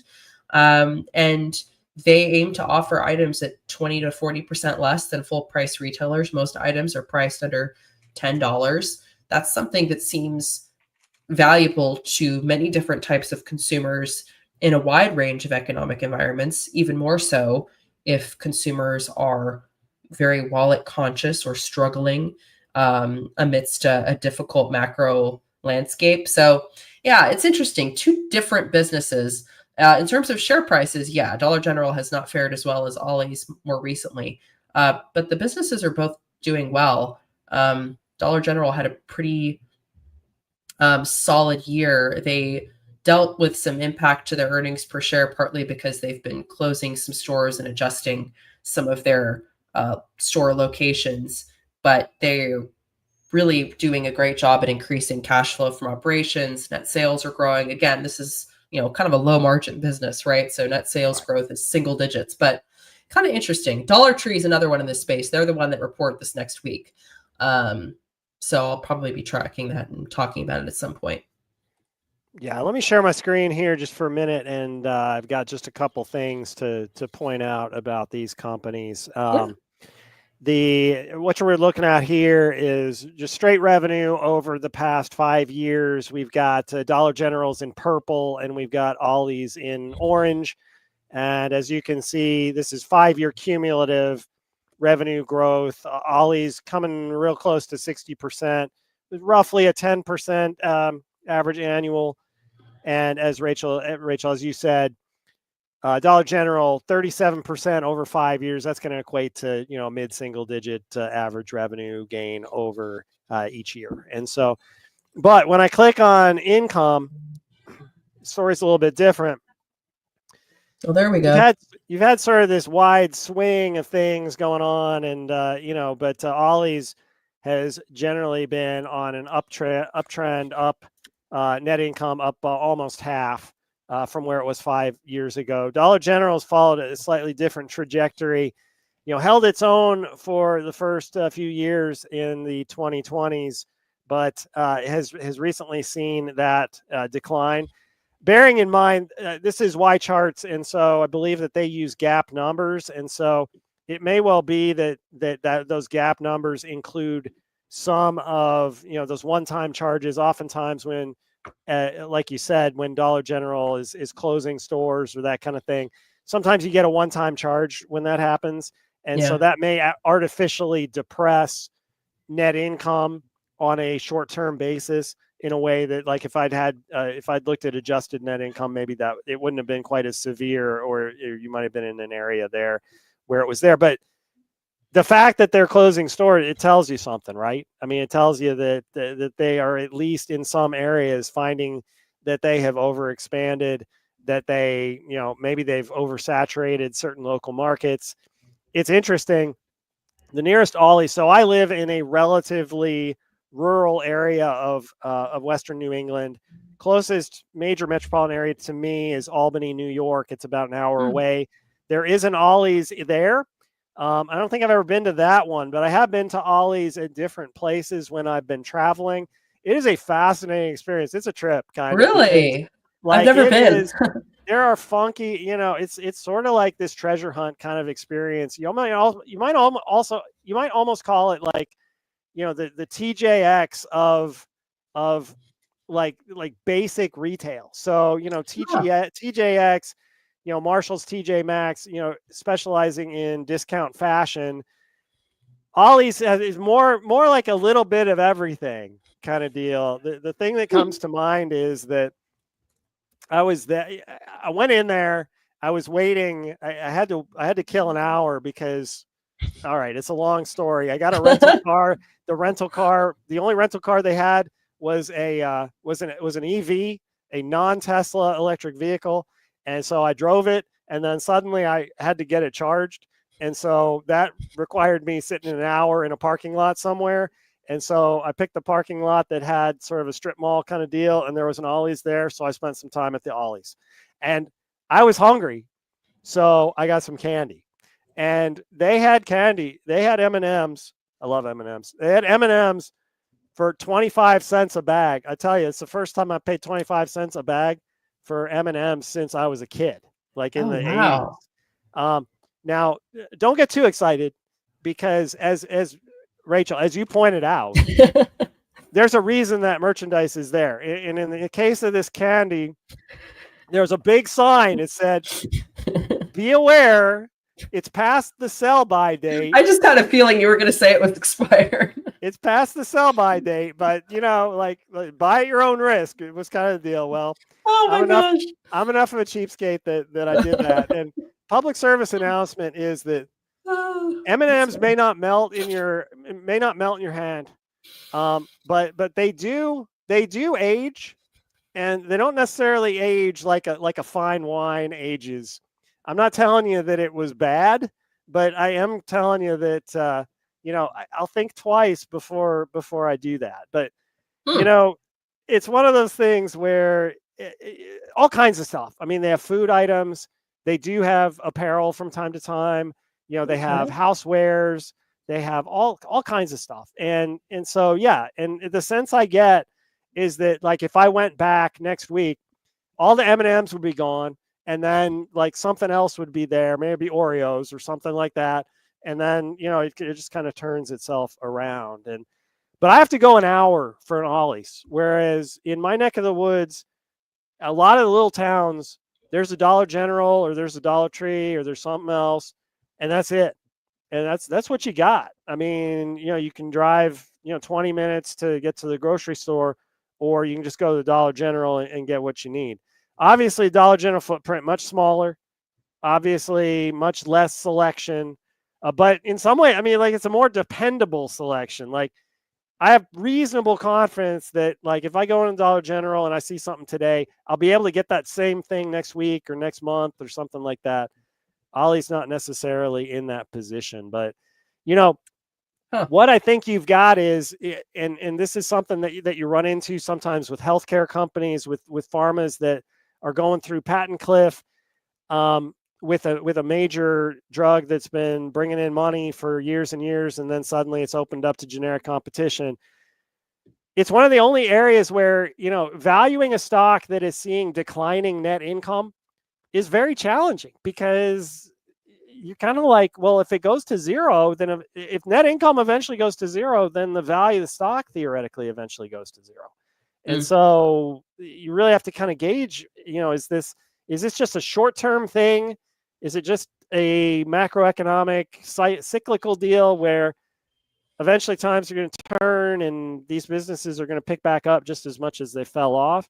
Or is there some structural problem that, yeah, Dollar General had its day and it was really popular for a while, but now maybe we're moving on to something else, and Dollar General is never going to be the same, and maybe it goes the way of Sears Roebuck in the long run? I mean, no idea. So it is an interesting conundrum, and it is one thing that makes these stocks a little bit challenging to analyze sometimes, because it could go either way, and you're never really quite sure which way it's going to go until it goes there.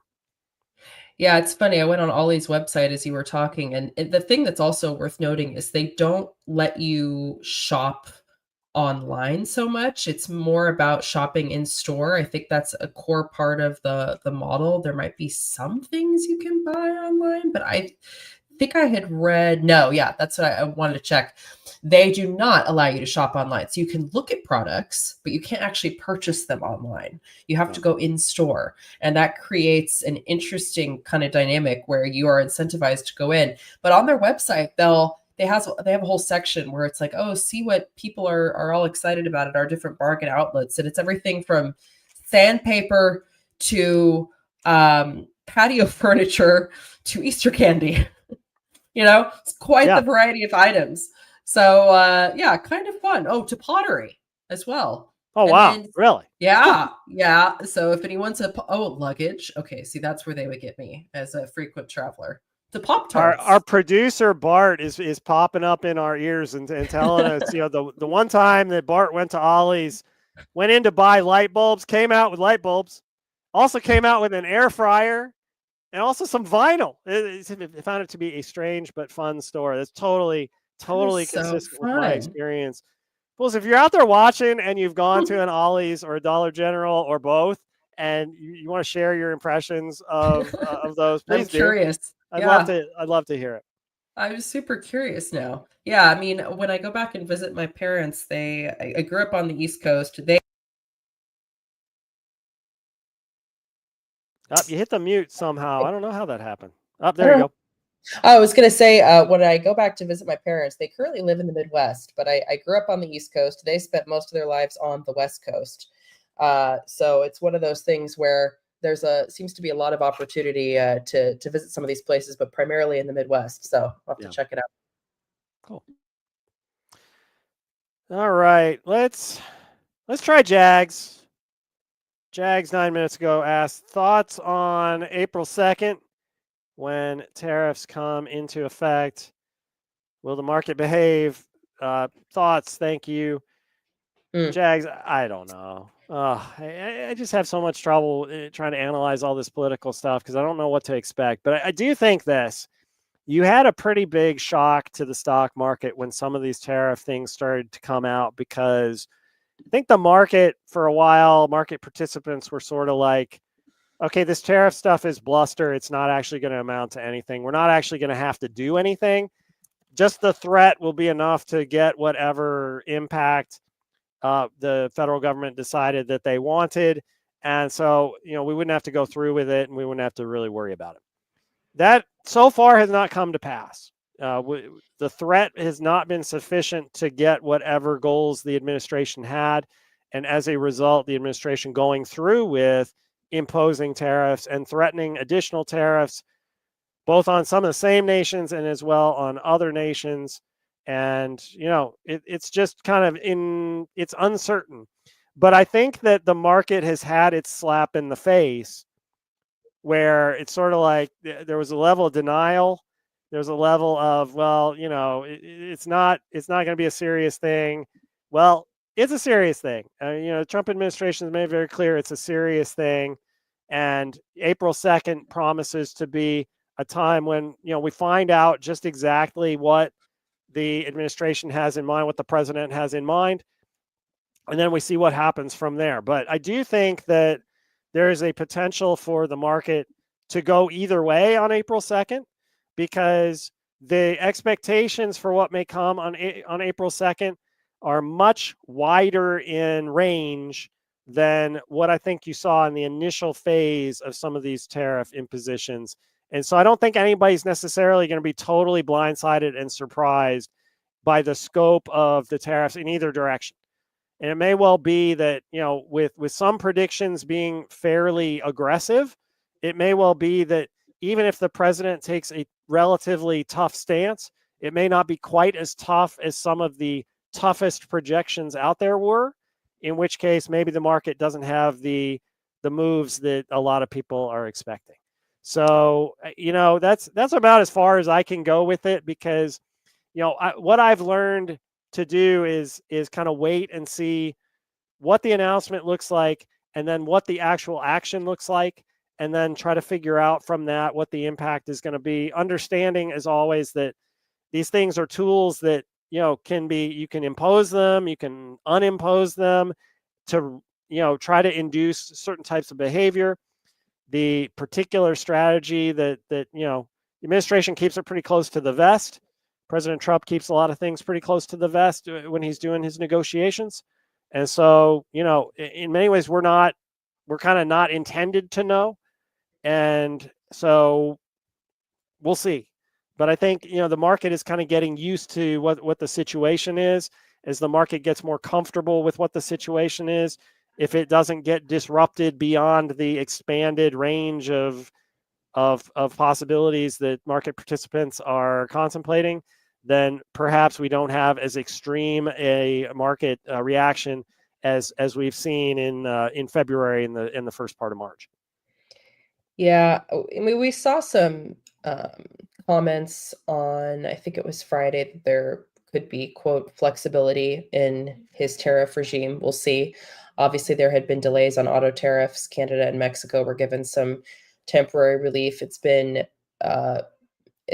they've been calling April 2nd the day on which a lot of the main tariffs that we've been waiting on are going to go into effect. It's been a very dynamic environment though the last couple months in terms of announcements regarding tariffs or changes in how these laws have historically operated, and I think that that's something that the market has hated, that uncertainty, and I think that's why we've seen the volatility that we have seen. And I think that if there is to be any bigger unexpected changes, I think that volatility will probably, continue. For example, we already saw the 25% U.S. tariff on imports of steel and aluminum that took effect on March 12th. We saw responses from the EU to those metals duties with counter tariffs on 28 billion in goods from April. On Thursday, though, the EU delayed the implementation of some of those tariffs until mid-April. That included a 50% duty on American whiskey, which had also prompted the threat of counter tariffs of up to 200% on European spirits. We've also, seen that there were 25% across the board tariffs that were implemented on March 4th, and then 2 days later, there were pauses on some of these tariffs that are now again supposed to take into effect again on April 2nd. But could there be more pauses on those? Could there be more flexibility as we've already seen? It's hard to say. It's possible, given that we've seen these tariffs sometimes be announced, implemented, and within a day or two paused or rolled back. For its part, Canada retaliated to the steel and aluminum tariffs with new duties on about 20 billion of U.S. goods, but then there's still talks that are underway. We will really have to see how this shapes up. I think that there's a lot that we can observe. It's very, very hard to divine how that is going to ultimately impact a lot of the companies that we talk about. I mean, we know obviously that the cost of tariffs is ultimately passed down to the U.S. consumer. This is something we've talked about a lot. We know that that is a cost that is initially borne by those companies, but usually and almost inevitably trickles down to the end consumer. But because some of these tariffs have been so dynamic and announced and then paused, the effect of them is still unclear because of that. So the market might be having a bumpy start to April, depending on how these go. But the long-term impact, I think, is still very unclear, because I think the reality of some of these tariffs being long-term is still unclear in some cases. Yeah, and I mean, bearing in mind too, I mean, most of what I just said was looking at the overall market. Right. When you dig into particular companies, like I went ahead and looked up what U.S. Steel, ticker X, has been doing this year. It's done well. It's up considerably, because potentially when you have a domestic company primarily serving the domestic market, if you get protectionist measures that prevent cheaper imports from coming in or reduce the volume of cheaper imports coming in, then it leaves a company like U.S. Steel the latitude to make a choice. They can keep prices where they are and dramatically improve their market share, or if they so choose, they can leave their market share where it is and just boost their prices domestically to reflect the cost of the tariff. Kind of up to them where they pick along that spectrum. One may, obviously it depends on margins. If you boost volume and boost revenue, if you keep your margin constant, then your net income will go up by a certain amount. If, on the other hand, you have been given pricing pressure or pricing power, rather, because the tariffs increase costs for those who try to import the good from overseas, then you can keep the volume constant but have a higher margin per item. And it's up to the economists inside your company to figure out where the right balance is there. That's an interesting part of the tariffs from the policymaker's standpoint. I think that the Trump administration has made it clear that their goal is to bring manufacturing back to the U.S.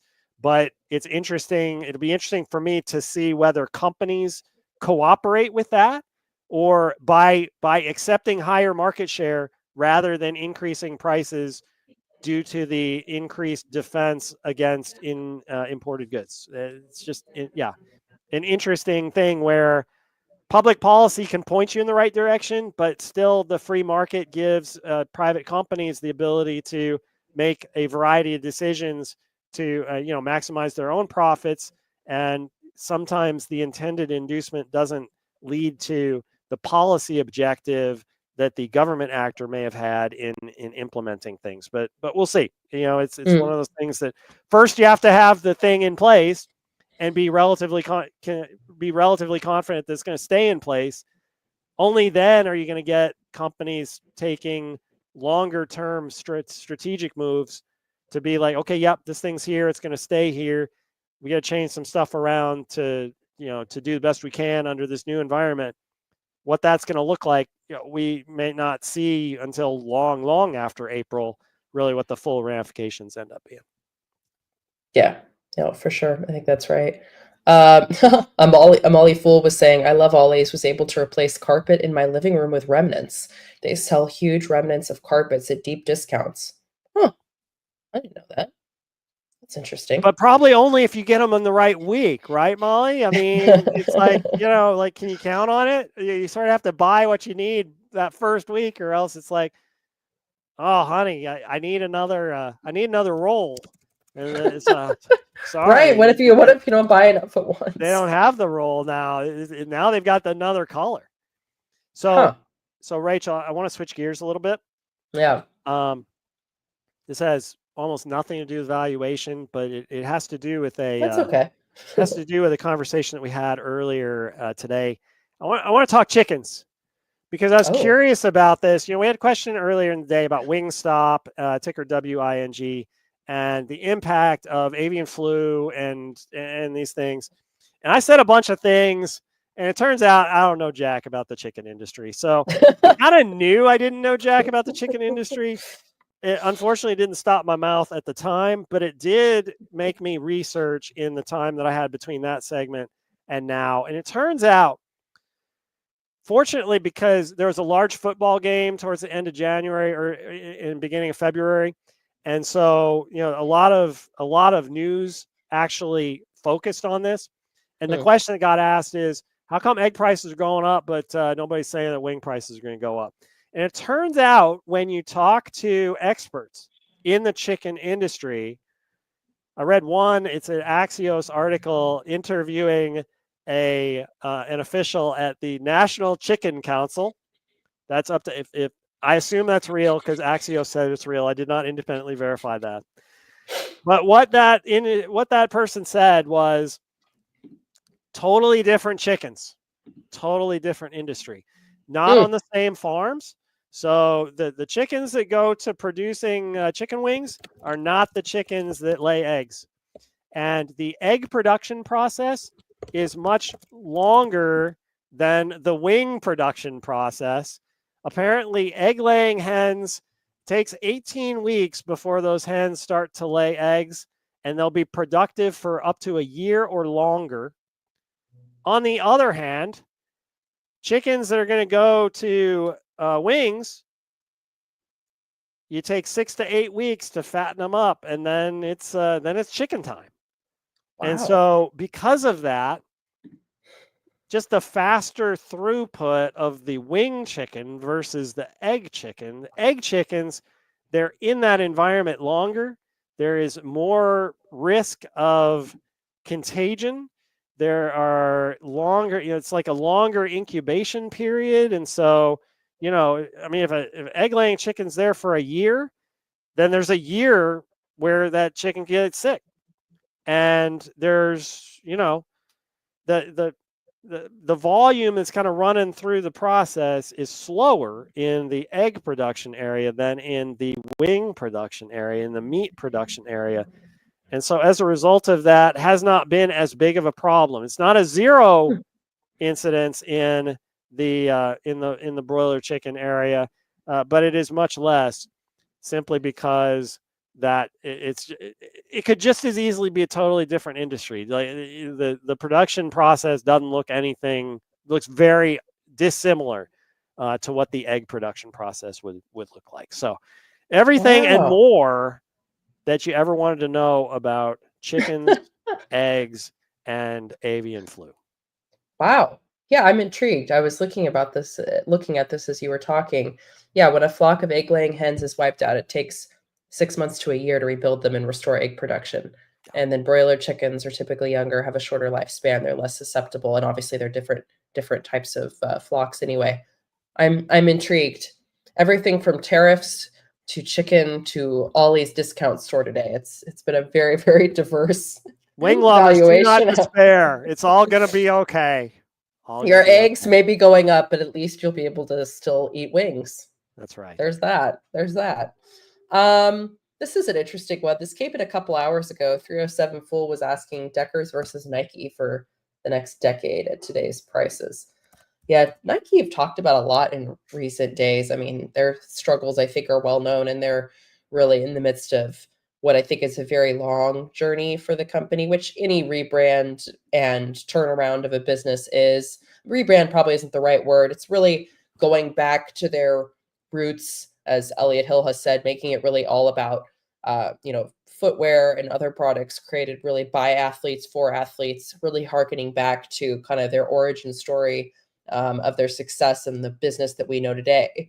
I'm curious to see how that's going to, trickle down into really positive growth and prolonged profitability for the business over the long term. I certainly think that Elliot Hill has the ability to make that turnaround happen. And, this is definitely a difficult time for the business. I think that it will probably be a few years at least before we really start to see positive results from these efforts that are being made. I mean, there's no doubt that from just their current state, Deckers is doing better right now as a business. They're the maker of Hoka and UGG footwear. This is also a brand that, with the success of their footwear and their kind of innovative brands, has taken market share from the likes of Nike, even though there's, use cases are a bit different for some of their products. And I think that continues to be the case. One of the biggest issues Nike's had is that they've really relied on their older brands to continue fueling long-term growth. And of course, they also had this dynamic where they decided we're going to basically just sell everything direct to consumer. They cut a ton of their relationships with really established wholesalers, which gave other companies a great opportunity to forge partnerships with these wholesalers and sort of cut Nike out. Now, under Elliot Hill, Nike is working to reestablish some of those, but that's going to take time. Deckers has faced sort of some mixed results. They are still seeing pretty strong growth. Their direct-to-consumer segment sales increased about 18% in their most recent fiscal quarter. Net sales were up 17% year over year. They've been seeing decreases in their Teva brand growth, as well as brands that are sort of under the cohort of other brands on their balance sheet. But their UGG brand is doing really well. Sales increased about 16% in the recent quarter. Hoka also 24% net sales increase in the recent quarter. Operating income of about $563 million overall, or $567 million in that quarter, compared to what was that 1 year ago? About $488 million a year ago. So a nice bump up there. I think that, with Nike, where you're investing at now, I think if I'm looking at this business, is do I believe that they can really make an effective turnaround over the next 5 years and beyond? And right now, I'm not sure about that. I think that they probably can. I'm not sure what the business will look like at the end of that. I do think that this is one of these quintessential businesses, but it's, one of those things where I'm still a little unclear on whether their initiatives that they're taking now are going to be effective over the long run. I think Deckers is a solid business. I think that they have done a better job of innovating than a Nike. They've certainly done a good job of taking market share, and they're not the only one. On is another example, of course. And then you've got sort of somewhat parallel competitors like Lululemon, for example. I'm probably more interested in a company like Lululemon if I'm being honest. But I think that Decker probably, at least in the short term, has a better growth trajectory. I think also in the long term, this is a business poised to do pretty well. Nike, I'm a bit less certain of their growth ability, but shares have been beaten down so much. This could be a turnaround play for some. It's one that I'm watching right now and I'm not quite decided on. I'm not sure if you have thoughts on that, Dan. I do. It's a valuation show, and so let me share my screen here real quick, and we'll get a couple of valuation metrics up here. This is a 20-ish year chart of price to earnings, trailing price to earnings for Nike. This is Nike, ticker NKE, and as you can see, we had this period where, in the late teens where, things kind of got a little bit wonky as far as valuation was concerned. But, what I found a little bit surprising is like when you go back here in the early teens and then, from 2002 through like 2009 and then into the teens, Nike's earnings multiples have never been, have not been as inflated as what I would have expected from, what's considered to be a premium retail brand. And so, at first glance, I was kind of like, and you look at like, if you pull this chart and just look at the last 5 years or so, you'll see, oh, it looks cheap, on a P/E basis. And yet when you go back a little bit further, it's kind of like, well, we're back to where we were. It's like we've left that potential high growth phase and we're back to kind of like the treading water phase that we saw in the early 20 teens. And I also wanted to switch this over. Price to earnings is something that can be helpful, but earnings is a manipulable number. And so looking at some other things, when you look at price to free cash flow, is kind of an interesting metric to take a look at here. You can kind of see we're about 22 times right now. And that is, it's like we said, we had this peak push that's probably to some extent, affected by pandemic related closures and things like that. But, when you go back, this price to free cash flow historically has been a little bit higher. That tells me that right now Nike has done a pretty good job, even though it's going through some struggles. It's still sort of this cash cow business. It's still generating a decent amount of cash. And so to me, that seems like the sort of thing that may bode well for it going forward. But as you said, CEO's got a job to do to get that turned around and reestablish Nike's brand supremacy, because right now it just doesn't seem like that big of a competitive advantage. Just doesn't seem to be there. Yeah. And that's been, I think, surprising to watch, especially as the last few years, is that seems to have been the case, that brand authority deteriorating a bit. I think it's something they can turn around. I don't think this is a, beyond all hope type of a business. I think there's a lot there. And I do think they're trading at a more, favorable valuation than in past times. So I think anyone who's investing in this business now, it's about the turnaround story over the next 5 to 10 years. It's definitely not about where the company is at, right now, because I think they have a lot to demonstrate to shareholders over the long run to really be the value, to provide the shareholder value that I think that they would need to demonstrate. And that brings us to the stroke of 4 p.m. on the East Coast. Rachel, awesome job. It's like I'm always in awe of these radio personalities who are able to end like right when the second hand gets there. You just nailed it. That was awesome. I wish I could say I planned that, but I'm just going to pretend I did. Shh, it's our secret. Fools members, thank you so much for joining us. Let us now make way for Tim Beyers and Brian Orelli.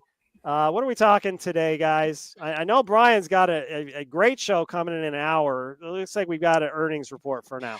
No, we're going to get like 2 great hours of Brian, because we're going to talk about biotech earnings. So there isn't going to be much from me. There's going to be a lot from Brian. Awesome. So that's fine. I mean, this is what the people tune in for. So, all right. Rachel, Dan, thanks a lot.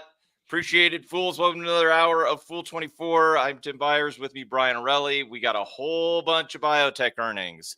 So, and I'm going to say, Brian, of the ones that we profiled that you listed, I have heard of exactly none of these That's okay. I've heard of almost none of them. There's too many biotechs to keeping track of, and when we get to this late in the earnings season, it tends to be the smaller companies that don't have much on the market, or they're like specialty pharmas that have, as we'll see in a moment, a whole bunch of products, and their total grand sum of them together are like $11 million. So it's sort of a weird mix of companies that don't have any products on the market, plus some that do. Well, where do you want to start? Because we had a whole list of them. Do you want to start at the top? Do you want to start of the top of the list, or is there one in particular amongst the list that strikes you as worthy of starting with? I think we could start with Lenz, LENZ Therapeutics. The Okay. ticker is LE. Is it LENZ? Probably. Yeah. Yes, it is LENZ. Yeah. Yes. All right. Yeah. Let's talk about what they do. Lenz Therapeutics. Yeah. So they have one drug on the market. It's for presbyopia, which is basically you can't focus on near things that are near to you. So it's for people who can see far but can't see near. And so they've already done the phase 3 clinical trials. It looks like it's they were successful, and they're they've already submitted to the FDA, and so the FDA has given them the Prescription Drug User Fee Act target date. So that's the date that the FDA expects that they will hope that they plan to make a decision by of August 8th, 2025. So they've got and then they're expecting to launch it, assuming it gains FDA approval in the fourth quarter of 2025. Got it. So not much to say on the revenue side because they don't have any revenue. Not too much to worry about on the spending side. They have $209 million in cash, and they expect that will actually get them through to post-launch positive operating cash flow. So they're at least guiding for not having to raise any additional cash. So no more secondary offerings in order to get cash flow positive, which would be obviously a great thing for the company and for its shareholders, because then they're not getting diluted at all. It's a $730 million market cap. So there's not much in the way of sales already priced into the stock. They don't really have to have much in the way of sales, a couple $100 million a year to justify a $729 million market cap. I don't know that a couple hundred would be enough to get them to cash flow positive, but I guess it depends on how much they have to detail it in terms of sales force and that sort of thing. Okay, so there's I'm looking at the results here, and there were a bunch of comments about how they're targeting ECPs, that they're trying to get their focus down, and they're going after a market where I guess the default prescription. Oh my gosh, I'm sure I'm going to get this wrong, Brian. It's like VUT, I think, is where they're going after this. So this seems like one of those companies that is going after with a better product and an existing market. Is that fair? Is that what we're talking about here? Yeah, but also glasses work just as well too, right? So yeah, it's and sort of contact lenses, and so the question is, will people want to use this treatment versus just they've been is it like an alternative to LASIK? Is that kind of like it's not LASIK, it's not glasses, it's something else? Yeah, it's basically a yes. Okay. So I mean, it's a drug. It's not like LASIK is in terms of it's a drug you take every day versus not like LASIK, which is a one-time treatment. Right. Well, they did say, and I think you just said this, is that the company's projecting to reach a 3 billion plus potential market, and that's on a 6% penetration. Presumably, then everybody has. I think if you said this roughly, like people who are farsighted? Is that like it's Right. treatment for farsight? Okay. Right. People So who can't focus on the near side, so therefore are farsighted. okay, fair enough.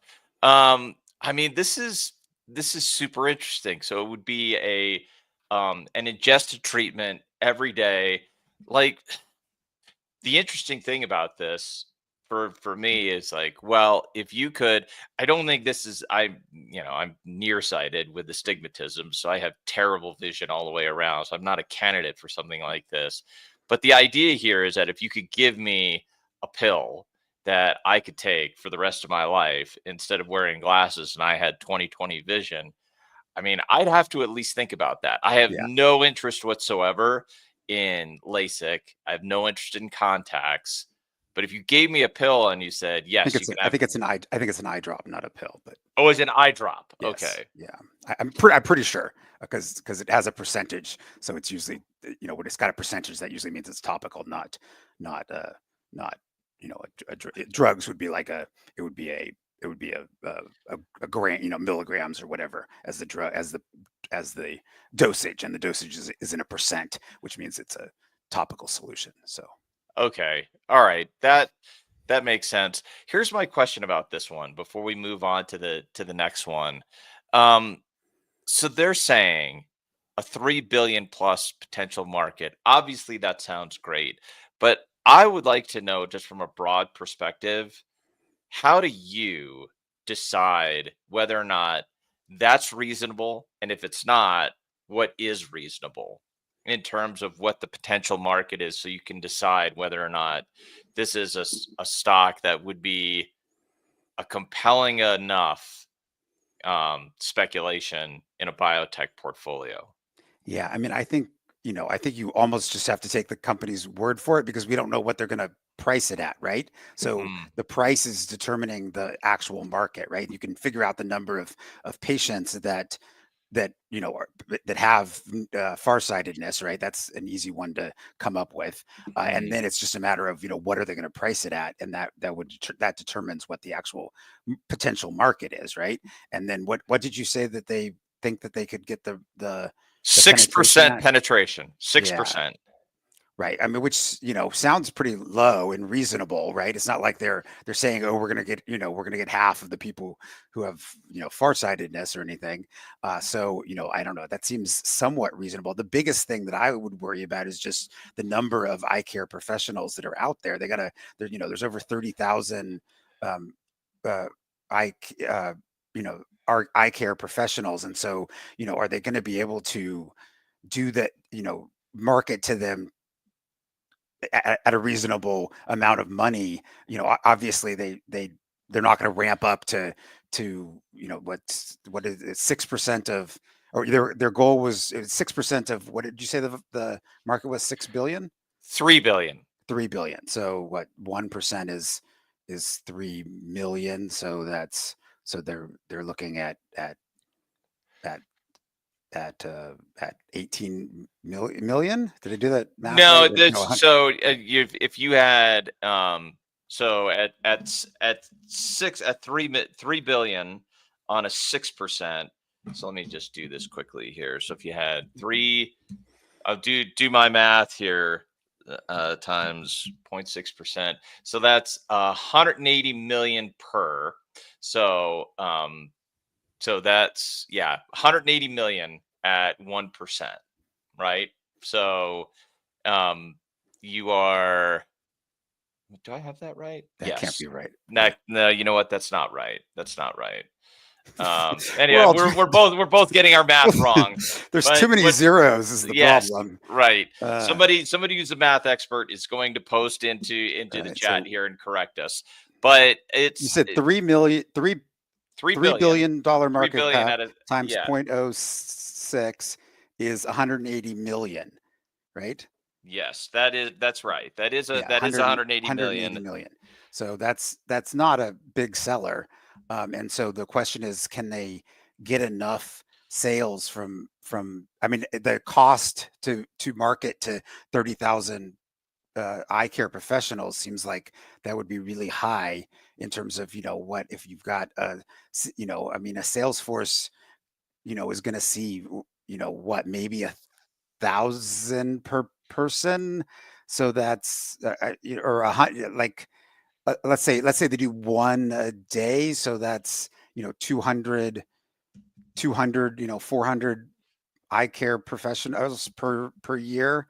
So Less you than have 400. Here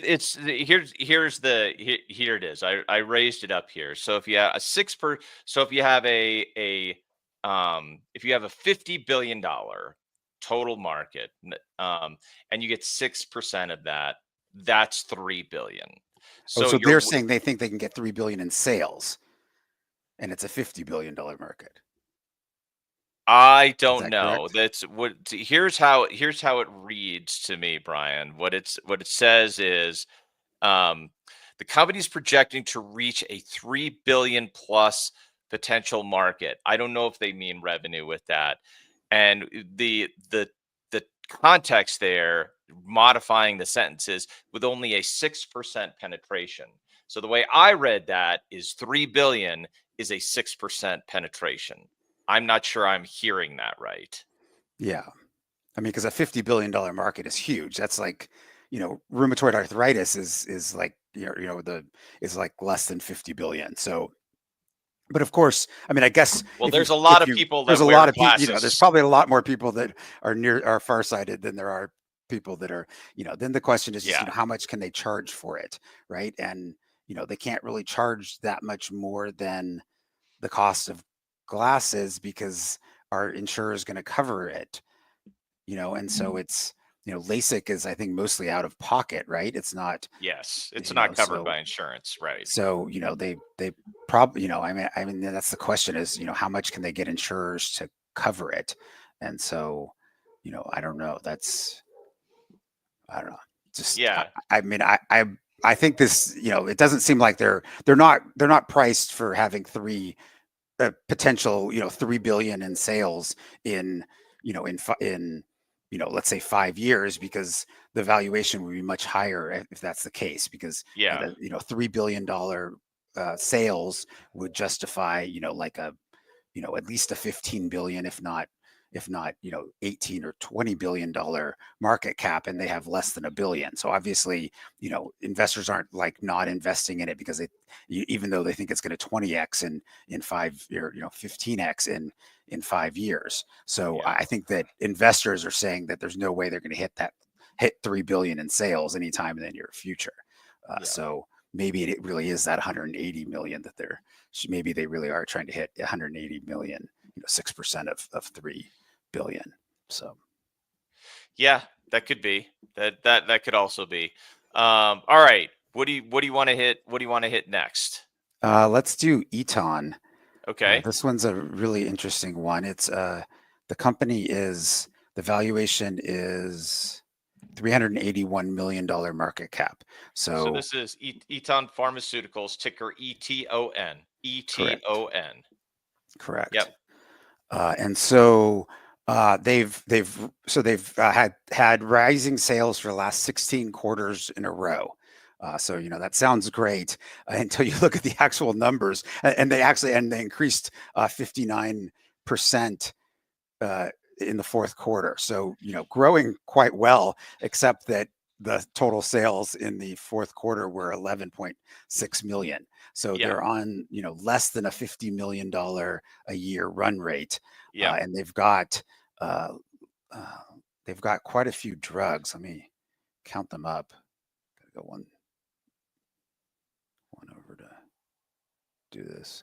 They've got 1, 2, 3, 4, 5, 6, 7 drugs on the market, and all told, they total up to less than $50 billion. So they're very small markets that they're going after. 50 billion or 50 million? I'm sorry, 50 million. Yeah, 50 million. Okay. So yeah, sorry, a very, very small, so obviously $1 billion is a blockbuster drug, and 100 Right. million is sort of like the small end of, like that. I mean, even 100 million is, you would say, is not great sales. And then we're talking about, 2, 4, 6, 7 of them that in total don't even get up to $100 million in sales. But somehow they're still able to make do, and they, you know, and obviously the sales are increasing. The market, the company is mostly does like they don't invent any drugs themselves. What they do is they in-license drugs from other companies. So they go after, you know, ones obviously that are in their wheelhouse, and ones that they think that they can increase sales maybe by doing some additional clinical trials.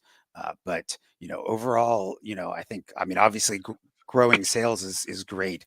And we said the market cap was 381 million. So they're trading at, you know, if we go 50 and 400, just to round the two, they're trading at 8 times sales, which is, you know, about what you'd expect for a biotech that's doing, you know, that's doing okay. They lost just $0.6 million in the fourth quarter, so not, you know, not losing that much money.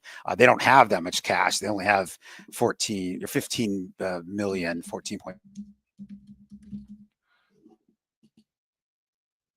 Uh-oh, you froze for a second there. They lost 2.3. They lost. Am I back? I see I'm frozen. Can you hear me? Yeah, you're still frozen on screen, but I can hear you. There you go. Now you're back. I see that. Oh, now I'm unfrozen. Okay. Yeah. So they lost 2.3 million in the previous year, and then in the fourth quarter of 2024, it was their loss was down to 0.6 million. So, you know, if they're losing, you know, 3 million a year, that gives them, you know, around 3 million a year.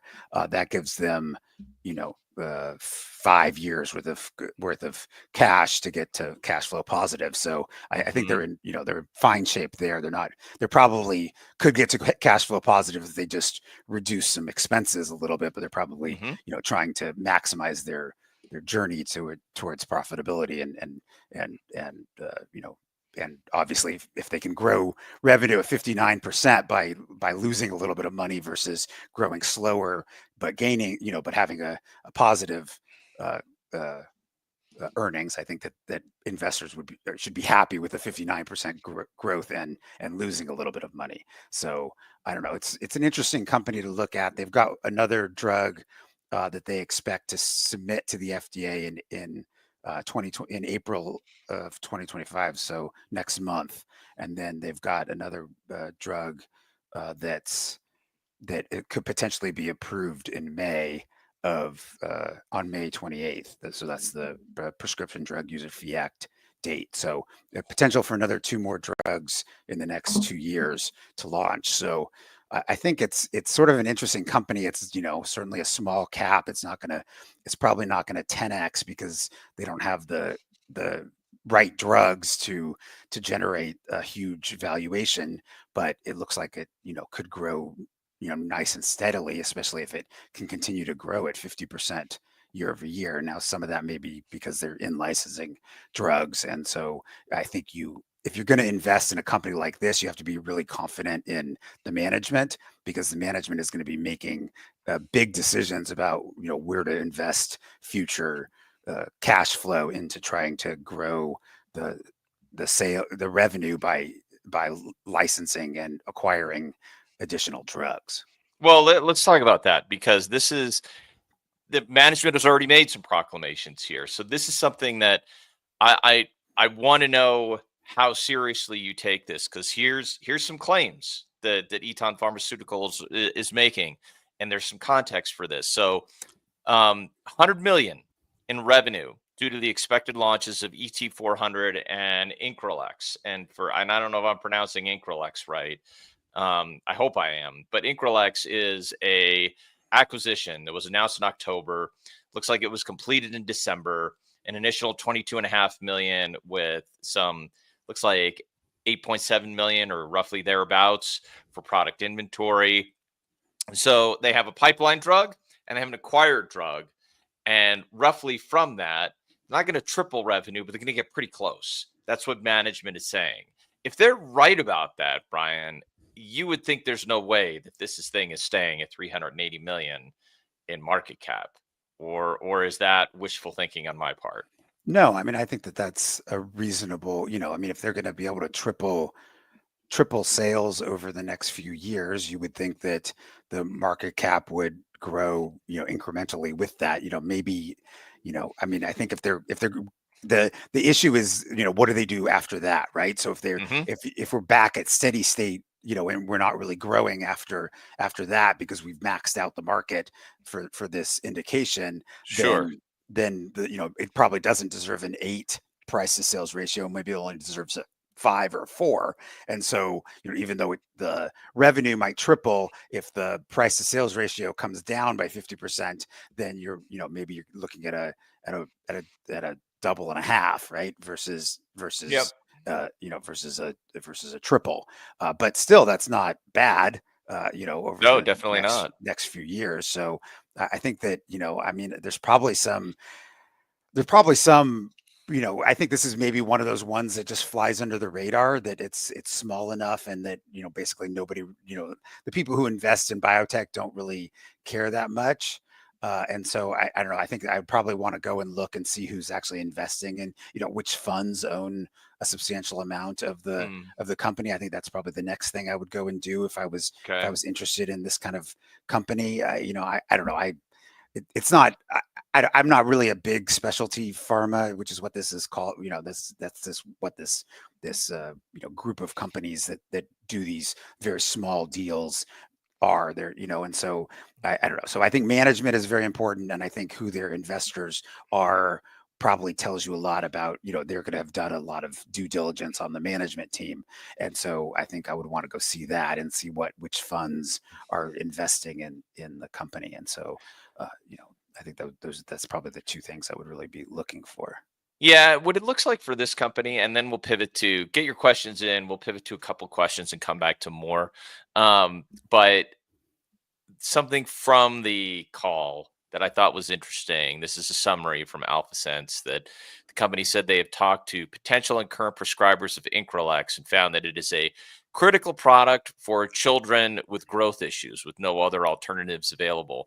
That reads to me, Brian, like this is a company that they've just acquired, and maybe this just fits into when I hear you talking, this is what it sounds like to me: is this is a company that is assembling a portfolio of orphan drugs, small market, but clearly in need. And so nobody really wants to do it, but they will do a bunch of these and strung together a bunch of orphan therapies that are small but necessary markets. They can make some money out of that. Is that a way to think about Eton? Yeah, I mean, I think that they certainly have that as a viable. I mean, that's a viable strategy, right? It's just a matter of making sure that you're not spending. And did I define orphan drugs right? Yeah, I mean, I think yes. I think most of these are orphan indications, in that they're going after not that many. Orphan drugs can be blockbusters, right? It doesn't, just because there's a small number of patients doesn't mean that the sales have to be really, really small. Yeah, I guess it's just if it's a really incredibly difficult and degenerative disease, there could be a lot of money in that. Right. I mean, then they can charge quite a bit, and the insurers are okay with them charging quite a bit because there's only a certain number of patients out there, so they know that the cost to them isn't going to be that high. Their risk is limited. It's capped. Right. Okay, Right. Got it. So, but then there's these things that probably they have there's probably other drugs that are also going after the same, indication. So they're kind of maybe finding a specialty within the specialty. And so that's the reason why their sales are so low for these drugs. Would be my guess. Okay. They've got 1, 2, 3, 2, 4, 5 of the 7 are for metabolic genetic diseases. So probably, orphan indications where they're not, they, like I recognize one of them's PKU. So that's BioMarin has a drug for PKU. And so, they're probably going after a subset of patients that don't respond to BioMarin's drug. And so that's the reason why, sales are so low, because I'm sure BioMarin's drug is over 100 million per per year. So, they're obviously taking a subset of BioMarin's market. And I think this is one of these where you really have to get into the nitty gritty details if you really want to invest in this company. And, you've got so many of these very small drugs that it might take you a while to get through them all, especially, compared to me at looking at 1 quarter's worth of data and trying to figure it all out. So I think if you want to invest in this, I think there's a market to this company being, a decent sized grower, but I think that you have to do a lot of work. It's a little bit harder on with these small cap companies to do the work because there's just less information out there, right? Which also makes it potential for you to get outsized returns, because if you do the work, then you're potentially going to find, a needle in a haystack that there may not be any analyst covering the stock, right? Which means nobody's reading analyst reports that are showing that, this company is doing so well. And so, there may be a valuation mismatch compared to what it actually, the potential growth is over the long term. Yeah, no, the price dislocations are always more common in low information markets. That is a fact. All right. We'll take the top question from JBL here. You're welcome to get in more questions. Then we're going to come back to some more biotech earnings here. So a couple things quickly. Stock splits doesn't change market cap, but can increase shares outstanding with share repurchases seeming to be high lately. How does this really impact dilution? It always depends. Everything in context, JBL. So if you have a company that is a serial issuer of equity and they are repurchasing shares, it is entirely possible that they are doing nothing whatsoever to return any kind of capital to shareholders, because they're issuing equity to employees and then using shareholder capital to repurchase shares to offset the dilutive impact of equity that they gave away. If anything, they are lighting shareholder cash on fire to give equity to employees. It's just not a great practice. Do stock splits matter to this? I mean, I guess it increases shares outstanding, but I really don't think that is the issue. Like, the splits are not really going to make a difference here, because the split is like, it won't make much, like there will be a split adjusted diluted share count.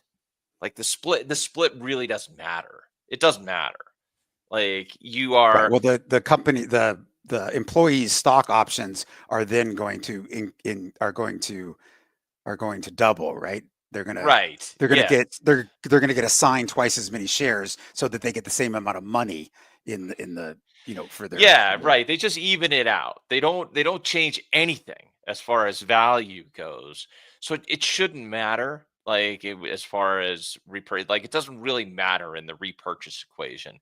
What matters is if there is more equity issued, and then however many shares that equity represents is kind of immaterial. If there's more equity that goes out for the purpose of doing something to offset something that would be cash, or, in another instance, it would be a cash thing. Instead, it's represented as equity. And then when that's repurchased, that can either be value creating, because you're taking some equity off the market, and even better, you're taking equity off the market at a discounted price. That can add a fair amount of value. But if you are issuing equity and then repurchasing equity, you might as well just be like, well, I moved this over here and now this is over there. And it really makes that you changed nothing. If anything, you just kind of, wasted some energy to do nothing. And or in this case, wasted some capital. So the splits shouldn't have anything to do with the buybacks. It just shouldn't make any difference whatsoever. And then Ed has a quick question here that we could tackle, and then we'll come back to some biotech earnings. We're half an hour in.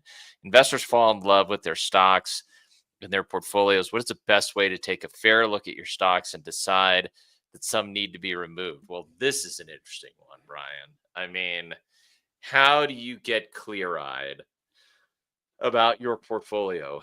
There's a few ways to tackle this, Ed. I think probably one of the best ways is to have some people in your circle who will give you clear-eyed advice about, the stocks that you own, people you can ask about. And one of the best places to do that is here on Fool24, but also on the Motley Fool discussion boards. There are other things you can do as well, but I mean, maybe I'll ask you here, Brian, how do you get clear-eyed about the stuff that's in your portfolio and getting, like deciding, all right, I'm not making great decisions here. I need to do something different. Like, how do you think about that? I'm so bad. I'm horrible. Like I've probably had more companies go bankrupt than I have sold. Like that's how bad I am at selling companies that are down. And the way I can justify it is that I almost never add to my losers. So, and I typically buy a very small percentage of my overall portfolio in any given biotech because they're quite risky, right? So I don't want to be owning very much of it because there's going to be a lot that go to zero, and so I sort of justify not worrying about the fact that some of them have gone to zero because, fortunately they weren't that big of investments to begin with. So, it didn't really affect my overall portfolio that much that, let's say I've probably had 5 or 6 or 7 that have gone to zero, or, have, got taken out at some really low valuation, where I didn't try to sell, but I ended up selling. And so, I think that, those losers are just what they are. And I don't know. I mean, so I'm not very good at it. I certainly could have made saved half of my of my individual losses by, selling at when they were down 50%. But I always think, oh, well, it's, now it's even a more minuscule amount. And so why not just hold on to it? And then, a lot of times I just forget about them and they end up, going to zero. So, I mean, I don't know. I'm not very good at it, but I, like I said, I justify it because it's, fortunately a small amount of my overall portfolio. I think maybe I have a little bit more problems with, I mean, companies have gone high, and then I tend to not sell even though I think the valuation is probably too high. Like I probably should take some off, but again, it's a small, each one of my companies is a small amount of my overall portfolio. So even the ones that grow are still, a small amount of the total, and so it's not that big of a deal if it drops 20-30%. But I guess if I took a more I'm not very active trader at all. Literally, I just sometimes I don't even look at my portfolio more than once a month when I go in to figure out what I'm going to buy with this month's allocation of cash. Right? It's just I guess I'm keeping track of the companies because that's what I do for a living, right? So I even though I've not necessarily, I haven't necessarily looked at the value of my portfolio, I have looked at the value of the companies and saw whether they've gone up or down. But I don't tend to sell when they're high, and I don't tend to sell when they're low. I just tend to ride them out either in either direction, I guess. Which is, I don't know. I don't know that that's really the best solution, but it's worked for me, and I'm able to sleep at night without worrying about it. And so, maybe that works for somebody else, and hopefully that helps. That's a good. Hey, it works enough for you that you're not killing your financial future, and you get to sleep at night. That sounds like a winner.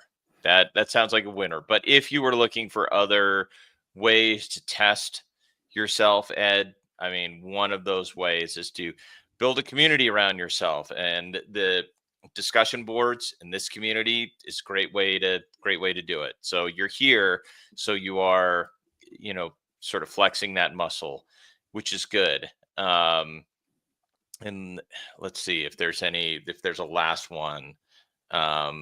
We can. Let me just quickly ask this one, Brian. If you want to pass on it, please pass on it right away. Do you know anything about MedPace, and do you want to say anything about MedPace if you know anything about it?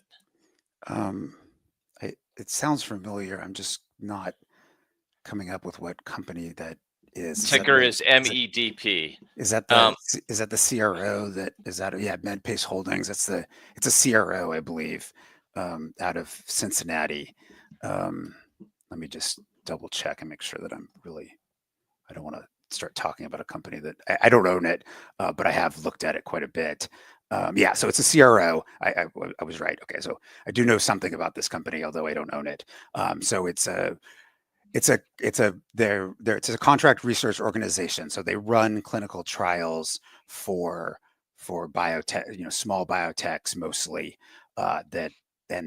and oftentimes early stage clinical trials. So like they have a whole like setup on their campus where people can stay, healthy subjects can stay, and they run phase 1 clinical trials on healthy subjects to check for side effect profile of drugs. And then they also run phase 1 and phase 2 clinical trials.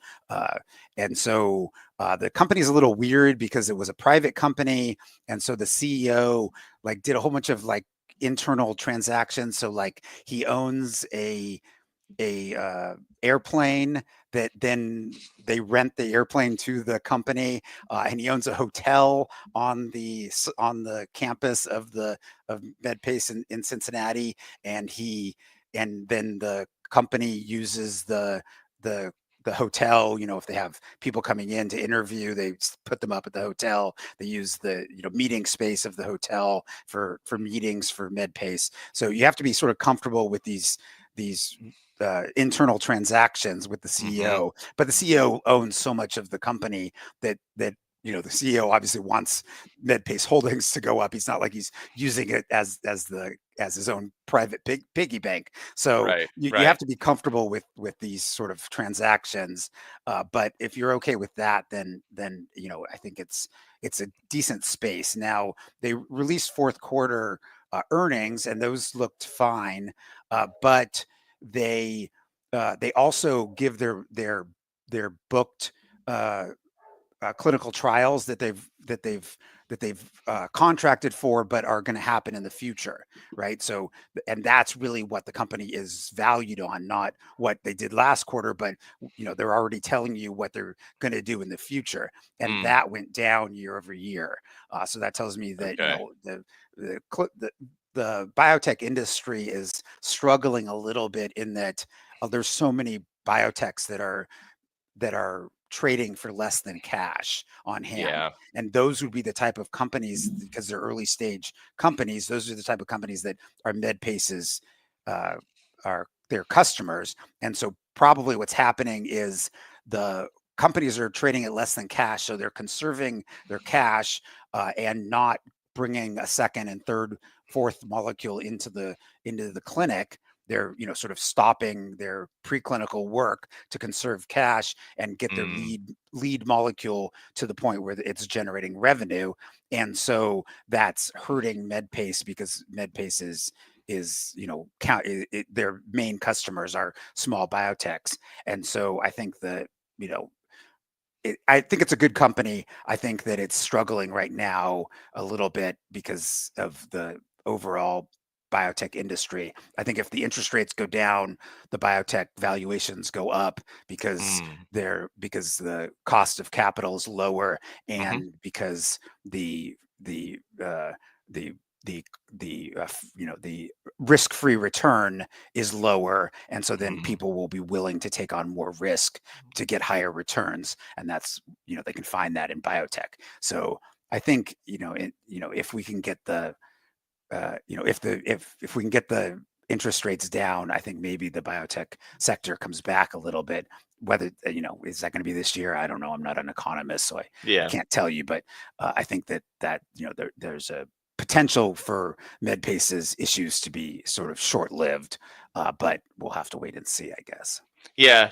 So it sounds like you agree with this assertion, which is also a question. Chinese follow on chemistry and innovations in biotech and smaller Chinese CROs, those contract research organizations, are a headwind or an opportunity.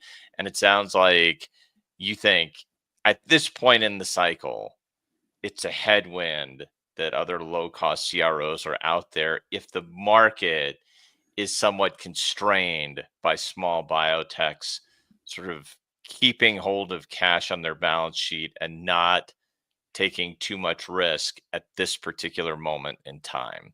Kind of Yeah, seems I, like I that's don't. where you're at.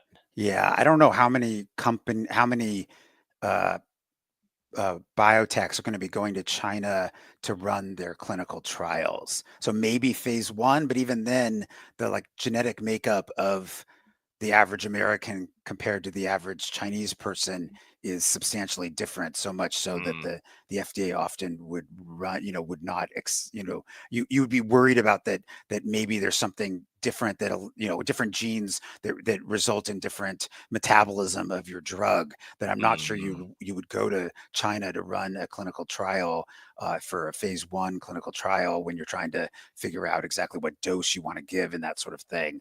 Obviously, if it's a disease that's primarily in Chinese people, then it would make sense to do that. But otherwise, I'm not sure that Chinese CROs are really a major issue. If we're talking about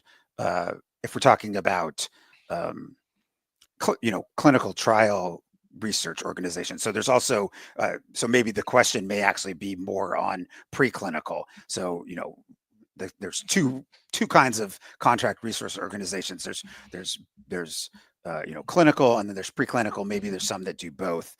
So I think MedPace is mostly clinical, and so but there's a lot of companies that are basically you just get a full-time equivalent employee that works in China for less than you would in the US, and then they you don't even have to have laboratories. You can just have them synthesize the compound. You get a chemist, they synthesize the compound, they hand them off to a biologist who does the assay to see whether there's activity that blocks the activity of the protein you're interested in, and then you just repeat the cycle, and the people in the the executives in the U.S. company, which may be could even be a virtual company, or they could be, they could have offices but no laboratory, and they could be running those clinical trials. So they may have been asking about that type of company, and I don't think that MedPace is going to be, would be affected by those type of companies. But certainly there are other companies that could be affected in the U.S. I think a lot of them are private companies that are doing that sort of preclinical research. I don't think very many, and I think there's a lot that are overseas. So I think it's hard for a U.S. based company to compete against a Chinese CRO that's doing preclinical work. So I think those are two completely different animals. To sum it up. Okay.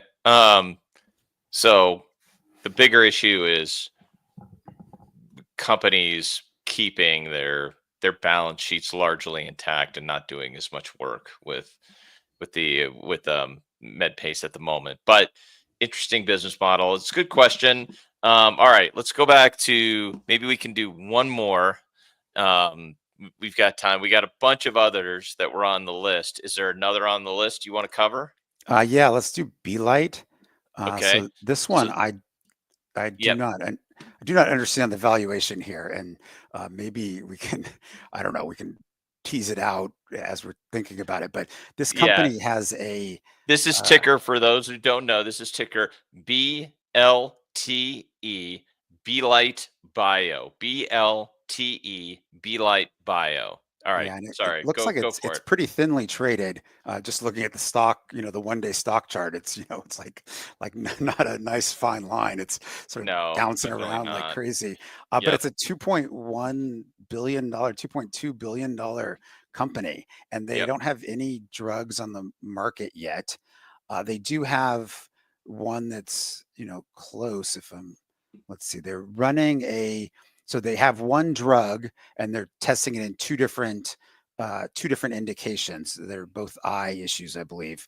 Yes. So there's Stargent, largely targeted at degenerative retinal diseases. Yeah, there's something with vitamin A. So there's diseases that are caused by vitamin A issues, and this thing goes and binds vitamin A and helps with the it helps with normal processing of vitamin A in the visual cycle. So that's what it does. And so they're testing it in two different diseases. One is Stargardt, Stargardt, and there's 53,000 people in the U.S. that have that disease, and in China it's 109,000.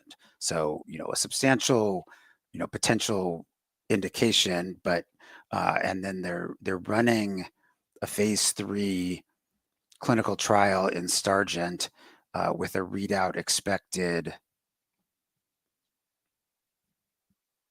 They expect to complete the clinical trial in the fourth quarter of 2025. So the readout's coming fairly soon, and then they're also testing it in geographic atrophy, which is another eye disease, and that's a fairly large another large potential indication, and they expect to let's see, they don't actually say how long. It's a 24-month study, and they don't say whether I don't think they've enrolled 406 of the 500 patients in the study. So they're almost completely enrolled, but the last patient's going to take 24 months to read out. They are expecting to do an interim analysis. So potentially maybe after a year, they'll read out and see if it's positive. If it's positive enough, maybe they can stop the clinical trial after 1 year, but otherwise it would take 2 years. So that's gonna be substantially longer time frame.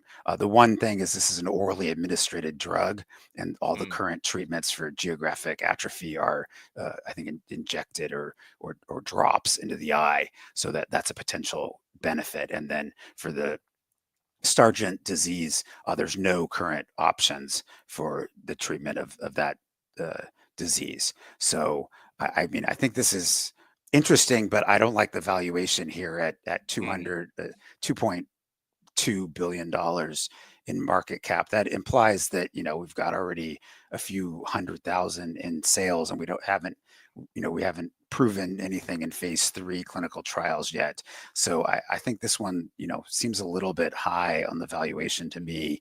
Yeah, well, it's a pre-revenue company, right? Right. So right, but just the way generally biotechs have been, we looked at some other ones and they were in the like $200 and $300 million range, and this one's at $2 billion, so 10 times higher, and also doesn't have any drugs on the market. I guess we looked at one that was 800 or 900 million. So do you think that do you think the driver of that is that this is potentially, degenerative eye diseases are severe, and we know it's a big deal. I have seen all of the macular degeneration late night ads for lawsuits and what have you, and treatments and so forth. They are everywhere. So I know that's a big enough market. Is that what this is? It's just trading on the promise of being an oral treatment for a degenerative eye or class of eye disorders. And so the belief is this got to be a massive market, and an oral treatment is orders of magnitude better than an eye injection or a topical treatment like eye drops. This is fabulous, so it must be a bigger market. Yeah, I mean, I think that's it. And then of course, Sargent doesn't have any. That's going to be their lead indication, right? And there's not even any competition there. So the phase 2 clinical trial did look not bad. It's definitely not. It's definitely not stopping the the lesions that occur in these patients, but it's definitely slowing them down. So if you look at the change in the lesion size, it goes, basically after 24 months, it was about 0.4 change for the patients that got the drug, and the patients that got got placebo was at point actually at 1. So it was at 1 versus 0.4. So a substantial difference in the lesion size, but the lesions did get 0.4 millimeters or whatever the millimeters bigger. So it's not like it's completely eliminating the disease, but definitely allowing them to grow slower, which obviously will help in the long run in terms of helping these patients not have not their eyesight will get worse slower, which is obviously better than not getting worse slower, especially if there's no other approved medications for the disease. Yeah. So this is one. So there's always what I'm learning constantly when I talk with you and with Carl about biotech is there are grades and there are there are different types of biotechs at different stages, and how you look at them and potentially value them is different. And this is one that fits into the category, I would say, based on what I've learned and what I just heard from you, is most speculative, possibly a large market, clearly in need. There is either a no alternative treatment in terms of one of the drugs, and in the other, it's a possibly superior treatment for a very large market. And so you get an inflated valuation. I mean, it's not all that different from tech stocks, but it's a little bit more extreme in that sense versus I think the one that if I had to rank them, Brian, and I'm not sure I'm going to rank these properly, but if I were to take a crack at it, it seems to me like of the ones we talked about, Eton is possibly the most underrated because it's got therapies, it's got revenue, it's made an acquisition. There's a concrete plan to roughly 2.5x to 3x revenue, and that may not be accounted for in the valuation. And that's probably for some decent reasons because it's not without risk.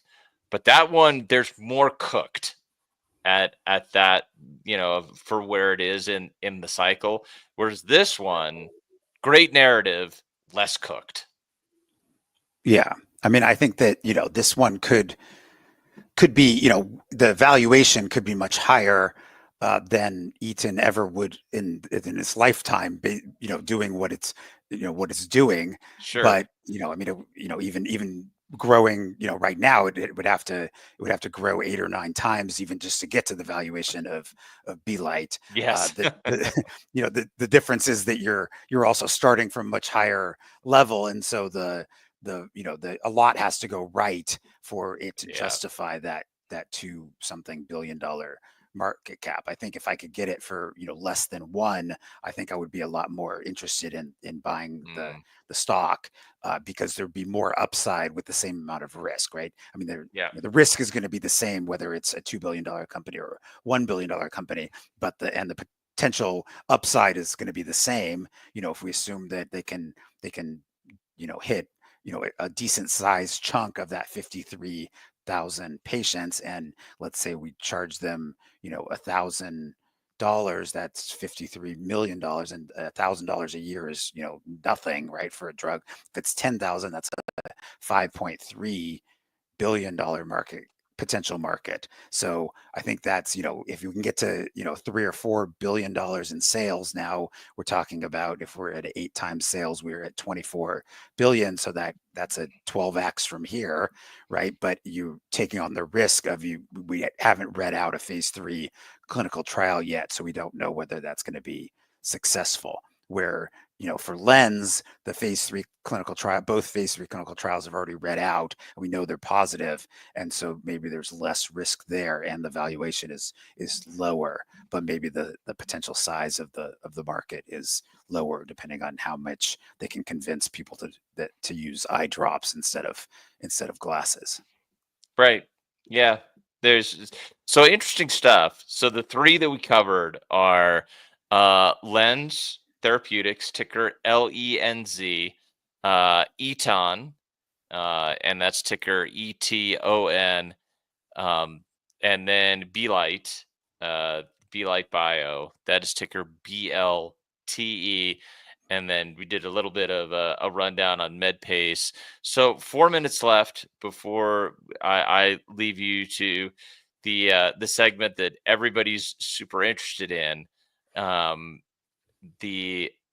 Let's tackle a couple questions here. This one's from Ed from 4 hours ago. This is just a comment. Tariffs, we'll take it off the board by addressing it. Tariffs can increase inflation, which means the Fed keeps rates the same or maybe even mentioned to increase rates. I would imagine that's not what the White House wants.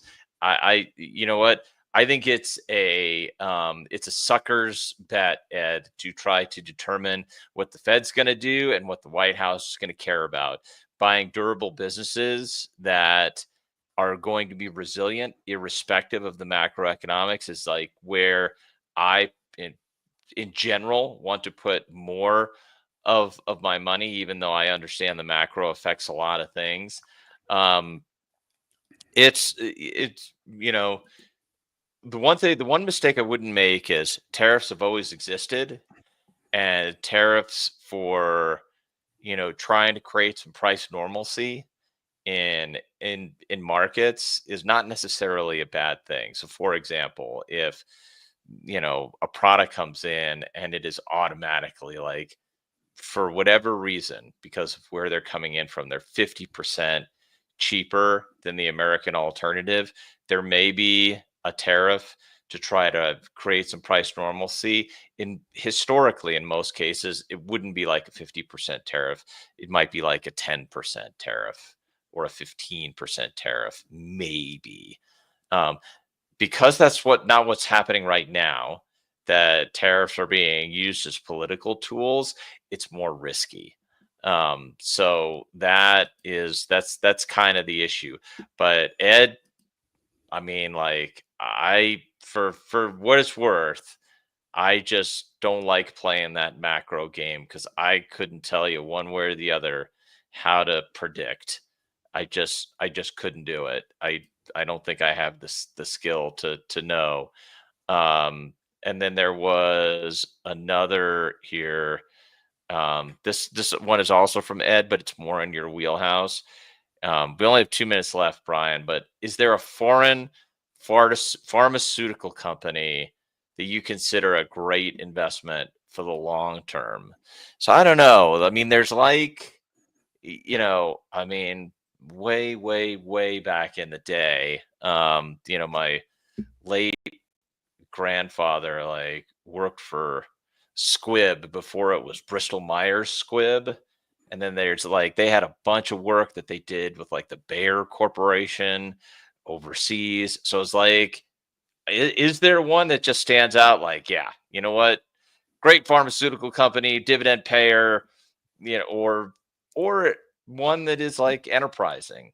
Like, any thoughts on this? Yeah, I mean, I don't know. Novo Nordisk, I think, is come back to a little bit of a decent valuation.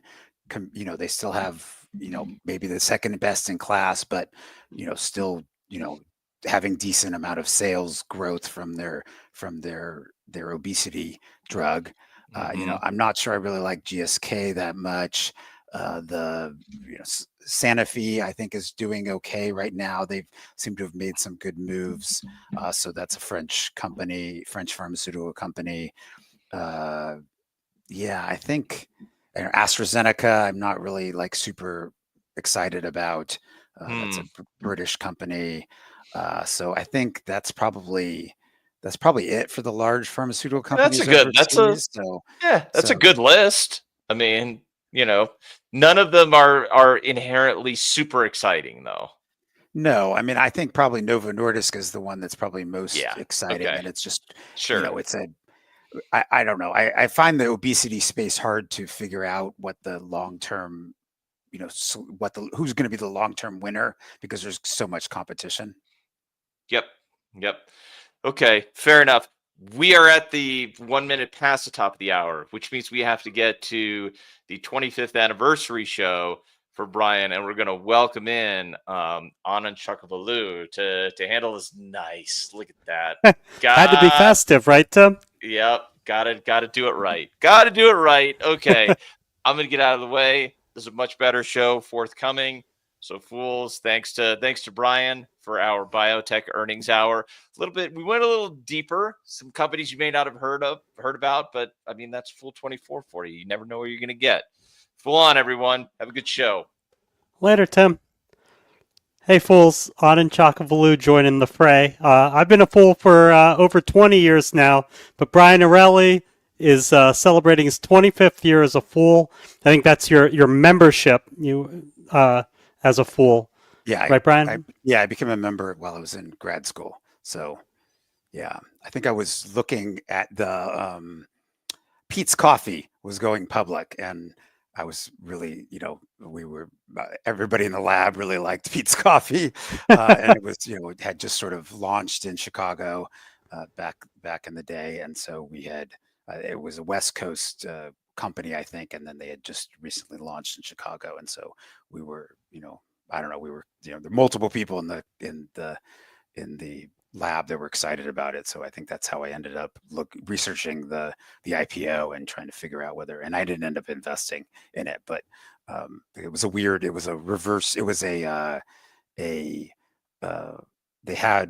they had an auction it wasn't like a normal typical IPO.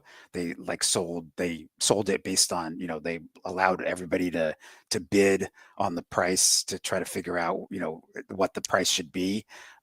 So they allowed the public to buy individual shares, if I remember correctly, some sort of tender auction or something. And so I don't know, I was so new to investing that I was like, okay, this is not something that I can figure out quickly enough to justify, investing in it. So I didn't end up buying any shares. Yeah, that's a wild way to start. We're not just buying an IPO or buying a stock. It's okay. There's some sort of auction or reverse Dutch auction or whatever the mechanism was that adds that extra layer of complexity. Although I kind of like that. I like that they did that. So throughout the show, right, we're got 5 questions for Brian to kind of cover his 25 years, ask him about various things. And then I looked through the queue earlier, and there's a lot of cool questions that have not been answered yet. So I'll attempt to answer those in the middle. But let's start with one for you, Brian. So in those 25 years, which stock has taught you the biggest lesson? Good lesson or a bad lesson? Either one. I think maybe, so many. So I guess I'll do both, good lesson and bad lesson, because I can't decide which one. I think, good lesson is, just don't sell good stocks, because, I bought Celgene and it went up substantially before it got sold. I bought CGen, it went up quite a bit before it got sold, before it got acquired, and then Vertex Pharmaceuticals has gone up substantially, couple of X's, and it has, hasn't, I've never sold any shares, and so it's doing quite well. And I don't know if it'll ever get acquired, but certainly it's doing, it's done well even without attracting any interest from pharmaceutical companies. And then on the downside, I think the one stock is probably DermTech. I rode that one all the way to it being it going into bankruptcy. So I don't own shares of it anymore. But I think that, I don't know, there were a couple of lessons from DermTech that I didn't really realize. So this was a company that they had genetic tests to try to figure out whether a a skin lesion was melanoma.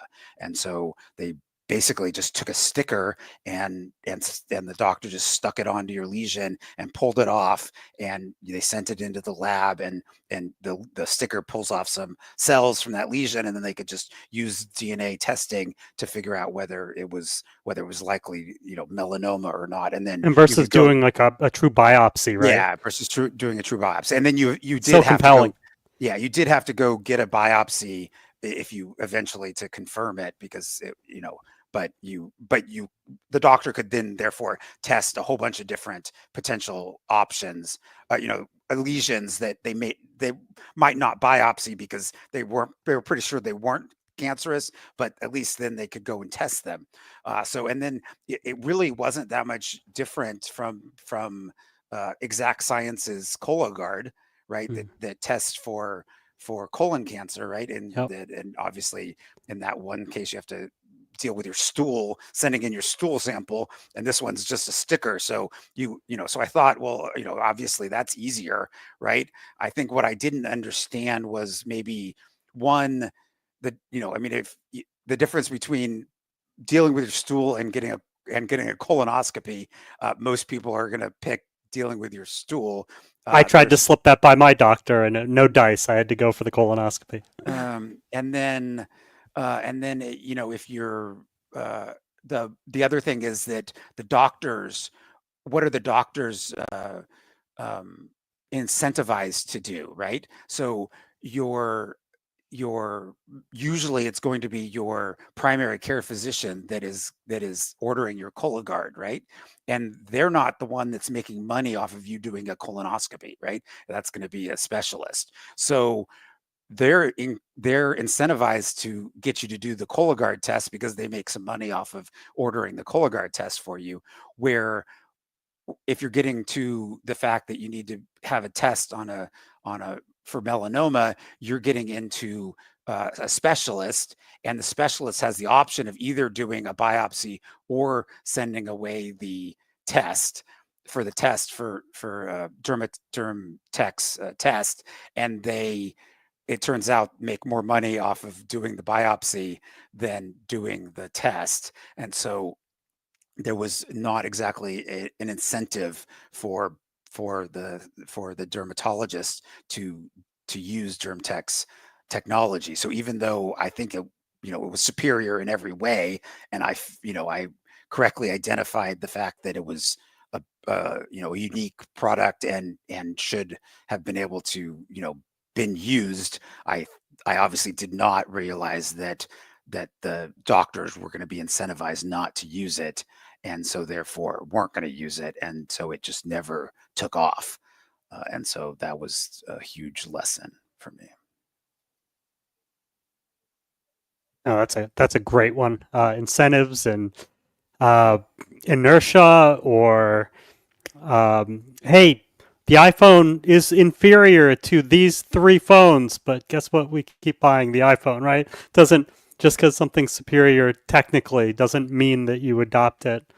There is there's a risk element for a doctor, right? When you do the tried and true, you're less likely to get sued than trying something new, and then you find out, oh, actually, wait, maybe this doesn't work as good. I'm just not saying for DermTech, but just there are lots of things at play.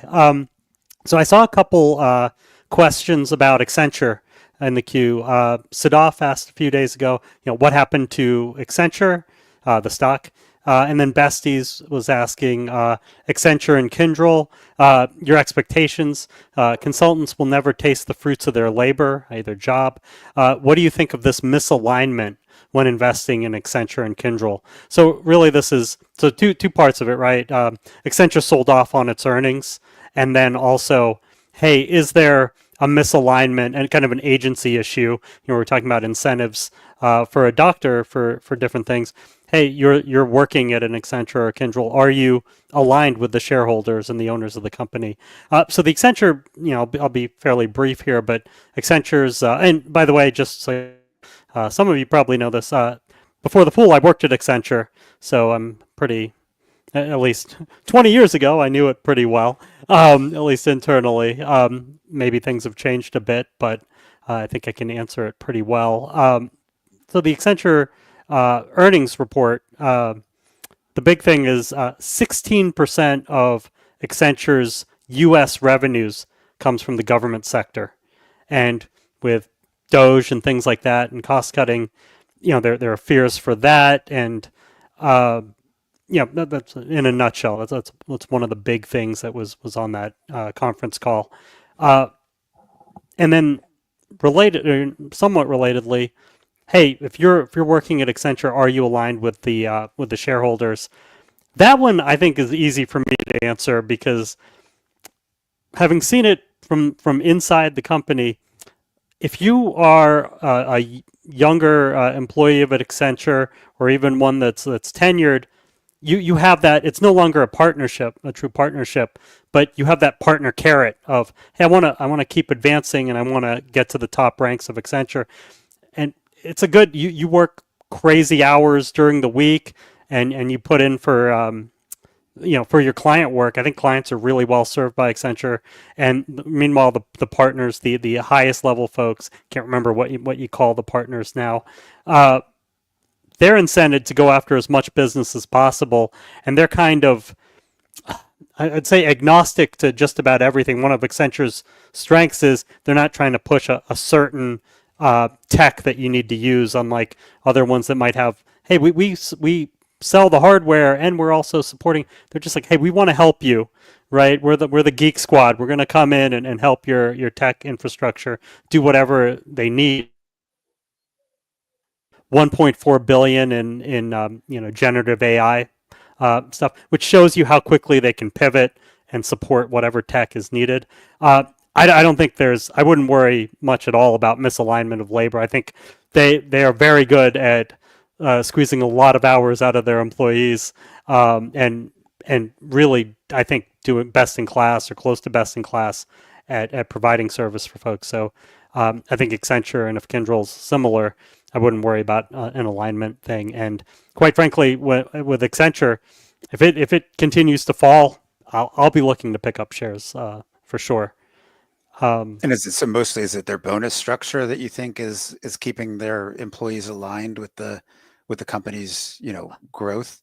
Because they're getting money, they're getting they're billing per hour, right? And they're expected to do a certain number of hours, so utilization's definitely, there's the stick, right? If you're not utilized as a consultant, if you're on the bench, you might not be a consultant much longer, right? And then there's, I think we think too hard about sometimes about like, well, in theory, right? Like, do you need certain shares or whatever to align you? It's, look, their careers are moving up in the organization, and regardless of payment now, there's big payment in the future, right?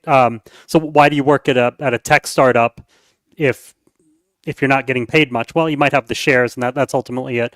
With Accenture and things like that, it's moving up, and the further up you go, the more money you make. And I think, or you leave, right? You work really hard for a few years, and then you'll leave, for whatever reason. Maybe you don't want to work that hard, or you don't see a path up as much. But either way, you're aligned while you're there, I think. At least that's my 2 cents. Do you see any questions you'd like to hit, or I can throw some more at you, Brian? No, I didn't see any. I mean, I've just been taking questions for the last hour or so. Yeah, for sure. I didn't see too many to pharma ones. Let me ask you another one of my questions for you. What's the most surreal thing you've covered or seen in the last 24 years? So, like, for example, for me, there's various wild stories of the banking sector during 2008 and thereabouts. You just had wild things happening on a daily basis. What's the most surreal thing you've seen?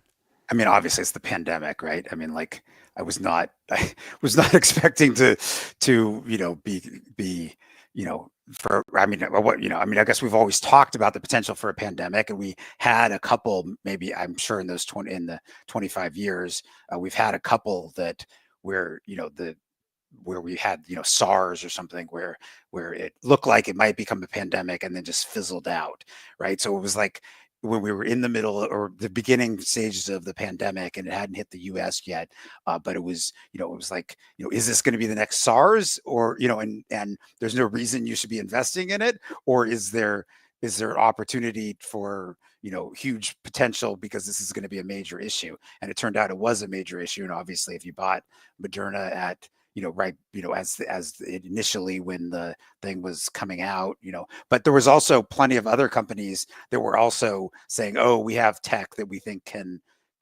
end up being positive, right? And that they didn't end up getting it fast enough. So like Novavax, I bought shares before the phase 3 clinical trial read out, and it was successful and the shares went up, but they weren't able to get manufacturing up as quickly. And you know, Moderna and Pfizer had already gotten theirs approved. And so there was no rush for the FDA to approve another vaccine.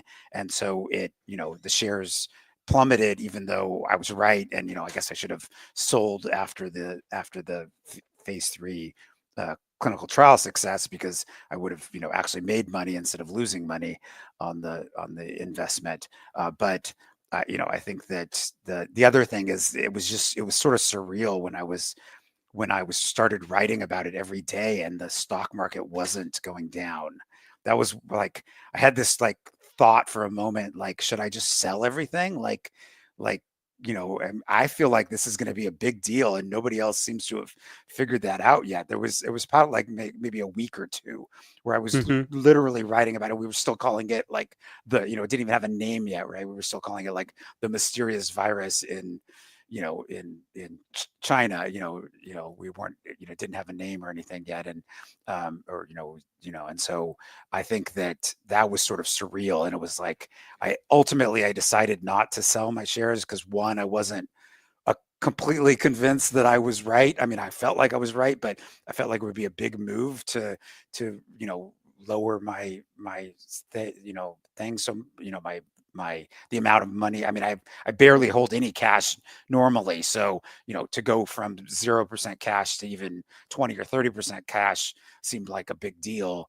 And then the other thing is that I just wasn't convinced that I would be able to buy back in at the right time. So even if I made the right move on the exit, you know, we pretty much had like a V-shaped recovery. So maybe that's another thing that was sort of surreal, right? Was that we went from the low to the, you know, back up, went up pretty quickly. And so, you know, would I have been able to hit the, you know, anywhere near the bottom? No, it probably would have gone up a little bit. And I would have been like, oh, it's probably just, you know, a slight correction and it's going to go, you know, we're going to trade, you know, sideways or down or even go down some more. So why should I buy now?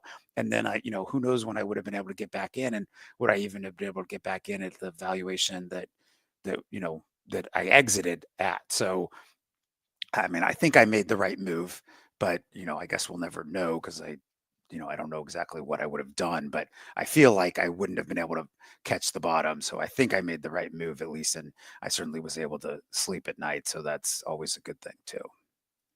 Right. What do you think of, you know, things like Moderna, Novavax, BioNTech now as you... So I just finally bought Moderna for the first time.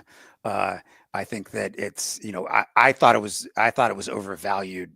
You know, I was calling it overvalued all the way up. I mean, it got up to like $200 million market cap, which is like the size of like Merck, which is, you know, I mean, maybe not Merck now, but I remember at one point it was like bigger than Merck. And Merck has, you know, multiple drugs on the market that are, and, you know, many of them are billion-dollar plus drugs. Now, obviously, at one point, Moderna was selling $12 billion worth of sales. So, but, you know, I think that still the valuation didn't make very much sense at $200 billion, even if you assume that $12 billion was going to go in, you know, it was going to continue. And I didn't think it was, right. So I waited till it sort of seems like it settled down into a range. You know, 2025, they're guiding for maybe a little bit less sales than 2024, but not that much less. So I feel like it's sort of in a range where it made sense. the prediction to predict what the value of the company is, you have to know what the sales are going to be in the future. And so I feel like we're pretty close to where they should be. I think they're guiding for 1.5 to 2.5 billion in valuation, in 1.5 to 2.5 billion in sales. That's mostly the COVID-19 vaccine, although they do have a new RSV vaccine as well. And they have a cancer vaccine. I mean, vaccine, I'm putting in quotes because it's really a treatment. So they figure out what proteins are expressed on the outside of the tumor, and then they go and express those in another cell, and that causes the immune system to react to those proteins, and then goes and attacks the tumor cell. And so that one the data from the phase 2 clinical trial looked really good. And so now we've just got to wait for the readout of the phase 3 clinical trial. That's going to be, it's going to take a little while because clinical trials take a little while, especially phase 3. But I think that one's, likely to be positive. And so I think that the valuation right now, I think it's like $14 billion valuation right now. And they're expecting to have $6 billion in cash at the end of this year. I think they're down from $9 billion or something. So you figure the valuation, the intrinsic value is about $7 billion. And so if they can do $2 billion in sales, that's a reasonable valuation considering that they have this technology that they can potentially do other they're going to be able to launch other drugs off of it. And so, I think that it's a good valuation. BioNTech's valuation, I think, is even a little bit higher, maybe because they have more phase 3 drugs in clinical trials. They're also a little bit agnostic to their mode of treatment. So while they do have mRNA technology, they're not necessarily only going after diseases where mRNA is the best option. They're going after whatever, they look at a disease and then they say, what's the best way to treat this? So they have antibody drugs. And I think they even have maybe a small molecule or two. And then as well as their mRNA program, where Moderna is, only looks at diseases where mRNA makes sense. And then they're using mRNA. And then, Novavax, I don't know. I haven't looked at the valuation recently, so I'm not exactly sure what the valuation is there. And then I like Pfizer at its current valuation, especially considering the dividend is at like 6 point something percent. And so I think that will help keep a floor on the valuation, because if the price goes down, assuming they don't cut their dividend, and I don't think they seem to have plenty of cash flow to be able to continue to fund the dividend, then they should be able to. If the value goes down, then the dividend yield will go up, and then even more people who are searching out dividends will want to buy it, and so that should keep the valuation, fairly constant at the current valuation. So you'll collect a 6% dividend, and you wait for a little bit better of growth as they work through a patent cliff of a couple of drugs that are going off patent in the current time frame. Yeah, you and Keith both. You've talked to Pfizer for quite a while. I finally bought in within the last few months or so. And BioNTech, I think I bought that due to a scoreboard, the Daily Show. If it scores an 8.0 or higher, I have to buy at least $1,000 worth and hold the stock for at least 5 years.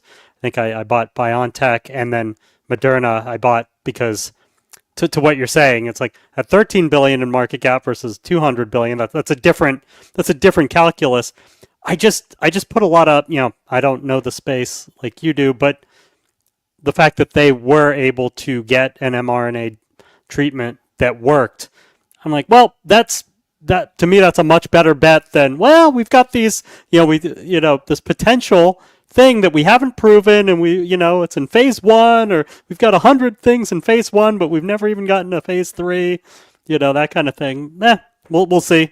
We'll move on to, we got a little nerdy on pharma.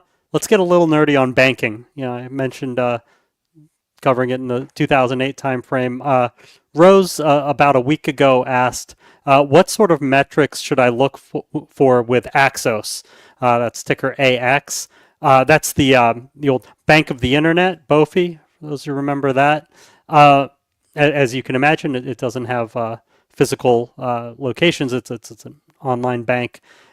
We actually will be covering this in a scoreboard episode within the next 2 weeks. That'll drop. But let me just kind of run through some of the things that I look at with Axos, and we'll kind of put it in context with JP Morgan. Just, big bank that's considered pretty much best in class. When you look at leverage, so leverage is, during 2008, banks got in trouble. Someone would go like 30-to-1 assets to the equity they have or their book value. 10 is pretty reasonable. That's around what Axos is. It's at like 9. JP Morgan's like 11 or 12. When you're looking at what a bank is doing, you want to see like, okay, well, what's its, loans versus its assets? How much of its assets are just loans, regular loans? It's like 86%, and it gets like 84% of its assets from deposits. So it's doing what a bank does, right? It takes in deposits at a lower interest rate, sells them out at a higher rate with loans. Now, when we look at those loans, you look at the charge-off rate. A few things. Charge-off rate pretty low, 0.1% versus like 0.7% for JP Morgan. I like to see an allowance for doubtful accounts over its non-performing loans. So basically, what are the bad loans on the books, and are you covering that with allowances already? Want it to be 100%. It's around 100%, 108%. JP Morgan's a bit higher, but there are games folks can play, so it's not completely apples to apples. But if I see one under 100%, then I'm like, well, all right, are they basically making things look good right now, but there's some bad news coming and they haven't kind of self-insured themselves for it. So everything looking good so far. Non-performing loans as a percentage of total loans, that's 1.2%. JP Morgan's 0.6% right now. Like, that's been going up for Axos. That's kind of one thing to look at. I think loan quality is the big thing that I worry about with Axos. Not necessarily because it's bad, but because that's what I worry about with any bank that looks good on all the other metrics, right? Because you really need to try to figure out how safe their loans are, because that's where you can mask a lot of stuff. But what they're getting though is their net interest margin is 4.6%, which is pretty massive. So that's their spread that they're getting on like paying out for deposits but getting in money for loans. And their net interest income is 90% of their total income. So they are, once again, they're doing it through loans, not through non-interest income. So it's like a real bank. Efficiency, you want an efficiency ratio or percentage as low as possible. It's at 44%, which is really, that's because of the not having to do the bricks and mortar, things like that. And then wrap it up here. It doesn't have a dividend. It's growing quite a bit, so that it makes sense. I get more comfort from a bank paying a dividend because it just tells me, okay, you're making enough, you're stable enough that you're able to pay it out. And it's trading for 1.5 times book or tangible book, same number. But it makes so much that its PE ratio is only 8.7. So all around, just pretty interesting. I think you'll see that when we do the scoreboard. It's an interesting company. Its market cap's only 3 or 4 billion. So you compare that to over 600 billion for JP Morgan. So it's got room to run, but obviously that's better. It's easier said than done. So those are some of the kind of things I'd look at if I was looking into Axos to buy.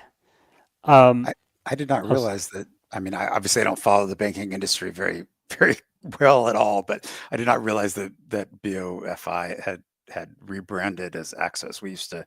I only know Bank of the Internet because I was a member of one of the Supernova teams, and so we had invested in it. And obviously that was a group of different people who had different specialties. So there was somebody else who was covering it, but we had to learn about valuations of banks that for that job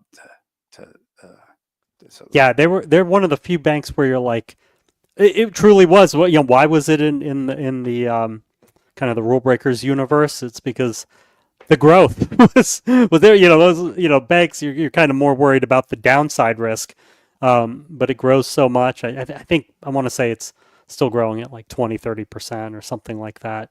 So that's a key thing, aside from safety. Let me ask you another one. So got 25 years in. You've probably heard a lot of the same questions over and over throughout the years. What's the most common misconception that people have about pharma, biotech, healthcare, that you wish you could just kind of write down once, say, all right, everyone, you need to know this, table stakes? Yeah, I don't know. I think that people probably. I think the biggest misconception is that it's hard to value biotechs, and I think it's actually way easier to value biotechs than the average, the average stock, because you can you can pretty accurately predict what the valuation will be in the future based on the market size of the drug, and if the drug is successful, the clinical trial is successful, then it should be able to do this amount of sales, and it should be able to therefore have this valuation. Those numbers are pretty set in stone, so you can figure out what the terminal value should be, and then you can just work back to what the current value is. Okay, so there's a the return should be whatever, you just plug it into a compounded annual growth rate calculator, and you can figure out if this is the terminal valuation and it's going to take 4 or 5 years to get there, what is my rate of return based on the current valuation, and you can plug in different numbers, different years, and figure out what the growth rate should be. So now the question is it worth taking on that risk? And that, I guess, is the harder part, because you have to be able to look at the clinical trials that have happened before, and sort of make an educated guess of what the likelihood of success is. But the figuring out what the valuation should be is like the easiest part of the whole process. It's the trying to figure out, is the risk that I'm taking worth the potential reward? And you can pretty much figure out what the reward is. That's the easy part. It's figuring out how much risk is there here, and are investors properly valuing the company so that the risk matches the reward. And you can find companies where the risk doesn't match the reward in both directions, right? You can get a company that's way overvalued, like let's say the CRISPR stocks a few years ago.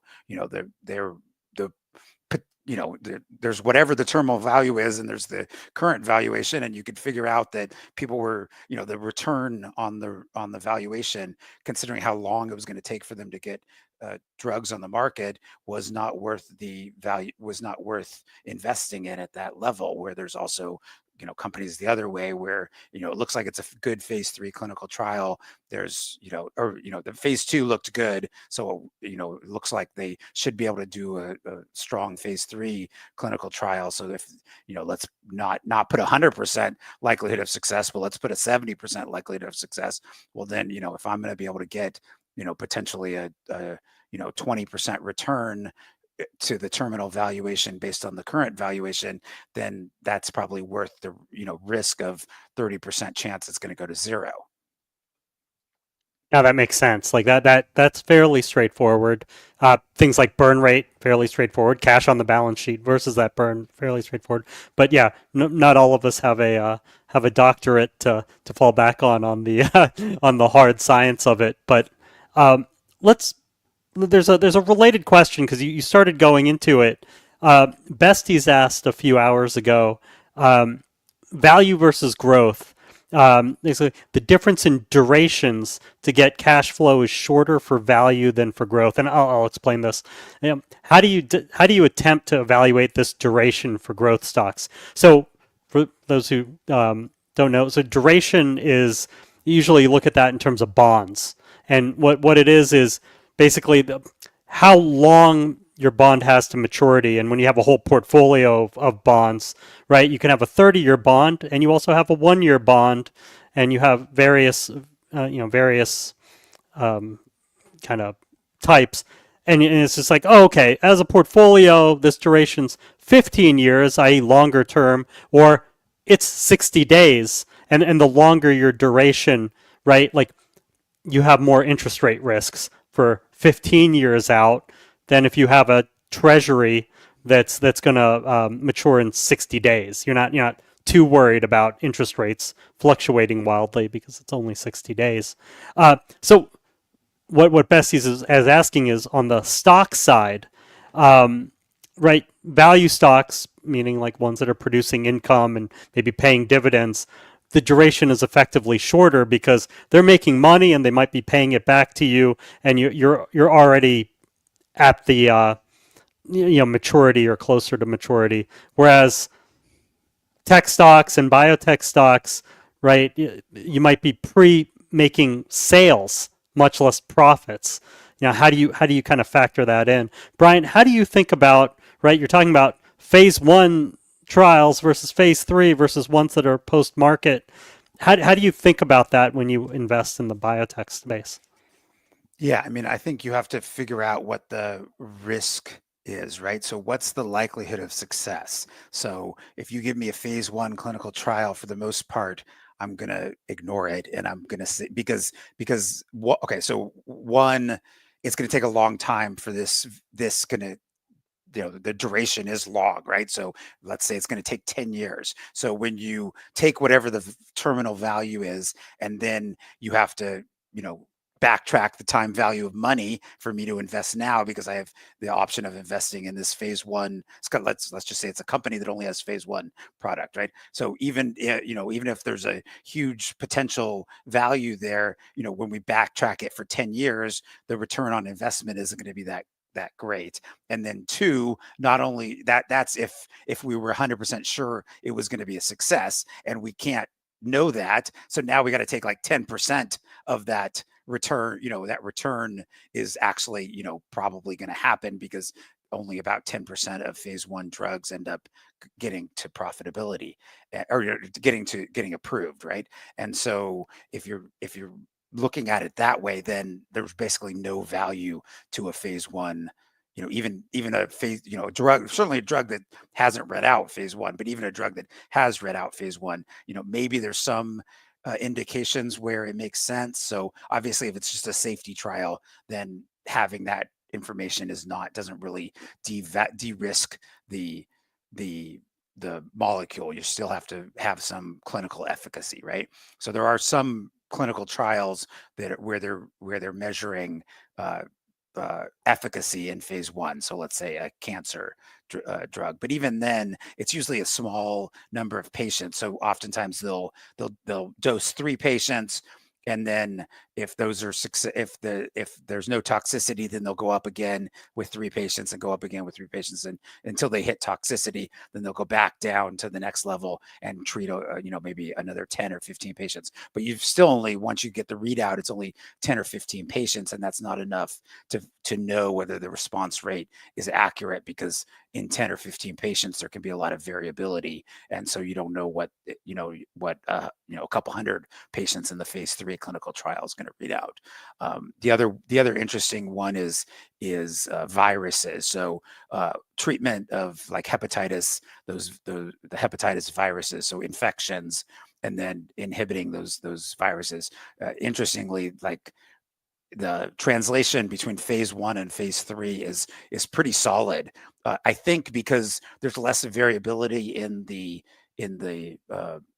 virus than there is in patients, right? So you're really looking at the treatment of the virus, and that virus doesn't vary between patients. So therefore, the treatment in the whatever the efficacy in phase 1 is going to be pretty likely to work in phase 3. Same with bacteria. So bacterial infections are the same way, where phase 1 looks pretty good compared to phase 3, where most other diseases, the early stage clinical trials of small number of patients don't give you an accurate readout of what the phase 3 is going to be. And so now you've got to, so that's, I think the sweet spot, if you're going to invest in in pre-revenue companies is to invest after the phase 2 are successful and they're running the phase 3 clinical trial. Oftentimes you can get people don't necessarily want to own them right then because the phase 3 clinical readout might be a year from now. And so you can get a value, you can get in at a decent value, and then the value will actually go to what the value actually should be on a risk adjusted return basis, closer to when the phase 3 readout is going to be, because that's when everybody wants to actually be in the stock. And so there's a time between the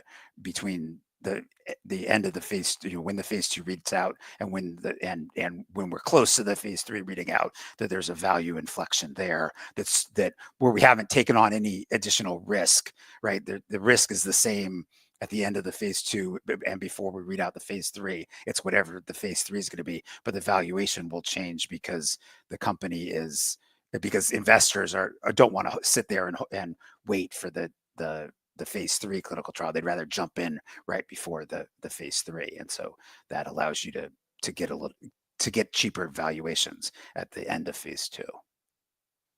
Nice. So, and then going back outside of biotech, just in general, right? I think duration is it's just another way to say, hey, is it riskier stocks and less risky stocks? How do you kind of think about that and evaluating them? To me,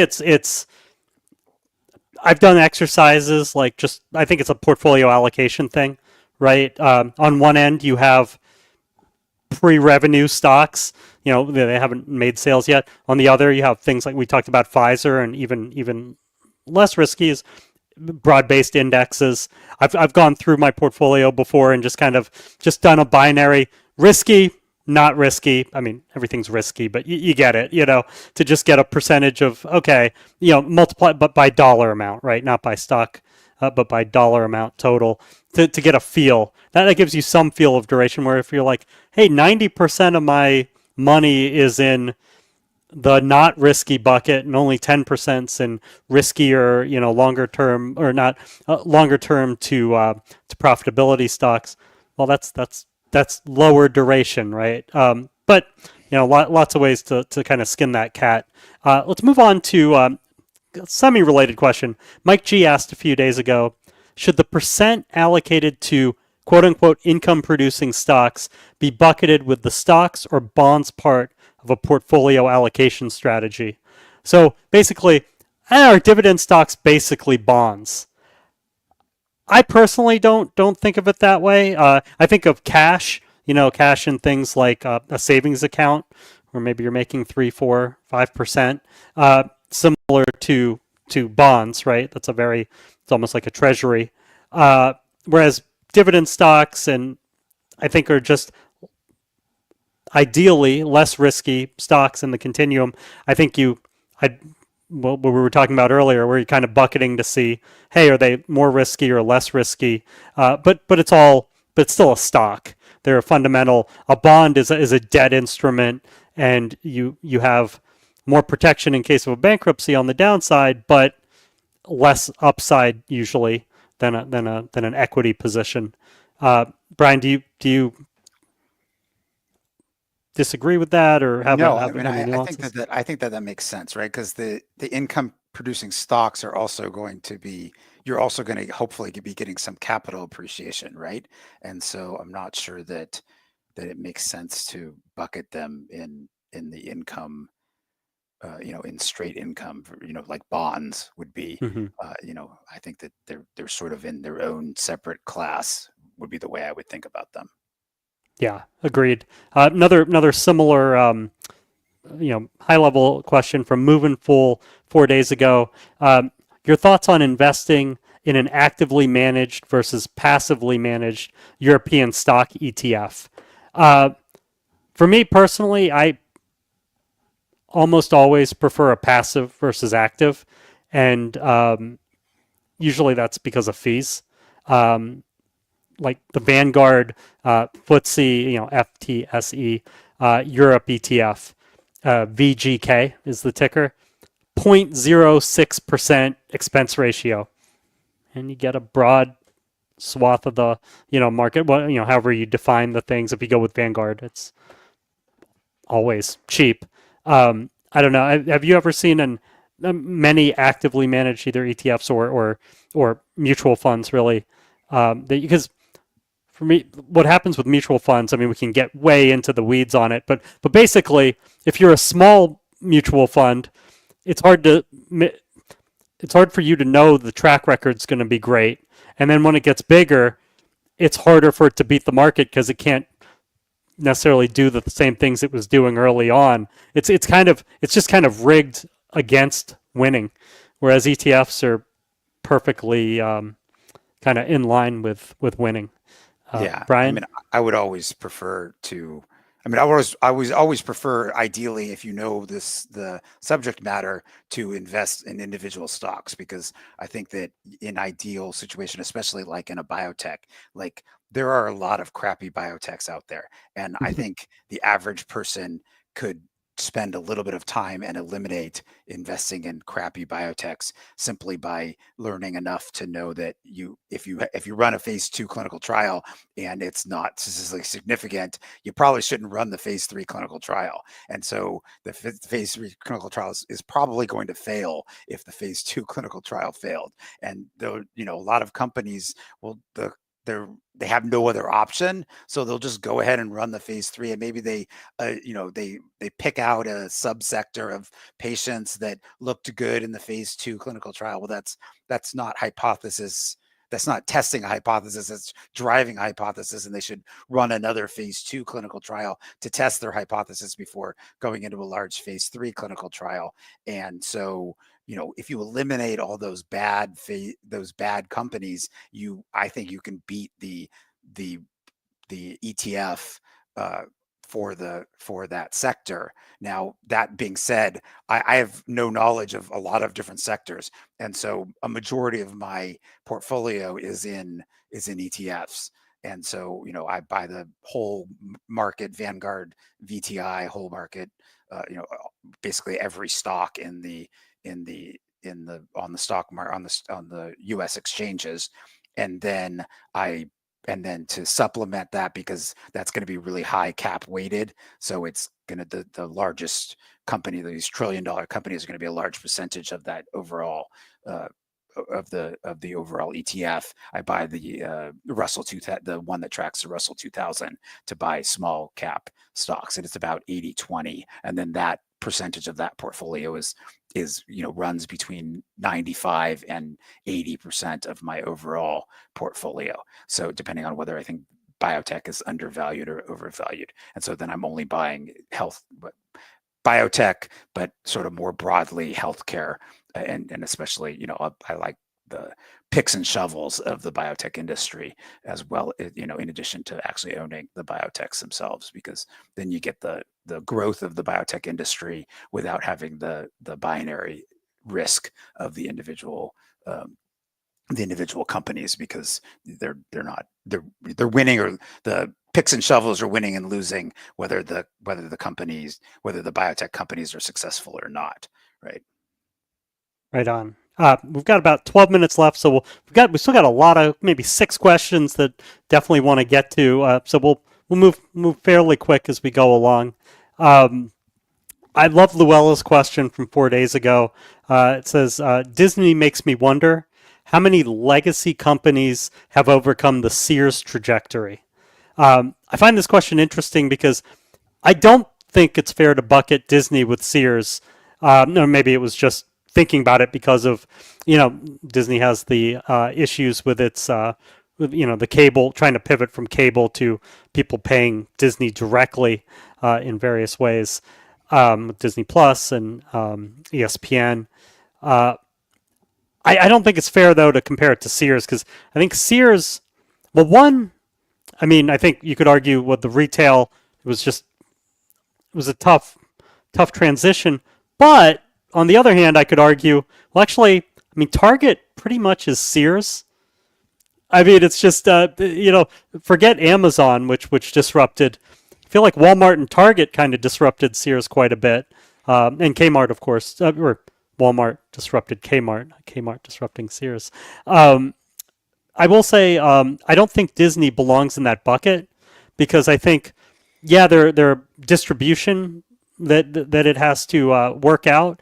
You could say that Sears sells the same stuff, but with different distribution. They had some stuff like Kenmore and Craftsman tools, that were proprietary, but still somewhat commodity-like. I think Disney, it's the content and the IP, the intellectual property. I think that still makes it unique, and I don't think it's a one of those legacy going out. But for examples of companies that have dealt with this, a Sears trajectory, I'd say Microsoft, right? It had its Office and its Windows, and it had a whole decade, in 2000 to 2010. They call it the lost decade, right, where it just did nothing, and then years later, it's been amazing in how it's just reinvented itself, being more cloud-based and now AI, having an ownership stake in OpenAI and things like that. I'd say Apple over the decades, right? We think of Apple as just the ultimate Goliath now, but before the iPhone came out in whatever it was, 2007 or whatever, right? They were amazing in the 80s as the opposite of Microsoft and the PC based things. And in fact, all the business cases said PCs won and Apple lost, even though it had those like the Apple IIc and things like that we remember. But the business cases were Microsoft won and the PC won because it's an open architecture versus closed. And then fast forward later where, you had things like Newton and stuff, which failed for Apple. But then once you got the iPhone, it's, the closed proprietary system is better because, it won. So I think with everything, there's disruption all over the place, and it's how you respond and how you turn things. Sears could have been Target, I think. Any additional thoughts, Brian?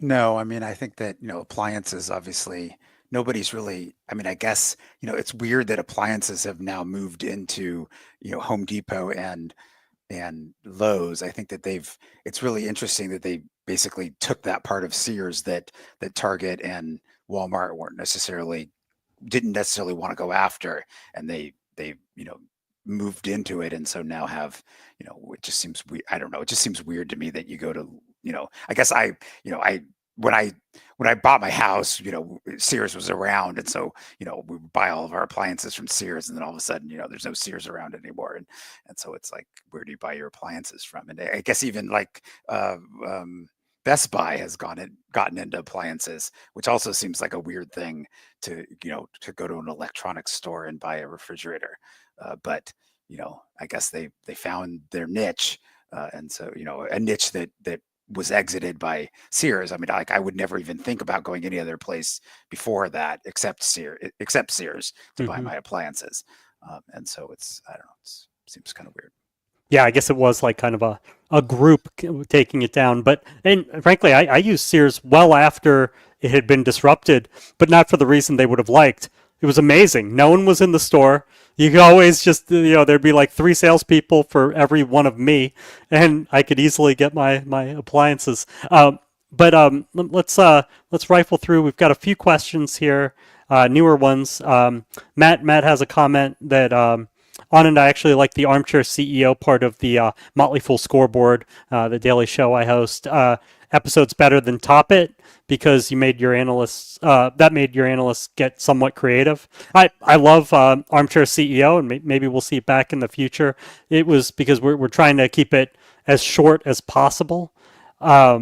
Is why Pro Shop Guy asks, Brian, you've ranted about the LLMs, the large language models, use for biotech. What is so special about AlphaFold? Is it something that is from LLMs? So I think it's not an LLM. And so what this is AlphaFold it's a prediction for proteins. So proteins are long strings of amino acids. So basically think of the same backbone, across the thing. And then each one of the amino acids has a different side group that comes off of it. And so those side groups interact with each other, and they can do things like create an alpha fold or what's called a beta sheet. And so what AlphaFold tries to do is we know the structure, we know the sequence of every protein, because the sequence is based on the DNA. So we go from DNA to mRNA to protein. So if we know the DNA sequence, we know the protein sequence. So we know the sequence of every protein. Then we have some proteins that we've done what's called crystallography. So you basically you concentrate the protein enough that it makes crystals, and then you can shoot X-rays in it, and that actually will give you, you can figure out what the shape of the protein is, and then you can go back, the sequence, so you can figure out, which amino acids are interacting with which amino acids. So what you did is you fed the AI all this information on the crystal structures of proteins that we do know, and then it tries to guess or predict what the amino acids are going to do based on the protein of unknown structure that we don't have a crystal structure of. And so the first few versions weren't particularly good. It could figure out what some of the amino acids were doing, and it sort of made sense, but then there would be like a big loop around where the amino acids are just sort of floating out in space, and then they come back in and they start interacting again. And we knew that wasn't actually the case, that all those amino acids are actually interacting with the rest of the protein, where they just the model didn't have enough data to figure out what they were doing, so it would just put it as a big loop.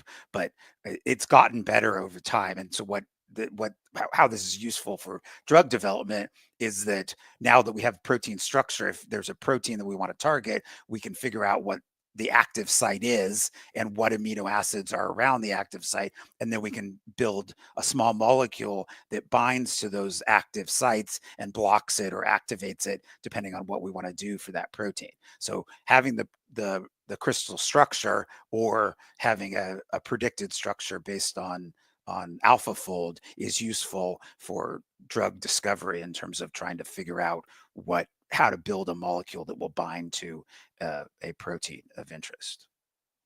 All right, just a couple minutes left. You got congratulations from Dan Caplinger, who's going to be coming on right after this. Congratulations from Spiffy. He says, my only regret is not signing up for the Fool earlier, but happy I finally did. And then Sergey Zaychenko says, hi, Fools. Brian, congrats. Here's for another 25 years of making us smarter, happier, and richer. The question is there a stock that you bought 25 years ago that you still have? Yeah, I don't think there is, because they've all been acquired by pharmaceutical companies. So I don't think I don't think Vertex is probably what I bought the longest ago.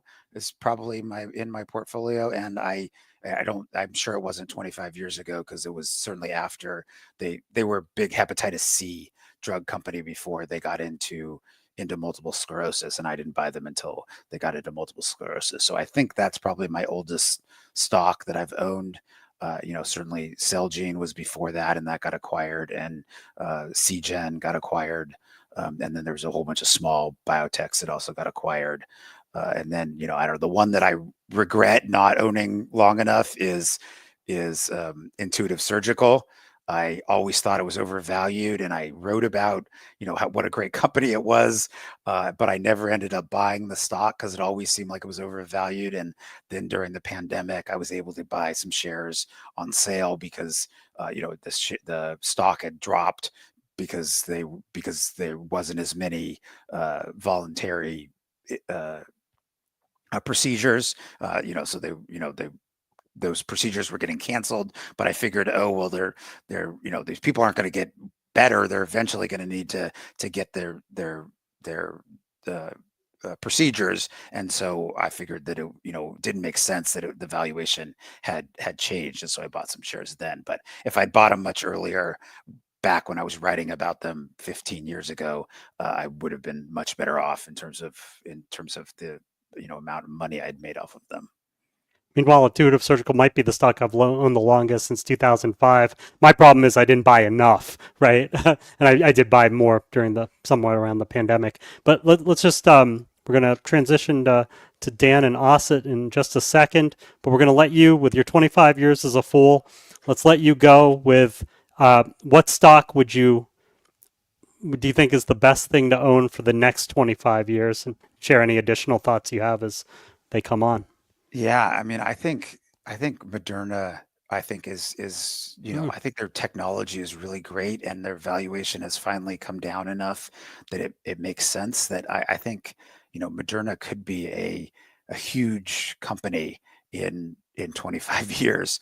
I think Vertex is a great company too, but I think that they have a harder time. I have a harder time seeing them result end up growing substantially without to develop each individual drug with Vertex's way of doing things. They gotta find a protein, gotta find a small molecule that binds to those things. That's a much tougher path to developing drugs than I know the I know the gene sequence, so I can create an mRNA for this that expresses this protein, and just that's a really simple way to create drugs. And so that's the reason why their pipeline is so packed, is because the development, the discovery part of the drug discovery process is really easy, right? The development timeline is still the same.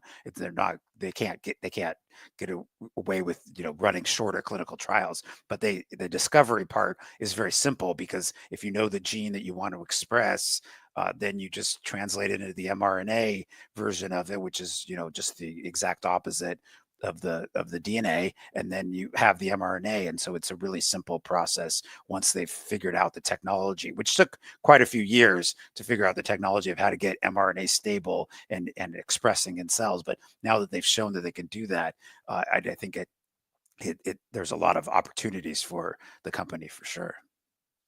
Excellent. Well, thank you, fools, for wishing Brian a happy 25th Fooliversary. We'll let Asit and Dan take it over with their stock advisor thoughts. Hey, thanks. We've got a little bit of a reunion here with Brian and Anand and I. Turn back the clock to like 2007, and you've got three of the sector heads of the old Fool.com together: personal finance and the biotech healthcare area. And Anand, were you on financials? I can't remember what I was in banking around then. Yeah. Yeah. So it's great to get the gang together again. And Brian, again, congratulations. It's a great milestone. Thanks, guys. Happy birthday, Brian. And just listening to those last few minutes, just breaking down the difference between two companies I admire. You're always so insightful. I hope we can keep this fool around for another 25 years. We'll see. All right. Thanks, guys. See you guys. Come on, guys. Have fun. And thank you, Motley Fool members, for joining us for another hour here of Fool24. I'm Dan Caplinger, joined by Asit Sharma, and we're going to be talking a little bit. We've set the topic for today: stock advisor thoughts. Asit is a analyst advisor for our flagship stock advisor product, and I've been working alongside Tom Gardner, helping him out on that side of the service for quite a while as well. And so I thought, when I saw both our names signed up for this slot, I thought, Asit, that we might be able to do a little bit of educating and sharing our thoughts about what it's been like to work on that flagship service and kind of approaches, especially for you who are actually one of the ones picking stocks, for one side of the portfolio. Kind of what your process is, how you interpret what, because Stock Advisor has a mission and has guidelines, things like that, but how you interpret that in the stocks that you look at and kind of the work that you do, leading the team of folks that really goes into making the picks that go into the recommendations our members see every month. Yeah, Dan, I'm excited to do that. And also, conversely, to pick your brain as well. As, we have two guys that I think of as sort of the deans of the whole entire contributing team. That's you and Rick Munarez. And of course, our great colleague Brian should also be mentioned in the breadth of amazing contributors who've been here for a long time and have so much knowledge. And I've learned so much from you, Dan, over the years. Was a fan, like long before we ever met at one of the Fool conferences. So really eager to hear your thoughts as well. And yeah, throw us your questions on Stock Advisor.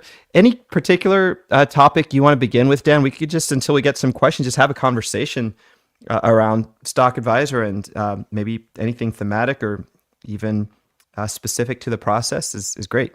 Yeah, I mean, I guess let's start with an easy one. It's open ended, and you can kind of take it wherever you want.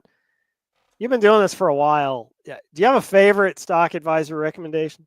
Do you have a stock that, like, think back over the time that you've been part of the service, and is there a favorite stock, or is it like asking a parent who their favorite kid is, and it's sort of like, how could I possibly go there? So I think there is, Dan, and it's not a company that I brought to the table. In fact, this was a David Gardner pick from like decades ago, but it is the best performing, I think it's still the best performing stock on the scorecard, and that's NVIDIA. And what little role I have to play in it is this is something members, I think, look forward to. We rank the stocks every month, and you get a list of companies that we think are timely. And I made an argument for NVIDIA. This was like a year and a half ago, maybe 2 years ago, just to include it in the rankings that month. It seemed at that point in time like NVIDIA might be overvalued, and it had some inventory issues with some of its gaming chips, but at the same time, it was starting to blossom in this field of generative AI. And along the way, we almost put NVIDIA in the penalty box like a year ago, because valuation. And I make a lot of mistakes, and everyone does. I mean, even Dan, who's an amazing writer and stock pickers. Plenty of mistakes here. Yeah, sure. you make mistakes as well, Dan. I've made some mistakes in pitching stocks to the team, in terms probably mostly of timing. Sometimes recommending that we try to go with a business before it's quite ready valuation wise.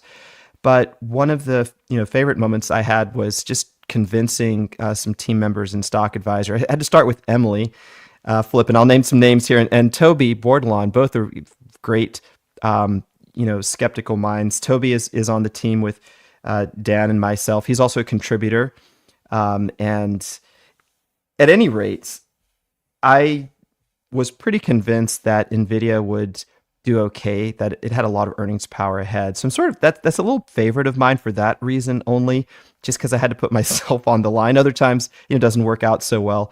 But yeah, for the most part, you're absolutely correct. I like so many of these businesses very much, and so many businesses are tuned for different outcomes in the economy, and that's what makes the scorecard so interesting.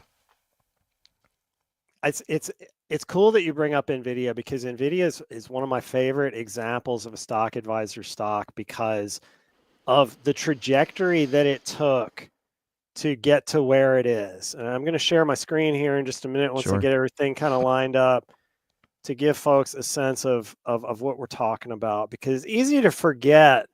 We're long-term investors here at the Motley Fool, and you don't realize exactly what that means until you go through the process, until you've been invested in a stock for decades. And keeping in mind, David Gardner first recommended NVIDIA back just about 20 years ago, coming up on that 20th anniversary, if I recall correctly. April 1st, 2005 is what the Stock Advisor scorecard shows. And I've got a stock chart here, but don't get confused. This isn't a stock chart. This stock chart, oh, darn it. I hit the wrong button. Here, let me see if I can do that back. Fools, there's a button on there that says, if you want to stop sharing, hit this button. But then the button is in the way. And so I'm trying to hide the message without actually stopping the share. Okay, here we go. So, fools, this is not a chart to date. This is a chart from the original recommendation of NVIDIA, ticker NVDA, in Stock Advisor for the first 10 years, from 2005 to 2015. And this will give you a sense of what the trajectory of a long-term winner can look like, because you will see here, between 2005 and late 2007, as the mid 2000s bull market was running its course, you saw NVIDIA shares more than quadruple. I can't see exactly where 400% up would be here, but that's nearly a quintuple here at the top in 2007. Then you have the 2008 Great Recession. You've got the housing crash. And suddenly NVIDIA's down here. It's back below where you started. And so basically 4 years of investing kind of down the drain as you look at things. By the end of that first decade, things were looking a little bit better, but no, you're nowhere near that high. You're still looking at that high, and you're kind of saying, oh boy, if I'd only sold this in 2007, I'd be way ahead of where I am. Totally reasonable return, by the way. 168% cumulative return over a decade works out to about 10% annualized. That's a good solid return. Nothing. But Dan, you're saying a lot of grief. You're saying a lot of grief to get to that return in some ways. Indeed, yes, yeah. I mean, but I'm trying to hold this out, not necessarily as, something that is a bad thing. It's just kind of par for the course. This is the kind of thing that you can expect. And so, if you looked at the Stock Advisor scorecard in 2015, what you'd see is, you probably had other stocks like Netflix that had done much higher total returns than what you got from NVIDIA. Well, let me change the chart, and we're going to fast forward to now. Now take a look at that. That first 10 years is now on the left hand of the chart, and you can't even see it because the fact of how far we have come up. We're now up almost 60,000% by this, 60,000%, just to, do the math for you. That's $1 invested in NVIDIA now has turned into $600. And so $1,000 turned into $600,000. And so you kind of get a sense of, like sometimes long-term does mean long-term, and you cannot expect to see those monumental returns in the first year, in the first 3 years, in the first 5 years, even in the first 10 years. It might not come, but that doesn't mean that it's not going to come eventually. And some of those stocks, you just have to have the patience. And that's the sort of thing. It's nice to have a service like Stock Advisors, been around more than 20-year history, 21, 22 years. I can't remember where we are right now, but a good long history to kind of see that, yeah, sometimes those shares, they just start going up and they go up and up and up and up, and there's almost hardly a hiccup and everything's fine. Sometimes they go up nice up front, but then there's a big pullback, and then you see a series of ups and downs and pullbacks. And then sometimes you have to wait a while before you get the pop. So I'm glad you mentioned NVIDIA here, Asit, because yeah, I think it has a good lesson for everybody. Dan, let me get your thoughts on something. As you were talking and I was listening to you, I was remembering something that used to confuse me when I was a newer investor, which is to say, well, how shall I find back in that day, it might have been what I thought was a amazing company that was going to be around forever, like a compact computer, going way back. Yeah. iOmega, going even further back. Oh. So like great stocks that you would see that seem to be having these spectacular returns. And then reading about long-term investing, when you look at this Stock Advisor scorecard, you see really hundreds of companies, and it does prove out in some ways that principle that a few stocks are going to generate the real preponderance of your returns if you're a very long-term investor. So just curious your thoughts on that, just taking many swings, maybe allocation as you go along, you start to understand a business better, and maybe you see a future where a company like Netflix or NVIDIA or Amazon, you can't tell what it's going to do, but you understand by then intuitively after studying it that they've got some special thing about them that could last. How have you treated that in your own investing and as you've observed the investment world in allocating your money? Are you someone who has concentrated positions, or do you have many positions and maybe trying to build something like a scorecard which will benefit from what I haven't named yet, which is the Pareto principle? Yeah. So Asit, I'd say that, for me, I have a concentrated portfolio of individual stocks, but I have a backdrop. I've got a supporting cast of index exchange traded funds that kind of give me the diversification that I'm comfortable with. And so it's a relatively small portion of my portfolio that's in individual stocks, which means I feel more comfortable taking swings. Like if you just looked at my stock portfolio, you'd be sort of like, man, you got a lot invested in Berkshire Hathaway. That's a dangerous concentration in Berkshire Hathaway stock, ticker BRK-B. And I would agree with you if all you saw was that part of the portfolio. But I've got enough S&P 500 index funds. I've got enough exposure to small caps and to international stocks and things like that at the fund level that I personally feel comfortable with that. Now that I think is different from the trajectory that I think a lot of Motley Fool members go through. And it's a challenge. It's a challenge that we hear about. You know, we do Fool Fest every year for Fool One members. And, you know, we hear from them because those Fool One members, they've got access to everything. I mean, they have access to the stock picks, not just a stock advisor, not just to rule breakers, but of just every service that the Motley Fool offers. Fools, that's a lot of recommendations. There's a lot of stocks on those scorecards.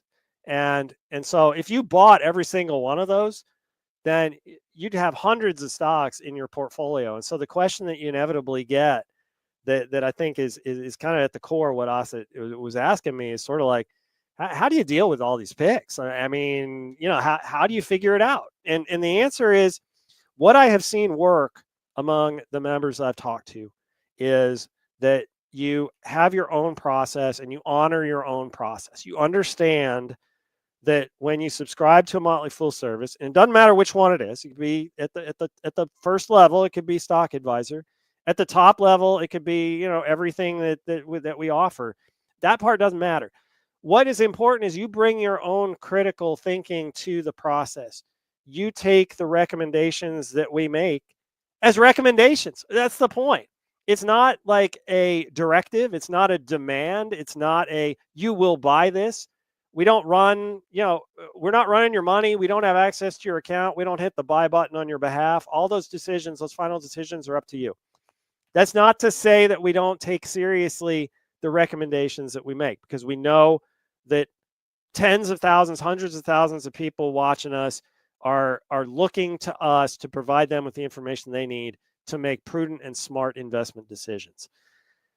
But what each member's portfolio is going to look like, it's going to look different. Why? Because we all have different preferences. You know, I know some people that, I don't know, I'll take the most controversial stock I could come up with. Let's talk about Tesla, TSLA. I know some investors, you know, it's a Stock Advisor pick. It's one of the better performing Stock Advisor picks. I know some investors who never felt comfortable investing in that stock. And it's very simple. You know, a variety of reasons behind it. Some of them valuation based, some of them leadership based. But whatever the reason, they didn't invest in it. But maybe they invested in some other high-flying stock that other investors who picked Tesla instead, that they didn't. And, you know, what I've learned is from successful long-term investor fools is that there's no one path that gets you there. And so I don't necessarily obsess too much about, you know, yeah, there's hundreds of stocks in the Fool recommendation universe. I'm not going to buy all of them. And so am I going to have the best possible portfolio? Probably not. I mean, you know, it's like picking the perfect bracket for, you know, for a basketball tournament, right? I mean, yeah, somebody's going to do it. It's probably not going to be me. But if I pick enough to get to the financial goals that I want to set, then I feel good about it. But that's kind of personal finance. I mean, I'll admit, Asit, that's kind of personal finance view of it, not necessarily the stock picker's view of it. And so, I mean, how do you deal with it? How do you recommend to folks? I think the rankings really help because it gives you a sense of timeliness. It gives you a sense of, yeah, we know there's a bunch of stocks here, but these are the ones that we decided that we were going to hone in on and look at in this particular month, and remind you of some of the good things happening with them and explain why it is that we do that. I know the rankings help with that. I know you and Emily and others will write updates when there's important news on some of our stocks. You'll write some updates to sometimes it's for reassurance, sometimes it's for, hey, don't make sure you didn't miss this, whatever it is. I mean, what do you see as being the most important part of your job to tell members, like help them sift through all the information on all of these stocks and really hone in on what the team thinks is probably the most important thing to be looking at? Then the thing that I think is most important for us in terms of what we communicate to members is to be active in the learning process and to be active in making a process that suits you. You said something that was really resonating with me, which is a recommendation should be something that you're receptive to or you're not receptive to. And so I want to take actually Mike's question to Pro Shop Guy. It's got a really nice way to frame this. If you are a new investor who has started a stock advisor membership, what habits are important to develop as you start on your investing journey? And I think maybe I'll be able to answer a little bit of your question in trying to answer this one. If you're a new member and a new investor, there are a few habits that are definitely beneficial for the long term. Dan mentioned this one, which is to take a recommendation and read it. That's the first habit. And see if it appeals to you or if it doesn't. If you agree with it or you don't. What is this doing? Let's say you're very new. If you're like me, you probably want to buy a little bit of everything. You don't know what you like or you don't know, or you don't like. You don't know what your particular strengths as an investor are yet. Our good friend Brian Stoffel says it takes about 3 years to have a feedback loop to understand if you're really good at this game or not. So maybe for some it comes sooner, and maybe for some it takes a little bit longer. But that's the beginning of a habit which is going to serve you well, because you will develop out of that a knowledge base. You'll develop some critical thinking faculties, as Dan was talking about. You'll start to understand what you like and what you don't like, what suits your temperament. We all have different temperaments. Some of us are more risk averse than others. Some of us like exciting companies that will have a volatile trajectory. So you'll begin to understand this, and also you'll see over time what you are really interested in. And I will tell you, after a few years of this, you've developed these habits of reading the recs, thinking about them, really spreading them out against your own knowledge and curiosity. You'll start to say very quickly, this one's not for me. I'm not interested in this because I don't like retail. After a year, 2 or 3 years, I actually know that I like technology stocks, or maybe it's a different sector. I'm just naming those off the top of my head. Right. So the habit of regularity, as my physical fitness coach once said, regularity is the key to physical fitness. It's stuck in my mind. That's a good all accent. my life. It's I love that accent. Yeah, I think he was from central North Carolina, a little bit towards the South Carolina border, for those of you who are Southern accent aficionados. But it was so true. Regularity is the greatest habit of all. So try to read every recommendation and then spend some time on your own picking up the skills to analyze a balance sheet. And if that's not your comfort zone, to go to a site like our own Fool IQ, which is where we have a lot of information on individual stocks, or Yahoo Finance, and pick up the metrics that make sense to you. So those are a few habits that I would urge new investors to develop. Ending on that great one, which Dan mentioned, the all-important habit of patience. It's sometimes very hard to be patient in this game. It is. And I'll tell you, I mean, the patience does not have a perfect batting average. There are there's some stocks that are just going to disappoint you, fools. I'm sorry. We aren't perfect, and we don't have the time machine, and so we can't tell you which stock is going to perform like Nvidia up front, which stock is going to perform like something that you never heard of because it didn't perform like Nvidia, and you may never hear about it. It's not knowable in advance.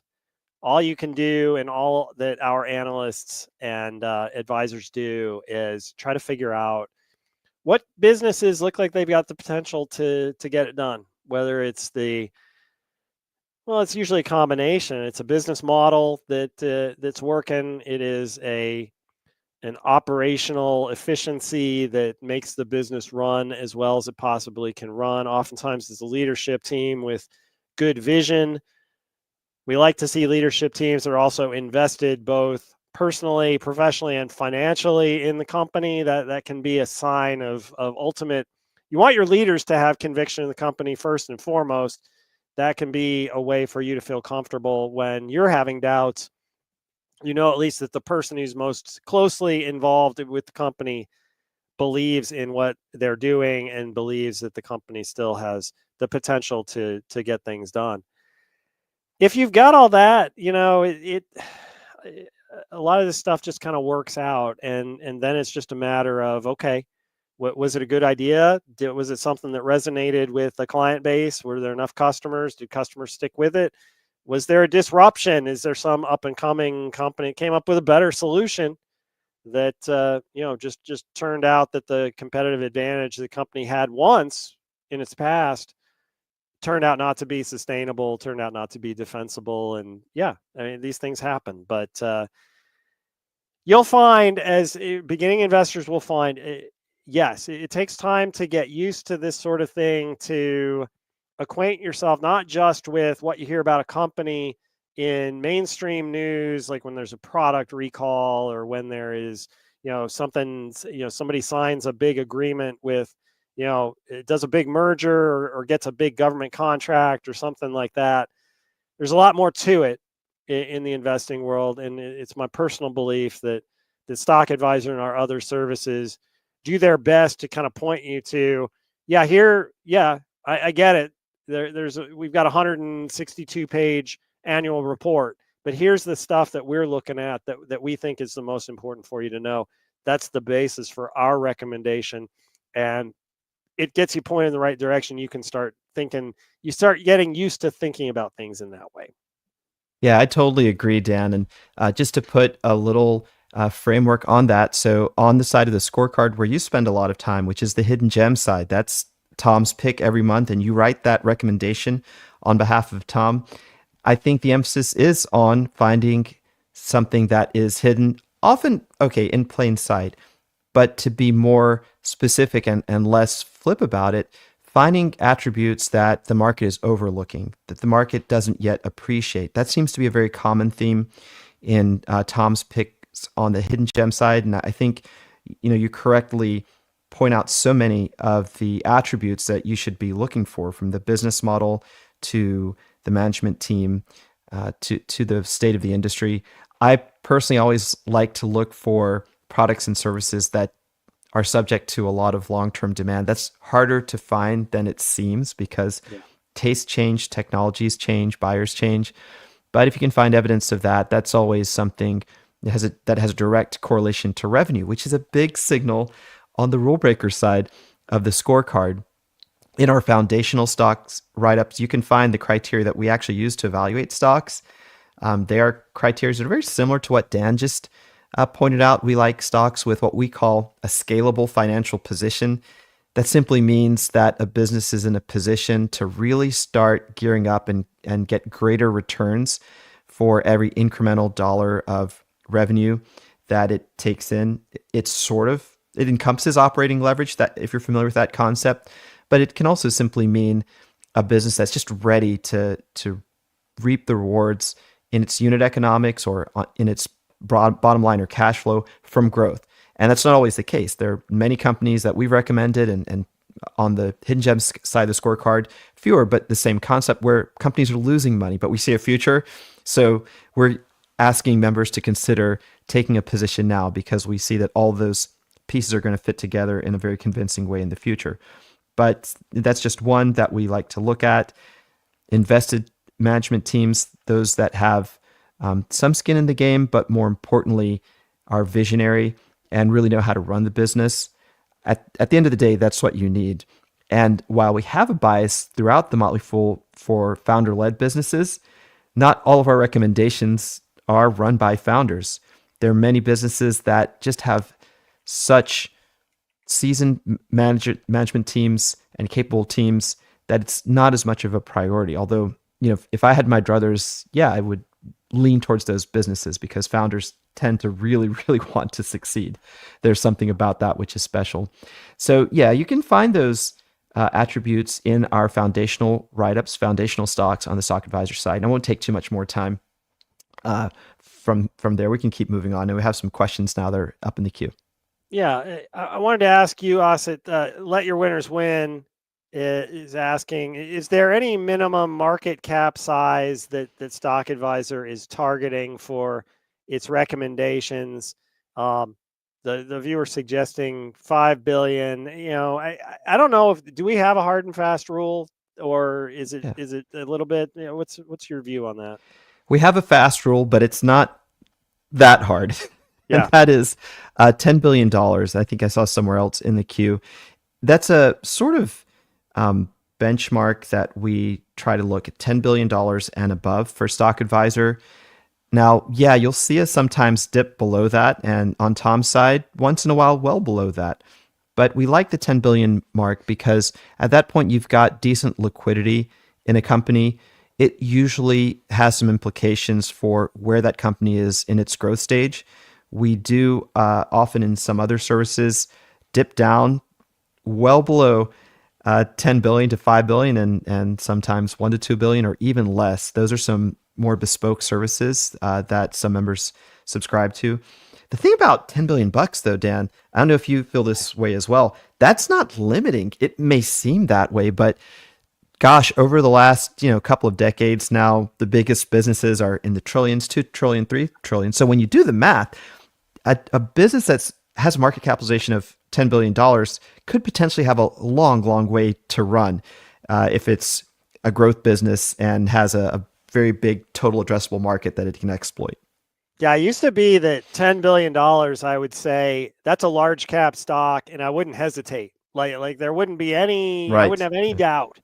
And now I'm thinking about it, and I'm thinking, all right, if I'm right at 10 billion, is that a mid cap? Like where am I? I'm not totally. really quite. I think maybe it is. I mean, it's certainly. I think that S&P 500 stocks generally. I'm going to look it up here in a minute, but generally have much higher market caps than $10 billion. And so, yeah, there's a huge universe of stocks that you can draw from in that particular demographic. And I think it serves investors well too, especially people who are just starting out, because those $10 billion stocks, they tend to have more liquidity than you'd get from, small cap investments. And I know that our more small cap oriented targeted services, like they go to great lengths to explain to folks that, if you have money to invest in a small cap stock, there are some things that you probably need to be aware of just in the act of trading, in the act of buying and selling those shares,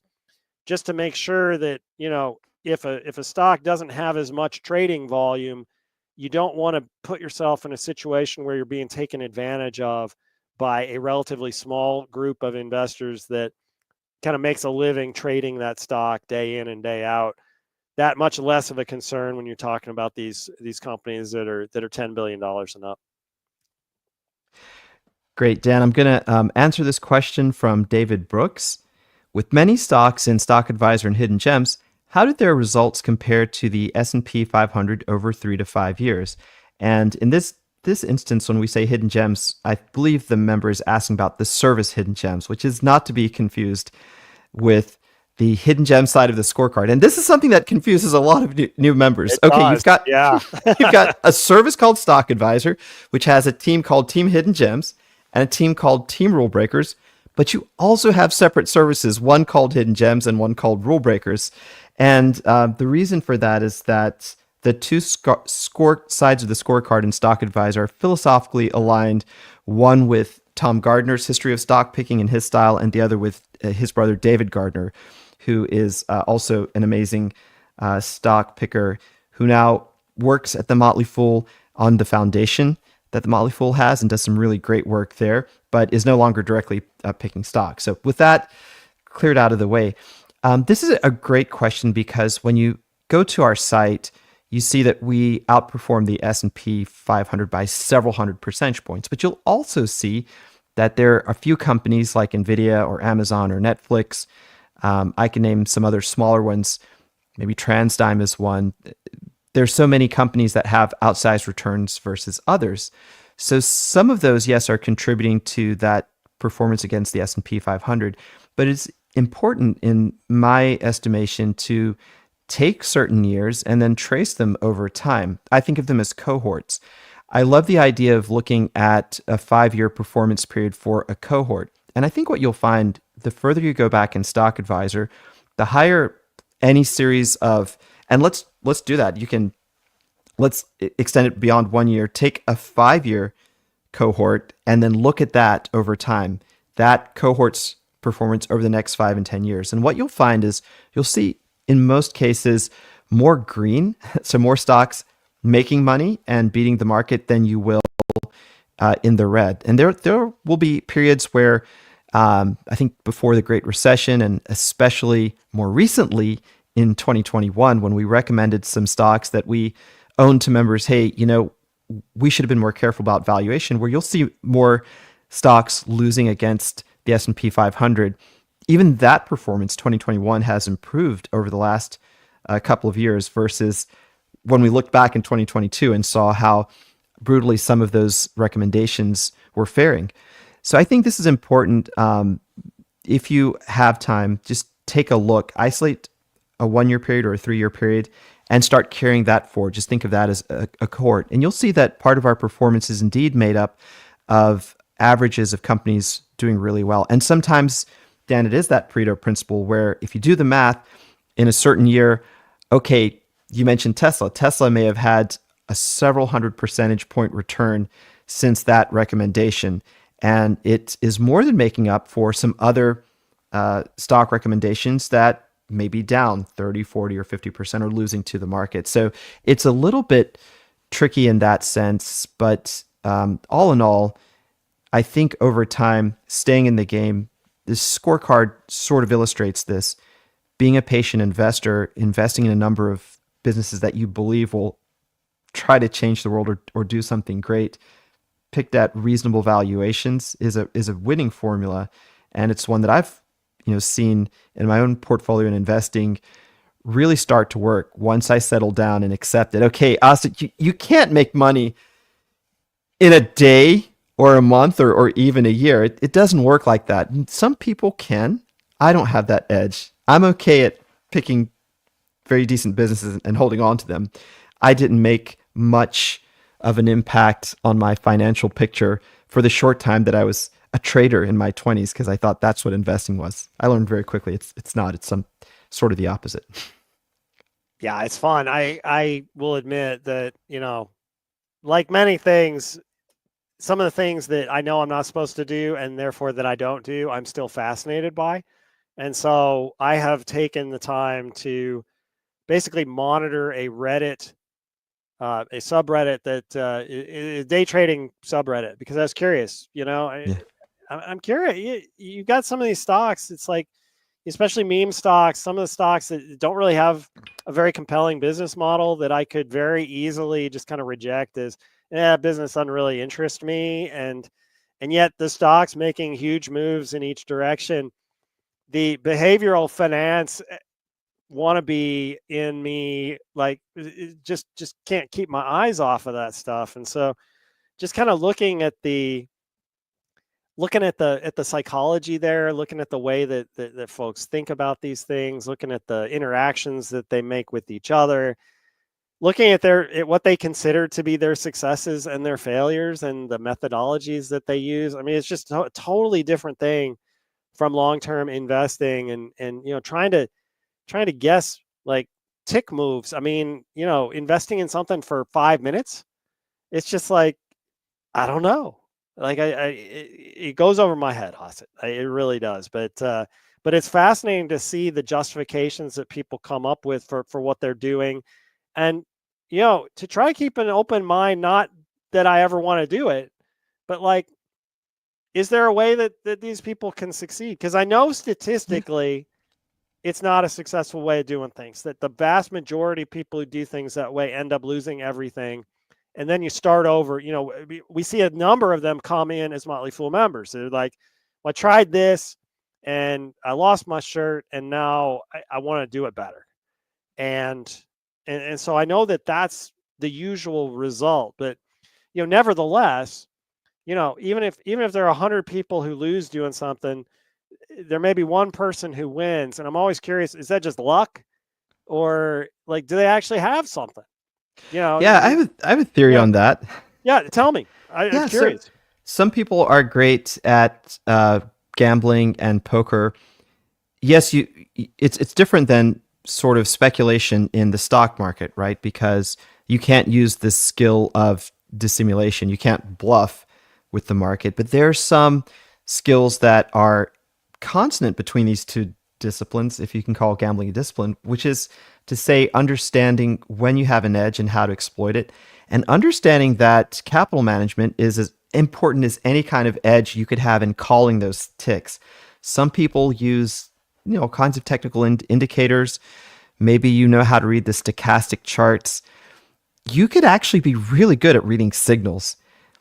The issue may be that you're not that great at knowing what type of position size to take, and it varies. But going back and understanding classical like gamblers' dilemmas about having money and betting on hands can be beneficial to those who trade, because you said it yourself, Dan, it's a probabilistic exercise. So if you've got even a slight edge over the house, that is, if you can be right more than 50% of the time, then you have to understand how much slippage you're going to have in capital as that edge begins to manifest over time. You have to be able to play enough hands to make money if your edge is very close to that 50-50 line. If you are correct 90% of the time, you don't need a lot of capital. You just multiply what you have. But if, like the best of traders, you're right, let's say closer to 60% of the time, that's where the risk management, capital management come in. And it's fascinating. And this was during the pandemic. Dan, I won't forget this easily, but Brian Stoffel, myself, and Tim Beyers were doing a mindset session, and David Gardner came on. He agreed to spend half an hour with us. And a lot of people were getting started in meme stocks during the pandemic, if you remember. Yeah. And he said something which is very wise. He said, look, I wouldn't stop anyone from scratching that itch. If you have an itch to buy some meme stocks or trade, just don't let that be the brunt of what you put to work for yourself in the markets. Be an investor first. And that helps some of us. And I'll say also, it pays to look at what those who are trading and speculating are doing. It pays, I think, to spend time on those subreddits, Dan. I mean, that's where you start to explore sometimes what it means for there to be signal in the markets. Because for every company that's not a great business model, there's some small percentage, maybe it's 1 out of every 10 or 20 ideas. There will be a company there that's going to have a future. And so those people have something to tell us if we pay attention to it. And I'll tell you one of my shortcomings early on. If I saw a stock really just going crazy in the markets, I would be viscerally against even studying that business. I would be like, oh, this is the next hot thing. So that's not for me. And I've realized over time, okay, most of those aren't, but doing the work and the due diligence just to say, okay, what is going on with this business? Maybe it's something that I just don't understand yet. There are companies that have that in them, and Amazon for many years in the very, very early days was a stock. I think if we had meme culture back then, I think some people would have called it a meme stock, and maybe with good reason, but there was something underneath. So it doesn't surprise me to hear that you sort of lurk around those subreddits. Dan, let me know if you happen to see something that could be the next big thing. Slack me so I can take a look. Of course. Yeah. I mean, Asit, that kind of emotional discipline that you're exhibiting there, it's just impressive because, I mean, you really do have to be able to keep an open mind in order to get every possible idea that is out there. And sometimes a company can be the right pick for the wrong reason. You might learn about it because of that wrong reason, and people are excited about it for something that you're quick to identify as, well, no, I'm actually not very excited about that. But now that you mention this company and I take a closer look, here's something completely different about this company that I actually like, that I think nobody is seeing, that I think might give me the investing edge to justify a position in it. And then the question just becomes, when all that extra noise goes away if it goes away, because I mean sometimes it doesn't, but in the long run, does that edge that you found manifest itself enough that it becomes apparent to more people, that it becomes apparent in the financial results the company is generating? If it does, then you found a win, and it wasn't just a hidden gem. It was like hidden under a big pile of other stuff that like everybody's paying attention to the big pile, and they weren't paying attention to the thing that you found. Dan, I have a question that's in the queue that I want to answer about Adobe, but I want to ask you a question, so maybe you can consider this while I'm answering the question, which is, our members probably don't know this, but you have sort of an encyclopedic knowledge of many businesses. So for years and years and years, there were rumors that Dan had a basement full of elves that were helping him write articles about so many different businesses. And this was before we had the technology maybe to use. I don't know, maybe in this day and age, people would say, oh, Dan has like all these AI machines hooked up and he's got some kind of system. But this was back in the day where there was no way to do it without just having a lot of knowledge. And so the question I'm going to ask for you is to think back over so many of the businesses you've studied and maybe take one or two examples and talk us through companies or businesses or stocks that taught you some lessons, the ones that come to mind, like, hey, I really learned something observing this business over a number of years or analyzing this one for Fool.com. So I'd like you to think about that, and I'd love to hear your thoughts on that. The question is great. The question is about Adobe. So Matt asks, has Adobe ever been a foundational stock in Stock Advisor? And Matt, I'm pretty sure it has. So don't quote me on this. I'll go back and look, and we can always, I know you ask questions in many forums, so I can always confirm this later in the week, but Adobe had for many years the characteristics of a foundational stock. So I'm trying to remember if in the last 3 years we might have rotated it out, but if not, what made Adobe so special? And I think that scalable financial position was great with that company because it had and has such a lock on the professional creative services market. It's hard to remember this now, but Photoshop, which has been so central to Adobe Creative Suite, a few decades old, was actually a purchase that Adobe made. But with tools like Illustrator, with its editing tools, now with Firefly, they've just been able to have a lock on the enterprise market. So big businesses that have departments that need to use creative tools, they have that great leadership, obviously, great products, and very reasonable unit economics. This was a business, I think, that so many people who invested in it for this kind of long duration, we've been talking about this whole hour. You had the opportunity to buy Adobe, I'm pretty sure even in the 90s. It's been public a long time. It's been a tremendous performer. So we're having, some discussions and debates about Adobe now, obviously because of the threat of multimodal large language models on its business. It's still yet to be seen if those models constitute an existential threat. I don't think they do, or just something that's going to take a little bit of revenue potential and earnings potential off of the books. And that's maybe the thing which is so hard for so many investors. Adobe was cruising along as a company that was growing somewhere between 10 and 15% and had the potential to do that maybe almost indefinitely, never indefinitely, but for years to come. And now that's really challenged with AI. I still think it's got amazing advantages, a very stellar balance sheet, a lot of free cash flow. So although Firefly has, I think, evolved itself, so this is the sort of generative tool that's now embedded within Creative Suite. Well, I think that's evolved very quickly. It's going to be besieged by competition. The issue I have with saying that that's going to take a lot of market share away from Adobe is that these are all one-off competitors coming from different sides. And if you are an enterprise business that is buying subscriptions for teams among thousands of employees, I doubt there's going to be a large language model solution that can challenge on all fronts everything that Adobe does. So it's just really a question now, valuation-wise, where one should buy it, what the true growth projections or trajectory are going to be in the coming years. That's something that I know lots of people are trying to solve. And as I said, we're having lots of discussions about Adobe on the Stock Advisor team. Okay, so with that, I'd love to hear Dan's thoughts on businesses that you've studied that have taught you some lessons over the years. What comes to mind? What sticks out as sort of some key examples?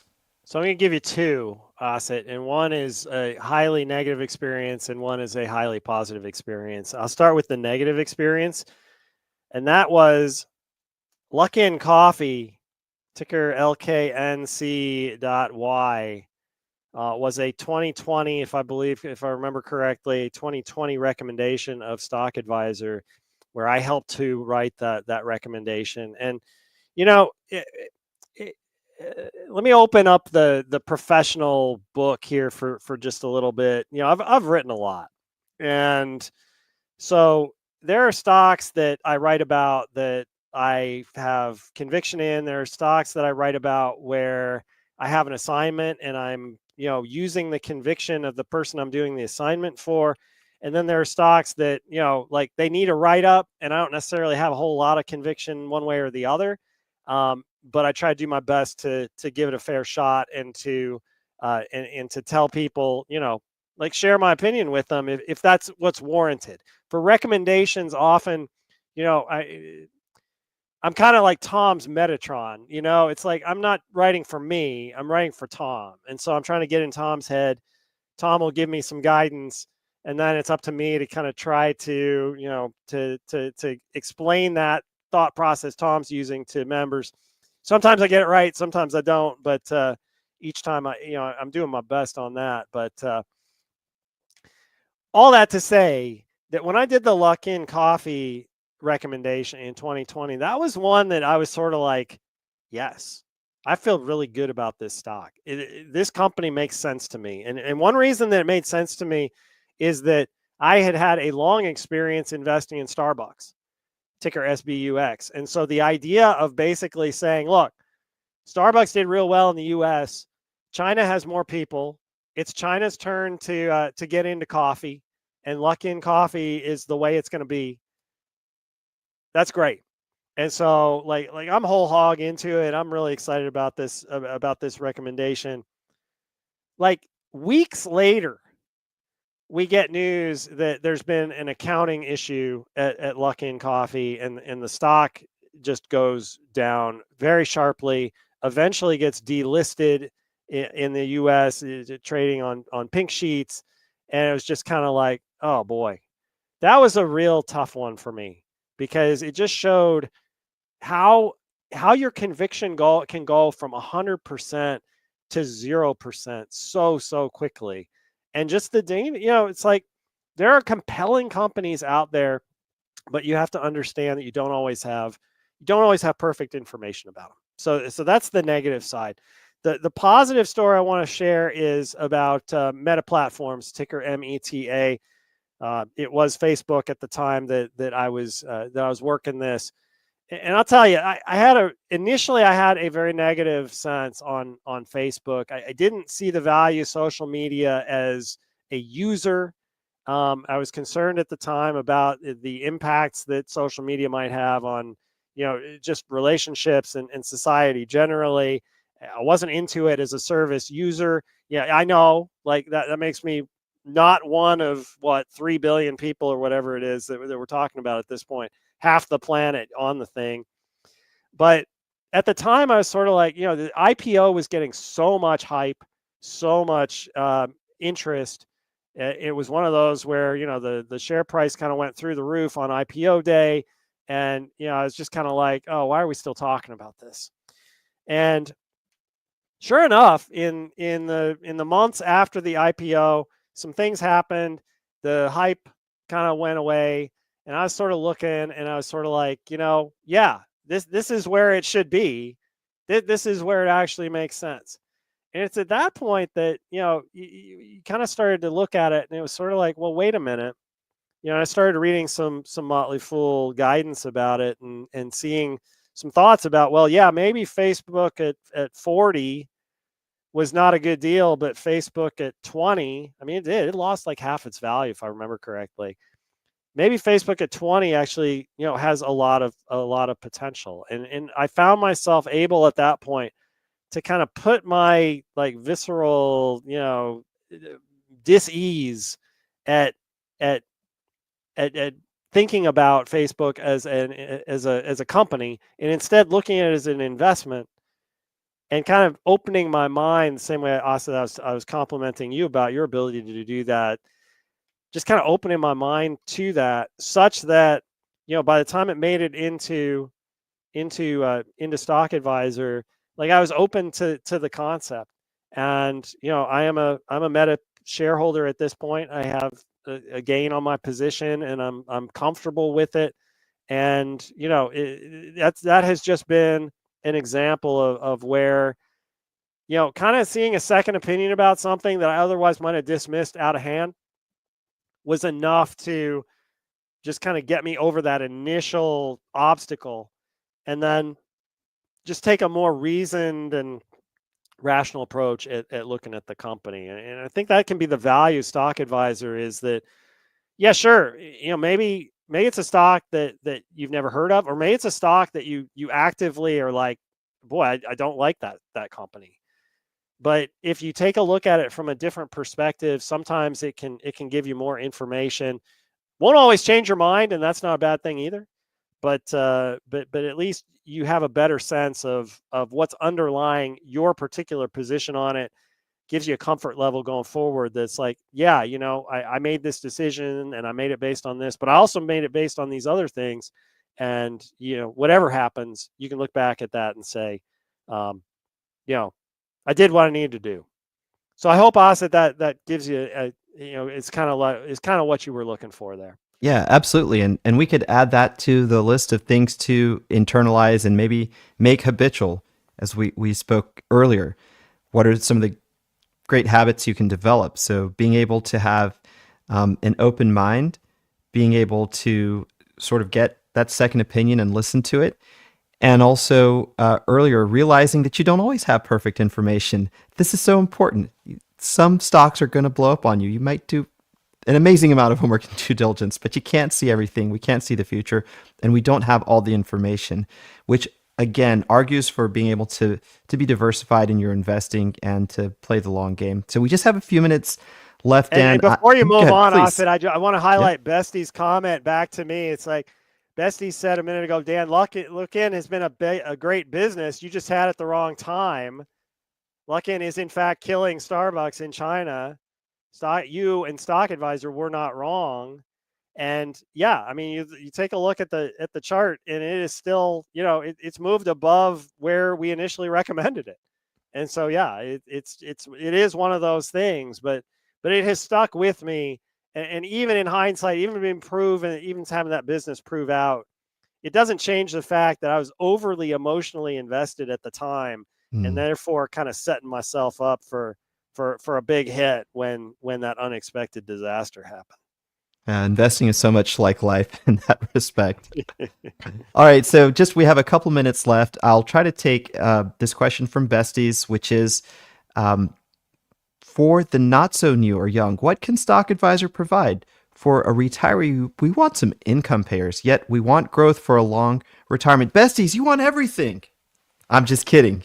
You can get almost everything in investing. It's such a wide field with so many opportunities. But I do want to say that we have your back on this. Out of the last 12 recommendations, so just going back the trailing 12 months, I'm looking, that would be 6 months because we have 2 each month.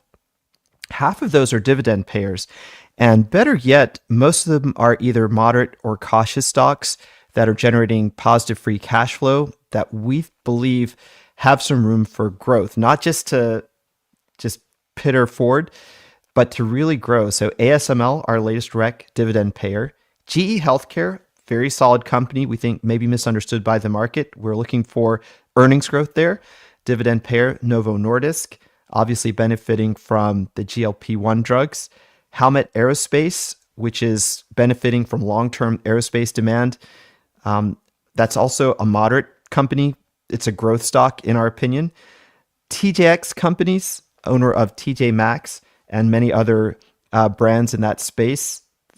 this is a cautious company, but we believe it can turn up the earnings growth in the next few years. And then MCore Corporation, which is another company like BLD, symbol BLD, Build, which focuses on construction. It has a little bit of a specialty in electric wiring, electric construction, and also AI friendly construction for data centers. That's another dividend payer, but it's labeled as cautious. So we are trying to make sure that we put not just growth stocks in front of members that are far away from paying out an income stream, but for most, you'll see, and this is a little bit different than Rule Breakers This Service, we have a bias towards companies that are generating a lot of free cash flow and are growing that free cash flow. And I think it does get expressed to members in the form of recommendations that are already paying a dividend or maybe paying out a dividend in the next few years. So we definitely have our ear to the ground, not just for maybe the young people who can, as Dan was saying and I was saying earlier, can hold on to a stock for a couple of decades, but for those who may be closer to retirement and are looking for those two signs that you say are important to you, dividend payer and also still with some growth potential. And with that, I think we're a little bit over, but I really appreciate it, Dan. This is so much fun again to do another hour. And we've got a rebroadcast here, okay, of bold predictions with Lou and Jose from Monday. But thanks so much for the convo. I hope we can get some time together soon in the next couple of months. I'll look to sign up on the programming schedule with you. Thank you, Asit. Appreciate it. Members, thank you so much for joining us. And do stay tuned for that replay. Have a great rest of your night, and we'll see you soon. Cool on, everyone. Hey, how you doing tonight? Pretty good. Ready to take out my crystal ball and see if it's still working. Very never good. Worked, but see if it worked this time. Very good. I'm excited about this. I know you are too. All right, fools, good evening. This is, as mentioned, the Bold Prediction Show. First off, we say this every hour, but now more than ever, we need to say it here. This discussion is for educational purposes. We are not providing financial advice. We are making predictions. It is hard to predict the future. So this is not financial advice. We are trying to be bold here, trying to think things through. You shouldn't take these as gospel. This is just I think we both believe all these things, but this is just us making predictions. So here's how it works. One of us is going to make a prediction. We're going to spend a couple seconds defending it and then field some questions from the other host to kind of, to figure out if it's worth its salt or not. Meanwhile, you can go to Slido, Fool24 is the code word, and vote on whether you agree with the predictions and make any comments you want about our brilliance, about our stupidity, or about anything else you want. All right? Sound good? Perfect. All right, Jose, why don't you give us the first prediction? So the first prediction I'm going to say here, Lou, is I predict that the overall basket of quantum computing stocks will hit their 2-year peak within the next 2 months. And the main reason, I'm going to share my screen really, really quick just to make some quick 2 points on why I believe this prediction will happen pretty closely is, I took some of the popular names out right now, Lou, and if I'm pretty sure it's pretty small here. Nope, that didn't help. But quantum computing stocks, most of them are trading north to 100 forward 1 year, not forward this year, not forward the next 12 months. It's next fiscal year. Price to sales ratio of nearly 100. And kind of just looking through these lists, some of these companies like QBTS have a market cap of nearly $3 billion and revenue of not even $10 million and burning more free cash flow at the moment. So I do believe a lot of growth is expected for these quantum computings, even if they do kind of start to improve revenue growth. I think the market is too ahead of itself. So again, the basket of quantum computing stocks will hit their 2-year peak in the next 2 months. Very good. Okay, Dan, I'm curious here, Jose, because this is tough for me. You say even if revenue comes, but everything I've heard is every time there's been a big announcement about quantum, and then there's that little asterisk about how, but we're still decades away. And then I'll get a press release or see something else with usually one of these companies saying, actually, we're doing it already. So what is the truth here? Like forget the stocks for a second. When is quantum computing going to be here? Is it here now? Is it coming? What's going on? I think one of the main things, Lou, is quantum computing is seen as just like one thing. But just like any other market within quantum computing, there's like different ways to go about it. There's different solutions. And I'm not going to get too technical here because it's way above I'm here. It's way above my own brain count. One of the companies that has talked that, hey, look, quantum computing is here is D-Wave, but their CEO has mentioned that the way they do quantum computing is completely different to the majority. So there might be some players that are already producing some solutions right now, but for the vast majority, they are kind of following this approach, which will kind of most likely happen in the next decade or so. The great thing, Lou, is this upcoming Thursday, there is going to be this huge quantum keynote with NVIDIA. So I think we're going to get a lot of answers on Thursday. So that's my next question. So we asked the science thing, but there's also the hope, the expectations. And as you said, these things have been jumping, maybe not on fundamentals, right? My question about this prediction is that it seems like there's decent odds that between NVIDIA, Google, Alphabet, Microsoft, somebody is going to have a big news about quantum computing sometime in the next 6-12 months. Is this going to just be a up and down? Like, I mean, why wouldn't these just jump again to new greater heights when Microsoft says, hey, we did it too, or something? Yeah, so I think we're going to continue to see this massive volatility, but I think my prediction is the market is going to get used to those. It's going to be like, hey, look, we heard this big thing. Oh, 2 months later, 2 weeks later, we heard the next big thing, but we're not really seeing the results. So I think eventually the market, and within these next 2 months, the market is going to understand that we're going to keep hearing about these research breakthroughs. And that's the important thing, Lou. Most of these are research breakthroughs. It's not like a market breakthrough that can kind of expand to the whole industry. They're research breakthroughs, and they're going to start seeing, this is another research breakthrough. It's still years ahead, especially for a lot of these players. So this is the weighing machine, voting machine, that over time, the science is going to matter more than the hype. That makes sense. Exactly. All right, we have to vote, but fools, you need to vote too. Slido, Fool24, you can go in there. You can vote right now on whether or not we're right. We're also going to hold Jose accountable for this. We are already booked for March 17th, 2027. We're going to be on right now, and we're going to be talking about this. So get your votes in. Any final argument to make, Jose? Nope. I think the most important thing we're gonna hear is, like you mentioned, Lou, volatility is gonna stay here, but I think the market is gonna start weighing these research more as research opposed to market adoption. All right. Get your vote in, fools. 1 more minute. And yeah, this is fascinating to me because it feels like science fiction still, but yet, I mean, all these things, it's not real until it is. And it's really cool when it's here. And so it's kind of really, it's fun. Even if it is early days, it's fun to kind of think about the progress that has been made. Yeah. And I think for investors, I think quantum is a cool technology that will eventually lead to some form of future. So I'm not knocking the science, right, Lou? I do believe this is going to be something that investors will eventually, especially myself, I will most likely in the next decade or so be invested in some quantum stocks. I just don't believe for me that time is right now. All right, and Pro Shop Guy, I missed the I missed the final as it went off. I think the binary answer had won though. I don't know. We can get that in, but I don't know, Jose. Did you see? I will say I voted for. I think you make a decent argument. I think that the hype is going to fade as each one of these goes, and eventually we're going to say, all right, well, what are you actually doing, right? Yeah. Yep. And I think one of the biggest hypes is going to happen this Thursday when we're going to have a lot of quantum CEOs. Mm-hmm. Mm-hmm. I don't know. I love the name. I think I'm just a sucker for the name. All right. Should we move on?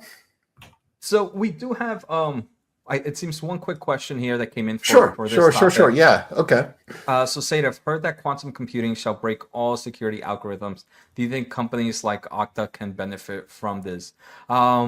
So yeah, this is one of the things that quantum computing will be able to break, a lot of kind of like the digital lock per se. And I think once we start to get closer, another bold prediction within here is a lot of cybersecurity companies will be already working with this type of technology to be ahead of the game, right? Because if not, that's going to be a market destroyer for them. So if a great cybersecurity company, if they see this coming in, they're most likely going to follow suit as well. Good deal. All right, and I can confirm that the majority, overwhelming majority, 75% agreed with you. So there you go. Jose is off to a good start here. All right, moving on.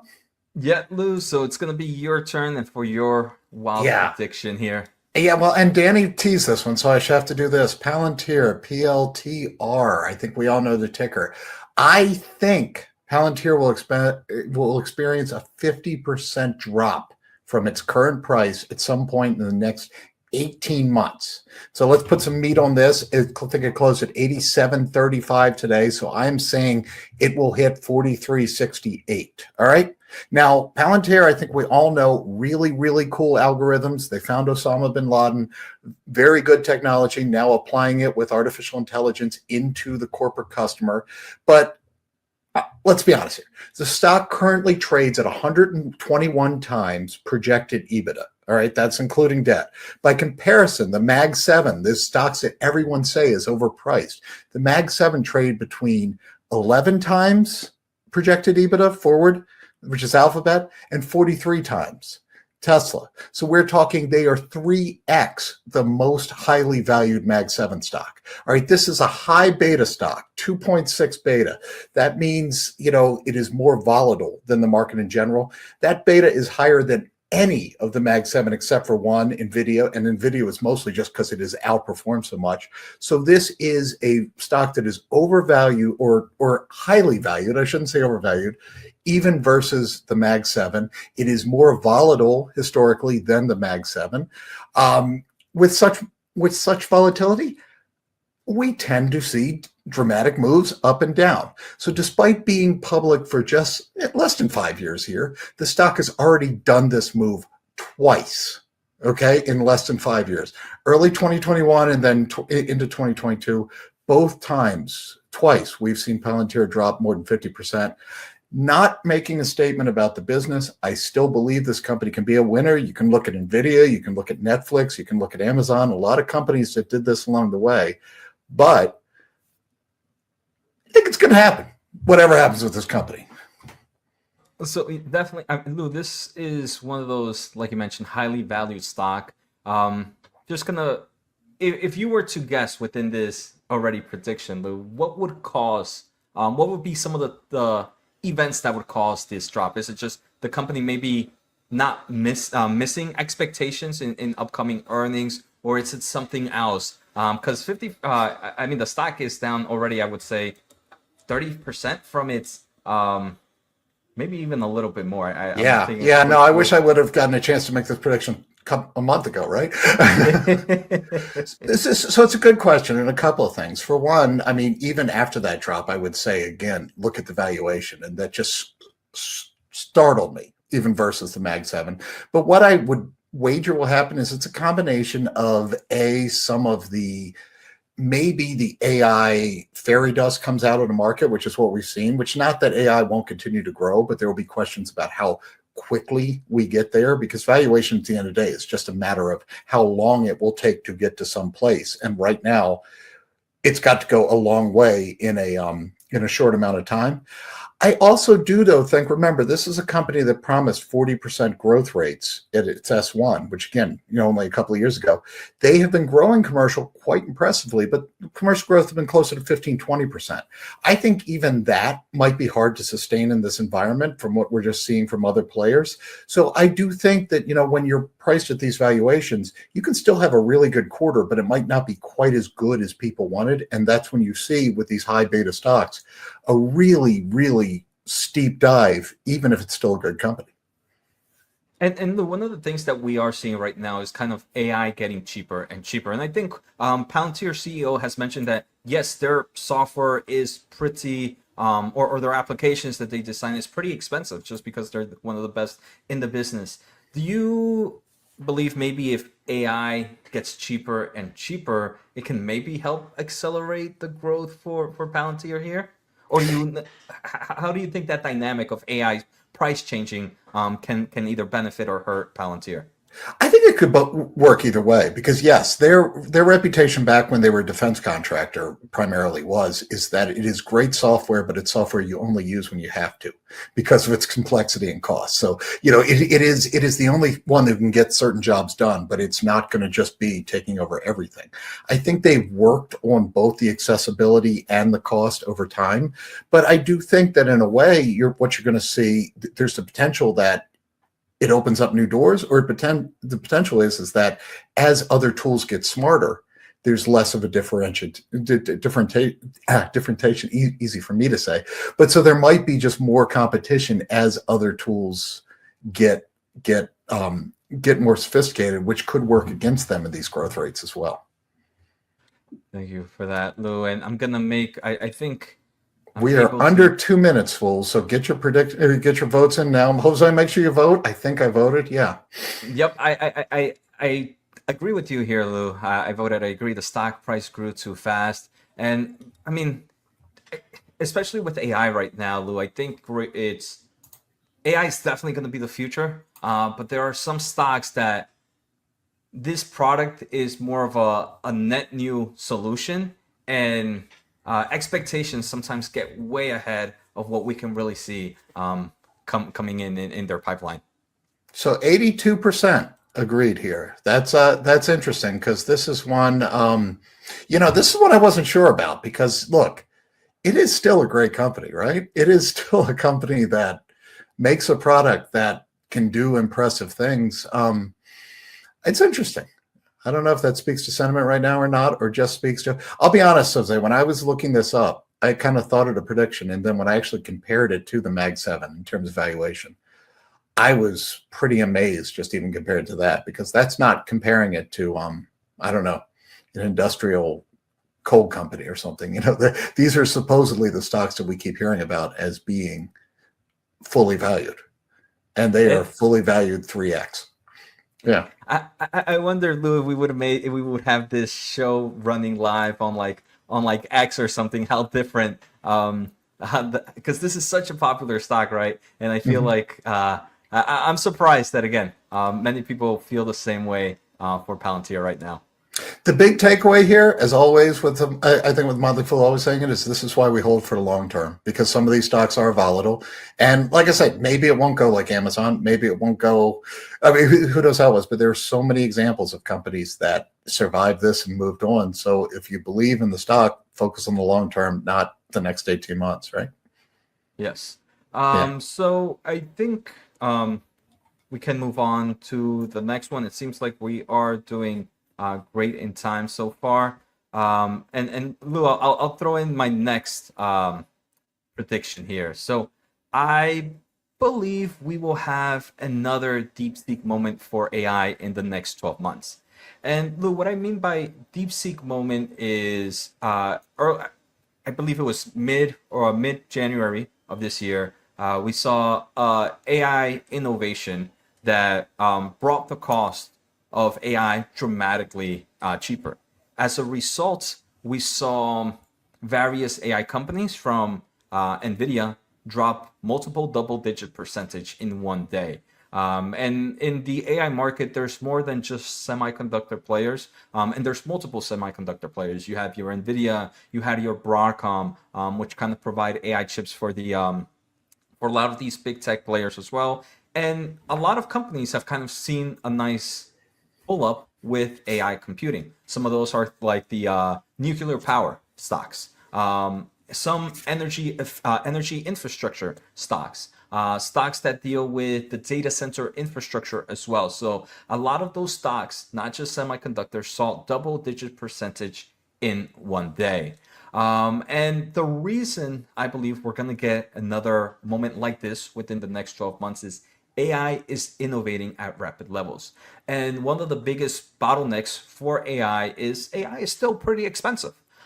So the only way we can really move on into having mass adoption of this application is for us to make AI, or for scientists to make AI cheaper. I think the market will still perceive any news like that as negative for the overall industry. But in the last earnings season, Lou, we've heard from a lot of big tech players that this kind of AI getting cheaper is actually very bullish for the developing the overall ecosystem of AI, and is going to drive further growth.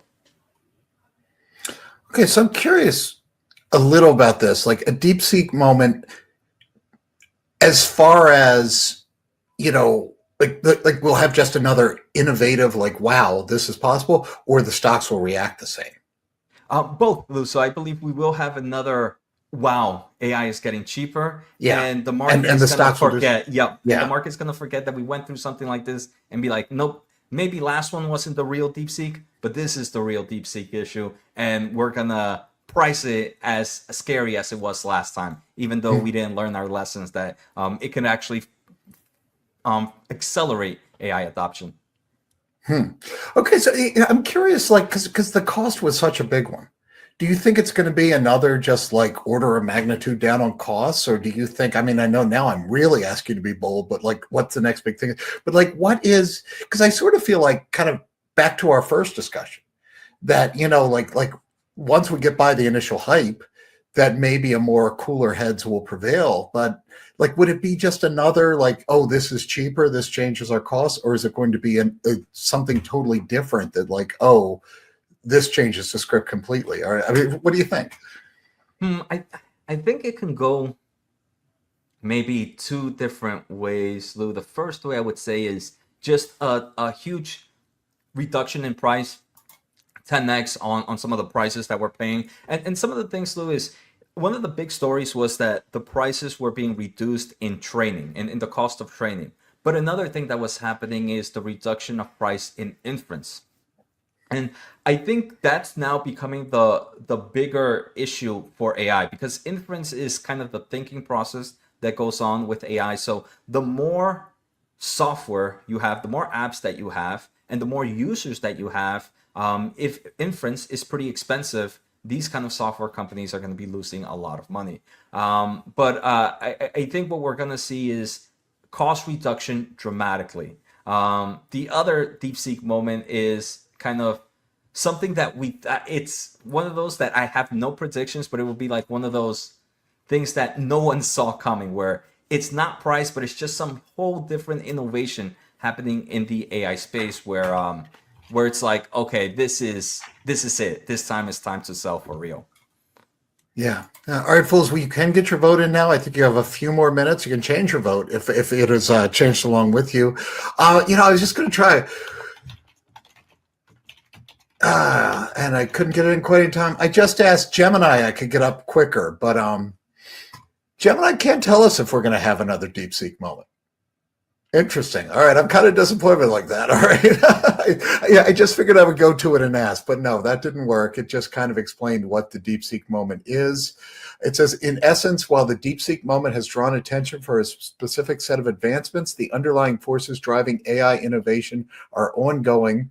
Therefore, it is reasonable to expect further transformative moments in the future. So I guess Gemini is going with you. Is that right, Jose? Yeah, it seems like we need to add an extra vote, and I agree that Gemini has decided to partake in this poll. Okay, so you voted, I voted. We'll get Gemini to vote, but there you go. I'm curious if that like is a last minute moving of the thing. I think it's interesting because I think it's funny that I love the question.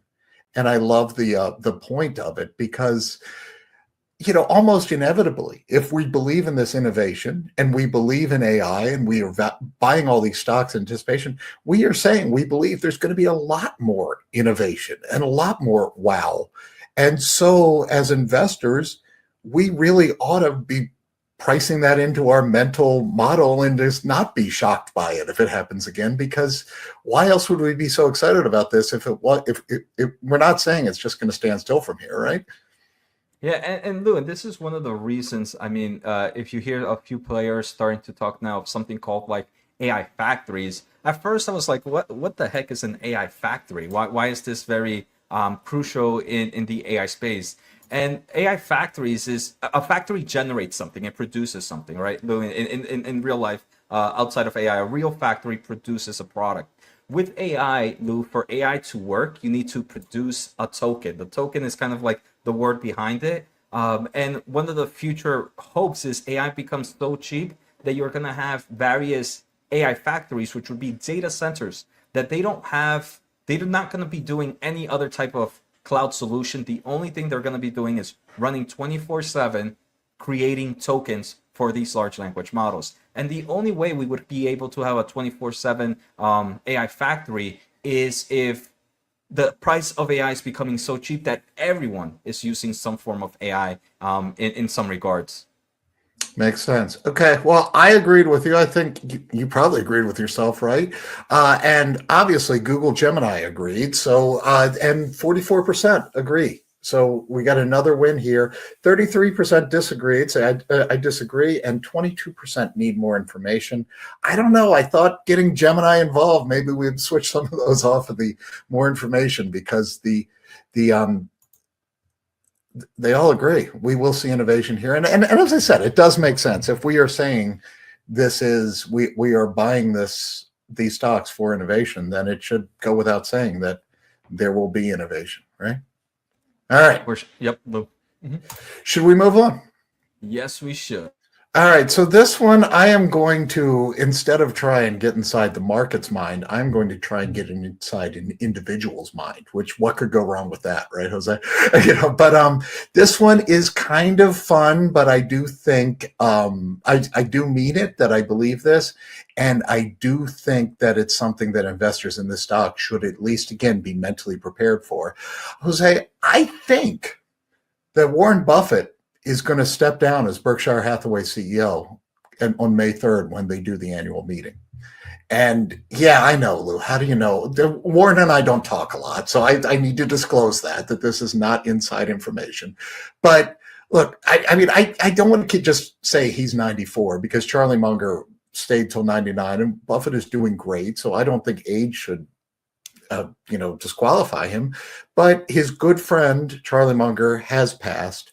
I do think that there was just some of the mojo gone last year, and I do think Buffett, even more than Munger, is probably ready. Munger just really felt like he wanted to be on that stage as long as he could. Buffett, I just sense that maybe not so much. And as far as like actual evidence to this, we all know, like, one of the big questions with Berkshire Hathaway for how long now has been, what are they doing with all of this cash? They have doubled the amount of cash that they have in the last year, Jose. They're up to $334 billion in cash. He's sold down blue blood positions like Apple, Bank of America, and was like, oh, maybe he's timing the market, but he hasn't done anything with it. He hasn't even added to stocks.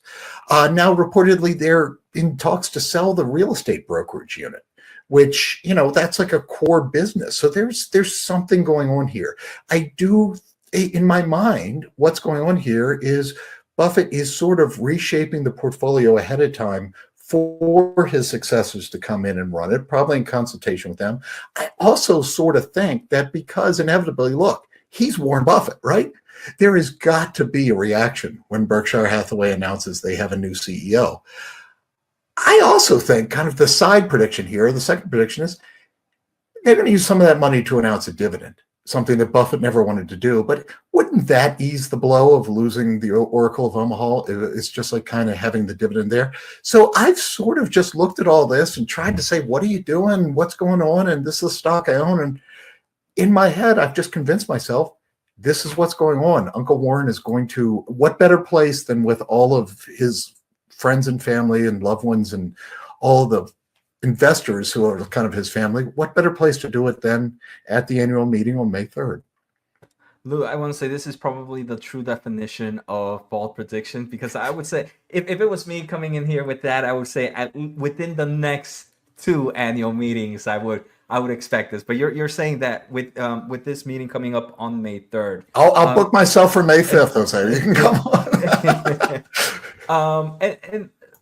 And Lou, you brought up a few great points here where I was going to ask, how do you think the stock price would react to something like this? But you also mentioned the market is always questioning this, right? You gave the age of Warren, 94, and that's pretty amazing to still be doing this at that age. I have never gone to a meeting or even listened to one, Lou. But in the past few meetings, has there been any like introduction of maybe more of a different phase to talk a lot about maybe what's going on within Berkshire to kind of at least slowly show some form of transition?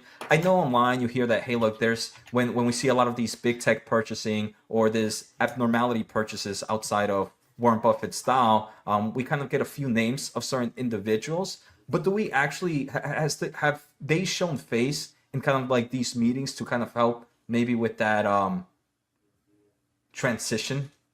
Definitely. I think over the last few years, Greg Abel in particular, who will take over, has become more in the spotlight. And part of that is like, look, these were two guys in their 90s running a huge company. So I think there was just kind of a need to show that even if they intended to be there for a while, that there are competent people here.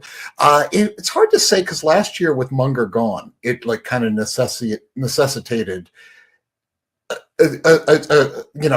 that was enough to, they had to do something different. And so maybe it's kind of easy to dismiss that like, well, they had to do something different then. But I do think that whether or not he's going this year or whenever, they have made an effort to kind of ease the markets the best they can by saying like, look, Warren Buffett's smart.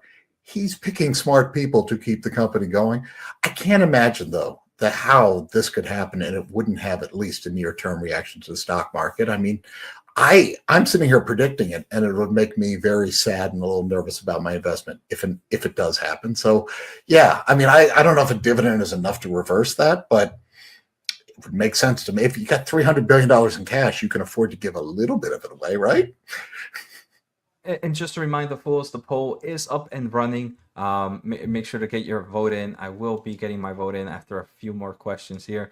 Luke, you mentioned, and if I was doing something and that was in my 90s, I would enjoy doing it with my best friend. And that would make me feel younger and younger and younger and just make me really enjoy it more.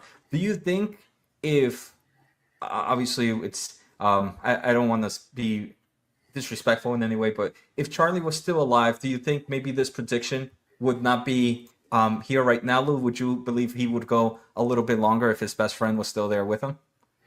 I do. I mean, that's part of this for me is I do think, I'm not, despite Jason Hall saying it to I'm not in my 90s yet, but I will say I do think that things like that do sort of put things in perspective. And again, Buffett definitely enjoys these meetings. There's no doubt about it. He's not forcing his way through.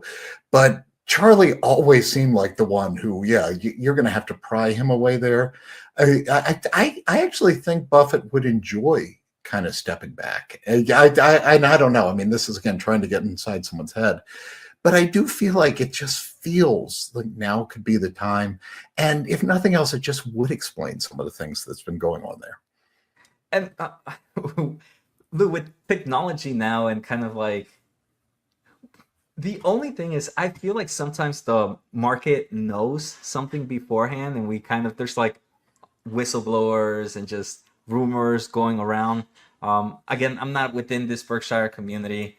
Has there been any increasement of leaks, meetings, of anything like this that can also be used for more of evidence to this bold prediction? I mean, and that's a great point. It's a great kind of pushback on it because look, Berkshire has always been very good at keeping things in-house. And I think it's helpful to be in Omaha there versus being in, based in downtown New York. But it does feel like something like this that we would be hearing something. I mean, I think there's been a lot of speculation. I don't think I'm alone in kind of asking this question, but yeah, I don't think it's leaked, and it probably, you're right, that something at this level, we would hear something. All right, Lou, I think we only have a few more seconds here for... Get your votes in. Vote early, vote often. And Lou, I think this is going to be the first time in the show that I'm going to disagree. Okay. And Warren will continue. The only reason, Lou, is I feel like nothing is a secret anymore. And I think we would have heard maybe a little bit more rumors here if something like this was going to be announced.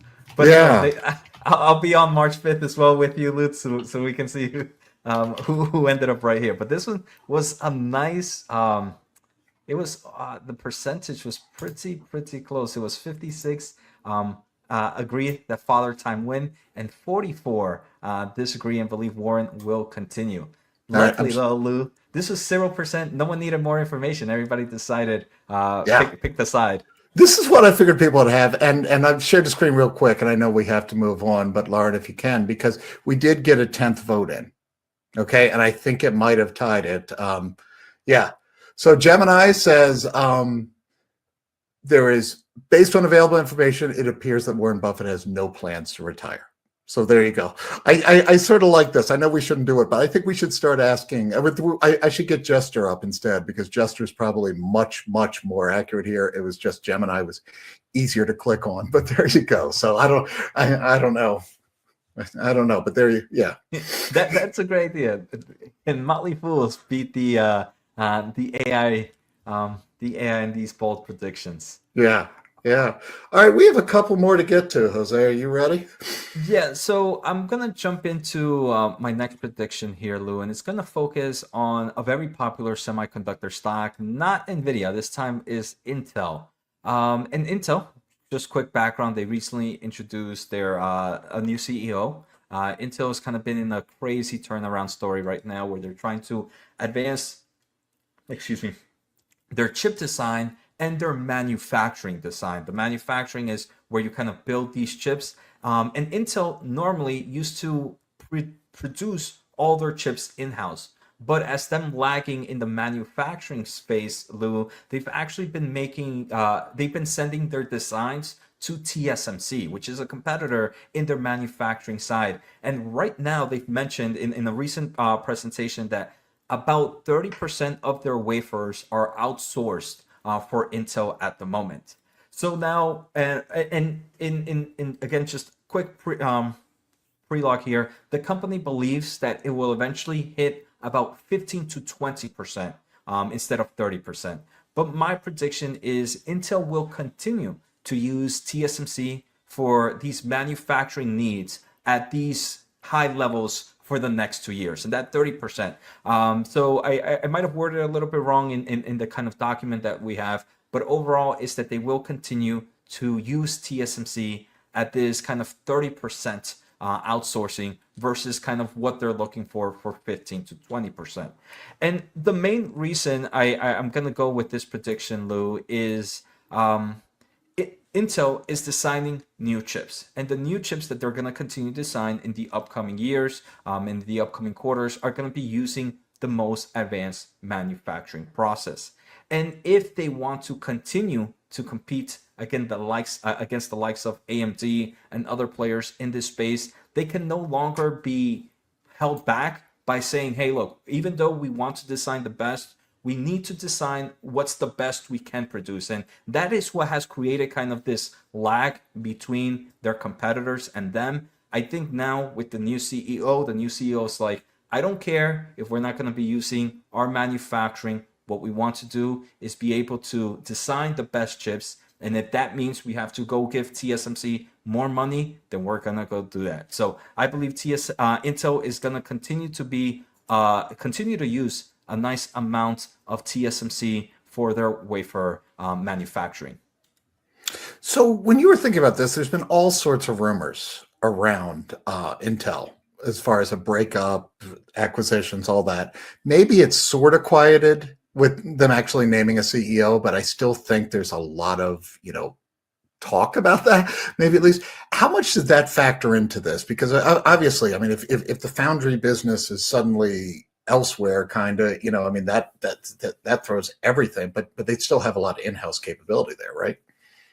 Yeah, so I think the new CEO for me, Lou, made this prediction more a higher chance of happening, because in the semiconductor world, Lou, like we saw, Intel focuses on two products. It focuses on manufacturing and it focuses on design. And when the new CEO came out or was going to be announced, I was curious if that CEO would have more specialization in manufacturing or more focus in design. If that new CEO that would have came in would have had more focus on manufacturing, I don't think I would have made this prediction. But the new CEO is one that really just wants to be the best at everything. And I think because he has prior experience in a lot of semiconductor companies, he was the CEO of Cadence, because he had this perfect I think he's one that has a nice understanding of both the manufacturing and design side, that he will make sure that Intel will design the best chips, even if it means that they don't have to use their own manufacturing capabilities. So this new CEO is someone that wants to make sure the best. In the long term, Intel's going to win, even though in the short term, it might not look like that's the move he's going with. Yeah, that's interesting. And of course, the obvious thing here too is that, and I know it's sort of apples to oranges, but anyone, Intel included right now, the goal is to be NVIDIA, right? Like NVIDIA is the gold standard, and even AMD, other guys. So why, the expertise that you're talking about outsourcing, they've shown that they can do really well with that too, right? So in a way, I know it's sort of, and maybe one of the advantages of having a new CEO is you can kind of break from the past. But it would seem like it makes sense in this environment to kind of copy the most successful players. And certainly, I know it's a tough comparison to make. That's not the exact same thing, but certainly the model is there for how you do this and do this well and be quite profitable, right?